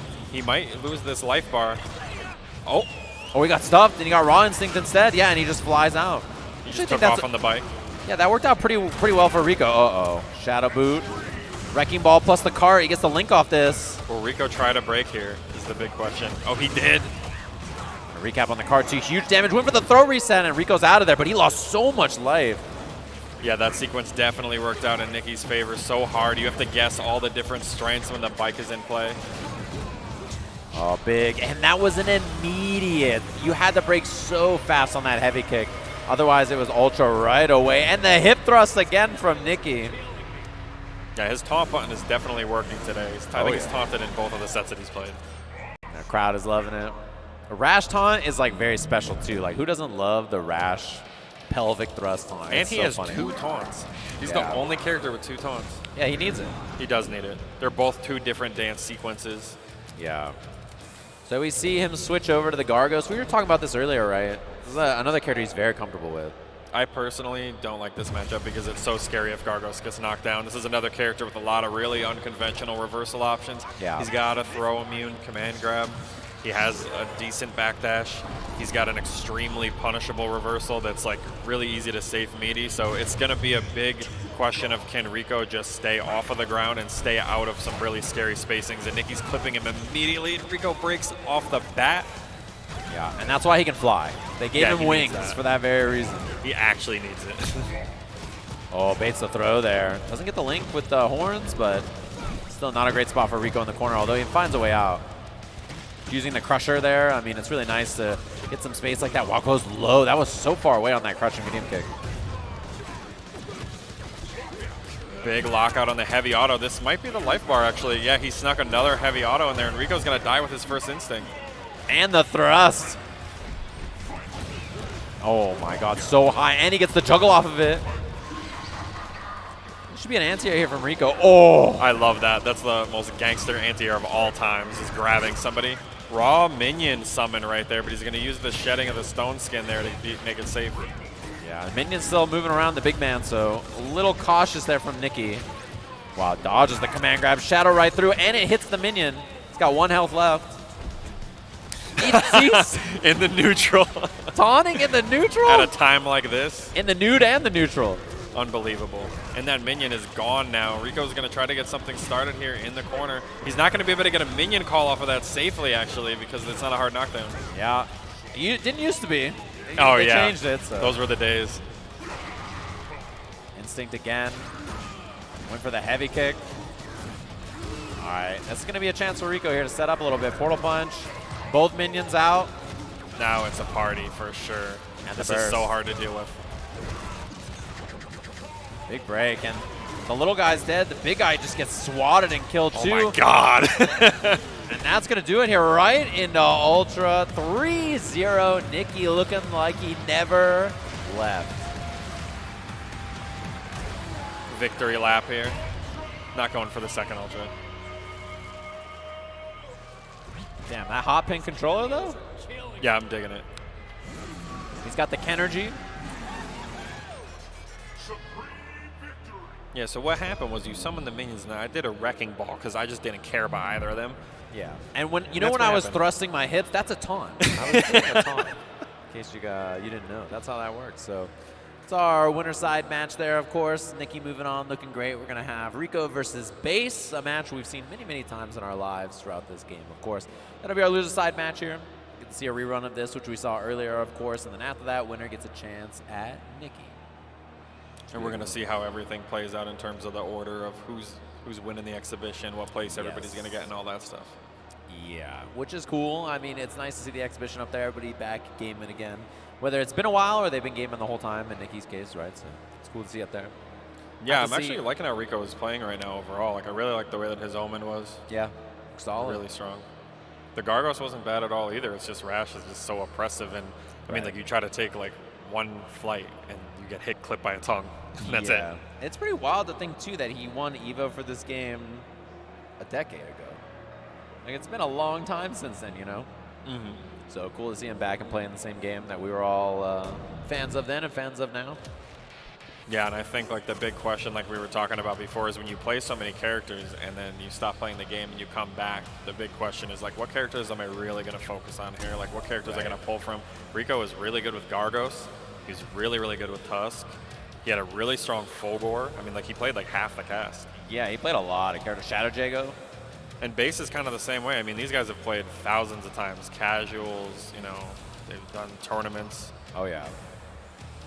We see here, getting their buttons all set up, ready to go here. It's going to be losers finals action of our exhibition. We'll see the characters. Omen versus, what character for Base? He tried Spinal, he tried Cinder. Obviously, Cinder was the character that he switched to after he lost, so we'll have to see. Mira. Interesting choice. Okay, both of these characters have a really similar move, kind of like the Mist and the Shadow form. Yeah. They're kind of a move where they just, their hurt box kind of disappears and they just teleport into another place. Okay, we're going with Gargos here. Interesting. And Base is cool with it. He's like, all right, I'll play Mira Gargos. He thought about it. We didn't have to have a blind pick scenario or anything. He's like, I'll let that rock. Ooh, the best stage in the game, best theme in the game. Thunder theme. This is my actual favorite theme in this game, for sure. And this is one of the most commonly played tournament stages. Yeah, but it's a different theme. He's getting Orchid theme on this one, yeah. Which is great, by the way. So this is another one for Rico. This is just going to be like a game of traversal. Mira has like really, really, really impressive Oki, and it's going to be just a matter of wanting to stay out of those spacings. Yep, Bats out early too. Great projectile, tough to deal with. Yeah, Bats have such a scary presence on the screen, but the thing is that Portal Punch is instant and it tracks, and if Mira gets hit, the Bats go away. So it's kind of like a pretty good trade-off in this matchup. Both of them kind of air superiority kind of characters. Nice anti-air there from Rico. Yeah, that is not easy to do. She is tough to keep out of the air, but just a heavy kick there. Ooh. Breaker on the lights, and a command grab right away. Another one after a little headbutt. Will he try to summon again? I like that he kind of backed off. He was a little bit more cautious about that summon in that situation. Whoa. I like that debate the throw. That was a smart little choice, especially with the minion out. Oh, whiff on the sweep. Crouching medium into the Psycho Crusher and breaker right away. Yeah, and that minion only takes 3 hits before it's gone. Rico spending the bar to anti-air with that Shadow Portal Punch there. Oh. Using the triple jump. Get out of the way of the Bats. They just hit right at the end. Uh-oh. Scary time now. Wall splat ender. Pretty good damage on that actually because the instinct missed. Ooh, this might be a scary instinct pop here for Rico. Oh my, I like that command the grab. Bats, yeah. And the burst gets out of there immediately. Close first life bar here. Yeah, it was a really good use of the instinct there. I mean, he got the minion on the screen, and that's really what matters here. This is what makes Gargos shine as a character overall. Dead right into the shadow. A little bit of chip will do it. Man, his anti-airs have been so clean, and the command grab, the hop and grab. It's a summon afterwards too, so good little spot for Rico, even though, yeah, he might go down here. The minion gets hit, loses one little bit of life, but it's got 2 more hits left, so Rico, pretty good spot, I think, all things considered. And I love on this stage, in the second health bar, it just starts pouring. Yeah, it's as soon as it hits second health bar, it just starts downpouring. Oh, minion dead just like that, and the lockout. Shadow available, this could be huge. Look at the damage on this. Which is at 48%. Oh, missed it. Yeah, usually you can punish that. Oh, chance, he was trying to stand light kick into the command grab, I think. And the burst. Stabby is on the screen. Nice anti-air, Stabby. He's so skinny, he didn't get hit by the shadow there, so pretty lucky for Rico. Oh, command grab again, man. He's landed so many of those. Yeah, his placement of those in the situations that he's landed them is really, really smart. Other minions out. Stabby not hit against. He's still alive. He's got 1 more HP. Oh, he hit from behind. Now the minions are out there. They have the sandwich. Oh, this is really good defense despite everything on the screen here from base. Another anti-air there. And the link right into the Ultra. Dude, Stabby was MVP. He was. He anti-aired, he hit her on the ground. He has like better fundamentals than a lot of players. He does. He anti-airs way more consistently. His anti-airs are good. His footsies are good. You really can't jump on him. I think Stabby could make it out of pools at EVO. He probably could. I'm pretty sure he could get a Chipotle card. Maybe not the bag. Yeah, he maybe get not the the par. bag. He Yeah, get the card you for get sure. You get the card. Yeah, you get the card. That's for sure. So game 1, Rico, even though it was kind of a bit of a scramble there. Rico relying on that standing heavy kick. That pillar that goes to the top of the screen is just Gargos' standing heavy kick. It's like a really cool anti-air, upper body invincible. But Mira has a lot of these deep jump-ins. This is going to be a huge lockout. And huge damage too so far in this round. Command grab jumps it, heavy, can't block. And immediate burst. Just does not want to see any more of that. Oh, nice command grab. He's going to get some of that gray health back. Rico's in big trouble here. Wake up buttons didn't work out there. Yeah, chip will do it, so you got to be pretty careful. That's going to whiff and a punish. No, didn't get a good punish on it. Just the whiff there and got the portal punch. So huge lead now for base.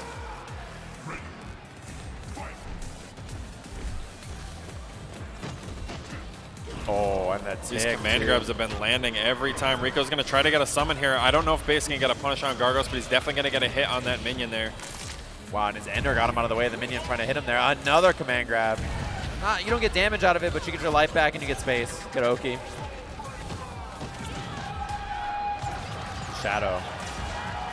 Ooh, he tried to grab there, but that was throw invincible. Ooh, that's a big breaker right there. And that's also big if he counter breaks. I mean, Rico might be dead. It's pretty close. Yeah, there's such a crazy mind game involved with that linker there from Mira because it is do or die. She is one of the most high damage characters in this game. So you better think twice before you break that. And these hop command grabs have been so huge so far. Both minions out. Really good spot for Rico now. Caught him trying to hit Stabby. He did hit Stabby, but got punished for it. Wow, tried to break. I like that attempt there because Rico could have gotten a safe counter breaker by shedding the Stone Skin, but he ran out just at the last second there. Yeah. Unfortunate Stabby dies there too, and yeah, so does the big fella. To the low side. Other side, and a little smidge of life left for Rico here. Block correctly. Oh, instinct pop, and yeah, I don't know if he had the ability to miss out there. He didn't have much life left. He'd used so much. Yeah, with Base having this amount of bar, this is actually chip territory for Base, but he's not going to need it. He's not going to need it. Yeah, it could have been the Shadow Pillar, get the chip, or get whatever he wants to do, so. Pretty good spot. Base goes up 2-0, and I think the character switch is all he really needed to find some comfort here. Yeah, we've seen a lot of character variety, only between 4 players on this stage. So much character variety. Yeah, we've seen like 6 or 7 characters at the least, or something ridiculous like that in 4 players' repertoire, which is really cool. Yeah, we're going to see the Omen here. I think this is what we were originally about to see, but Rico opted to go with Gargos here. Like I said before, these characters are really similar. They both kind of have like a mist, like shadow form, that kind of thing. They have like the fireballs having an obnoxious presence on the screen. They have the swooping projectiles. Right. A lot of air superiority stuff going on. Bats out. Especially before you have meter to shadow counter, Mira's pressure is very annoying to deal with. Oh yeah, it's very plus on block. You get a lot of mind games off of it, chaining into itself. You get the command grab off of it. A little battery into there. Yeah, it wasn't too long of a combo. I think he just wanted to take, control a little one, build a little bit of bar, get the next interaction. Wow, Slide caught the jump. Yeah, Base, he's trying to jump out of this pressure a couple of times, Rico. Trying to keep it tight. I like that. That command grab is really fast. Yeah, that was a really, really smart command grab. It is throw immune, and it got him out of that Shadow Ward setup. Oh, under it. Yeah, this is going to be a punish. Medium that time. Rico thought it was the heavy, I think. Damage ender. Really good damage, actually. Oh, baits the throw. Baits it again, and the heavy gets broken. Oh, lets him drop. Interesting. And the mix. What a mix-up there from Base. Rico not able to use his instinct this time around. Yeah, she has one of the gnarliest cross-up buttons I can think of in a game, and her air dash is really fast. Oh, big bait. This is huge damage. Oh, it could have been huge damage. He is going to get a setup off of that in the corner. Mira's only about like +4 or so off of that. No anti-air from Rico, even with the instinct pop. That's just how deep that jump in hit. Yeah, Shadow's out again. Doesn't want to deal with the pressure. There's a lot of gray life up there for Base, which you use for all your moves with Mira, your mediums, and your wow, that command grab anti-air is huge. The bite and again. Another one. It's gonna be wall splat. Just takes the front throw. Get a setup here with the bats. Yeah, when your opponent is locked out, you never have to worry about them teching the throw, and Rico's been going for a lot of attempted throw techs in this set. Shadow's out, gets the throw. Base is a huge lead here to try to eliminate Rico. Send him home with third. Shadow drill. There's no meter to shadow counter for Rico, so he's kind of stuck. Oh, what a break. And does Base pop the instinct is the question here. He might wait for the next life bar. No, he pops. Shadow right through. Could it be the ultra? It should be. Man, nicely done there from Base. Very smart awareness there. It's really kind of scary to go for Oki on characters in this game when they have instinct, because like we were saying before, you just get the freeze frame. You get to pick the correct option based off of what you saw. And if anything, you're just getting the person to not do anything so that you don't have to deal with the baiting. You know what I mean? Like you don't have to deal with the freeze at all. Exactly. But that's 2-1. I'm curious if it's going to be a character swap. Yeah, it looks like it.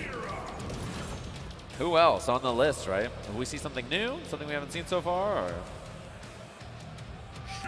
Shadow Jago is definitely a possibility. This is the character that Rico actually won the World Cup with. Yeah. So he's thinking about it. Fulgor?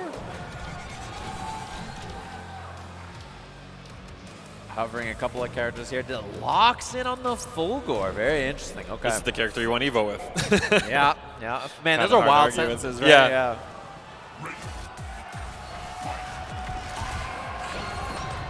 Yeah, the problem with Fulgor at the start of the match, he's going to be the... Okay.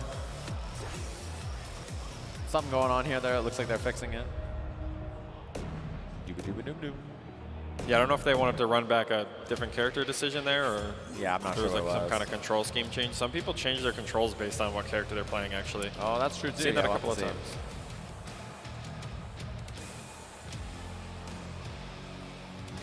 think about it. Man, it's wild to see the EVO stage again. I feel like I was literally here last weekend. Yeah, man. Man, look at that crowd. What's up, everybody out there? Hopefully you're enjoying all of our KI action and everything else here at EVO this year. It's a pleasure to see you all out there. Hopefully you're vibing. KI main stage. Main stage at EVO. All even kinds after all of these legends years. up here. Yeah. It first was a tournament 10 years ago at EVO, which is pretty wild to think about. It's insane. It makes me feel incredibly old. I can't believe it's actually the 10-year anniversary. We were saying it at Combo Breaker, and I still can't believe it. Yeah. 2013, this game was out. It was at EVO. You guys remember, it was here for a couple of years, and then after that, it's been at exhibitions, Combo Breaker, other events, all over the place. So they're figuring out some stuff on the stage here, but hopefully everybody's been enjoying all the matches so far. Gonna lock this out and then see who's gonna make it into our grand finals up against Nicky, who's vibing in the crowd. He looks like he's having the time of his life.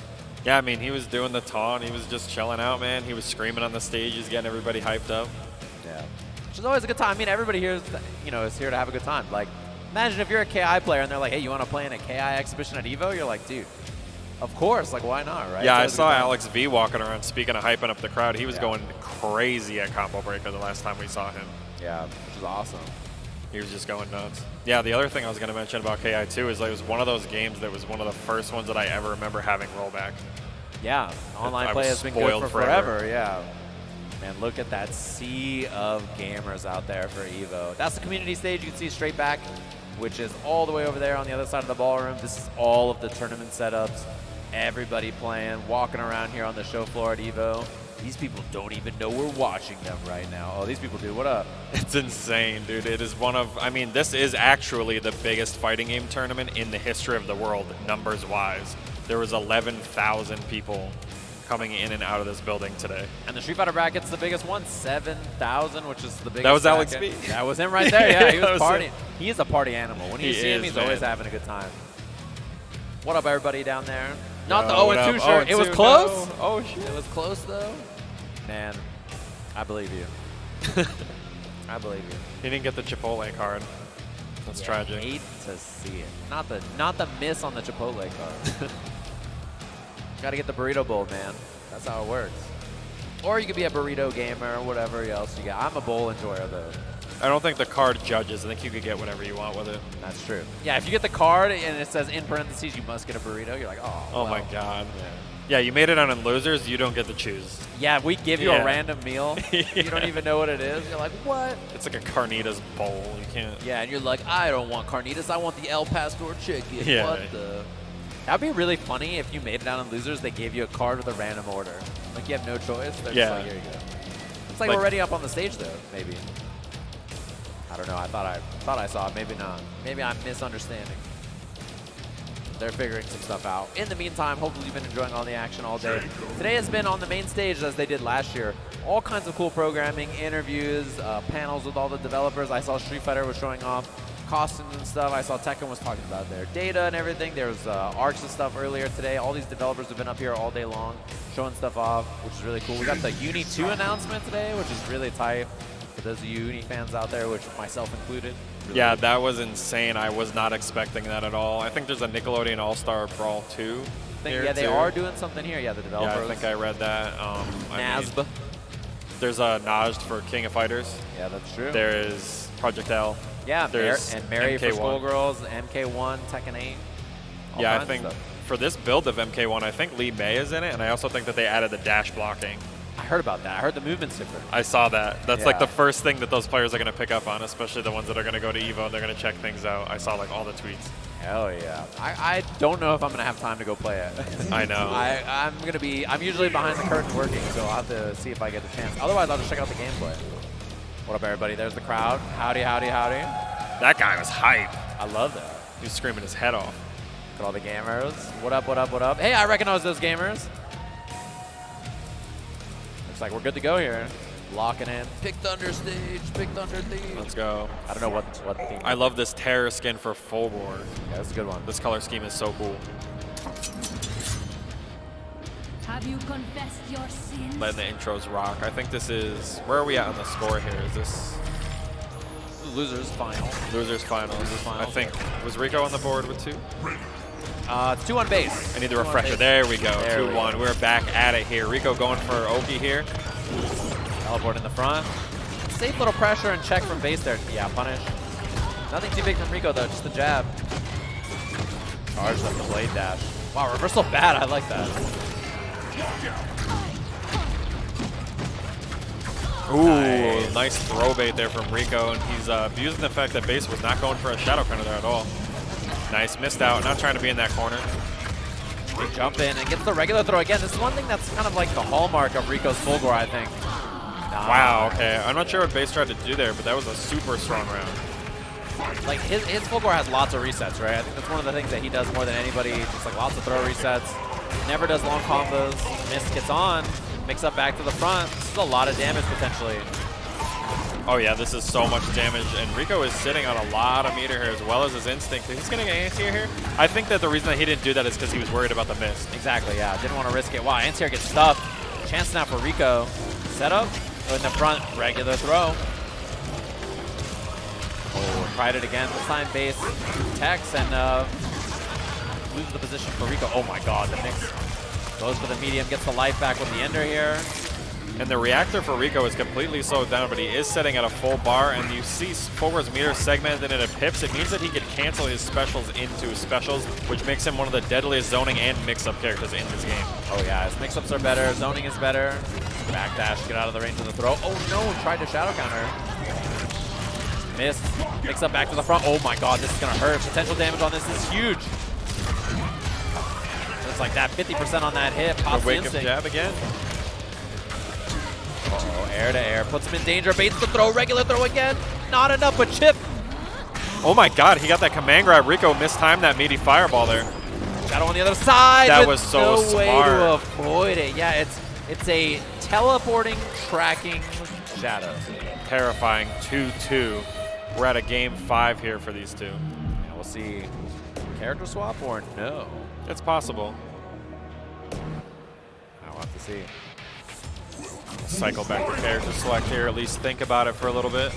Does he go with Spinal, Cinder, or something else, or back to the mirror? He does go with Spinal. Very interesting. Okay. Oh yeah, this is a matchup that base has got to have a ton of experience with, dealing with Rico before, dealing with Nikki a ton of times. This is a matchup that I think that Fulgor can deal with quite well, but I think that where it's really difficult for Fulgor to deal with is the start of the match, because it's kind of hard for him to get into a comfortable spacing without Spinal running at him like that. Yeah, exactly. And that round start, jab check, Skull, go for a little pressure after. This is, I think, classically one of the matchups Fulgor players find very annoying, right? Like, it can definitely be an annoying one for the character. Doesn't have the best way to deal with stuff, especially when his resources get locked out. Plus frames on that. So cancel into the low laser and reset, tick pressure, base ready for the throw there. Oh my god, such an early lockout there. He's going to get some skulls from this level 4 skull ender. He's fully loaded here. A run cancel off the skull, whip on the overhead, gets him punished. It's going to be huge. He's got the shadow here. Doesn't even need it. Damage ender. Doesn't even go for the damage. Doesn't even need that ender. Big lead here for base.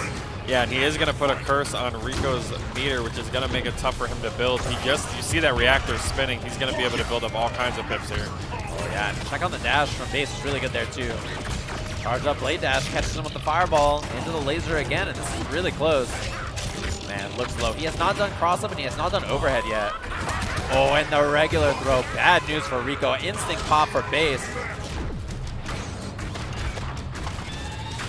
Oh, that's going to be plus because he charged that up. Yeah, this is terrifying. These skulls are going to be bouncing all over the screen here. He just caught that right in Rico's face. Recycling here. That's what we do. Got to keep it green. Uh-oh. He's 2+. The skull's both Oh my hit. god, what a combo there. Base is so good at confirming those manuals off of that. I don't think this is going to kill. This actually is death right here. That'll do it. 56% on that combo. Base with a huge pickup. And gets his run back against Rico, who's going to go out here with 3rd place, our EVO champions. Both of them out. There you have it. So we're going to have our finals, Base versus Nikki. Should be a good one, I think. Yeah, this is a very typical one. And again, this is just a question of what are the character choices going to be here. Base has Eagle. You know, he's got a Shadow Jago. He's got a Jago of his own. He's got the Spinal. Nikki with the entire cast as well. Yeah, both of them play so many different characters. And so that is truly the question, right? Like, what character are you going to select here? You know, who are you most comfortable with? We'll have to see. These two. This is like a match I've seen so many times in this game. This is a classic. Yeah. It's like the past, the present, and probably the future. It is, yeah. No, this is definitely, I would like to see Fulgore and Spinal, selfishly, of course. Yeah, the classic match. I don't think we'll see Fulgore into the Spinal, though. That's the thing. Yeah. Unless he's forced off of it on a counter pick or something, but... Ooh, Riptor. Wondering if this is what Nikki is going to go for here. I mean, this is a pretty good counter, I think, to a lot of bases characters, and this is a character that I think that Nikki, I'm going to be honest here, I think that Nikki is like the best Riptor I've ever played. Yeah. I think that his Riptor specifically, he really understands how to keep it simple with the frame trap game. He doesn't, you know, Riptor, she's got a lot of crazy stuff, but I think the best thing for a Riptor player to do is to just play the strike throw game and then move from there. You could kind of start mixing in the things later, and that's what he does so perfectly. This is such a frustrating matchup for Spinal for that reason, because he doesn't have that conventional reversal, so the pressure from Riptor, plus that jumping heavy punch, so hard to anti-air. Yeah, wow, Kilgore. Kilgore Riptor is our start of the Grand Finals. Very interesting. Yeah, that's definitely not what I was expecting to see, but Base does have a really good Kilgore. It's not something that you commonly see in tournament, but he has one. Very, very good space control with this character. Yeah, here we go. Grand Finals of our exhibition here at EVO 2023. Thanks, everybody, for making some noise out in the crowd. Hopefully everybody at home has been enjoying all the action so far. We have a robot with machine gun arms versus a dinosaur as our match. It's also worth noting that Kilgore runs on gasoline. Yeah, I love that. Which is one of my favorite facts about him. Yeah. They could have made like another robot that's like, you know, hybrid. Yeah. A little bit of both, right? More friendly for the environment. Oh, missile's not going to hit there. Little fireball on the mortar, but nothing too big. And so far, Nikki not been able to establish much in neutral, which is, you know, Riptor a little bit weird in the neutral a lot of times. Yeah, Base is just going to try to cut the nonsense on the but Nikki is not having it. He just runs up and headbutts anyway. Oh. Nice bait on the reversal there, and that is so much damage. That is a 17% opener there from Riptor. Yeah, it's one thing I like is we already saw the Predator stance pressure early on. Goes to the throw. Big pop. This is going to be big, actually, yeah. It's going to hurt. See how much damage he can chunk out on this. Spins both shadows. Tons of damage on that. And he's going to get so much distance off of that as well. He's heated up in this instinct, but he's going to still get the same distance. He's retaining all the distance of his normal character archetype. Oh, I caught the jump there, yeah. She's got wide hips, got clipped by the projectile there. Oh, anti-air on the shadow. No, it doesn't reach. Oh, but no punish. Nikki's starting to put his pressure on Base, not having it with that reversal. Nikki breaks the combo and gets a mortar setup off of that as well. Oh, neutral jump too, and then that's going to be the wall splat into the throw. Very nicely done there from Nikki. Wow, that taunts again. Taunts have not stopped. And then neutral jump heavy kick, try to check. Goes for the stance light kick, try to get some plus frames, but Base is out of there. I love that little side switch there. No punish on the reversal there, just too far away. Oh, Base the throw this time off the plus frames. Knockdown, border action, and the teleport away just gets him out of the setup. Gonna go for a missile knockdown setup here. Nice anti-air, but I think that's gonna trade. He almost got a combo off of that. Yeah, that recapture had so much plus frames actually, even after getting hit. Jump heavy kick. Oh, it should be an anti-air here, yep. Nowhere for Riptor to go, so good damage on this. Missiles are out. Cross up on the other side. Oh my god, that was filthy with that cross-up metal ball. Oh my god, that could have been it. This is it. That's it right there. Huge damage all on that startup cross-up right there. Lets the Ultra rock. You gotta think about it. This is the second Kilgore Grand Finals. I love the salute. With the salute at the end, the taunt. The second Kilgore Grand Finals that we've seen in recent memory. That's true, back at CB, yeah. Dude, I thought that was Riptor and it was Kilgore. That noise at the end. I was like, is that a dinosaur? Character select it is. So Nikki now has a chance. This is how KI goes. You know, somebody wins, then we see what character select. TJ. There's no way. I like it though, because TJ does have an invincible roll. The roll is invincible to projectiles, and Nikki has been working on this character lately. I like that he's willing to pick him in this situation. Why not? You see the flex out there? Dude, I love this TJ outfit, by the way. I'm a big fan of this one. This one's great. Yeah, this is the old one. Nobody ever uses it with the eye patch and the ripped up shirt. It's so fire. That's a good little outfit. Dancing around star. Oh, just look for the back fist, yeah. Trying to see if Base is willing to swing there. Nice, look at the corner carry on this too. It's the power line ender for the wall splat. Dash jump heavy kick. And man, this pressure is tough to deal with.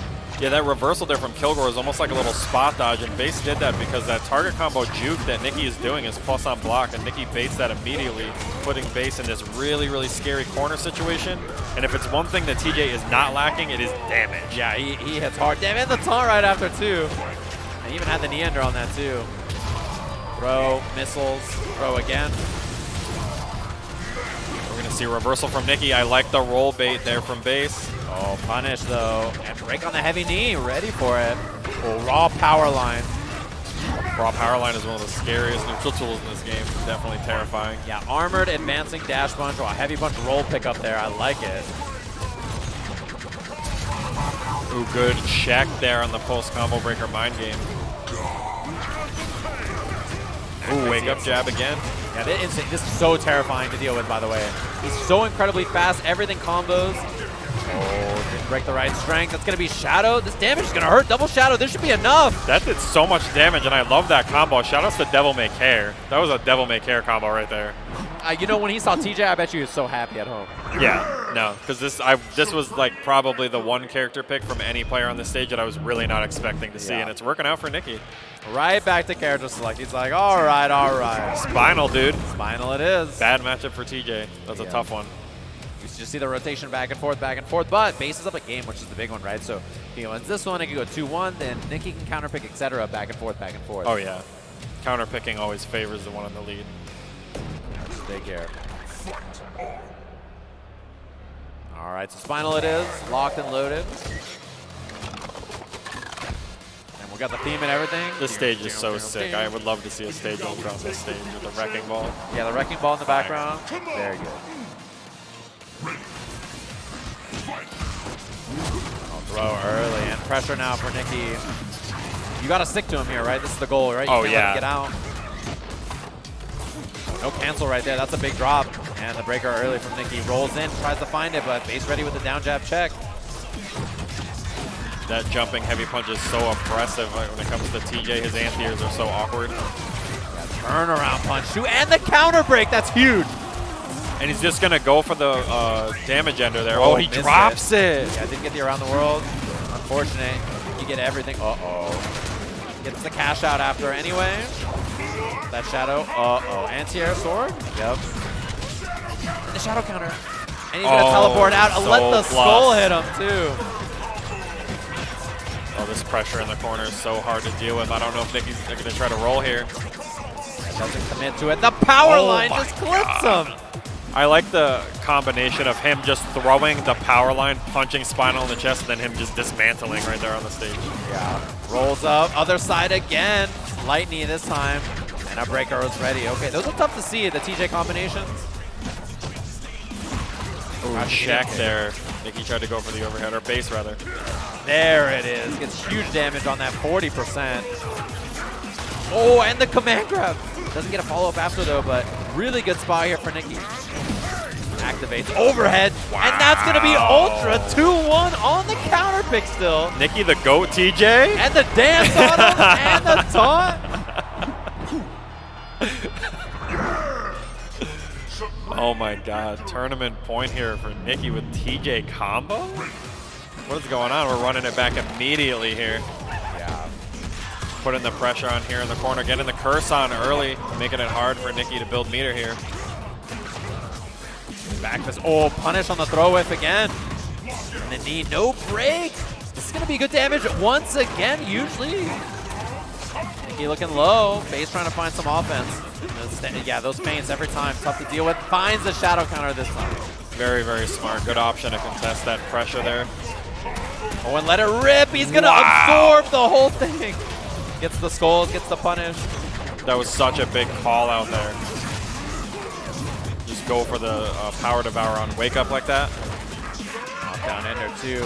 He's already saw the jab out, but he doesn't do anything about it. So Nikki, the first life bar again, still hasn't popped instinct. He's gonna get a free roll through that and a punish throw. Nothing after though. Oh, and he lets the shadow rip, but gets stuck. A little too far, I think. No roll there. Crouching medium kick, great catch. So far away. Oh, it's so fast when he's in instinct. The overhead links after a little drop, but Yeah, that'll probably do it. Not much you can do there. It's Yeah, a pretty bad spot for TJ, so going to build up some resources. Base has curses right now on Instinct and Meter right now. This is going to be really tough for Nicky to get anything going unless he gets these curses off of him. Teleport, nice block from Nicky, and he went for the command grab, actually. I kind of like that check, but Base was ready for it. Gold pressure, runs. Yeah, the run pressure off the heavy punch, too. Lets the shadow rip, and that's a punish. Big damage here, Base keeping the corner. He's going to go for an up skull. Oh my god, that's so hard to deal with. Should be close, and he gets the breaker. One last chance here for Nicky. Back this connects. Oh, he caught a counter hit. No Big, way. A little bit of a drop. Trying for the shadow counter. No! Oh, he did get the ender. Oh my god, that was a scramble, but it worked out for Base. Now the big question here is on the tournament point. Does Nicky stay with TJ? We're probably going to see a character swap. Yeah, character swap. Now he gets his choice of counter pick against Spinal. Saber Wolf, interesting choice. Nicky's got a really good Wolf as well. I think there's been a lot of debate over the game's life on who wins this matchup, but I think most people think that this is actually a hard matchup for Spinal. The crouching light kick being plus on block, no recovery, blows up the teleport. Yeah. It can be tough when Wolf gets started. Yeah, and I think historically that's kind of been the way for, like, one of the things that's really hard for Spinal to deal with, especially when he was weaker. Wolf was so much stronger, you know, and then the game's changed a lot since then. But look at this, blending into the stage background, the color 2 Wolf on this. Yeah, that was like the Smug classic. Smug used to play that blue Dudley on the Snowy Rail Yard stage. He's a cheater. Just takes the damage ender, and yeah, crouching light kick, biting the ankles, goes low with the crouching medium. Bad spot, no bait, or no throw, but doesn't fall for the bait. No anti-air. Wow, what a bait on that Shadow Eclipse there. Is he gonna go for the side switch here? Yeah, I like that. Keeping the corner here. Lots of pressure. Oh, backdash. That was such a perfect backdash there from Nicky. Well, run slide and then immediate breaker. Neutral jump threatening that teleport. This is big now. Medium break again. Nicky ready for the doubles. And the heavy kick, manual too. Oh, nice. Try to get over with a dive kick, but it doesn't work out. I like it. Oh, and that skull is going to cover him there. No feral cancel there. Yeah, this should be it here. Cleans up, hits the ender. Little scary, a little bit of instinct left. Lets out the howl. God, I love this character. You got to let him know. Instinct out for Nicky. About to have some shadow. Yeah, I love the harassment with the back heavy punch. So plus on block. Not easy to shadow counter. And no break right there. A little miss time. So a good opportunity here for Base to build some resources, reset here. But Nicky has Wolf Dash, so he can get out of the corner. Yeah, just like that. Yeah, in between round is so huge in KI, especially because you just get the move. Tried it again, and gotta say, a lot of these shadows have been called out from Base so far. Wow, the double dash through. Gets the throw. Overhead this time. Crouching heavy kick with a manual. On the wall. Dash through other side. Shadow. This is a lot of damage already. Little drop, though, and a chance for Base. This is huge. Slide under. Punish. The skull's gonna hit. He what a confirm. Tries to run. Lockout, that's huge because of the shadow here. And a breaker, oh man. Nicky is one confirm away from closing this out, but so is Base. Oh my god, he missed it. And that should be the Ultra. There you have it. Nicky, our Killer Instinct EVO 2023 Exhibition Champion. Oh, the pop off too. Let's go. I don't know what he's saying. I don't either. He's saying, damn, I'm nice. This game is sick. Let's go. Top 1, I think that's what he said. Top 1 broken. You heard Wolf it. top 1. You saw it. GG's well played there from Nicky. Stayed in winner side the whole time. And played that super, super well. Fun little exhibition here. We appreciate everybody coming out. Not only checking it out in person, but of course, everybody watching at home. Very nice of you as well. It was really nice of EVO to have KI here on stage, right? The main stage on Friday. Yeah, that was awesome. I'm glad that we got to show this game out in some shape, way, or form. Yeah, you know, and the other cool thing is, like, everybody loves KI. People are still supporting it into this year, of course. It is the year 2023, 10 years after the games come out. People are still fans, still playing in tournaments, still playing it online, still playing the game all the time. Yeah, this game has such a presence. There's a DMC 3v3, there's the Revival, Nicky has tournaments, he's got Monday Night Mix, he's got Friday Night Set Play. These guys are still playing this game out here. This game has great netcode. It's got great rollback.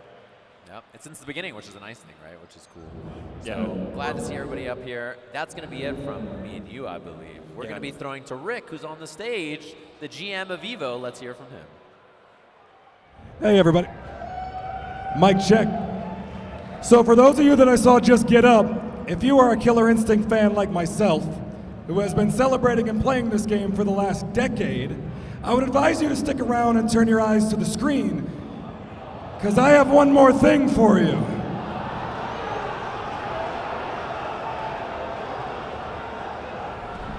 Oh, what's up, dudes? Max here. What? I know probably the last person we were expecting to see here, but I wanted to give a huge shout out to the community. I wish I could be there, but seeing Killer Instinct come back to EVO after so many years the game has been on hiatus is absolutely awesome. To see the game supported in so many ways all these years is truly incredible. But there is something else, and I would like to introduce James Goddard, who is the head of Killer Instinct over at Microsoft. Hey, thanks, Max. Can you believe it's been 10 years since we were here with a special showcase at EVO showing KI for the first time with the developers from Double Helix? I think you were up there, and wow, it was incredible. The energy was so great, all the combos, all the combo breakers, people going, we should be able to do something with those combo breakers. We did with counter breakers. The whole time we would listen to our players, and it's time again where this KI, which we've been having so much fun with, it's time to evolve it one more time. Evolve. So does that mean that the Killer Instinct that we are still currently playing is going to get something new of some kind? Yeah, we are going to start with updating all the matchmaking and other services to modern PlayFab. We actually kicked that off back in May when we started migrating everybody's accounts. But we are also going to take advantage of Xbox Series X and S and optimize KI for it with a 4K patch and more. So we're 10 years into Killer Instinct now, and obviously it's been 5 years since there's been any substantial updates to Killer Instinct in any way. Are you saying we're actually getting that update? Well, I'm very excited to say that we have some friends back also working on the game. And I'd like to reintroduce you to Adam Hart from Iron Galaxy, our lead combat designer. Hi everybody, we're back. We're doing more Killer Instinct. It's pretty amazing that after 10 years, the number of people playing this game online every week is still incredibly high. And there are online tournaments and offline tournaments constantly throughout the year. The level of play keeps getting higher and higher and higher. It's pretty astounding, and I'm pretty amazed that we're back. So, James, how are you feeling about it? I am so excited about this, and we are officially doing a balance patch. Not just a balance patch, a balance update coming in the fall. It's been 5 years since our last balance update, which is kind of amazing and unprecedented to be able to revisit a game that has kind of had the dust settle for this long. I think players have really pushed the upper limits of everything that's possible with the game, and maybe it's time to ask some of those top minds who are still playing the game what they think needs to change to keep the game healthy and keep it interesting and refresh it a bit. And on a personal note, our final character, Eagle, he only got a couple of game updates because we only had a few left after he came out. So this is a very exciting thing that we're going to be doing for you guys, a new balance patch for KI, and we did promise that if enough players entered KI at Combo Breaker, we'd find a time machine and nerf Rash, so we found the time machine. Wow, yeah, I feel like I'm in a time machine right now because Killer Instinct is the game that just keeps on going, and so many people are still continually playing it, like you guys said. And now there's going to be an even bigger reason to jump in and check out KI. This balance patch, I'm very much looking forward to, and I can't wait to see what you guys come up with. So James, Adam, thank you all, and to everybody at EVO, don't worry, there's more information coming soon, and we'll be back with more on what's going on with KI for this 10th anniversary update.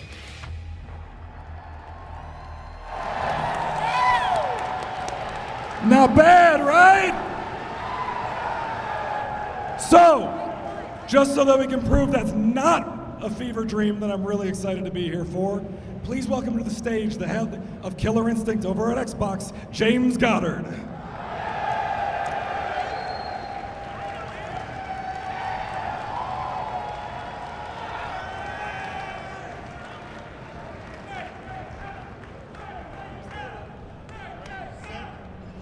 Hey everybody.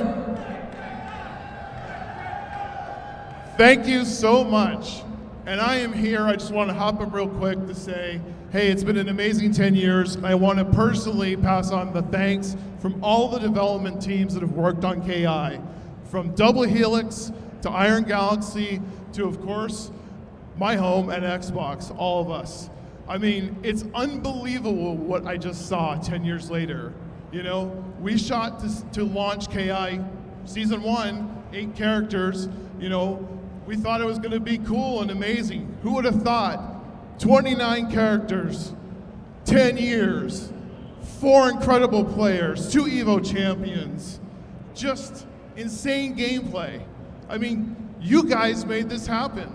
This is why we did it, and this is why we're doing a balance update and a major, major upgrade to all PlayFab services. So your matchmaking's a lot smoother, tournaments are easier, and more KI for the next 10 years. Let's go!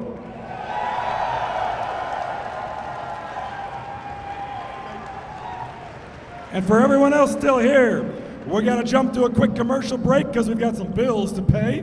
But immediately after that, Mortal Kombat 11 Top 6.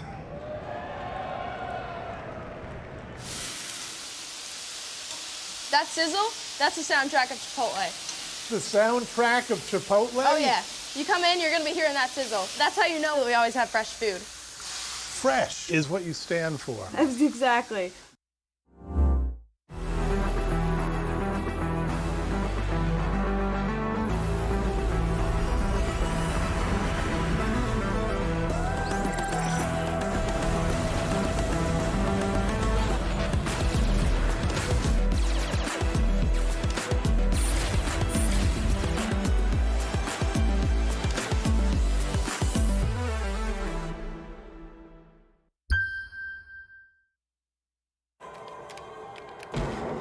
Oh no. Super roll-up! Victory feels good! Yes!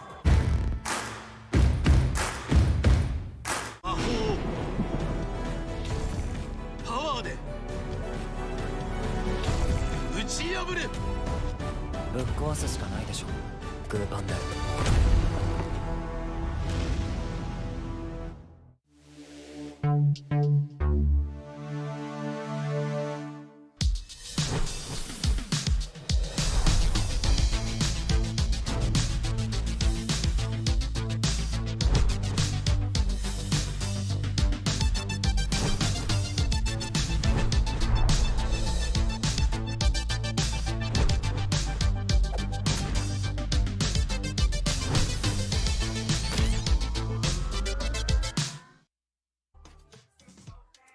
The Capcom Pro Tour season is just getting started, and there are 2 more offline events on the schedule. The first will be part of Gamescom Asia, held in Singapore this October. The second will be held in Paris in early November, with the finals being held as part of Paris Games Week.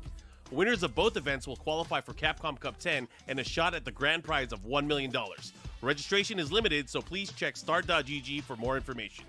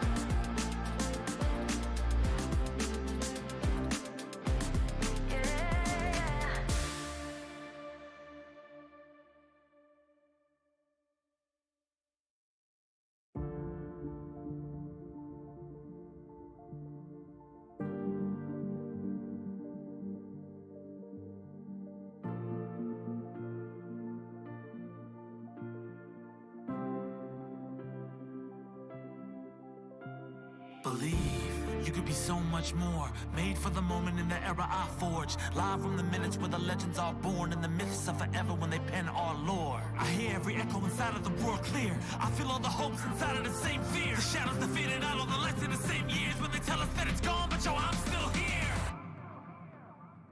Run it back. Quarter on one cab. When 99 seconds is everything y'all have. Prove yourself worthy, I live in the impact. As soon as I push forward and tell them to hold that, roll back.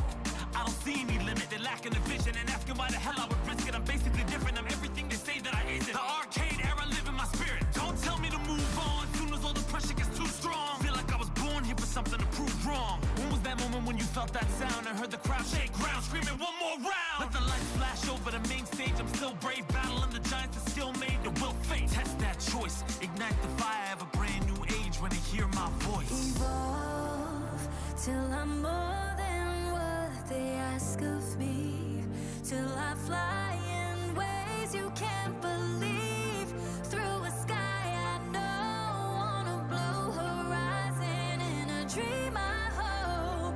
My hands keep shaking, but my heart keeps strong, though my legs keep aching, my voice keeps on, my soul keeps rising as I sing my song. I can hold my own till those clouds move on.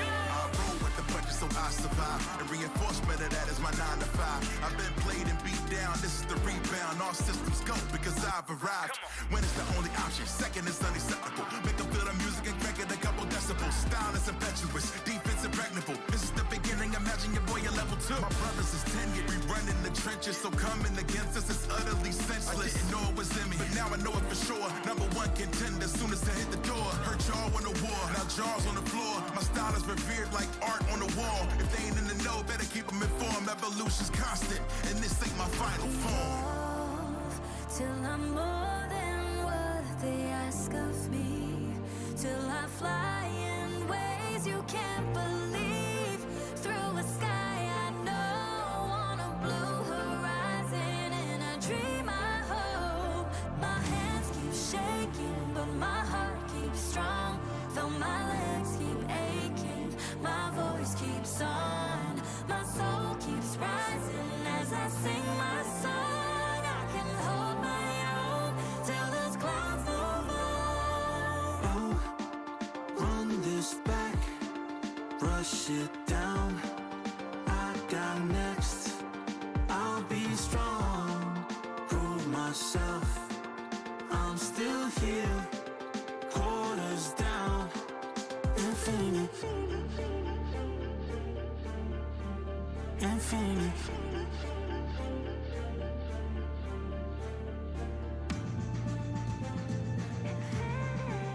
Infinite.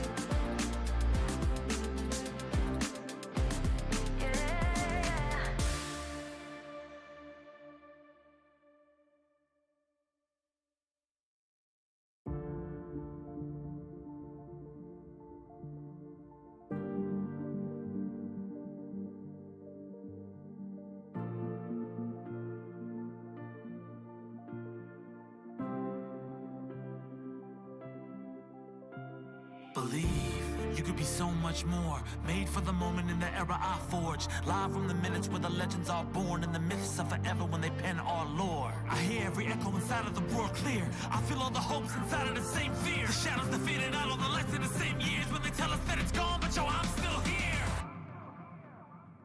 Run it back. Quarter on one cab. When 99 seconds is everything y'all have. Prove yourself worthy, I live in the impact. As soon as I push forward and tell them to hold that, roll back. I don't see any limit, they're lacking the vision. And asking why the hell I would risk it. I'm basically different, I'm everything they say that I isn't. The arcade era live in my spirit. Don't tell me to move on, soon as all the pressure gets too strong. Feel like I was born here for something to prove wrong. When was that moment when you felt that sound? And heard the crowd shake ground, screaming one more round. Let the lights flash over the main stage, I'm still brave. Battling the giants that still made the will fate. Test that choice, ignite the fire of a brand new age when they hear my voice. Evolve till I'm more than what they ask of me. Till I fly in ways you can't believe. Through a sky I know on a blue horizon. In a dream I hope. My hands keep shaking, but my heart keeps strong. Though my legs keep aching, my voice keeps on. My soul keeps rising as I sing my song. I can hold my own till those clouds move on. I roll with the punches so I survive. And reinforcement of that is my 9 to 5. I've been played and beat down, this is the rebound. All systems go because I've arrived. When it's the only option, second is unacceptable. Make them feel the music and crank it a couple decibels. Style is impetuous, defense impregnable. This is the beginning, imagine your boy at level 2. My brothers is tenured, we run in the trenches. So coming against us is utterly senseless. I didn't know it was in me, but now I know it for sure. Number 1 contender, soon as I hit the door. Heard y'all won the war, now jaws on the floor. My style is revered like art on the wall. If they ain't in the know, better keep them informed. Evolution's constant, and this ain't my final form. Evolve till I'm more than what they ask of me. Till I fly in ways you can't believe. Through a sky I know on a blue horizon. In a dream I hope. My hands keep shaking, but my heart keeps strong. Though my legs keep aching, my voice keeps on. My soul keeps rising as I sing my song. I can hold my own till those clouds move on. Run this back, brush it down. I got next. I'll be strong, prove myself. I'm still here, quarters down. Infinity, infinity. Infinity.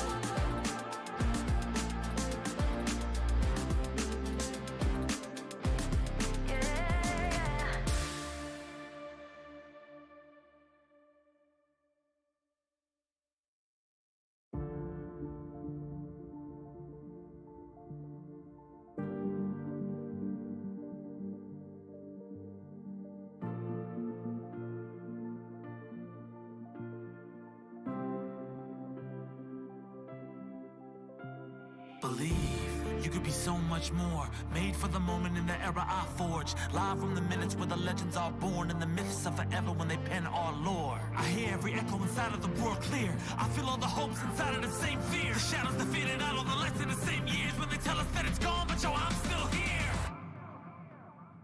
Run it back.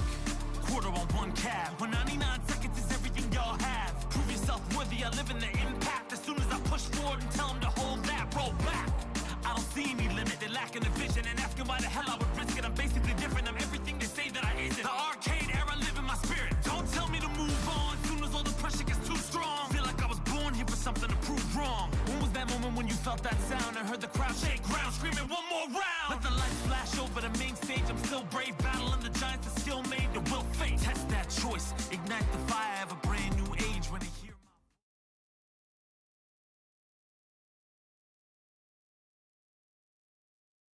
Your Chipotle order just got extra with fighter coins from Street Fighter 6. Order any entree in the Chipotle app using promo code HDKN236 and receive 250 fighter coins with your order. Visit chipotle.com/SF6 for details. Red Bull gives you wings.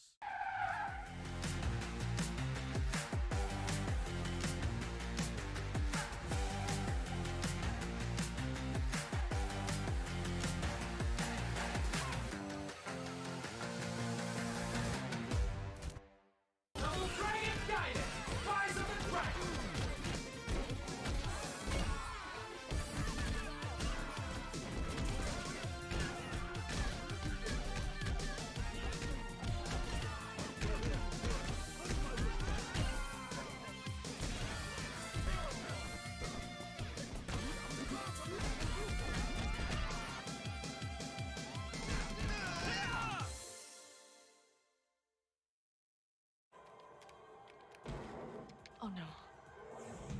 Super roll-up.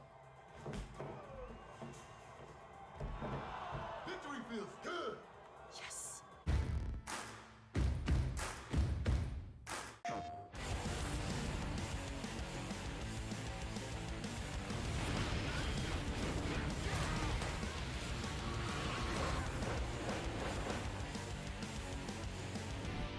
PlayStation.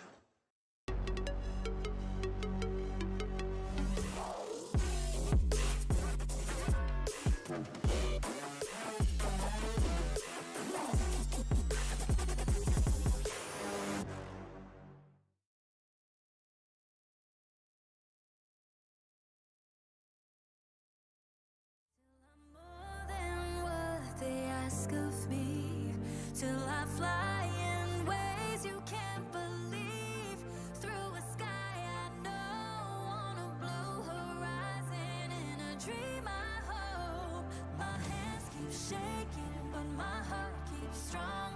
Though my legs keep aching, my voice keeps on. My soul keeps rising as I sing my song. I can hold my own till those clouds move on. So I survive. And reinforcement of that is my 9 to 5. I've been played and beat down. This is the rebound. All systems go because I've arrived.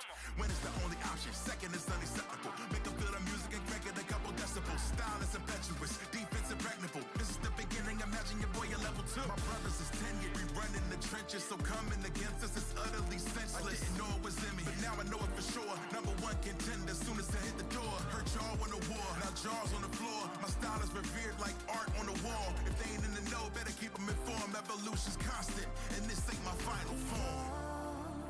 Till I'm more than what they ask of me. Till I fly in ways you can't believe. Through a sky I know, on a blue horizon, in a dream I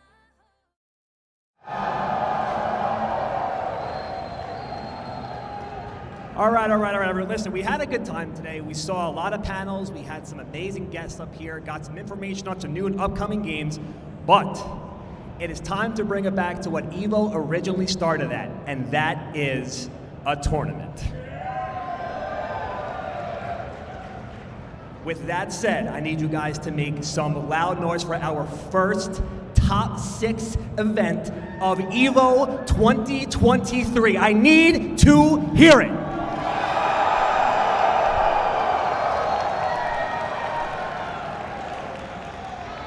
All right, that's the energy I want this entire top 6. With that said, we're going to start bringing out our players. Let me get a Scorpion Prox to the stage. Get up here.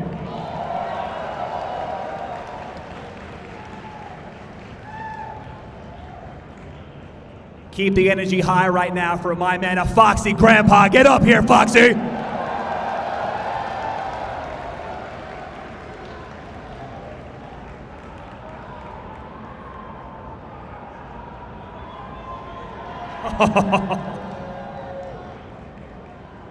All right, our next top. Oh, all right, yo, feel it. Go ahead, feel it, man. Give it.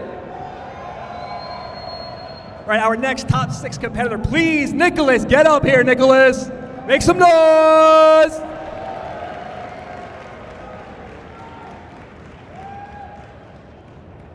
All right, now we got a vet coming up. I need a big one for Ninja Killer. Yeah.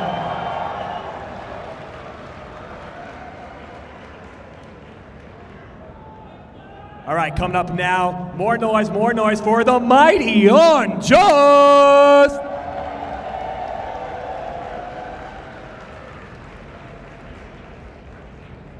And now to round out your Mortal Kombat 11 top 6, give it up for Zombat. Yep.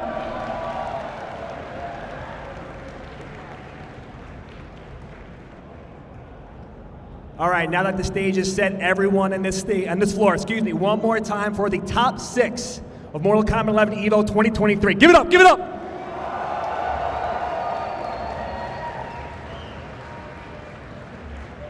All right, we're gonna check right now the intro video. Let's get this pumping.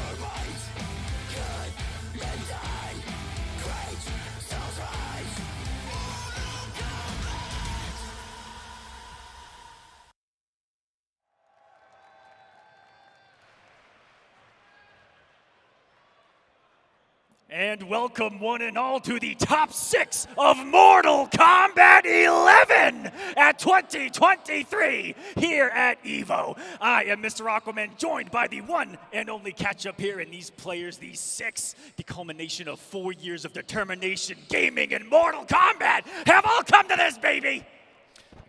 The big story about this tournament is that it is the absolute final EVO for Mortal Kombat 11. Yes, it is not long now until the next chapter in Mortal Kombat is opened, and this is the one and only time to make that final mark. And there are so many stories for this. Both of the twins, winner's side, Foxy going up against one of them, Ninja going up against the other. It couldn't be more perfect if you ask me. Looking at this top 6, there's nothing but storylines. You've got old guard, you've got new guard, you've got, oh my goodness, international players. You've got any represented here. Everything you can ask for is sitting before us. All we have to do is sit back and simply enjoy from here on out, because top to bottom, this is going to be classic after classic, and we're going to be finding out some answers that we were left with from the previous EVO, right, coming into this top 8. Last year, no Ninja Killer. We saw what Foxy and Rewind were able to do up against these twins, and now a different story this time around here in 2023. The big story about this matchup is the character choice. I hope you like the Terminator, because there's a possibility we might see that at some point. Foxy just has a philosophy, and that philosophy is ignore tier lists, play the way that fits me best, and use characters that fit that. Terminator, Sub-Zero, RoboCop. As we can see, a packed out crowd of everyone I hope is enjoying their time here. The first day of EVO, plenty more games left to go, and the GGs have only just begun. But thank you so much for being here with us.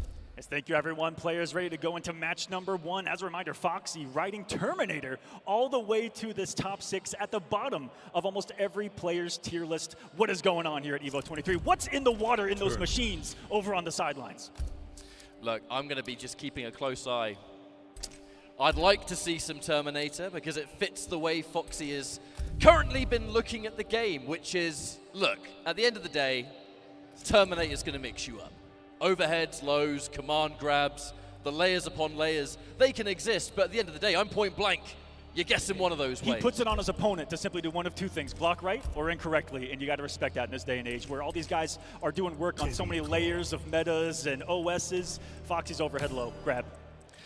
But we have to talk about Scorpion procs. The thing about the twins from Chile is that you program a computer to play the game the best it can be possibly played. You've basically got the twins. Their execution is completely perfect. Their movement is perfect. Their combo optimization, I mean, if they can squeeze out an extra %, they will do it. And it's just bizarre because these are some of the younger players in our scene. And it took a while for them to start playing, and now they top 3 most events. Almost everyone here, a couple of wins from a repeat. I mean, both of them 1 win away now for it. Scorpion procs, a Foxy Grandpa, match number 1 of this top 6. Make some noise for both of them out there. It is time to get this show on the road. And it's time for the Terminator. I mean, I can't believe I can unironically say that in a fighting game. Look, there he is. Here he comes, the man himself. And Total Khan, here we go. I better hear those command grabs out there in the crowd. Oh, yeah, you're a Kotal player. You're a Kotal player. It makes sense. I understand. Yes. Just a simple yes from there. Yes, I am going to terminate you. And we back in with a 4-2. And here comes Scorpion procs, a knock, and it's going to be a lot of offense, really from both right here.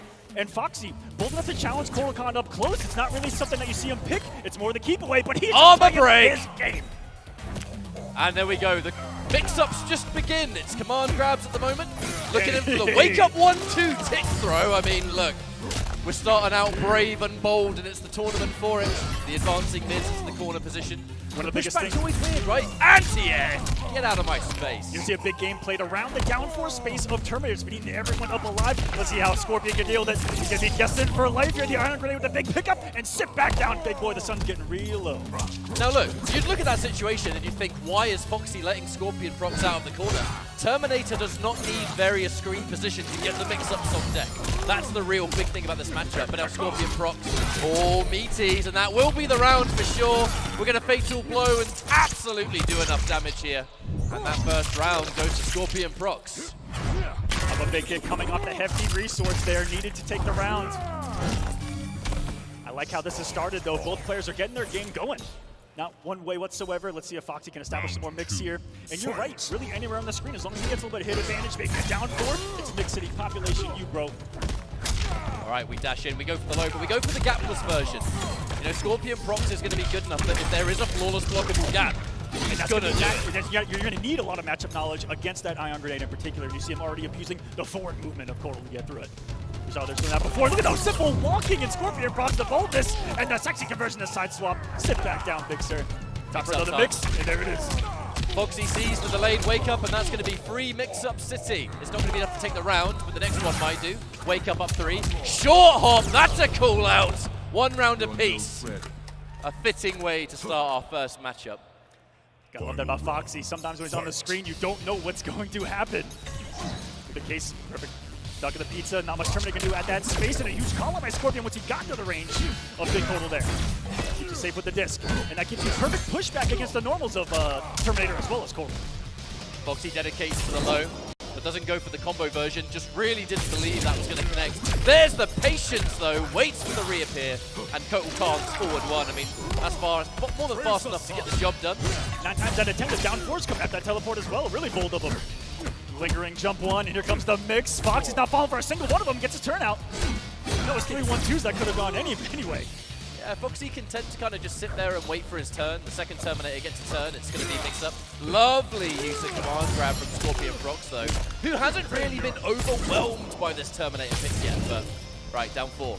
Not challenged and not checked. Scorpion Prox, oh, that's the game! Game 1 is just like that. Moving on to the next one, but you see him just like a few others in this tournament, you know, scouting, especially against U4, and you saw a lot of people scouting the teleport and simply just walking back, and you see even Scorpion Prox here implementing that really well. Just let him teleport, let him do his thing, wait it out. He's doing a good job for him here. We'll see if Foxy turns up the heat a little bit, tries some quicker, teleports out, wow. And he just walked up. And he's the second time he's walked up with his chest and just grabbed. It just shows so much confidence from Scorpion Prox there to just dash up like that and hit a raw command grab against someone like Terminator who has fast buttons. And against Foxy, who that's kind of his thing to do? Hold on a second, that's confidence from the young man. Is that gonna convert? Ooh, almost. Whiffs some overheads, and it was a whiff flawless block attempt by Scorpion Prox. Still a win-win. Any side switch? No. That wake up 1-2-1 is gonna power through whatever it was. And again, walk up into command grab. That's like, what, the 3rd time we've seen that right now. His wake up conditioning is wake up 1-2 or wake up another one. There we go, the scoop. Ooh, ooh. Wake up 3, scout it out, and I'm gonna grab you again! Scorpion Prox says, you know, you're gonna try and mix me up all game long, but I got mix-ups too. And that command grab is definitely one of them. Hey, we talked about taking away certain OSs in this game. A mid-command grab will most certainly do that. That's gonna be a guess where your life is misspaced it barely, but Terminators, T-Rex lists, they couldn't reach. Had the right idea to bait it out. Interruption as well. And a rare drop from Scorpion Prox too. Kotal gonna wait for 18 years, but poor Terminator unable to close gap. Maybe could have got a teleport punish if he was quick enough on it. There's the whip punish. Foxy didn't manage to get it earlier on, but there's the overhead now. You're gonna break away, you can't do a wake up attack, and that's gonna be overhead, low, grab, you name it. Oh, wow. Different staggers on block from Foxy right there. Falling for the disc. All right. Gets the breakaway out. Foxy now a little bit vulnerable to the command grab mix-ups, and there goes another one. One more good command grab or anything substantial. Kind of like down that. 1 reached the heavens to take him out of there. Scorpion Prox now on a match point to be in a position just like last year to be in winners finals. Right, here's the question. Foxy, is he going to change character, and if so, which is it going to be? We've seen Sub-Zero, we've seen RoboCop. Will we see the day 1 Kung Lao? It's going to be RoboCop. Bit of a different in the matchup here. For those that don't know, RoboCop has some of the highest health in the game, which means that as a natural keep-away character, even against someone like Kotal, you start the round with a bit of an advantage. You have more health to work with. It's going to be interesting to see develop if the counter pick can work for him here. On paper, kind of one here. Yeah, 2 big characters, beefy characters, a lot of health. Kotal Khan, without the cat, maybe a struggle to maybe close the gap, but that's the thing about Scorpion Prox, is all that cannot matter when it comes down to the plate itself. And the mix-up still exists. RoboCop has a command grab as well, if you believe it. But there's the launch. That's what I was going to say, is Foxy going to actually implement a little bit of an aggressive RoboCop here, potentially? We'll see. Scorpion Prox gets a scoop. Amplify back to the corner. You go, big boy. Give me that oil. That's a BP oil spill here live in Mortal Kombat 11. Another one. The original plan to just try and mix up Scorpion Prox kind of looks like it's just gone the other way. These command grabs have been such a pain in the backside for Foxy. Oh no, whiffs the jump in as well. That was a huge amount of damage left on the table. One of the only times I've ever seen his command grab not get punished in a situation like that. The awkward jump over from RoboCop costing him hugely. Pouncing on it is Scorpion Prox. No pun intended on the Kotal outro that we've been seeing. And that's going to be a match point for Scorpion Prox, who has looked very, very comfortable in this matchup so far. A big jump in. Waits for the inevitable button, and now it's my turn to party, and here comes another command grab. On net fly, but still getting Oki off it. Nice aggression from Foxy here. Pulling a Scorpion Fox, picking up the buttons. Say you're going to have to meet me properly, young man. Just All right. 2-1 this. Okay. Goes into the mid now. I feel like that was such a deliberate attempt from Foxy. That the regular throw comes after that so much that Scorpion Prox would have known.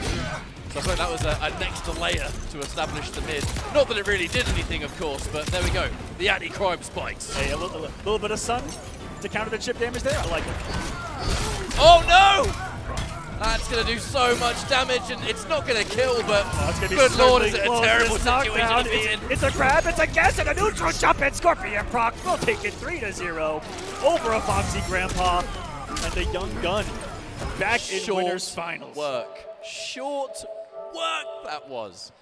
And just like that, a minimum top 3 finish for one half of the duo.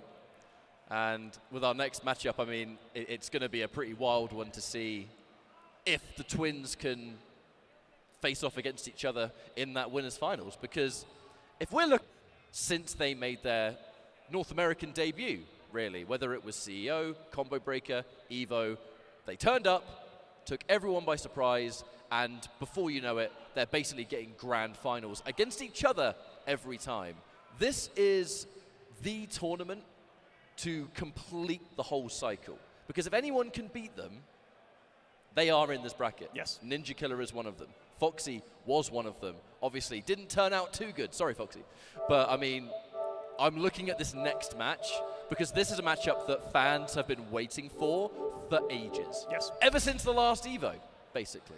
And now, here it is. Every YouTube comment, every Twitch comment, every single comment out there. Where's Ninja Killer? He's here. Ninja Killer would have beaten. He's right there, ladies and gentlemen. You see him. That's it. It's time to put it to the test because, look, what can you say about Ninja Killer that hasn't already been said a million times over? The natural talent of this player. Not just in Mortal Kombat, mind you. Any fighting game. The embodiment of the man, the myth, the legend. Sometimes Ninja Killer will be at an event, just for whatever reason, might not actually enter it. You know, it doesn't matter. You're not always obliged to enter things. But it's such a unique case because I've never really seen a player in the NetherRealm scene that will attend a tournament and just not really feel like entering it, but they could win it if they did. Yep. So the opportunity to see Ninja Killer play at this level is actually a lot rarer than you think. Killer himself has a mercy mechanic on the NetherRealm community. You could say that. You could say that. Worded in a certain way. But here, he's going to face possibly his biggest challenge yet since Final Combat, the twins. And guess what? If he wants to win, they're right now both in his path back to back. And we begin. And this is why it is such a scary situation for so many players, because to even beat one of these players is difficult as is, but then you have to fight the other who plays basically exactly the same. And because they play at such a ridiculously high level, that has currently been too much of a task to conquer. And with this being the final EVO for Mortal Kombat 11, if it doesn't happen now, that opportunity is gone. It will just be cemented that Scorpion, Prox, and Nicholas are just the top two. But we're getting a Wind God mirror match. Fujin, execution all over the place. Had a feeling we were seeing a lot of Fujin in this top 8. Ninja Nicholas Prox also. The strength of Fujin is definitely something that has grown as Mortal Kombat 11 has evolved. We're so used to seeing Jackie Briggs, Centurion, other characters that have been top 5 consistently. The final character to be maybe even within that top 3 area is Fujin, because at the highest level, this character does everything. Amazing movement, amazing buttons. Just an option for every occasion. If you have the execution, sometimes you're playing a different game with the movement, with the ability to control the screen. You're going to see it all here. And Ninja Killer, whose anti-airs have been on point. We're just looking for that solo back one at the moment. That wind push going to be paramount in this matchup. It doesn't do a lot of damage, but what it does do is shut down anything at range very quickly. Oh, the wind! With some aggression with that, using those wave dashes to try to get a bit close to personal, close the gap. Doesn't get his first knockdown. What is it? Love that he's keeping the pressure going. God! Full throw happy here early on as Ninja. Maybe second guessing, opening him up with the old-fashioned way. And I gotta say, I love that KB combo. The side switch, being able to put Ninja Killer in the corner, that's a fantastic way to start. However, Ninja Killer has done a great job of fighting his way out of the corner. And the round, I mean, it's possible. It's going to be a difficult game to win. Anything substantial is going to do it, but the nature of Fujin to get in and out. Oh, trying to punish, but no one home on that one. Round one. Does have a secret forward hitbox to it that he could hit at that range. Back to get started. The best normals that exist in Mortal Kombat 11. You guys are seeing neutral here all the time. And Ninja's, you saw early against Rewind, did something that no other Fujin does. On meaty, he'll do a lot of backdash back to really up close and personal, catch a lot of people pressing buttons. And I never see people use it close like he does. Looks like we're trying to close this in a little bit in this first game. There's that mid once again, turn that into a skywalk. Looking for the down 2, and we're going to get just enough damage. That's one of the elements of Fujin, is if you're good enough to execute, you can really squeeze out those extra few percents, but it's not easy. All right, counter hit. Anyone there's a medius jump kick. Nice lead for Ninja. The walk up back one by Nicolas. These two, the movement of Fujin, you see the forward dash, you're going to react and freak out. It's been grab or punch from both. Huge damage on that punish, and we're going to prioritize corner carry. Now as Ninja goes back to the wall, what are we going to do from here? Oh, wow! Crouch the first, but the implication says, hello, I'm still here, expect a full screen, you go. Is there a full screen in this matchup, though? Does that actually exist? Yeah, I feel like it's just a state of mind. This movement! Skywalker to escape. Gonna get a little bit of damage on that, but I mean, that's all you're gonna get. Oh, the fatal blow and the punish! God, we were talking about how potentially close it could be before you know it. Here comes a quick little 2-hit fatal blow, thank you very much. That's the one more not hit. enough! Okay. It's not enough! 0.94, get the air there! Breakaway's gone! The tech is ticked! Get off me! No! Another tech! Oh my good lord, what a first game! The man refused to be thrown. Crowd liking what they're seeing out there here. Fight. Just to reiterate, ladies and gentlemen, this is year 4 of MK11. The game died 3 years ago, and look at where we are today. The layers that we can reach and how efficient a player can be from this point to when the game first began is not even close to comparable. I would argue that this EVO is the most that the world has traveled for Mortal Kombat ever. We have had so many different players in this bracket from genuinely all over the world, and believe it or not, that's not something that you see a lot in Mortal Kombat. But as we've said, being the final chance to make history and all, everyone's going to be giving it their 200%, and we're seeing it in this top 8. And that on top of them being so young and going into Mortal Kombat 1, things are looking mighty good, aren't they? Back to full screen we go. The push checks. And you never know if from a push check you get a wave dash up into your face, or back 2. A forward 3 in this matchup. They're all over armor break. We're going to take a lot of damage from that one. Down 1 into plus frames, trying to answer back and take a turn, but a whip punish. Ninja Killer putting you in a situation where you really want to press something and punish again. You're going to get a side switch. Down 2. Down 1 into the flying kicks with the fatal blow. Hang on a minute. Oh!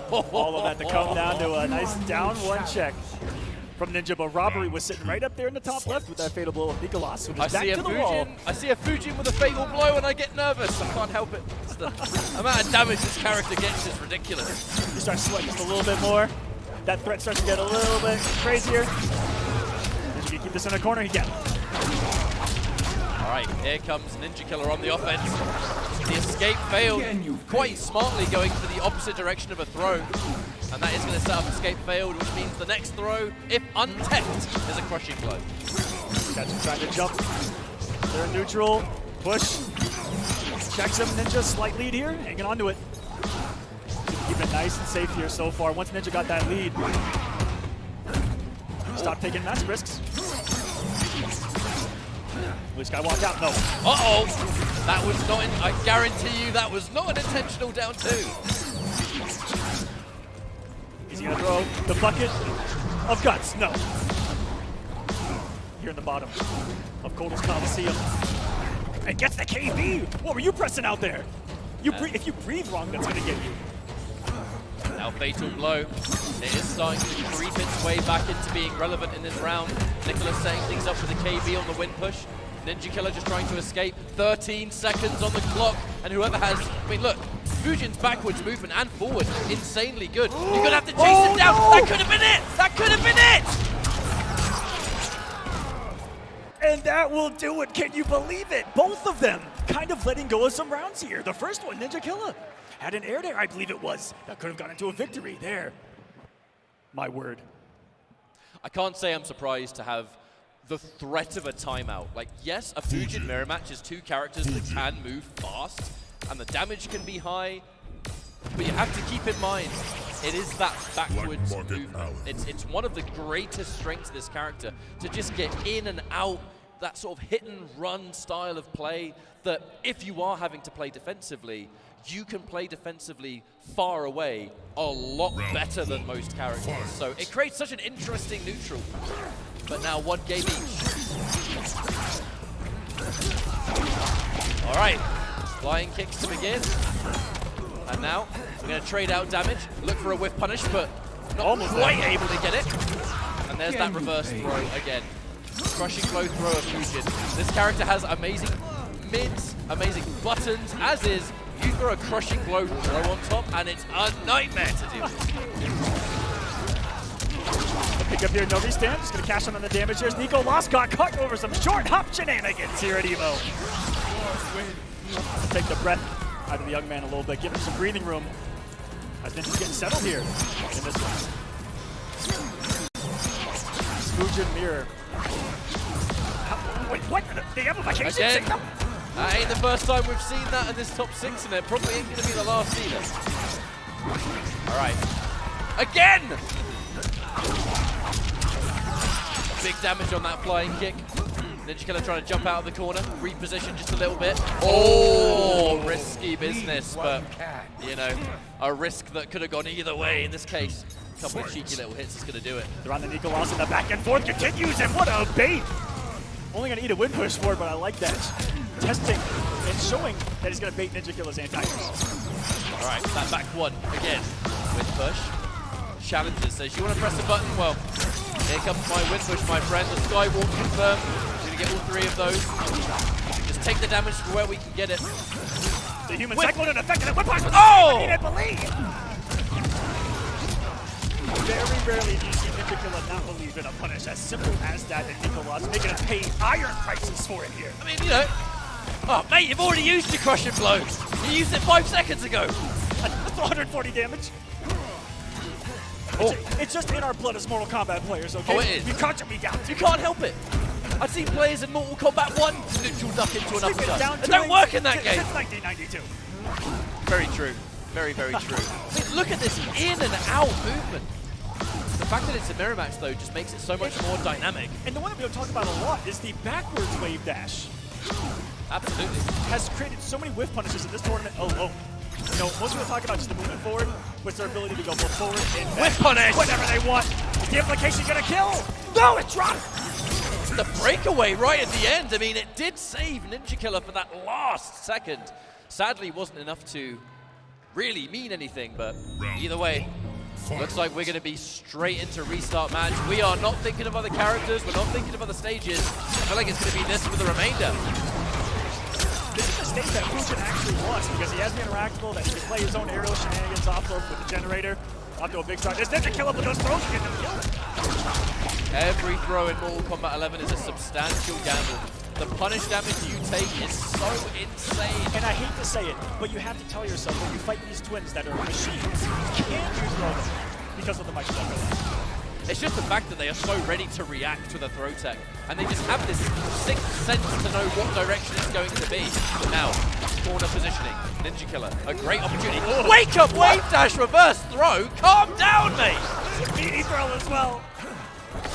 Nicholas trying to nickel dime his way through this one. But we saw that boldness with Scorpion Prox versus Foxy. The fatal blow and a comeback out of nowhere.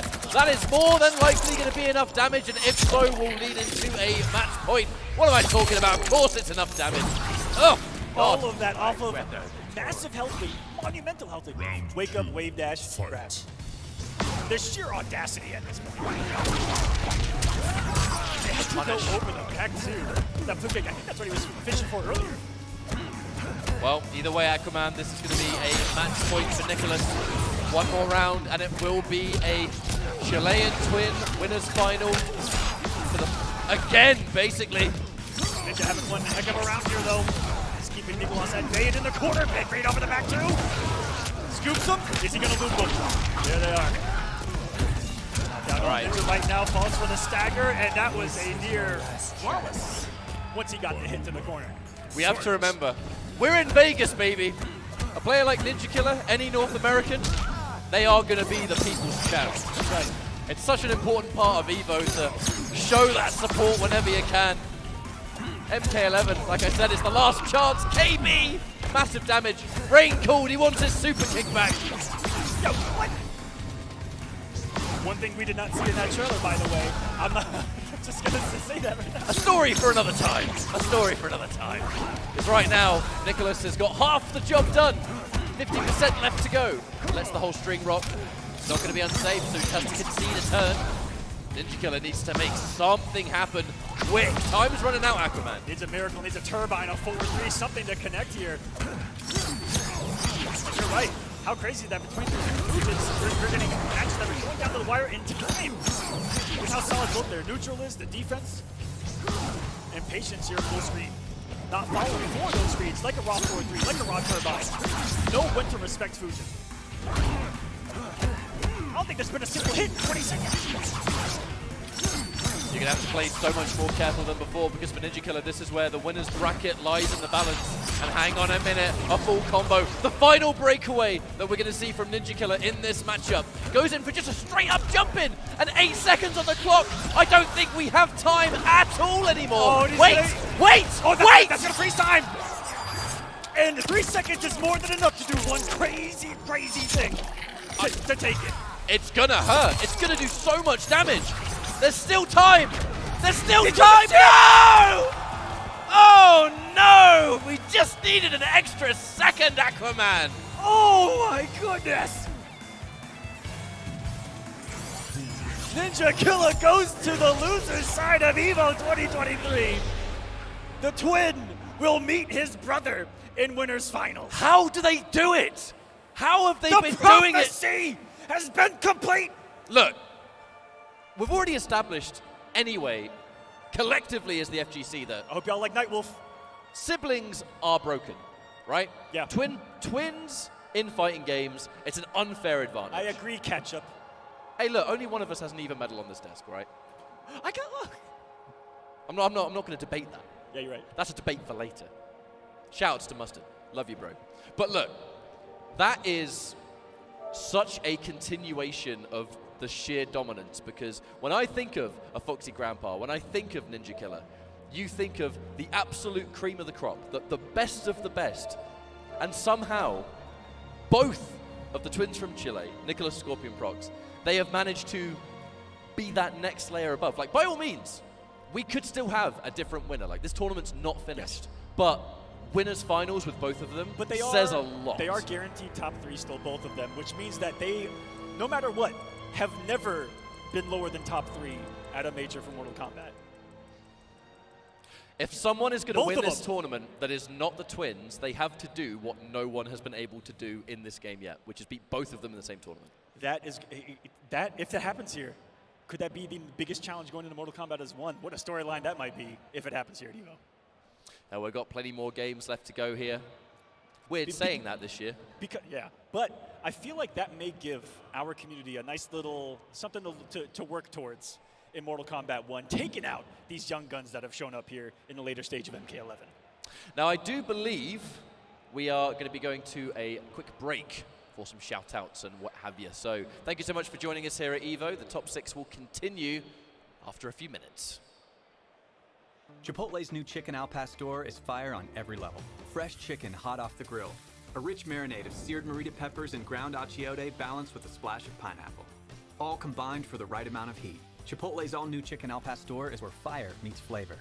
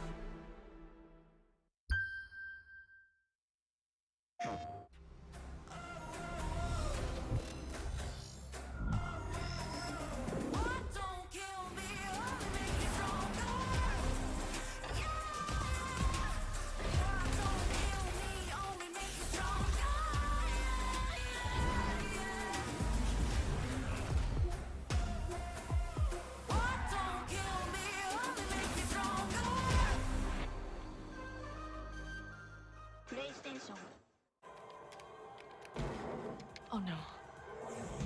Super roll-up. Victory feels good. Yes.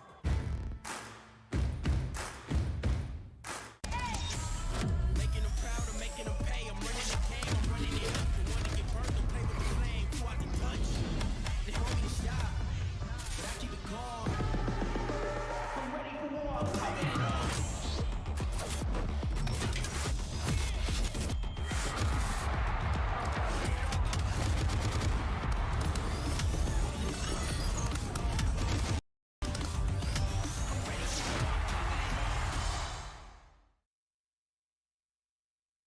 Welcome back, everybody. EVO Connections here, presented by AT&T. My name is Vicious, and we're here at the EVO Stick Museum with none other than Director of Business Developments here at EVO, Mark, man. And I feel like there's plenty more titles under your belt, but one thing is for sure, I think you're #1 on the leaderboards in regards to stick collections, if I'm not mistaken. Is that correct?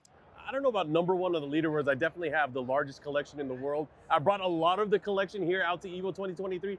Right, and the place we're standing at right now actually happens to have one of the more prestigious prizes that EVO's been rolling out for quite a few years now. I think we have it right behind us in this glass case, if I'm not mistaken. The gold fight stick first was introduced in 2010, and this isn't something you can buy. This is something you can only get from beating everyone else. So we're bringing it back this year, but we're doing it with a little bit more flair. Not only does the winner get a gold stick, but second place will get a silver stick, third place will get a bronze stick. So making it more like the gold, silver, bronze medals, kind of like in the Olympics.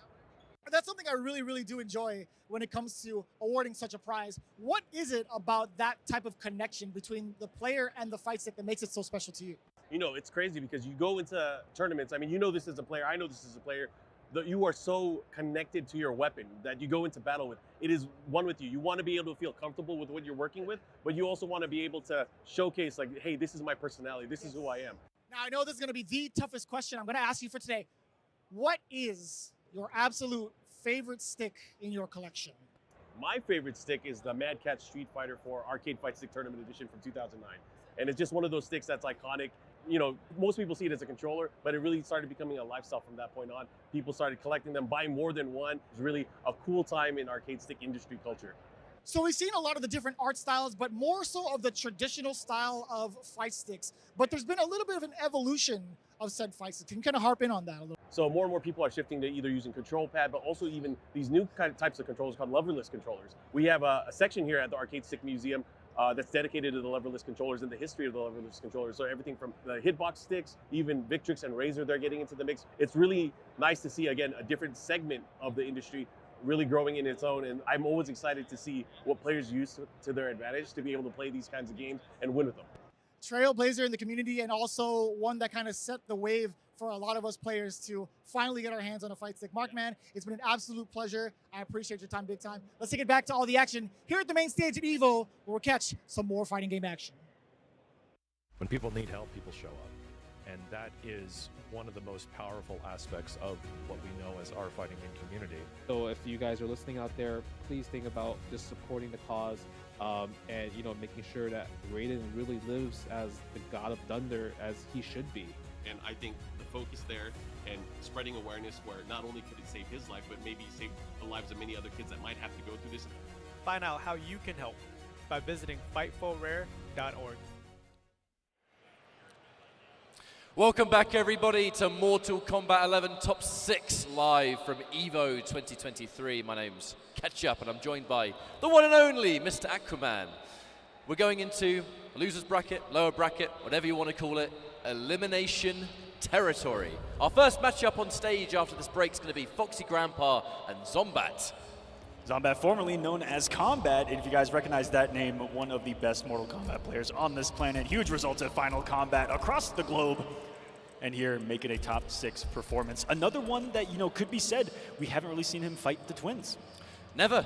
I've never seen Zombat fight either of them, and there is a certain type of Mortal Kombat 11 player that played it a lot in the first couple of years and sort of drifted away from it for various reasons. And even EVO, there are players here that I feel like almost everyone that's playing in a tournament is also playing in Street Fighter 6, but Zombat is one of them.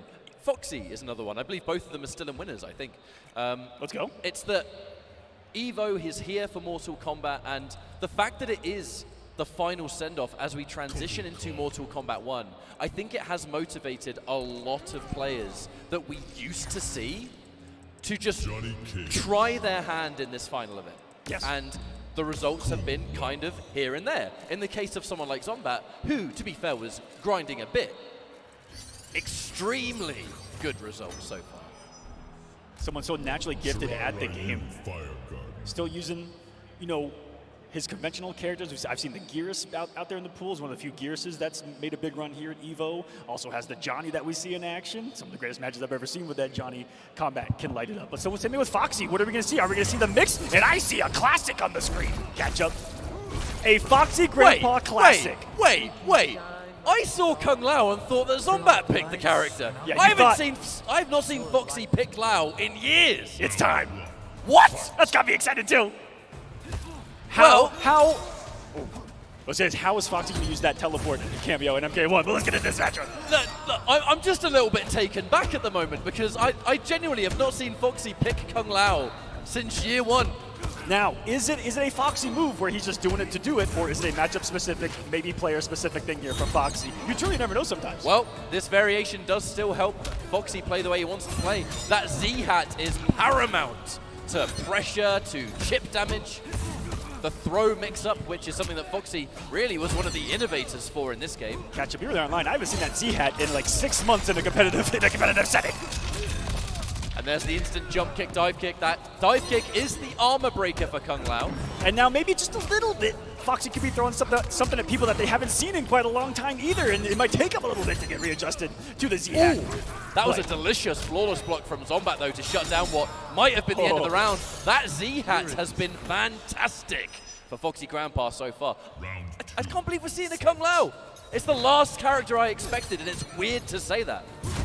You've seen some wonderful variety in this top 6, so shout out to the players for that too. Still gonna go punish. I thought he recovered from that. To the corner we go. This is that big Kung Lao damage. Just sit down. Meaty Z-Hat, no, changes things up. Eats Kombat alive with a lot of the Z-Hat charge up, the cancels into I think you're gonna go for a grab, so here comes the forward 4. I confirm it into a spin. This is stuff that I've genuinely not seen from Foxy since the game came out in its first year.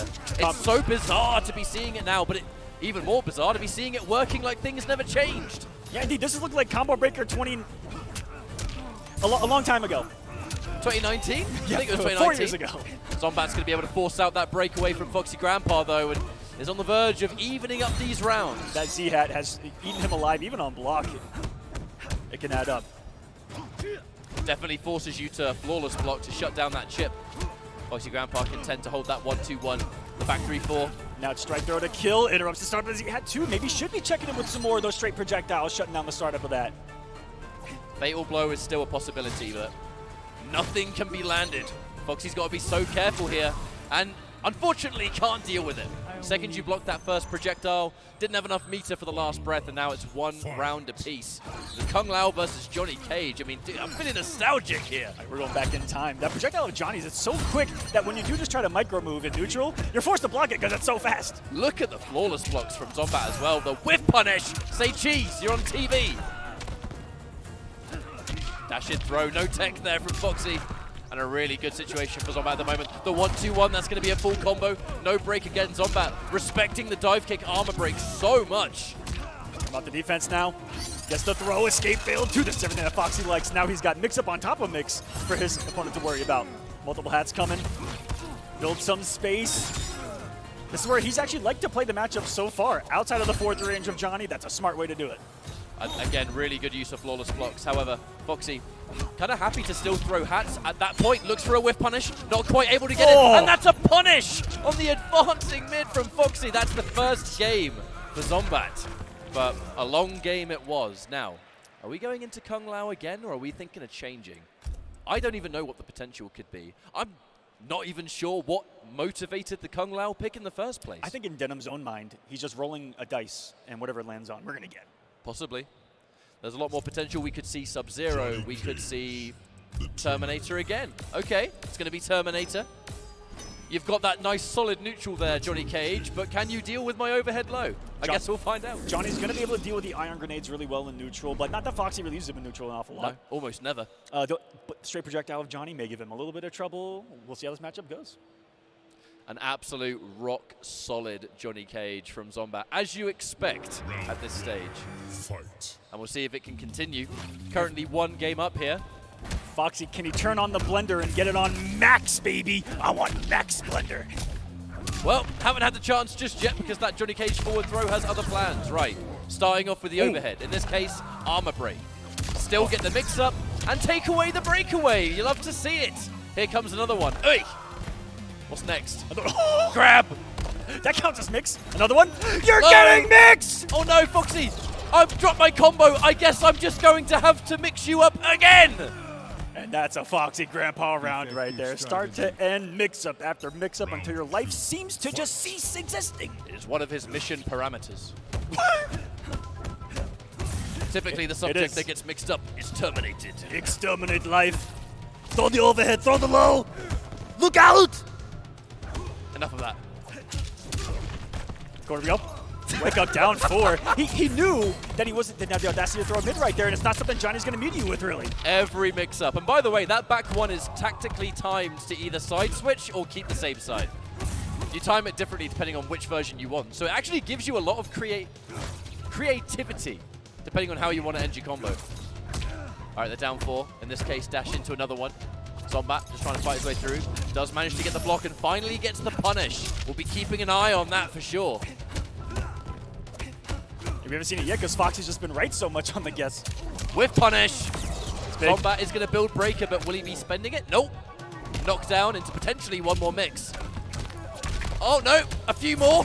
Oh, and he read that the string was coming. And that is the mix-up with Iron Grenade. Really, any variation, just what this variation is able to do to take away the grab after the 4-2. That is the mix-up. Kombat trying to make that big brain read like he did at the end against Kung Lao. Knew that slight punish on that awkward string. You don't see really stagger a lot from the Kung Lao. There at the end, not able to thread the needle. Fight. Foxy and this Terminator catch-up. Zombat is going to be looking at how that match went and went, look. Do you know where? Sometimes you don't feel like you've made mistakes. You just guessed wrong. And for everyone watching at home, I'm going to ask you, Ketchup, where do most people put Terminator on the tier list? For those that don't know, people consider Terminator to be quite bad. Possibly the worst in Mortal Kombat 11. A Foxy Grandpa says, just another day at the office, you give me some tools, I'm going to mix. And here we are, 1 game apiece here, Zombat. Sadly has guessed wrong a fair few times, and we've got to point that out. Another low, and a low that is not looked out for, but how can you? It's a mix-up. And we haven't even started talking about this character's teleport yet. Time displacement equipment. As when he is just getting Kombat to whiff in these last 2 rounds. Showcasing the spacing of Terminator, the slight movement. You know, he doesn't move very fast or far. But that down 4 is damn good, and it's a huge part of the neutral. Yes, it is. Johnny's just but Terminator's going to be a contester. Now Zombat off to a decent beginnings here. The down 4 again into another mix-up that is not blocked correctly in this case. 30% and beyond, 35 for a successful low. And this variation of Terminator never really looked at, but you're looking at things that you see in a lot of characters. 35 for a bar, mix, side switch capability like you're talking about with the Iron Grenade. This character's cooking a little bit. Foxy's showing us what's still capable here in year 4 in this game. Good block on that low from Zombat and able to fight his way out of the corner at the same time. Right, teleport 1. Good patience to just wait for it and then down 4 yourself. Prevents the opportunity to just take away those plus frames. And there's the breaker, armor break, and now potentially one more mix. Whoa! An error! An execution error! Oh, good lord! 1 round apiece, and Foxy's going to be kicking himself for that one. They both just gave each other a thumbs up on the stage for that. It was like, I don't know what you're doing with that grenade, buddy. It was meant to be a button, but the button wasn't there. Oh, nice use of the 1-2 as well. Good start here for Zombat, looking real good. Is that one mistake going to cost Foxy huge in this? The momentum he had. He's getting put in a Johnny Cage prison right now, known as the corner. This is locked down. Aggressive use of those low pokes, by the way. The thing about those mix-ups is they aren't incredibly fast. I mean, they're certainly not terrible, but Johnny Cage is down 3, is down 1. They're so quick, they interrupt it. And this is a great turnaround for Zombat. And every stagger that he's done puts him outside of the range where he can walk back and let Terminator whiff it down 4-2. But never say never. Is the miracle going to happen? No. Doesn't get the full convert off the one overhead that lands. And Kombat's turning this around mighty quick off that one grenade that went out to the nether realm and couldn't save Foxy. If there's one thing that round gave Zombat, it was momentum. And that momentum carried over all the way into the rest of the game. And now, Foxy just has to be careful that that momentum doesn't carry over into this match. Zombat has been feeling it with these buttons and strings, and they've been so fast, they've been shutting down the startup of the mix-up tools. And another one! Zombat, oh my lord, no. The reads are starting to come into play, aren't they? Getting inside the mind a little bit of Foxy. This pressure right there. That's usually when Foxy is going to throw it down 4, but the pushback on that string allows Johnny to play around that range. And it's been locking Foxy down in this corner. All right, that's going to be a whiff on the throw. The armor break. A potential comeback is there, but Zombat trying to fight back. All right, punish number 1. Backs off, gets the knockdown, keeps the corner positioning. Overhead, really good block from Zombat and match point. Looking to deal with this Terminator like it ain't no big deal, Aquaman. The one game Foxy won was Kombat trying that right there, calling out the string of the overhead. This time, if Foxy would have committed to the ion grenade, maybe a different story. Now Foxy going for the grab ender again. We're going to keep those plus frames. Wake up 3. A good choice there from Zombat. Stealing a turn back at the same time. Ooh, looking for the approach on that down 4, and he finds himself in the back of the corner again. This is for Foxy's. Had to fight out. Teleports this time. I like the respect from Foxy. Reappears from the teleport, but doesn't try pressing a button. Oh, must have been some kind of anti-air attempt, but whatever it was, it just got beat by that jump clean, and now Zombat with Terminator in the corner. Not afraid to put himself in the corner either. Get off me. Another throw attempt. Giving Fox an opportunity to get some mix started. Here we go. Doesn't end it. Reset! Early. Wait a second. Could have got the armor break. Mix Another one. That'll be the round, and the Foxy Grandpa stays alive. 3 mix-ups in a row. 3 of them hit successfully. That's just the nature of a character like this, but Foxy still has to fight for his life because Zombat is on match point, and this is elimination territory. First lowers match up the top 6. Sloss block there, didn't see anything off it. Resources are there for him though. That overhead eating Kombat for breakfast. Late, back to the corner you go. You gotta love the side switch of this character, the capabilities. Punish on the overhead. Really good block on that, and Zombat ready. The breakaway's been forced out from Foxy, probably the last one he's going to get in this game. He has to be so careful. Zombat on the offense. Blood in the water, I suppose, because now we're continuing to chip down. That entire in the corner. Entire time Kombat. Oh no! It's a really weird range near the corner. Either way, it causes it to miss. Low, it's a fatal blow! He just did it! The Terminator still has life ready to go. Get over here. Is it enough to kill, though? Is it enough? Yes, it is! He paid for the DLC, you betcha! A final game to decide which of these two is out of Mortal Kombat 11's final major event here at EVO 2023. Living or dying by the sword is Foxy right now. I am loving this. Straight hit advantage, 50-50, bet it all. Look, if Skynet programmed the Terminator to do one thing, it's live and die by the mix-up, and that's what we're seeing right now. Foxy said, you guys are so good with all your defense, with all your footsies, try guessing. Another one hits its mark, oh. And we're starting to extend it now. Zombat feels kind of comfortable being knocked down from far away and having the speed of the buttons to challenge. The command grab is deceivingly fast. Turning this into a 33-33-33, wait a second. Big checks and balances right now with those down 4s. Just chipping away that health piece by piece at the moment. Teleporting out of the corner, respects the down 4 in this case, does it back to back. A full combo for Zombat though, and a side switch to boot. Oh, Johnny damaged. Not afraid to Oak either. Oh, my goodness, Foxy just getting some hit advantage. He's gonna put it to full use here. Another throw tech, Foxy, and the command grab! We add the layers! To do that with how many resources Kombat had, with Fatal Blow locked and loaded. Fight. The audacity to get back. Oh my now God! For Foxy, Grandpa, another choke, get out of there, Sky! No breakaway for you, keep guessing! Back-to-back overhead, Zombat just ever so slightly too slow on that punish. However, things slowly starting to crumble here. On the bright side, he's got him in the corner. This has been bullying. I was about to say the same thing, but no, And watch your feet! He finally got the right read on a 4-3 to go under. And all of this, the reward, you're back in the corner. It's time to mix. Another command grab. Foxy wasn't using command grab all series long, and now right near the end, he's starting to add the extra layers. However, Kombat, full combo, crushing blow. What's next? 397. We're about 8 seconds away from him having a cancel back with a Michael Duck and a Foxy Grandpa. And Is going it. to end this 3-2 and take it over Zombat. Zombat, your journey was a hard-fought one, my friend, but you are terminated out of Mortal Kombat 11 here at EVO 2023. That what a roller coaster. It was a perfect example of the dynamic Terminator brings to the game. And to be frank, the way Foxy looks at the character. When you look at Terminator in this game, it's a lot of stuff happening that it's quite good, but it's the way everyone uses the character. Yeah. Lots of the running man, lots of the sort of doing the mix-up and then doing running man into stuff, the command grabs. This variation is so much more simple on paper, but with the ion grenade giving you the damage output, the launch potential of everything, the conversion potential, you look at this variation and you think, how can this be an EVO-worthy variation? It's so simple. It's so basic. But in the hands of someone like Foxy Grandpa, you know, world finalist in multiple titles, crazy in multiple games. We talked about that before this top 6 as well. Foxy just so naturally talented at gaming, really just at life.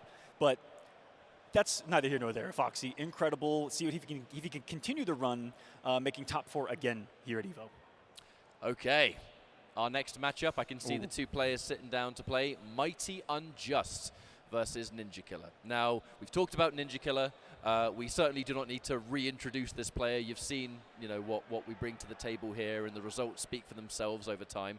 Mighty Unjust, I really, really want to talk about for a second, because Mighty Unjust, another one of the twin brother players, shouts to El Kakoi in the crowd, no doubt. Mighty Unjust has been absolute top level at MK11 for years, but has always been just outside of that major result, like one of this caliber. And to be honest, reaching the later stages of this tournament, even going up against Rewind to reach this point, my heart sank watching them play, because if Mighty Unjust could not secure this final spot here, I feel like he would have just been devastated. Yeah, you know, you mentioned it before. This was kind of his last opportunity to get that performance, to solidify himself here in Mortal Kombat 11 on an offline stage. He's done it here against someone that placed second last year, catch-up. Second. And he's up here in that chair, had the most emotional response from anyone that made top 6 today. You could see that weight of 4 years of grinding. 4 years. Finally paying off. The 722-time ESL champion, the Mighty Unjust, making it work offline. Yeah, it's no exaggeration to say that Mighty Unjust had won countless online North American tournaments. And you're always looking to see that success be reflected offline. And who knows, maybe that's where things go. Now, character choice-wise... And it has got 13th last year, but as you mentioned, just outside. Both him and his brother, 9th and 13th last year. The twins going in MK1. Look out for all of them, baby. They've been nuts. All right, now, character choice.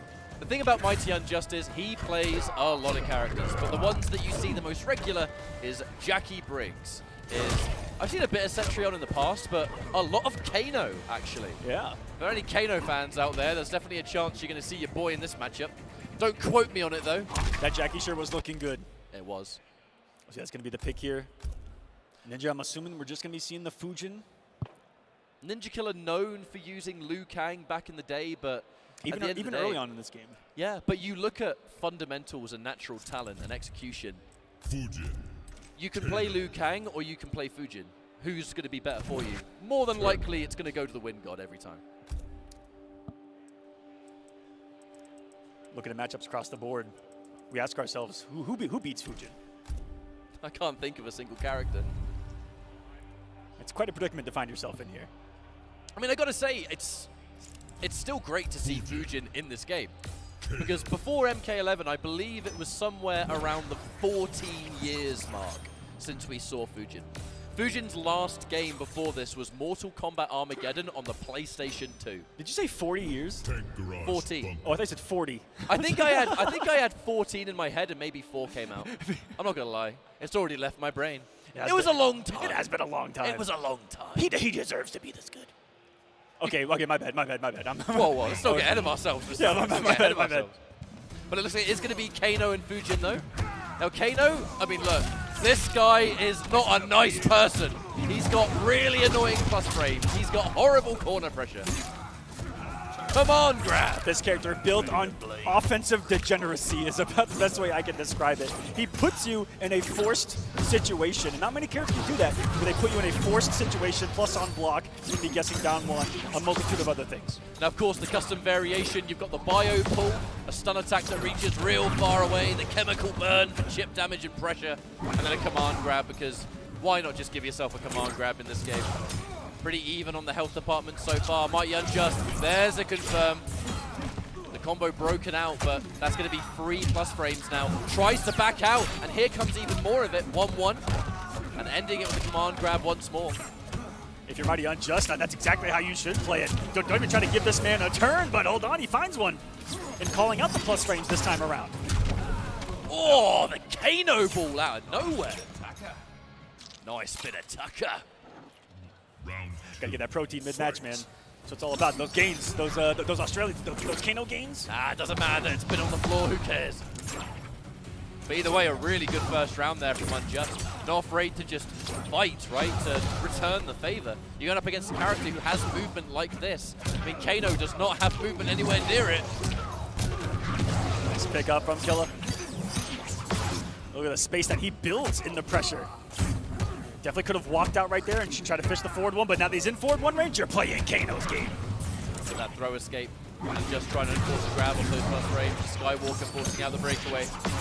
Mighty Unjust now with no defensive bar, so you've got to be real careful how you approach this character. Almost 2 bars of offensive for Ninja Killer. Even a single bar being spent, good damage. One of which going on the wind push. Looking for an anti-air. That is a tight one. And you saw him almost pull it off, but look at this matchup.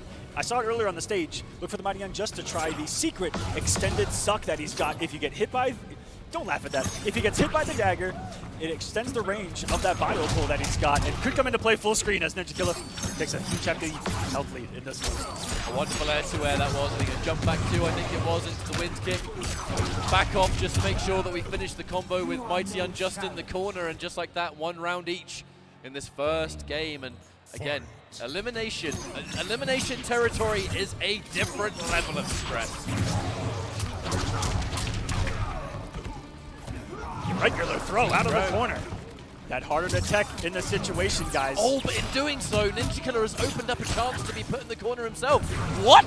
Lost out on a whole setup there. Did Unjust, and now the neutral is reset back 2 out of the sky from half screen. I have genuinely never seen Chemical Burn miss in that situation. That is so unfortunate for Mighty Unjust, because that corner sequence, that's like entering set play territory. Yeah.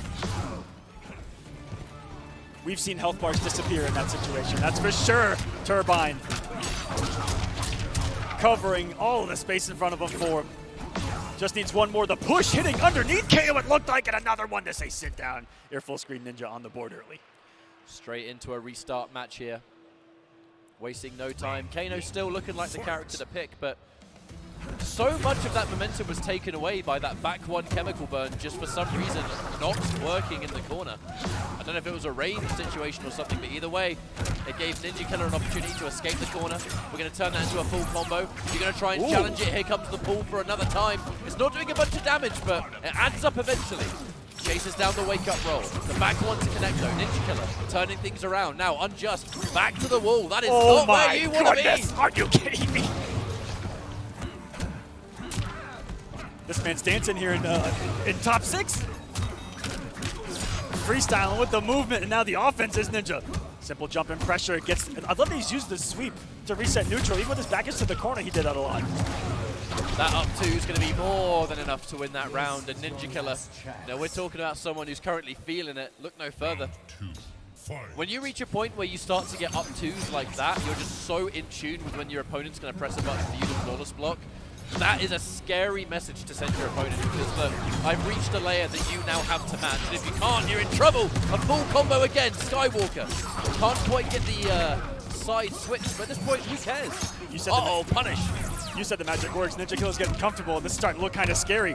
Finally, one mistake from him gets Unjust a hit. Okay, can he get a sequence going? There's two. How about another one? No. Back to immediately checks. Ninja's not letting him breathe sometimes. No matter where you are, it's a check with back two. It's a check with push. It's a check with something.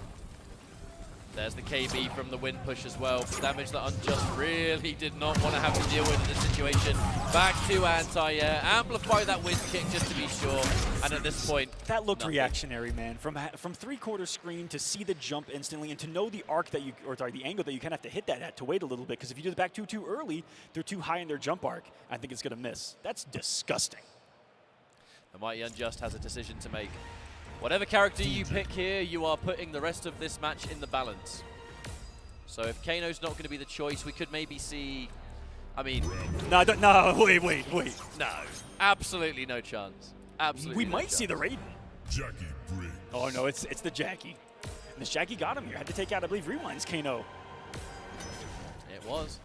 Sarai Ryu But in this matchup, in this instance, again, you're putting a lot of faith into it. Jackie, she is an overwhelming character, and she's definitely seen by many to be top 3, but with a character like Fujin, you have to worry about the fact that she's got that 950 health. She has less health than most. And against Fujin, that's less work he has to do to win. And back to work we go in this one. 2-0 for Ninja Killer. Putting out the goop full screen. I don't know why there. Maybe inviting Fujin or telling Fujin to stay away from her? There's elements of either, but so far I think Ninja Killer has been content just sitting full screen and letting it rock. That back one doesn't turn into anything, but damage is damage. He is known as the lamest Fujin to ever exist. And that he will zone you to death. With projectiles that don't even do damage! You're talking about a troll on another level? He beats you without damage sometimes. It's going to frustrate, it's going to interrupt the startup of loads of your advancing attacks. With punish and counter hit, we'll just take that. Free damage. Oh. And was that intentional to do? He couldn't have gotten dash punch? I don't know what else he could have done. You know, maybe it was so good we simply can't comprehend it, Ketchup. they were just not at that level that Ninja Killer's at. Maybe that's why we're here and they're on the stage. That's right. At this point, though, you said it yourself. It's just that lane playstyle. Not afraid to sit back, not afraid to be patient. And against Jackie, the thing about Jackie is she is a character that she's rushed down heavy, but she's got to get in. And look at how Ninja Killer is just keeping that distance. Flawless block on the leap, and now keeping it even more so. Mighty Unjust is having a miserable time All here. of this off a down one in the corner. That Skywalker all the way over here. She's trying to close the gap, and another full screen back to anti-air. This is just madness. Mighty Unjust is laughing. Laughing on the stage. He's just laughing on the stage. He just watched Ninja fly away. He just fly away. Oh, another whiff punish on that back too, and sad to say, really looks like this Jackie was not the correct pick, because elimination territory tries to go for a conversion there. A stroke of luck though means that Mighty Unjust can get a combo, and the 114 was already spent. The KB on wind push, and it's just going from bad to worse. He said, oh, I already used it. I got another one. No big deal. Match point form, looking for the read with the instant air spin. Oh my goodness. If that had worked, I may have left my seat. Ninja still needs one. Can the Mighty Unjust pull off the mightiest comeback in EVO? Well, with a little bit of damage on that wind push, he's already out. How can you chase him? Come back! Come back! And on amplification, it's gonna be the kill! What? Ninja played on another level there. To the point that there were points in the match where we sat there and gone, what could Unjust have done differently? I don't know. I can only assume maybe not pick Jackie. But it's weird to say, because the Jackie is such a character that he's known for, and he's got such good results with. But in that matchup, there's not really much to break. Just couldn't find him, couldn't catch him. He's just running away the whole game. And I've never seen a character able to get away with anything mobility shenanigan-wise against a character like Jackie who can match it, right? If you're quick enough on reaction. But there was something about what Ninja did that he was like, I don't know how to get over there and punish. Where's he going to land? I don't know. Maybe there were so many unknowns that Ninja kind of threw him there at the end. Well, sadly, it does mean that Mighty Unjust is out of the tournament, but I want to give one final shout-out to Unjust for making it this far and really securing a legendary performance right when it mattered most. Yes. You know, I think that's the important thing about Mighty Unjust. So congratulations, well done. He's not a couple chips on that shoulder going in MK1, that's for sure. But it's been really good so far, and we've got plenty more matches here. Just thanks to everyone that's been tuning in and joining us. Obviously, I can see the wonderful crowd on the other camera here, so shout outs to everyone tuning in person. Hopefully There's a sea of people out there, man. It's awesome. It's great. I love it. That's what it's all about. And if any of them were here last year now, a lot of them probably were. It's a familiar story coming up ahead. It really is. It really is. Because last year's EVO for Mortal Kombat 11, there were still people's champs remaining. But so many people were looking to just see who can defeat the twins. And look, we're going to talk about it some more. I can see them sitting down and they're going to set up their matches. But before we do it, we're going to throw to a quick break. So thank you for joining us so far. EVO 2023 continues after this. Your Chipotle order just got extra with fighter coins from Street Fighter 6. Order any entree in the Chipotle app using promo code HDKN236 and receive 250 fighter coins with your order. Visit chipotle.com/SF6 for details. You got this. Only a handful of people in the world can do it. You could be the best, but it's dangerous. These are incredible stakes. You're going to be forced to make split-second decisions that could cost you your life. Get out! Whether you like it or not, you are in this race! Get in the fight! Yes, sir. Gran Turismo, based on a true story. Rated PG-13. Red Bull gives you wings. Double Dragon Guidance! Rise of the Dragon!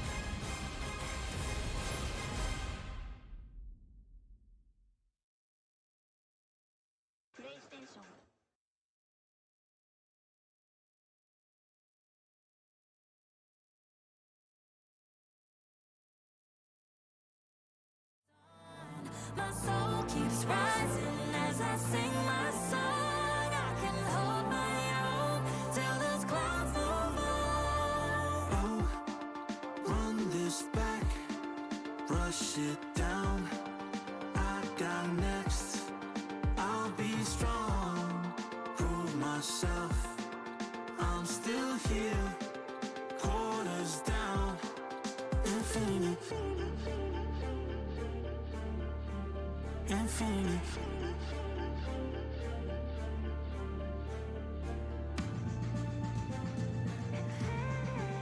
Infinite.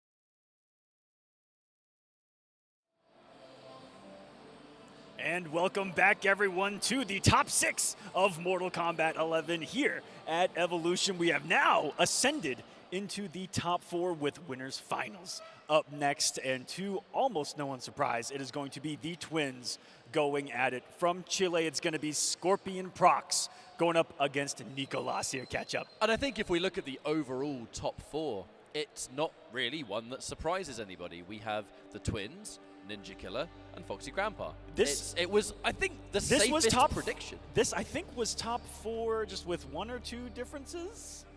With, I think, just the difference being where, I think, Rewind was where Ninja Killer was last year, somewhere around there in similarities. But similar top 4, and that is going to be 1 U.S. representative against Foxy and the twins. That's a tall order. It's the different generations of Mortal Kombat. That's what excites me the most. Every new fighting game brings forward a new generation of players, and sometimes those players instantly ascend into stardom. And that's where we are with the twins. Obviously, you can see it in front of you. Shout outs to you wonderful people in the crowd enjoying the show. And by all means, this is where the games merely begin this weekend. There's plenty more fighting games where that came from. But look. Now, we know these two. Yeah. Are we about to talk about the same thing? I think so. I think so. Take it away. Go on. By all means, if you'd like to. We're just going to talk about characters, isn't it? Yeah, we are. Yeah. Now, is it going to be a mirror that we know them for, have known them for in these grand finals? Because we don't know if it's something, if it's just, you know, how the comfortable character they're most comfortable against each other, but we usually see Nightwolf v. Nightwolf. Will it be something different here? In this case, it will be a mirror match, but unless this is a button check. Yeah, unless they're messing with us with button check.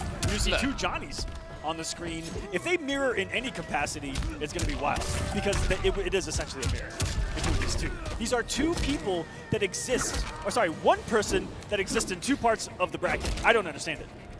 If they go in with the Johnny Cage mirror, it's just a mirror in and out of the game. It's just the nature of twins, I suppose. But normally, twin fighting game players tend to actually pick different characters, but it's rare that they play exactly the same. But no, they're restarting match. It's a Johnny Cage mirror, winners finals. Scorpion, Prox, and Nicolas. Only one of them can make it into grand finals on the winner's side. Let's find out who it's going to be. I'm the star. You're the stand-in. Keep dreaming, Mini-Me. We're going full Hollywood here in winners finals today. Prox and Nicolas throwing down. It's a battle of the cages and the mirror between the 2. It's usually the Nightwolf. Gonna be a lot more, I mean, similar kind of functionality. A lot of grounded, footsie-oriented pressure we're gonna see between the 2. Get ready to sit back and take it all in, ladies and gentlemen. First blood going to Nicolas here on the knockdown, getting things crazy with the whip stand 2, and gets the punish of the Shadow Kick. Now I'm gonna start this series by setting up some expectations. Expect any possible character after a game is over. They play basically everyone in the game, and against each other, they seem to just go through the entire roster for various reasons. But all right, Scorpion Prox working on a comeback here, Aquaman. That health bar disappeared awful quick. Nicolas implementing a no-block game. It's so aggressive. Comes off a cancel himself. And Scorpion Prox brings that back from a proverbial grave to get us started. You said expect anything. It's already started. I mean, that was almost a great comeback that was fumbled at the last minute, but thankfully for Scorpion Prox, was able to turn was that it just around. a raw forward nut punch? Somehow these buttons are just working on their own. Nicolas getting opened up by just basic strings at this point. I think he's trying to get a little too cheeky on Wake Up with some of his disrespect against the brother. I was going to say younger brother, but they're twins. I can't really make any kind of assumption here. Well, you know, technically one of them would have been born first. All right, Nicolas with the comeback. Arcing projectile versus the straight as well. Yeah, it's a slightly different variation, so we have to keep that in mind. Not a complete mirror match. The cancel into the 1-2-1. The defense there from Nicolas. Both with the rising star to keep themselves safe. The pressure here. That was very risky. That was very risky, Mr. Aquaman. Very risky indeed. Oh! We trade off with the projectiles. What a way to start. Oh, this unconventional pressure. I love the use of the secret sweeps from young Nicolas. No. Oh, no, you didn't. You didn't do that. Will someone quit if that hits tonight? If that KB lands on someone, it is a community known thing that you have to simply give up because your opponent has beaten you at that point. Well, we haven't seen it yet, but in that case, it just got completely whiff punished. Nicolas looking pretty comfortable in this final round of this first game. Not letting that comeback really phase him whatsoever. Determined as these two have, you know, it hasn't been one-sided in their own rivalry amongst these two as Nicolas takes game number 1 because Nicolas has beaten Scorpion Prox at a major grand final and taken one himself. I think we're just going for a restart match, was that? Yep. Cage mirror continues with these two. Straight to business, and not to curse things, but I think, never seen these two not go 2-3 to a game 5. Extremely rare if it doesn't, that's for sure. A mirror to the end between the two. Claws blocks a second it. A follow-up, he's resourceless right now. With punish. Get out of here with that. I'm gonna hit you with my 2-piece launcher. Punch you in the nuts. We're flawless blocking low pokes right now, catch up. On command, it seems. It's the level we are at. Knocking on the door. That one's just super checks it from so far away it left. God, that up 3 is so bad. Poor Johnny Cage. Low now. Similar to the Nightwolf mirror, you hear that flawless block sound a lot, guys. When you watch this match, just listen. What? How? How? And got the armor break. Optimal The head most there. bizarre thing in the world with these two is that they'll do the hardest stuff ever, and then they'll drop the easy bit. That was string into fatal blow. How'd you mess that up? You're flawless blocking within milliseconds of things unseen. And it's the simple stuff, you're right. Either way, though, hit confirm. Scorpion Prox drops the combo, and now Nicolas paying it in kind with a combo of his own. He's so quick on seeing those drops, too. Thackeray finally opens up. What are these drops right now? The stand 2 is a little too early from both twins. Wake up, that punch! What is that punch? I'm so confused. God, look away and watch your nuts. This is what it takes to get into the mind of your brother. Okay? Someone who's known your own mind since birth. You have to do the unholy. There's the knowledge. Dunks under the second, and now we land the fatal blow with no trouble. Bit of a shaky round. Spaghetti all over the floor. But either way, we tie it up, and Nicolas, I think you're going to be feeling a bit good after that, you know, because a couple of mistakes that really you're not used to seeing him make, swiftly undone by the same situation, but done better. You're just feeling good after that. Sweep, sweep. Brock's not afraid of the unconventional buttons of the characters either. And when these two do the Nightwolf mirror, you see every single tool in normal that the character possesses and what it's kind of known for. It has a use. And you see that similarly with Johnny Cage here. These twins, they play every character at this level. That's what's scary about him, Catch Up. And I don't know if people know this at home. They're like this with the whole roster. Some really uncharacteristic combo drops actually coming from both of these players. I wonder what it is about them playing against each other, because you're used to seeing them play against everyone else, and whenever they play against other players, everything just is almost perfect. Oh, what is this? What is going on? What is going on? I'm so confused. Did he try to stand one with, and then he tried to nut punch himself and got nut punched? Nut punchies? I just don't get it. They're just going after the nuts, and that's it. It's the only objective. Johnny Cage, the confirm again, 1 game apiece, drops the combo, a wake up 3 missed. Why are they trying to end the family line here, Catch Up? Why are they trying to stop it now? It's a very Johnny Cage thing to do. They're going for the legacy. It's Prox with the unholy amount of that flawless blocks on pokes, on anything. The sound of the flawless block has just been printed into my brain at this point, thanks to these two. And there we go again. I don't get it. Why are they doing that? Why are they just going for the nut punch on its own? And he almost knew that his brother was going to drop that combo and 1-2'd him out of it because he mistimed the instant jump too. You shouldn't make that read on paper, but he just did. That lets me know that I think that these twins can feel each other in a way. Do you think in bracket when one of them gets mixed, like the other one feels it? Maybe. I'd add that to the list of loads of silly questions us twins get asked on a daily basis. Can you feel each other's pain? Can you feel each other's pain? That's what I want to know. Hey, have you ever felt Mustard's pain? Catch Up? No, it's a stimulant. The joke was that it's a silly question, Mr. Aquaman. That's but why I now we're pushing forward. Point taken. A full combo now. Scorpion Brock sadly misses the end of it though. And Nicholas, well, at the rate of it, looks like we're going into 1 round apiece again. We can have another miracle comeback in him. This is a comeback character specialist. And a flawless block of another poke. Down 1, taken out of the game. When you're taking away 7-frame normals, that's a little bit of a different monster that you're approaching. Here from Scorpion Prox and Nicolas, guys. Stuff that we haven't seen, as consistent in all the other rounds and matches leading up to this point. You're seeing it at the apex. These two, even the meaty string was flawless block there. The difference in time he's had to do to pull that off. Scorpion Prox fighting his way out of the corner though. Back to that mid-screen we go. The whiff on the throw actually keeps it.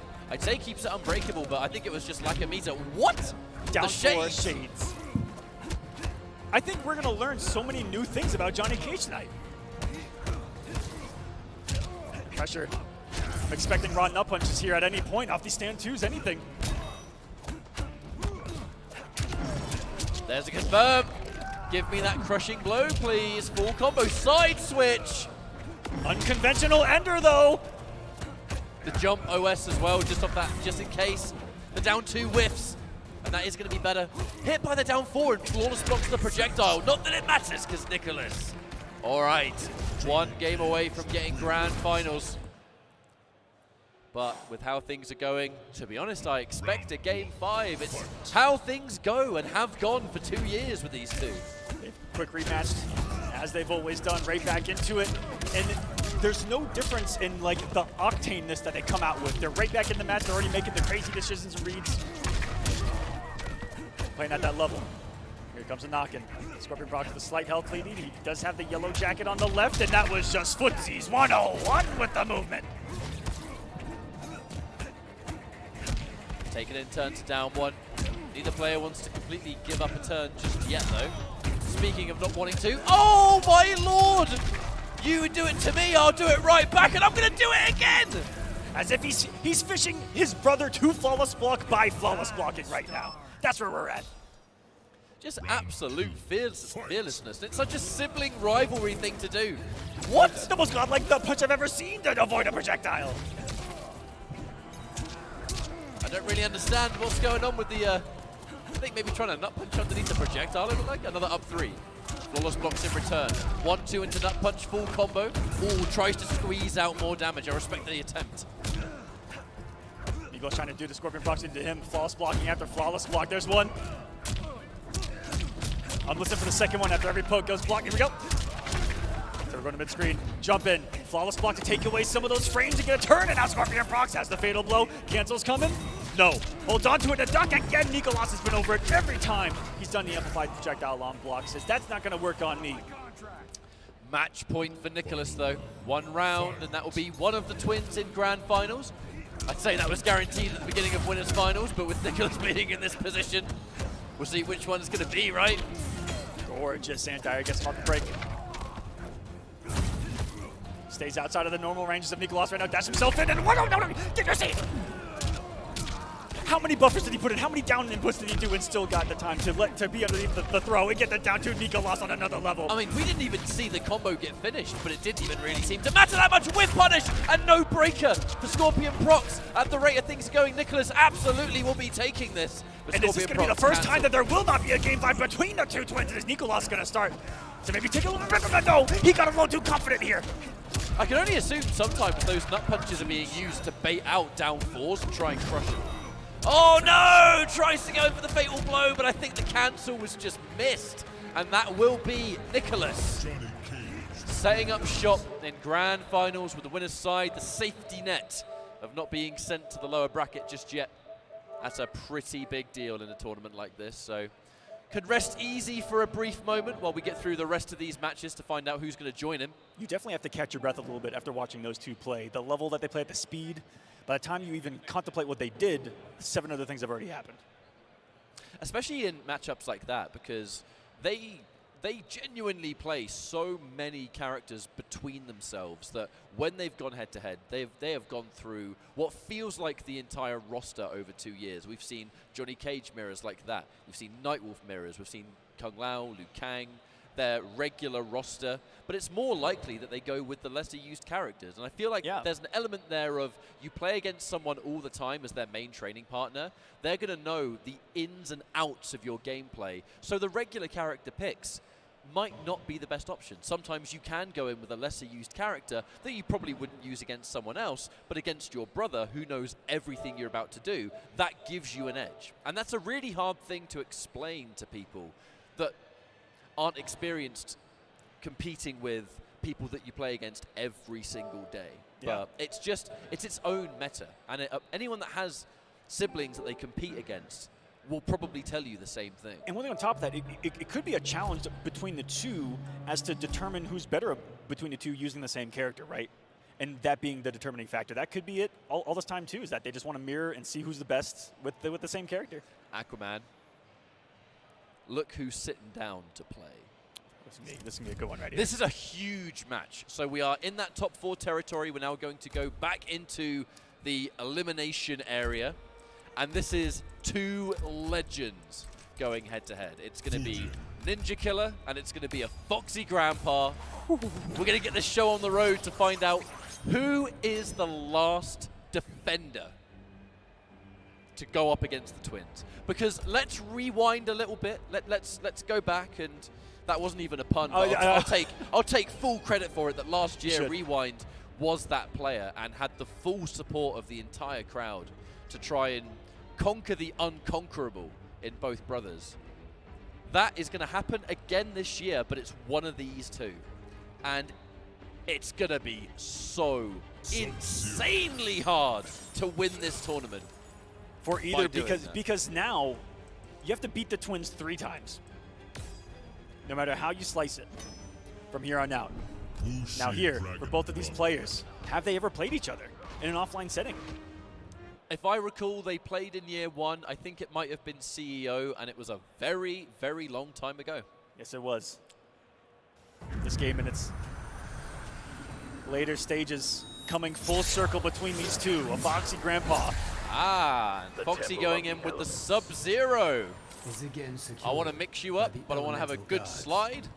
Good combo potential. That's not enough. We shall see if this Sub-Zero is going to get the job done, but Ninja Killer going in with that absolutely rock solid fusion.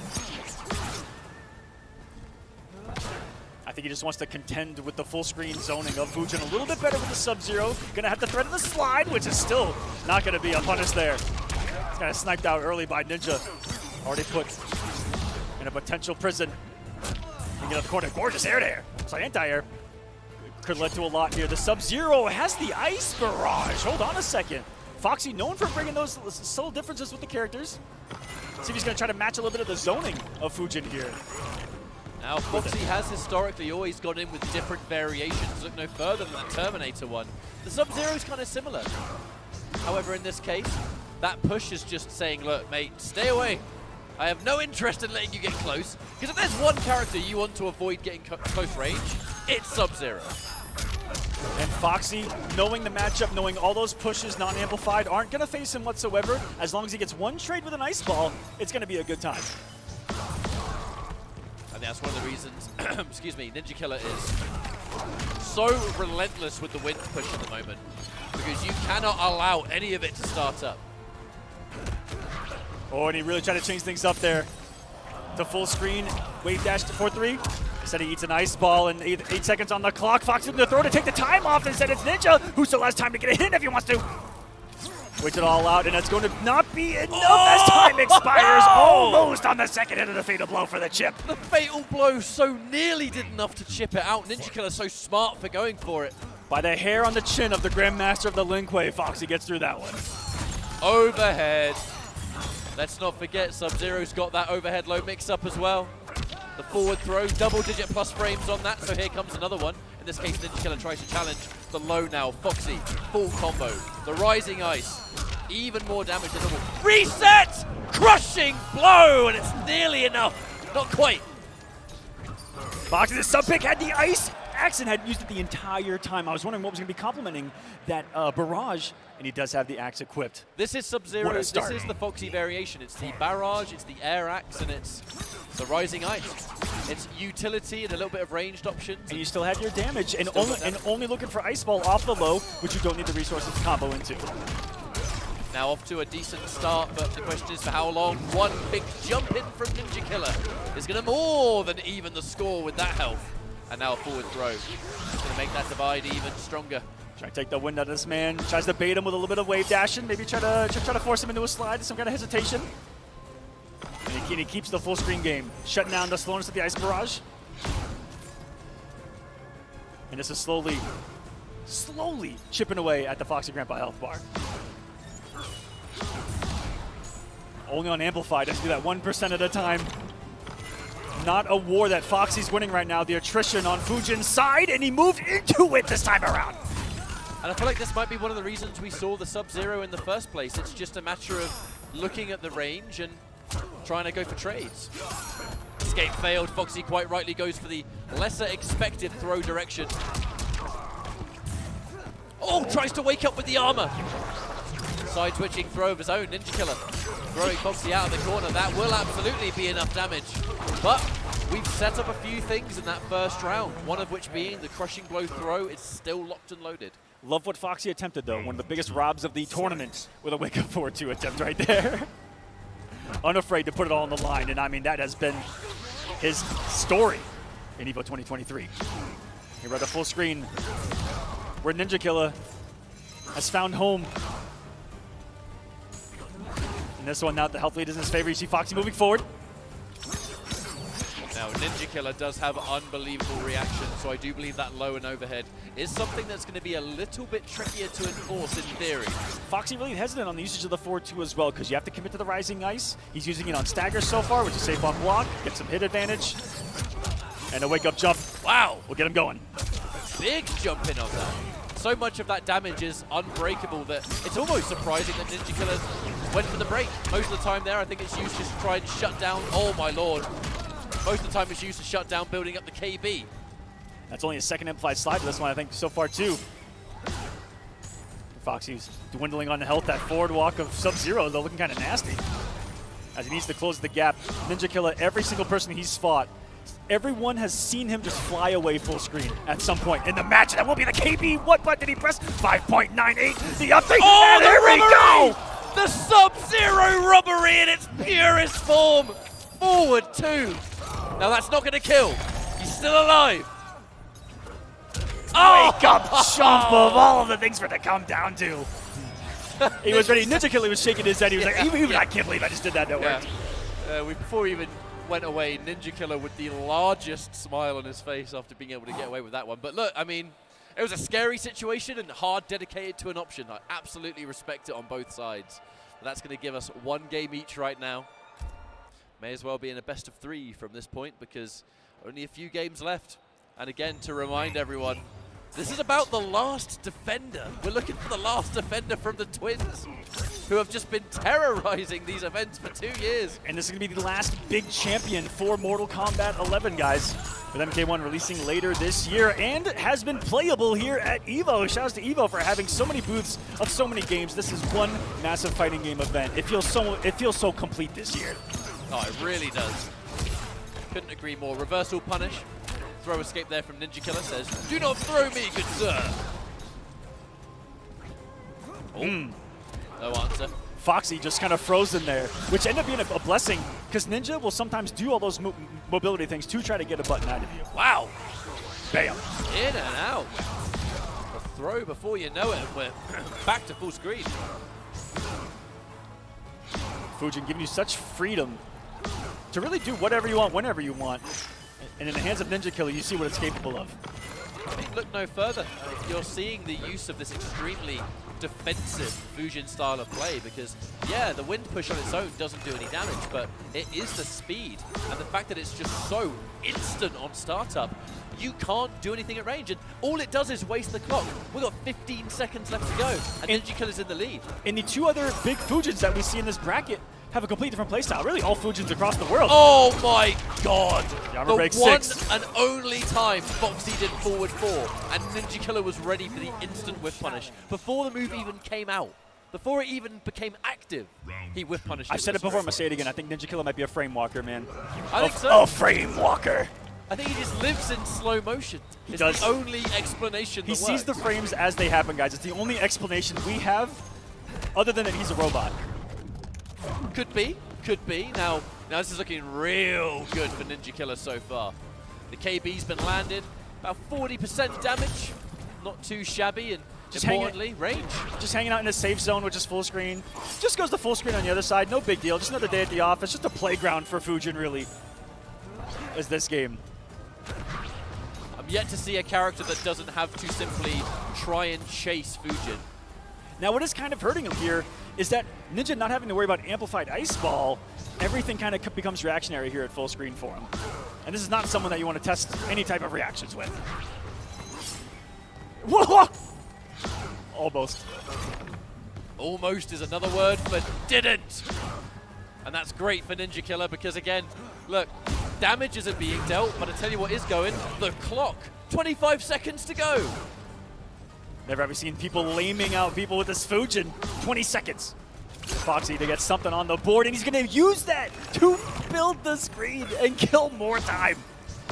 Ninja is ruthless in this one. I gotta say as well, doing this against Sub-Zero is bold because he is so known for being unpredictable. Oh, and that's it. The timeout has been the worst enemy in this matchup. That was the first time he got hit. You're telling me he went 96 seconds without getting touched? Foxy has to make a choice here, Aquaman. I now can only pick one character, and it has to be one that can keep up with Fujin. Does Foxy have anyone that can do that? Fujin, Kitana. Kitana? Whoa. We haven't seen this in an age. Real calm and collected from Ninja Killer, who think about the Half-Blood stance. Following the assignment, you know, sticking true to that game plan. I think he uses Half-Blood stance low fan. Yep. The classic here, going to the princess. Foxy's last chance, otherwise he'll be out of EVO 2023. Fight. Had a good start at the beginning, you know, getting that first game with Sub-Zero, but the moment Ninja Killer has been able to just get that defensive play on lockdown, it's been a very, very different story. And now Ninja Killer going in, rushing it down. And now that Ninja knows that he has that low fan that's going to be contesting him full screen, immediately maybe more of an aggressive game plan coming in. The Kitana is something I haven't seen from Foxy all tournament long, but was one of the characters that assisted that top 8 performance last year at EVO for the same game. So this Kitana's looking pretty good so far. The half-blood stance, combination of projectiles, tracking projectiles, dive kicks, the low fan, of course, for the zoning application. You can be reactionary with it full screen, teleport. Play some mind games right there. Solids up. No anti-air attempt. Ninja just staggers, and this could be the round. Very well could be. This is the spot that we see it be pretty close. Just a simple 1-2. Oh yeah. You know it. For sure, that's going to be enough. And Ninja Killer is on match point for stage 1 of what could be one of the most legendary runs we've seen. He would get his run back from the start of this top 6. Gets a knockdown. He's got just throwing fans right now. One back to finds the spark. No big damage. Keeping it simple as Ninja ending it early. Foxy get the breakaway. Thought the full combo was coming. Ninja pushes close to build the space. Tries to punish that whip throw, but just a little bit too far away to get anything from it. Has to respect that back one. Ninja Killer bit by bit moving Foxy into the corner, and now things got a little bit scary. Square wave. Does he get the punish? Give a taste of his own medicine right there, and the side was through the silver hair of Fujin on that one. The hair on his chinny chin chin. Now these trades are going to favor Kitana. Even the startup of the fan is good enough. And you see the tech there from Ninja Killer, the short hop, the low fan. A lot of us content with just blocking it, even the flawless block taking away the chip. He's optimal in how he deals with zoning. Blocking versus not blocking. With the crouch and block, he's got knocked down again. Now Foxy is a rather scary situation here. Just about 13% health remaining. 10 seconds on the clock. The timeout rears its head for another time here. Ninja Killer punishes the square wave, and Foxy just did not have an answer for that defensive runaway Fujin style of play. Well done, Foxy. Another top 4 performance at EVO, guys. Round of applause to that man, the legend, going back to the beginnings of our competitive community here. The modern competitive community, though, as it were. For Mortal Kombat 11, Foxy's attendance record for EVO top finishes is one of the more consistent in the entire scene. Might actually be the most consistent next to a couple of players. But overall, that was just a strict game plan from the Fujin. Was in and out, take your damage where you can get it, but when we have the neutral, we retreat, we backdash, we make it a nightmare to chase down. And Foxy did not have an answer for that at all. This is something I'm seeing for one of the first times, too, you know, on a consistent basis, is the more lame Fujin, and it's super effective. It's the slowest, most offensive Fujin play I have ever seen. Which is not something you would think from someone that we know as being one of the most aggressive, crazy, rush-down players of olden days, I guess, but a complete all-around player is Ninja Killer coming into this, for sure. Well, stage 1 of the process is complete. Ninja Killer has been able to become the last North American standing here, and I'm sure the crowd's going to be able to give that energy to him as we go into the next set of matches. Guys, if you guys are out there in the crowd, give him the spirit energy. He's going to need it. You're going to have to do it now, and you're going to basically have to do it for the rest of it, because Ninja Killer is going to have to do what no player has done yet, which is beat both of them back-to-back. You said it yourself, 3 times. 1 in losers finals, and then you have to reset the bracket and then win again. If Ninja Killer can do that, the greatest. Yeah. Like, undisputed, the greatest MK11 player of all time. But it's going to be the hardest thing. This is the Mount Everest to climb now. Love it. That's what it's all about. That's what EVO's all about at the end of the day. That's what we're here for. But I tell you what, we're going to go to a short break for another time. I want to thank you all so much for tuning in. And shortly, Mortal Kombat will be back. At Chipotle, real food always starts with real ingredients in real kitchens. When you order Chipotle, real food starts with you. Whether it's in restaurant, pickup, or delivery. However you Chipotle is the easiest way to Chipotle. Oh no. Super roll-up. Victory feels good. Yes.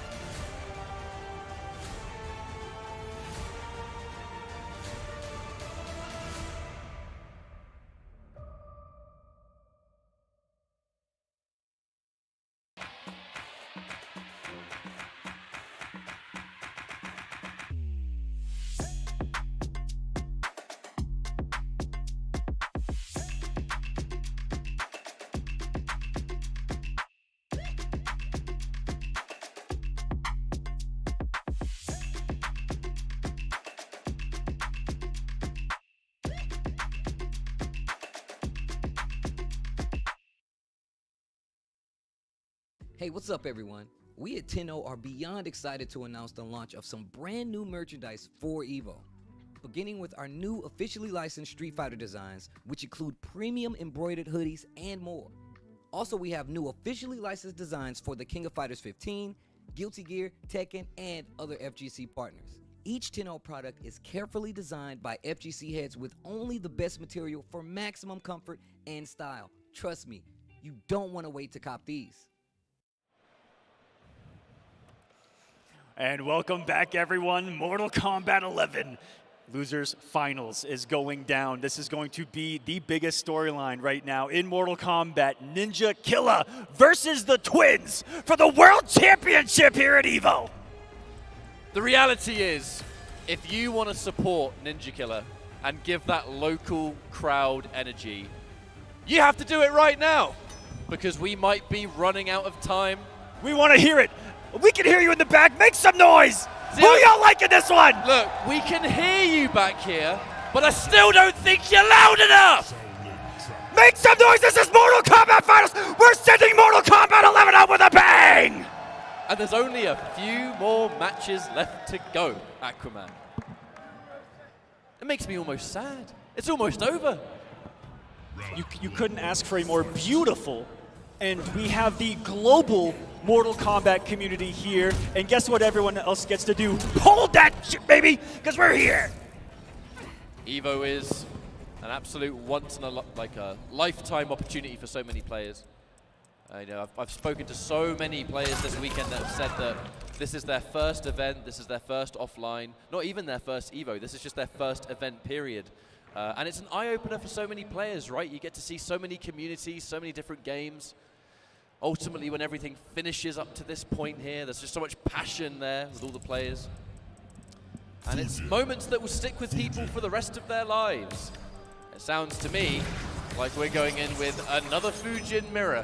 And I tell you what, we were talking about this to each other during the break. We could see nothing but Fujin for the rest of this tournament. So, just saying, get yourself ready for it, maybe. Ready for some turbine action, as we like to call it. It's definitely not what we like to call it, but the wind god. As we get Scorpion Prox took it in a close one on the winner's side, 3-1. I'm here to warn you. In this mirror. And create a paradox that endangers us both. Ninja looking for the vengeance, looking to begin his ascent up Mount Everest. Taking on the Twins. First hit goes to Prox. Scorpion Prox has been able to do more than score first blood at the moment. About half of that life is already dealt with. Ninja Killa kind of struggling to deal with that advance. Oh, but never mind. The down two starts things off, and we instant jump one into a side switch. That's 40% done and dusted. And we can start to mount our offense into even more. That's one way to catch up on the health, says unhand me, and that forward three lingered out there to meet him on wake up. He's gonna build that space again. Not gonna be able to lame out Fujin in this one though. That's a character that can contest you with all your own shenanigans. Lost to jump in.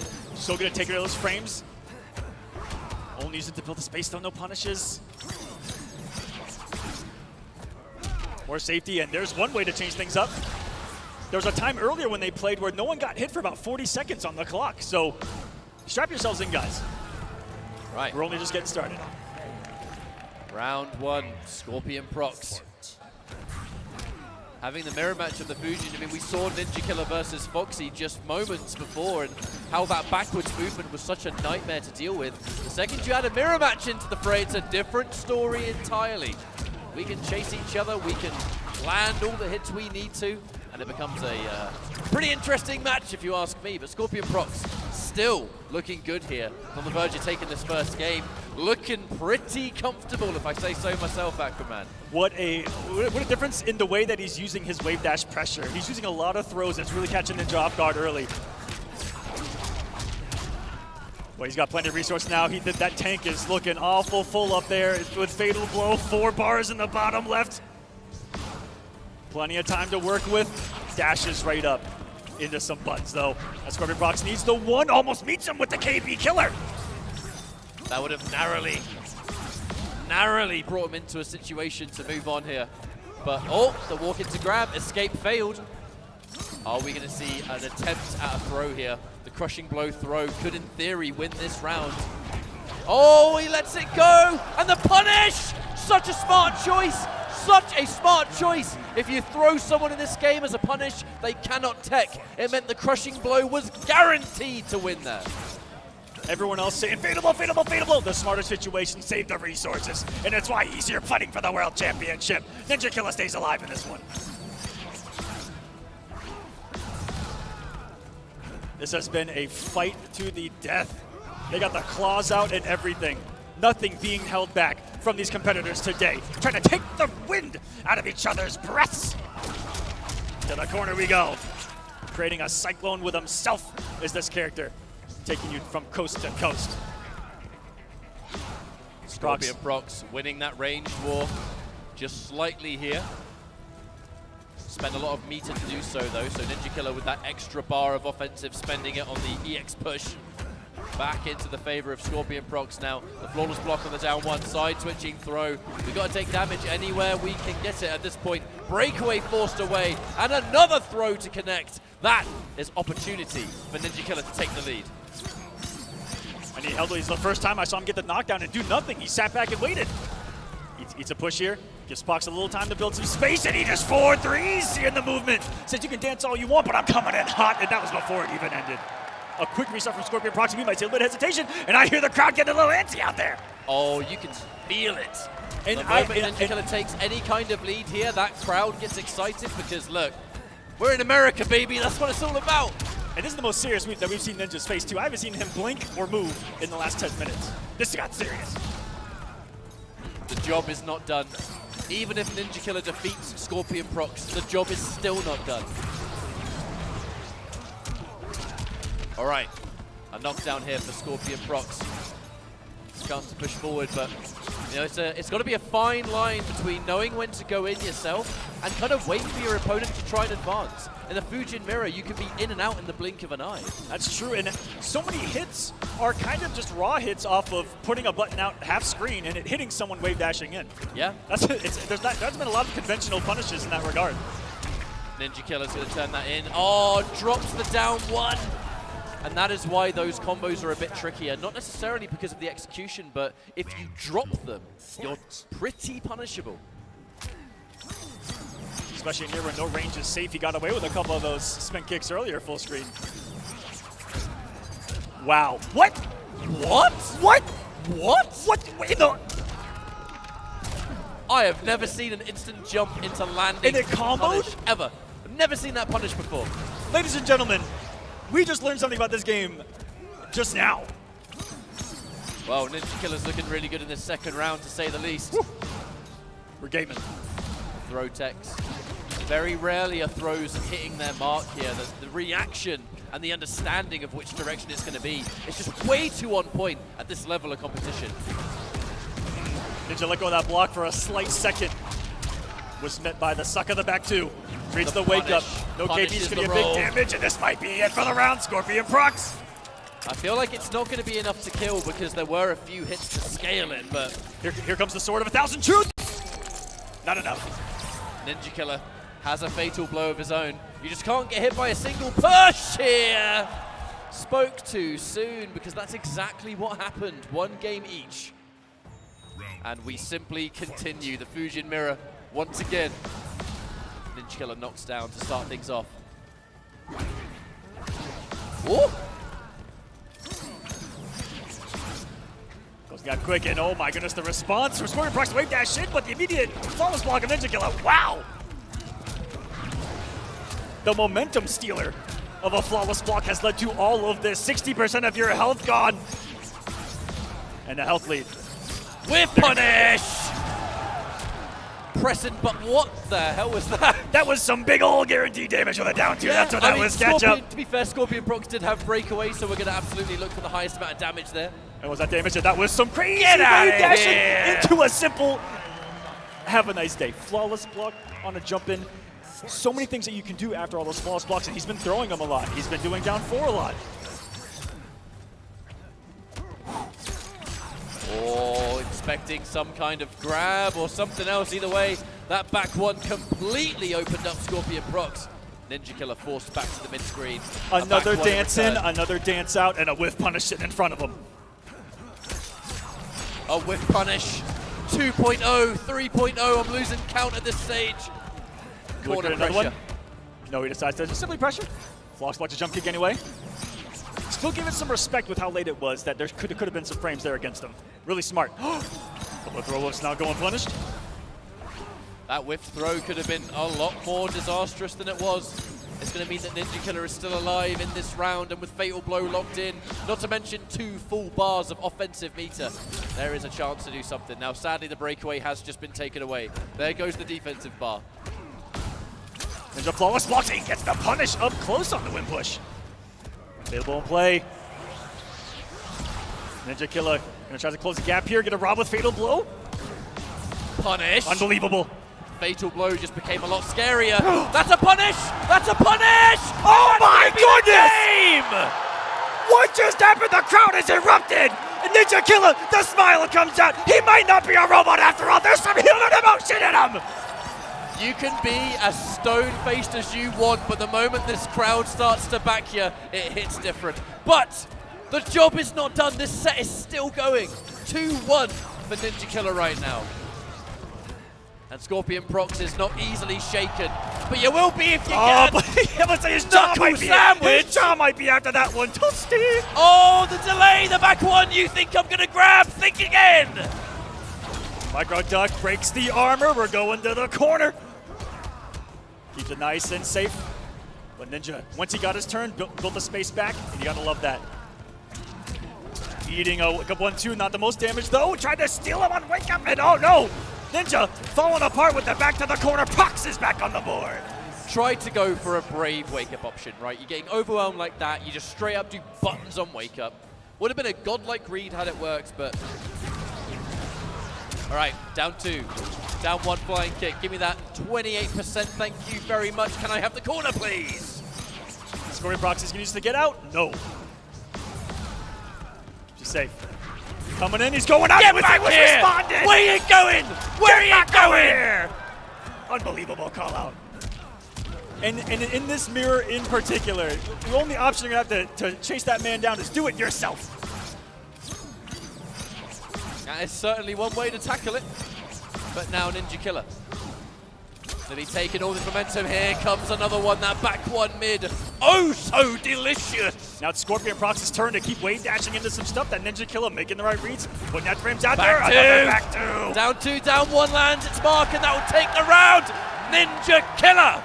Match point here versus Scorpion Prox to start the 3-piece journey. Gets the first hit here too, and wait on a second, no defensive bar to worry about. He's gonna get us some big damage. Gets the throw. The escape failed, and hold on, the crowd's starting to feel it here. Gets the jump in. Ninja Killer going crazy right now. On the verge of a flawless victory and looking for it. Anti-air and the grab, the throw escape. Scorpion Prox keeping himself in this game, but a whiff punish!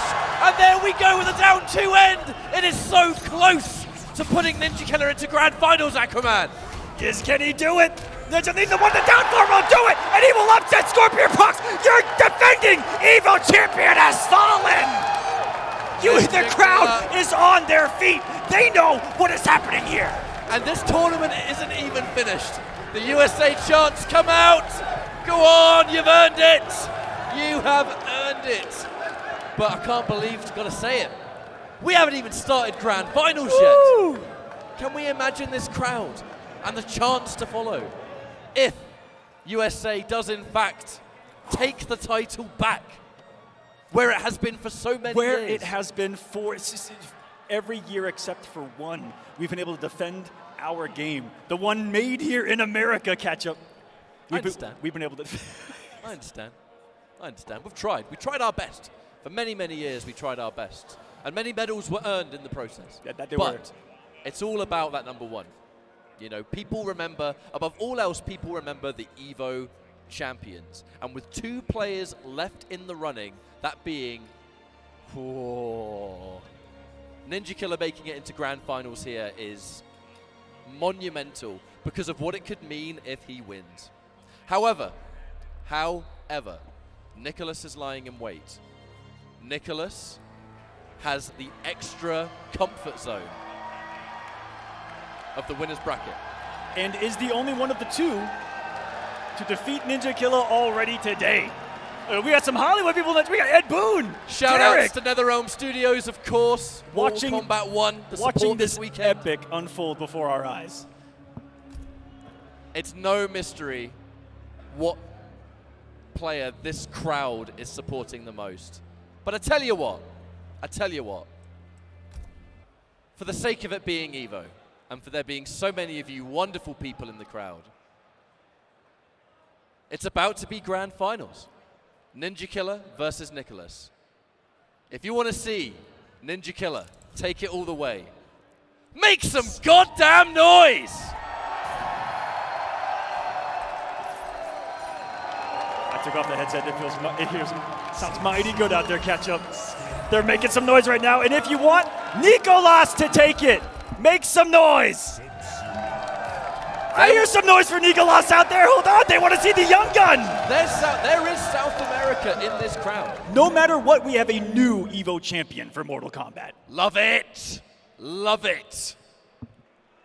And I'm going to love this grand finals even more.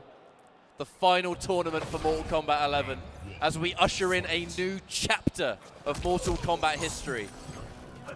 And we're just getting past this button check and the insanity begins.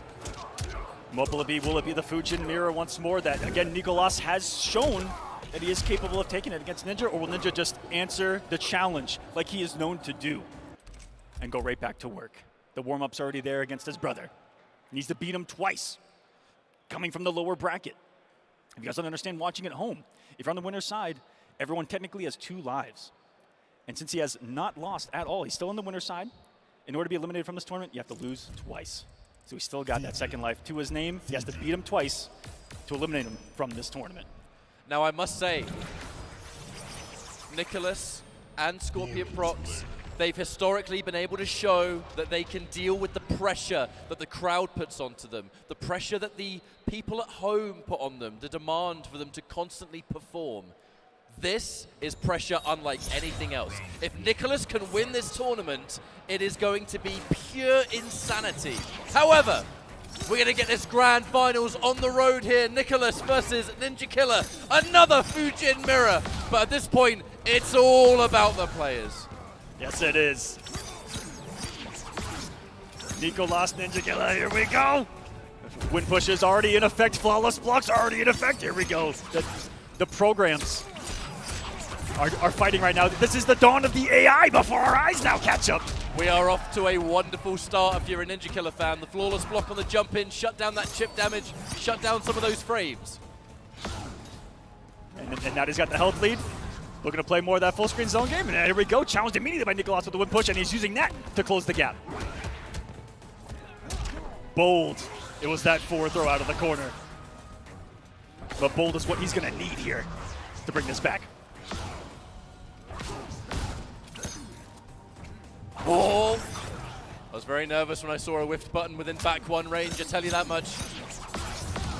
Ninja just chipping at Nicolas. Now you'll notice in this grand finals, to really reflect the similarities that the Chilean twins have in gameplay, you would be forgiven for thinking we were still in losers finals with the characters, the matchups, how everything's unfolding. Unfortunately, he goes into the flying kick. What are we doing? No, we're going everywhere. This is the Ninja Killer special. Catch me if you can. And he'll take round number 1 here. Not building meter. He was doing that for almost no reason other than to hit him trying to approach. Ninja Killer looking mighty comfortable to get started here in grand finals. If you're playing patiently and earning a timeout in the first round of grand finals, you are mentally ready for anything, I would say. Last thing I was mentally ready for in this top 6 were timeouts catch up. And lots of them. And not in the traditional sense either.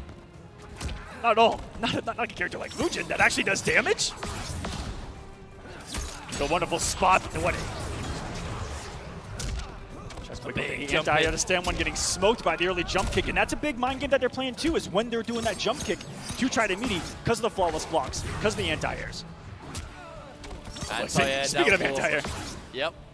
Anti-air low pokes. Don't forget, Fujin's one's pretty damn good, all things considered. The punish, the flying kick in the air, and just a little bit more to do it. Nicholas on the verge of tying things up. No defensive bar, could do anything right now. Dive kicks him for a round apiece.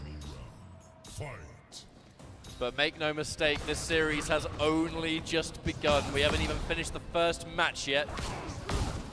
And now the flawless blocks, so many of them. The release block tech just in case there was some kind of jump in. Nicholas going in with the grab. This time is going to be successful. Rare footage of the grabs actually working. Full combo now, and the flying kick just in case there was a break attempt. What safety here so far? Some hit advantage, and Well, instead of go. jailing, goes for the throw. Good quick pick by Ninja. Expected a wake up, slight hesitation. He's a back throw, and now Nicholas says, "Here, it's time for you to deal with the corner, bucko." Oh, tries to chase it down. In this case, the punish on the dive kick and the 1-1-4 crushing blow to follow. As well, it's going to be a guaranteed flying kick. A little bit of health left in the tank for Nicholas, but it ain't much, and it's not enough to survive. Game one. Right there. Oh. Game one goes to USA. 2 more needed just to reset this. The crowd going crazy. They can feel it. The energy insane in this building right now that is hosting, I don't know, near 15,000, 20,000 people at this point. I'm going to take a bold prediction and say quite a few. And that's as far as I'm going to go on that one. Well, hope you guys here are enjoying EVO. Hoping everyone watching at home is enjoying this EVO, as this is the first top 6 to kick off EVO. And it's been magic. Nicholas looking to obtain a full combo there with a breakaway from Ninja Killer to shut it down. Looking for a short hop. It's hard to say. Most of the time that could have been some kind of flawless block. You never really know. Either way, Nicholas, another full combo. Good to go. Ninja getting up into the back 1 range, getting out of the range. You love those dances. Here we go again. In this case, the back 2 catches Nicholas pressing something. And now the aggressive back 1. The reverse throw. Throws are so scary because at this range, it could really be anywhere. That back 2 surely must have been some kind of follow-up. And one of the slower buttons to be reacting and anti-airing with. Again, more impressive from Ninja Killer of anyone I've seen in this, really in this tournament, at anti-airing with so many different things. His reactions on another level sometimes. We'll see if the twins can match it. Breath taken from him to full screen. This is where Ninja wants you. Nicholas has fatal blow, but I'm looking at the fact that there's 10 seconds, 8 seconds on the clock. The pickup doesn't let it rock. 3, 2, 1. And another timeout for Ninja Killer. He is grinding down his opponents. I've never seen this type of gameplay implemented in Mortal Kombat like this. I have never seen a player grind a match to a halt this extremely. But clearly it's a strategy that is working in a great amount, because right now it's got him into grand finals. It's looking real good versus Nicholas so far. Flawless block, get out of here! They say defense wins championships, and Ninja Killers is looking mighty championship caliber today. Nico lost the execution. Whip punish! The down 2 as well for the bigger damage. Every drop giving Ninja Killer the momentum, and he's riding it right now. Wake up buttons, no counter hit though. Tries to whiff punish the up 3, but no one home. Only a little bit of work left to go to make it a 2-0, however. Confirmed. Fatal blow as well. That's going to hurt. And it is going to set up a position where if Nicholas can land a clean hit without breaker, can win the round on it. What's it going to be? Has to close the distance, right? And oh no. Needs a miracle. That breakaway going to be a hindrance if he could find the hit. Needed at least 2 reads, I think, in that situation. And now Ninja Killer. Wait a second. What a different story that's unfolding before our eyes. It came away from a reset. And more importantly, some mighty huge momentum. As looking at how this is going so far. Ninja Killer 1 game away from resetting this bracket and bringing us into a final 3 out of 5. And if I do say so, the way that first round started is pretty good. Ninja Killer once more being the less aggressor in this matchup full screen. Nicholas doesn't know what to do, and even when he's turbining, unable to answer the turbines himself, he doesn't know how to chase those down, get the punishes, getting away with so much mobility as Ninja Killer in this matchup, in comparison to the one prior. More of that patience. Looking for a trip guard on that back 1. Someone jumps too far away, you whip punish it at back 1. Easy money, but... Wow! I think they both had the same idea there. Pushing him to stay away from me. Stay away from me until I get meter. That's what he's thinking in his mind. Now he's got the bar. Can't find any time. Can 4-3 at any time. Both can rob here on kill. 4-3 turbine down 2. Back 1 hits. Hang on a minute. Soaked up a poke, it looked like there. Speaking of that down 4. Oh, And that's a punish. However, never mind, actually. Ninja Killer on the verge of yet another timeout, but isn't going to need it. Everybody in the crowd, everybody at home, a reset point is obtained here for Ninja Killer. One more round and we're starting again. It's starting to scare me because Nickelodeon is starting to play Ninja Killer's game this entire time. The lateness, the flyaways, none have gone punished. It's a drastically different style to what Nicholas has been bringing to the table. Nicholas has been a bit more fundamental, a bit more aggressive. Ninja Killer's plan has been frustrate you, annoy you to the point of making a mistake. Try to flawless block there. Nice empty jump by Nickelodeon, punishing the defense capabilities of Ninja Killer as well.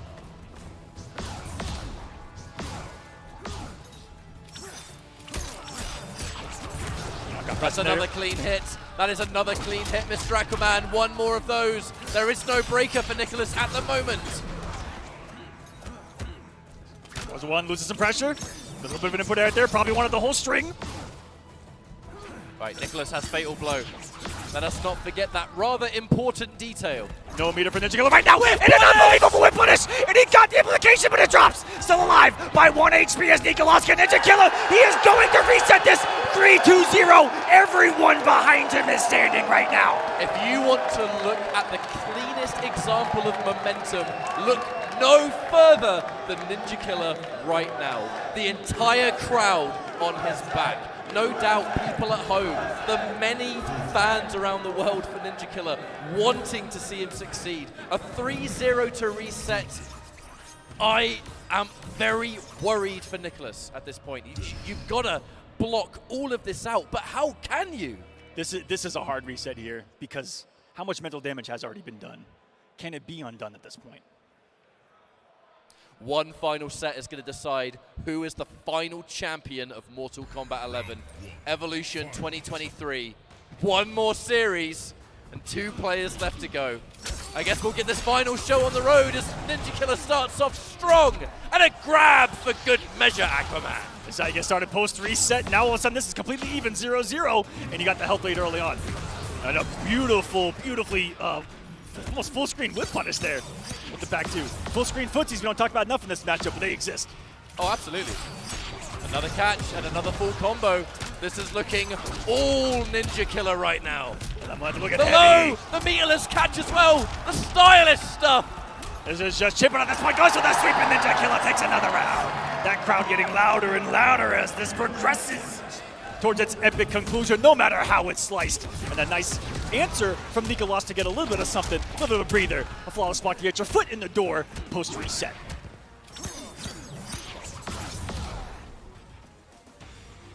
Whole lot of nothing. A whole lot of respect going on between the two there. Interrupts the forward 3, the 1-2, the mid came out enough in time to stop it. Unconventional. Now Nicholas starting to fight back, and for his sake really does need these kind of rounds. Dominant rounds, taking very little damage in return. You need to just continue to cement to yourself that it could be close. If Ninja Killer won that first game dominantly, I would have been terrified for Nicholas. But for Nicholas' sake, taking the round like that, all right, we're back in business. Yeah, I like how you're seeing the quicker rounds here post-reset from both of them. A lot of aggression from Ninja early on. That was a very aggressive round from Nickelodeon, so we can keep it going. That's going to be the name of the game for Nickelodeon to make this comeback. He has to close the gap on Ninja Killer. He has to keep that pressure on. With punish. He's got to start punishing some turbines. Back to the mid-screen we go. Does not really seem like a particularly corner-oriented matchup, to be honest with you. Looking to jump out of the corner here. Ninja Killer trying to challenge it. Back to back. There goes the launch into a full combo. Nicholas, the fatal blow has been activated. But with Ninja Killer having even a bar of meter, opts not to spend it. The question is he able to find a hit? All right, Nicholas fighting back. And a fatal blow. Coming off early, really had 2 options right there. Score the knockdown, do some kind of movement shenanigans, go for a reset and try to steal with the fatal blow, or put it down to here to 1, but you gave him his fatal blow. Ninja. A fatal blow. Nickelodeon a combo from getting this post-reset started right. Flying away and lets him get away with another one. Unpunished, not ready for the full rip. We mustn't forget that Ninja Killer does have a fatal blow of his own, so anything on the ground into that is guaranteed and it will lead to the end of the game. However, the wind push in return, Nicholas his fighting first back. lead. This is for all the momentum post-reset. What a tectonic shift this would be if he's able to do it, but he only got the string. At 22.2 health. He baited it early! Came up with a turbine early! Are you kidding me? He just baited him! Hook, line, and sinker full screen with a turbine. Cut it early and said, I'm gonna watch you whiff and thank you for the win. How was he ready for that? How was he ready for that, Aquaman? That's another level right there. That's a level I can't comprehend anymore. I cannot believe it.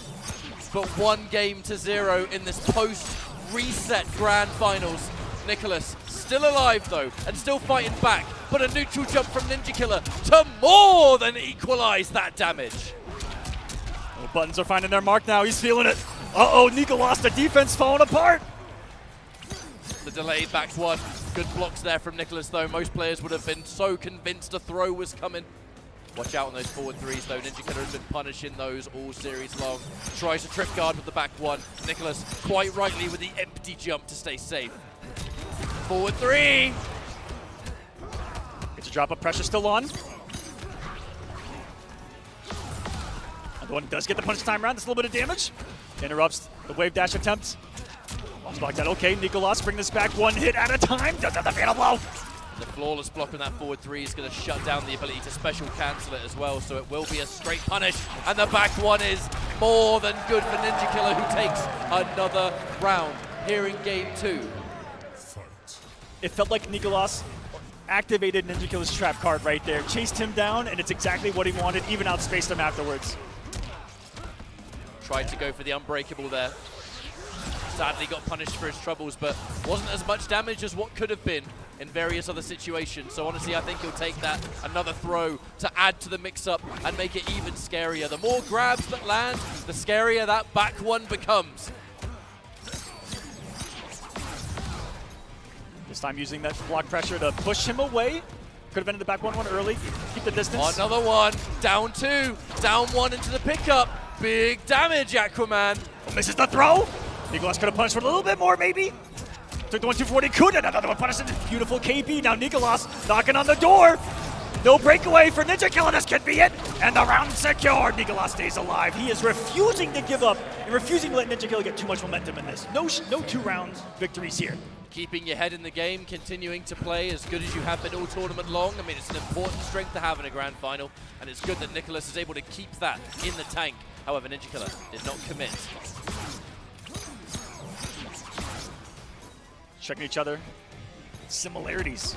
The back 1-1 pushes. Tried to call out Turbine with Turbine right there. But an early cancel by Nicolas saves him. That's what got his brother earlier.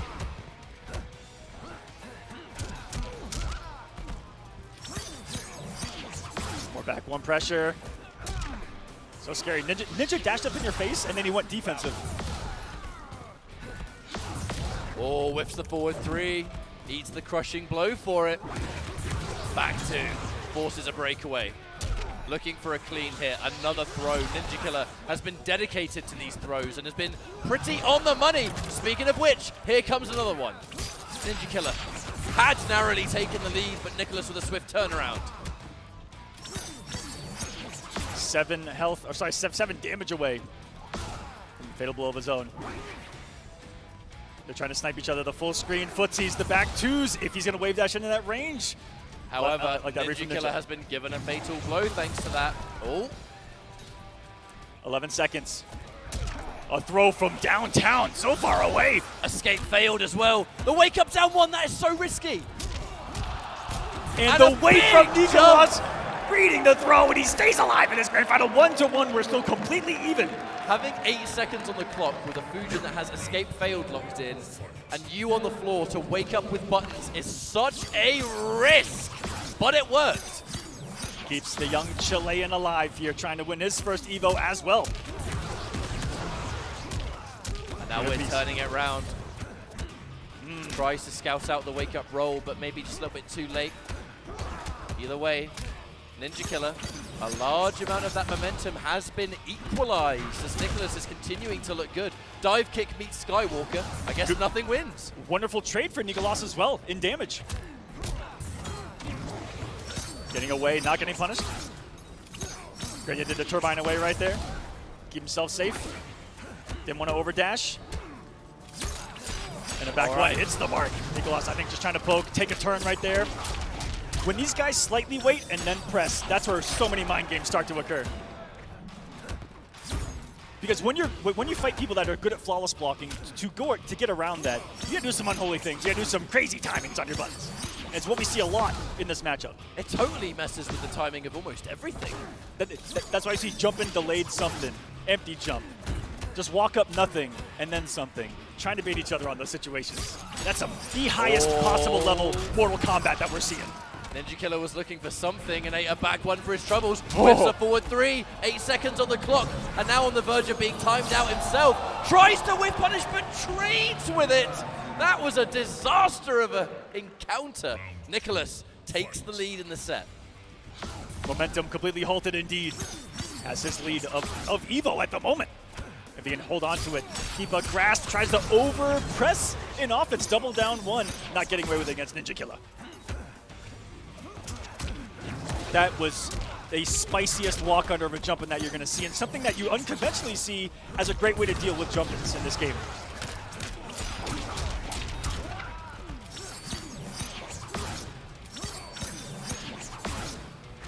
Back 1-1, turbines away. That's been his safe zone this whole time. Another forward 3. I'm going to squeeze out as much percentage as possible because at this point, everything counts. We're split right down the middle once again. As Ninja Killer pushes forward with more of that back one pressure. Make that 2. I was about to say he's got the position, but that man just jumped himself into the corner, but out of Nicolas. Maybe sometimes it doesn't matter when you can simply turbine your way to wherever and whenever you want to be in this matchup. There it is, that slight wait, and then back 1-1, opening up Nicolas. It's hesitating to get it down. That is unfortunate though. A lot of damage was left on the table, and then you're swiftly interrupted by a down 2 out of nowhere. That's 40% of some mean damage from the Wind God region. Ninja Killer, they're not empty jumping this time around. Trying to open up Nicolas with just a straight jump kick. That's a mistake away if I've ever seen one. That is huge for Ninja Killer if he can capitalize. Forcing Nicholas to accidentally break away in that position. And now there's no breaker. We can squeeze out every ounce. No, the combo drop. That was your opportunity. The first gift given by Ninja Killer in this grand finals, perhaps. And can he pounce? Can Nicolas take this opportunity to close? And Nicholas knows that a fatal blow is in his future if he gets opened up, so he's going to have to be so careful here. Ninja using the fear of the fatal blow to get the throw, needs another one, it's game to punish, and Nicolas takes the lead! It came down to one whiff punish, one whiffed opportunity, and it was a slide from Ninja Killer. That one away for Nicolas, crowd still feeling in the background, not out of it quite yet. An unfortunate whiff on that forward 3, it must be said. The catalyst to Nicholas taking the lead in this series. I gotta say it to the crowd, you want Ninja Killer to get the job done, you're gonna have to show some more support than that. He's gonna need the energy now. Oh, we hear him, they're getting loud out there. This is the chance to turn it around as Ninja Killer opens up Nicholas, continues to push on. Nearly with punishes, but not quite. And you heard the sound of beautiful music here in MK11, the flawless block back to back. The symphony. 2 notes I hope to hear before I die. Which is how I die in MK11. Definitely expected some kind of, maybe an amplify on the dive kick right there. Looks for the forward 3 again. Tries to anti-air, he's in. A full combo, and this should be the round. Ninja Killer ends things and takes it. 1 round up here. He heard the crowd on that one. He felt your energy. Let's see if he can use it. Take another round. That forward throw off wave dash. Catch you at such a range. Unexpected. Empty jump. Ninja Killer has done an awful lot of flawless attempts on jump-ins. Lovely, lovely pickup there from Ninja Killer. And it's looking like a different player in this matchup. So clean, the crushing blow on the wind push as well. Looks to whiff punish, but no! Walks right into the back 1. Thought he was going under something that simply wasn't limboable in the back 1-1. But he's been playing his game this entire round. And that is going to be a turnaround, and just like that, 1 more match. Either side to cement champion for EVO 2023. And the crowd, it's becoming very real now, isn't it? It's down to one, ladies and gentlemen, 2-2 final game at EVO. This is how we get started in 2023. Would not have it any other way, my friend. And But that now, was the most insane in and out I've seen of the entire tournament. That was in, out, 6 times, and still got the throw to open up Ninja Killer. We're on layer 92 of MK11. Get off me. The reverse throw. Not going to give up, we're going to go for even more.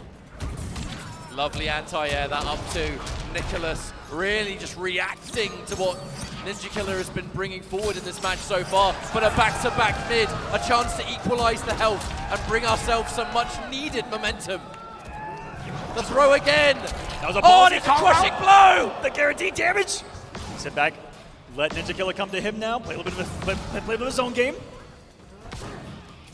Still very possible with punish. And now any clean hit. The wake-up buttons. Nicholas with the riskiest decision dedicates to it and brings himself onto championship point.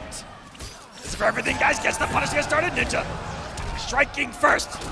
Execution there this time around. 330, he's going to pick up for a whole lot more here. And he's pushing Nicholas to the corner, trying to dance him into a shimmy there. Not falling for it. No follow-up on the back two. The most gorgeous anti-crossover down 3 you'll ever see into the spins full screen.